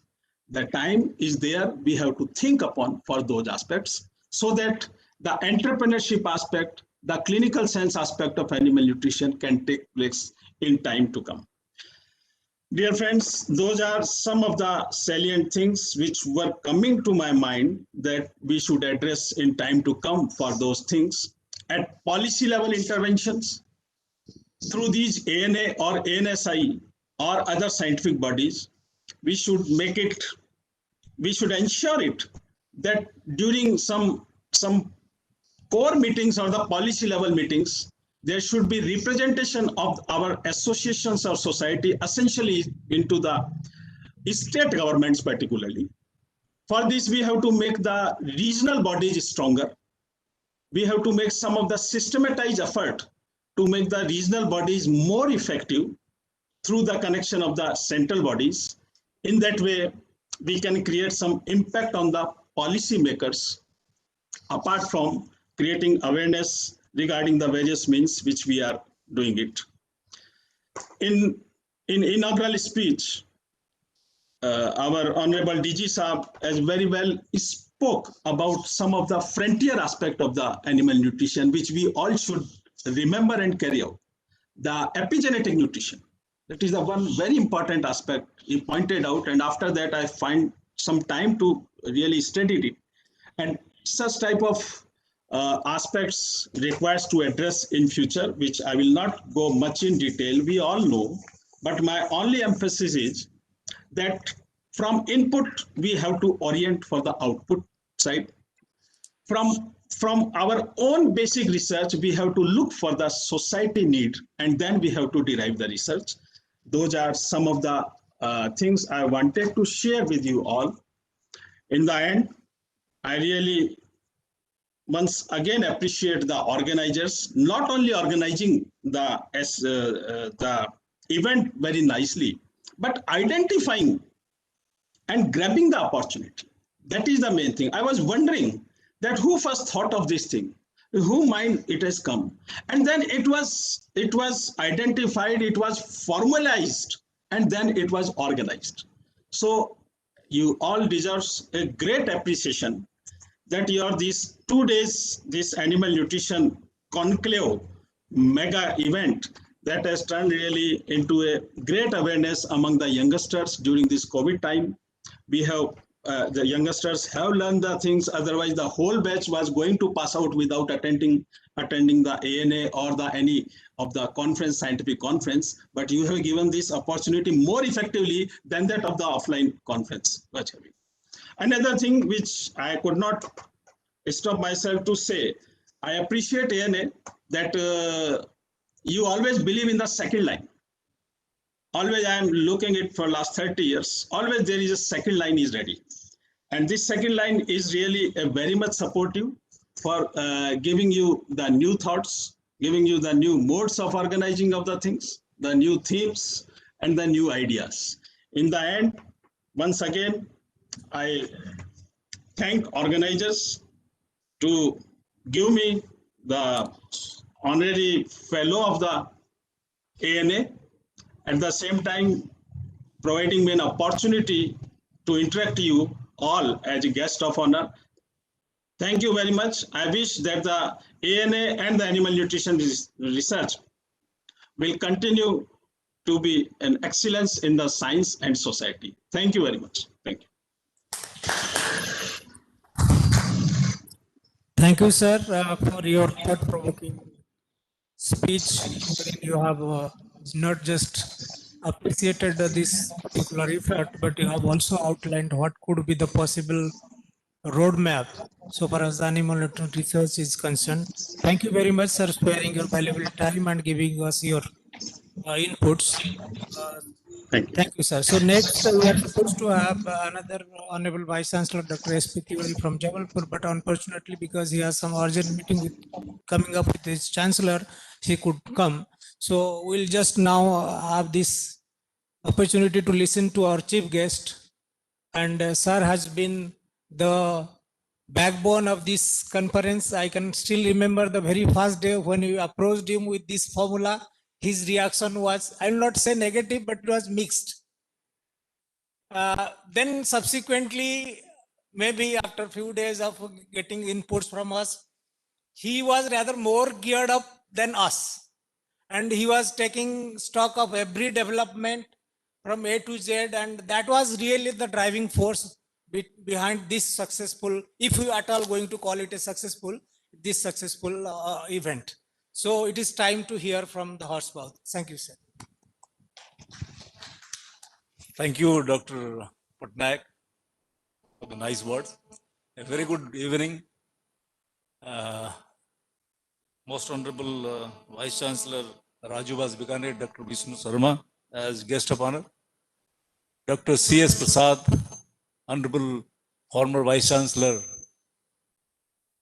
MAPSU Nagpur, and our ADG at ICR headquarters. And sir, very delighted to see you right from yesterday morning till the closing time. That speaks volume that how the stalwarts in animal nutrition research are associated with. With me here joining the most revered Dr. Pathak, Dr. Agarwal, Dr. Sharma, Kusmakar Sharma, the president here, Dr. A.K. Verma, the general secretary, Dr. Garg, the organizing secretary, the co-organizing secretary, and all the faculty of the animal nutrition division, all the dignitaries who are joining this 2-day symposium online, all the distinguished faculty of various institutes, Animal Science Institute, the veterinary colleges, all the delegates, students, ladies and gentlemen. A very good evening from ICR, Indian Veterinary Research Institute. And also, I think every good thing come to an end. And we are happy that we have kept time, and it is going to be 7, and we are supposed to close at 7. We are on time. As far as this symposium is concerned, I think the time as Dr. Verma and Dr. Patnaik when met me a month before, perhaps that's the time when we met, and thought to have this 100-year celebration. But we do not actually know that how best it could be formalized in a format. It was since post-COVID-19, we are facing a lot of trouble of managing the institute, the campus, COVID-free, and therefore the guidelines of conducting conferences in a closed hall, all that in our mind. And finally, with the discussion deliberation, we come out in a format that we would go hybrid, that our dignitaries who are available at this camp, this Bareilly, and we were lucky to have Dr. Kusmakar Sarma traveled all the way from Delhi post COVID-19. And therefore, we thought that with our strength here, we would have a hybrid mode. And what we see the last 2 days was possible. So this is the 2 days deliberations, and the composition and the format was possible with the hard-working team of Animal Nutrition Division of IVRI. And as IVRI is represented by its 131 years old legacy, I believe that the Animal Nutrition Division, the Animal Nutrition Association ANA, and all the support and the linkage of the present generation, which are at present on the helm of affairs, down the line till Dr. Ranjan, Dr. Pradhan, Dr. Pathak, everybody else in the Animal Nutrition Association are so linked that it could be thought that we should bring 100 years of animal nutrition research in India. It would be a best tribute if we could gather all those stalwarts, and it is possible post COVID-19 that they need not to travel, but they will join us online. So looking into that, the formatting was done in a manner that, and the film, which was a very short film, but it not excellent, but that effort also went in to highlight a visual display that what 100 years of animal nutrition research in India, and the role of IVRI being the seat of learning and being the seat of animal nutrition research. We always see the majestic building. Whenever we come across that building, it gives a different vibe. I remember that 10 days before, when we thought that that would be the place, we thought, let us again, of course, we can't renovate the whole building, but at least people who would come over here, those who have passed their, valuable golden time, at least they could see, okay, the present generation is committed to build up that again.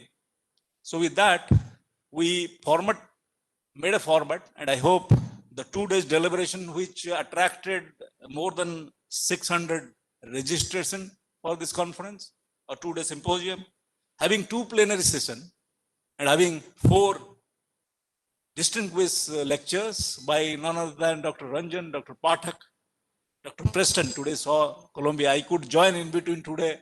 In between, I could see the glimpses. And the one by Dr. P.S. Toselli on One Health and Animal Nutrition was something path-breaking. And I hope these plenary lectures were arranged in a manner that the present day researcher, young researcher, the student would definitely have a glimpse that what is happening around the world and what are those stalwarts would be up to. So that's the prime aim of having plenary session. And I am sure that these plenary sessions went very well. And the very session, I couldn't see it, but had a glimpse of that earlier. The session on journey of animal research in India by all the stalwarts. And this movie and Dr. Agrawal chairing this session.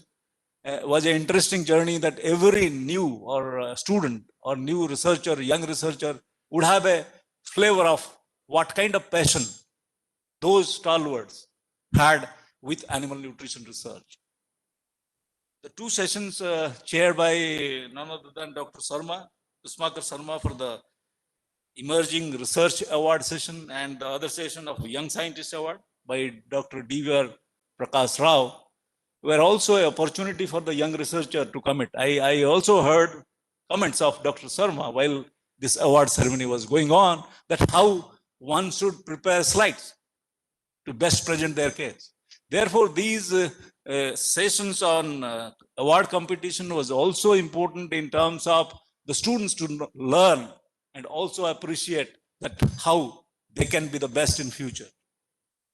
The technical session where Dr. Prasad, Dr. Kalra and Dr. Bhosle gave their experience of, again, on animal nutrition research, past and future, were also quite interesting. And I hope the young researcher and the researcher which are doing currently would get lead from that. As has been told, the Centennial Quiz celebration is out of box thinking. And I really appreciate the entire team who have formatted it and also thought that these local quiz competitions should precede to the final one. It's like Olympic. So I really appreciate, and I hope other divisions, other faculties, other discipline would make this as a standard in their own association or competition and make it a regular practice.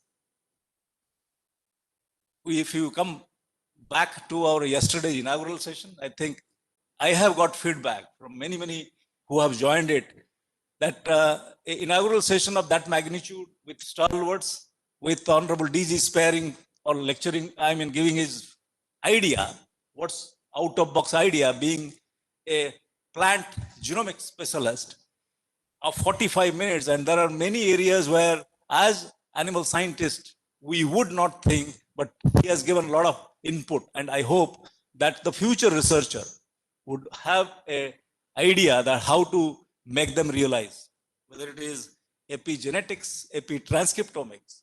And I got really wondered that how could he relate that these epigenetic association with animal nutrition, which is one of the important after genetics. And if we could track them either through DNA methylation or RNA methylation, I think those are the areas which are out of box, and they are the real basic fundamental research which is going to be done in future. That's also important while we see that we haven't done much ahead in terms of selecting animal based on its efficiency, feed efficiency, what do you call it, or method mitigation. And these are the areas in future where we need to invest, where we need to identify those animals and select them.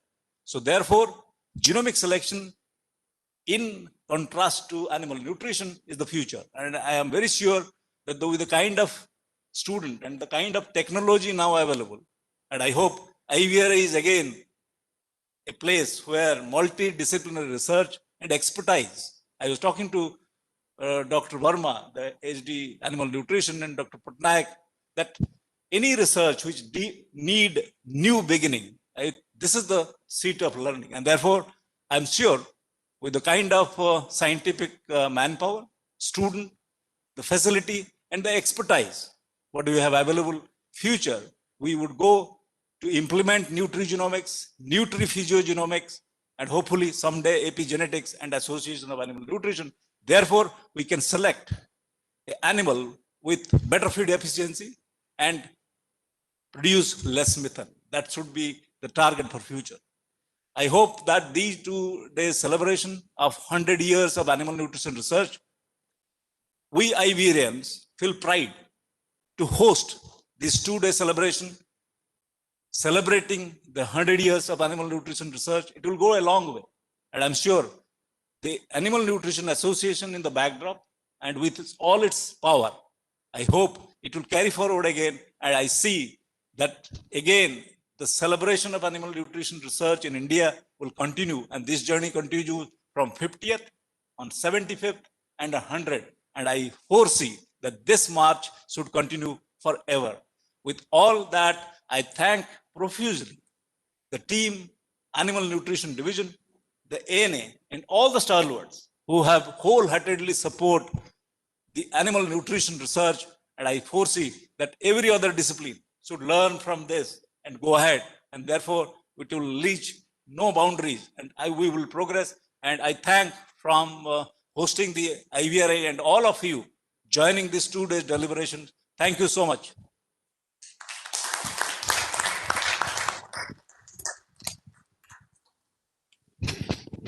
Thank you, sir. Your words of wisdom will further stimulate us to take this journey further.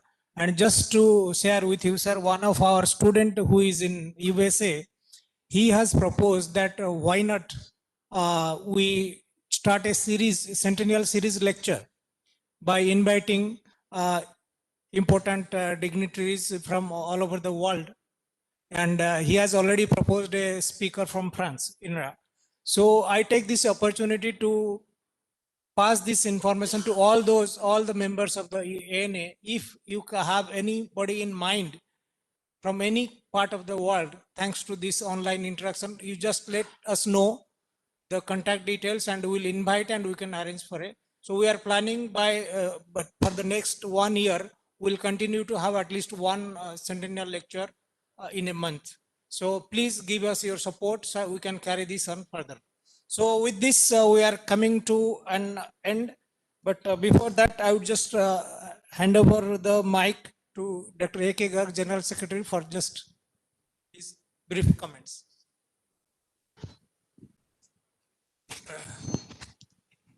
Honorable Chief Guest of today's function, valedictory function, Dr.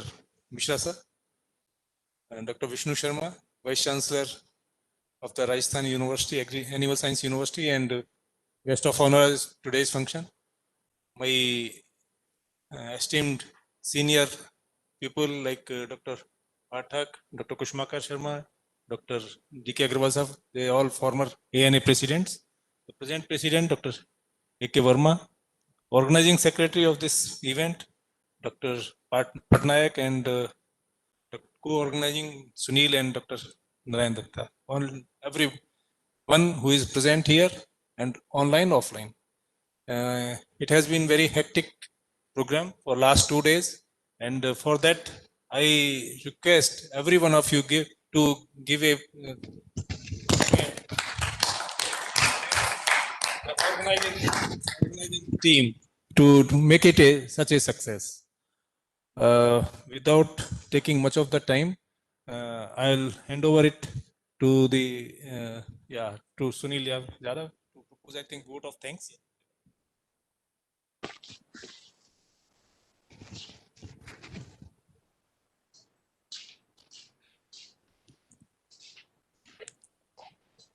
Thank you.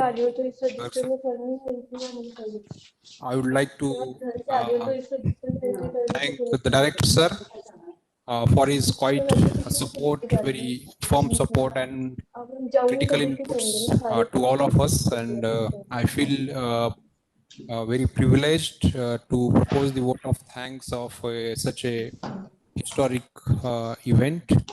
So I thanks for giving me this opportunity. I also thanks Dr. Vishnu Sharma sir, the guest of honor, for his quite elaborative address and giving directions in this function. And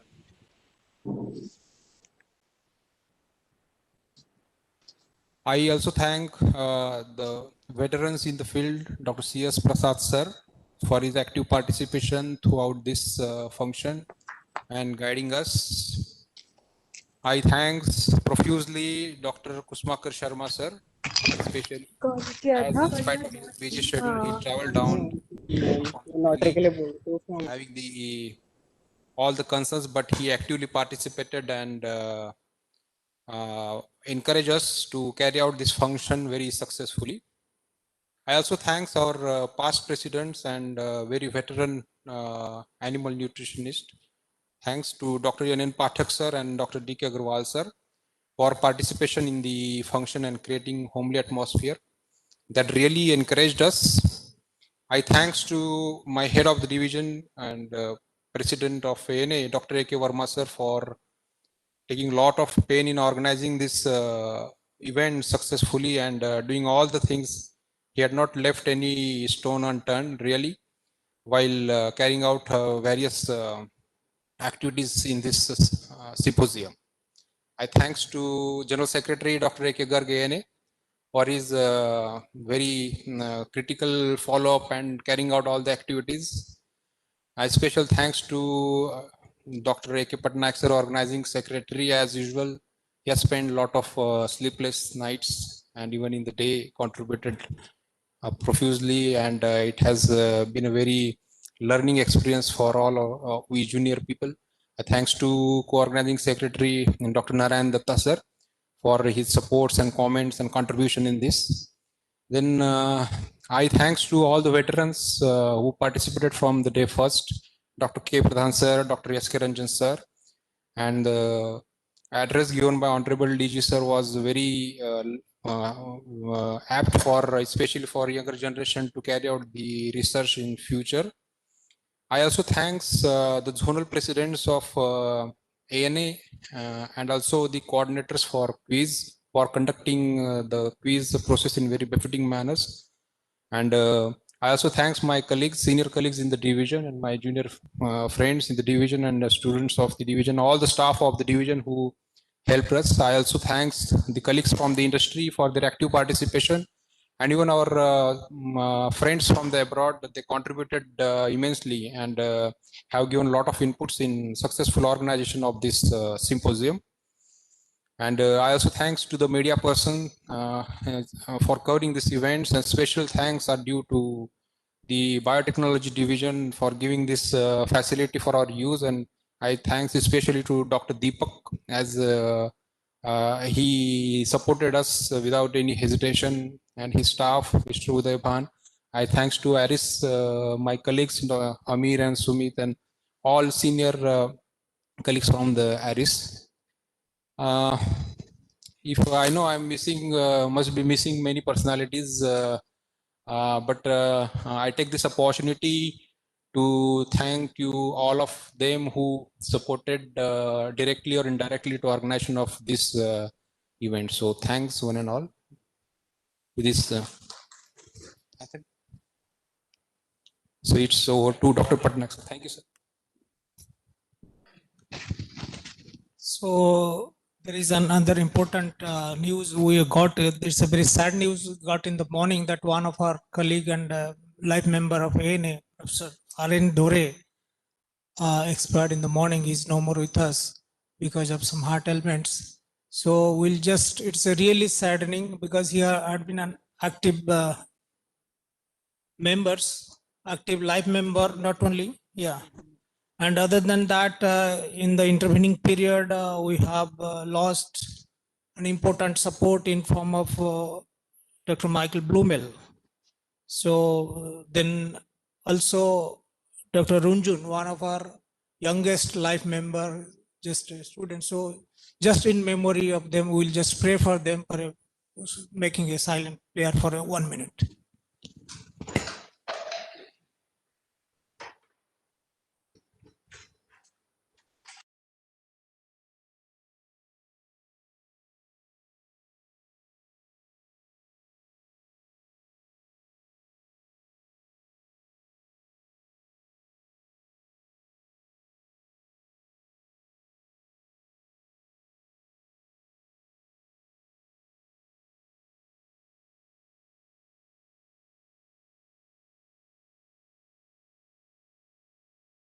End of this today's event. Thank you one and thanks one and all. Goodbye. See you soon. Thank you.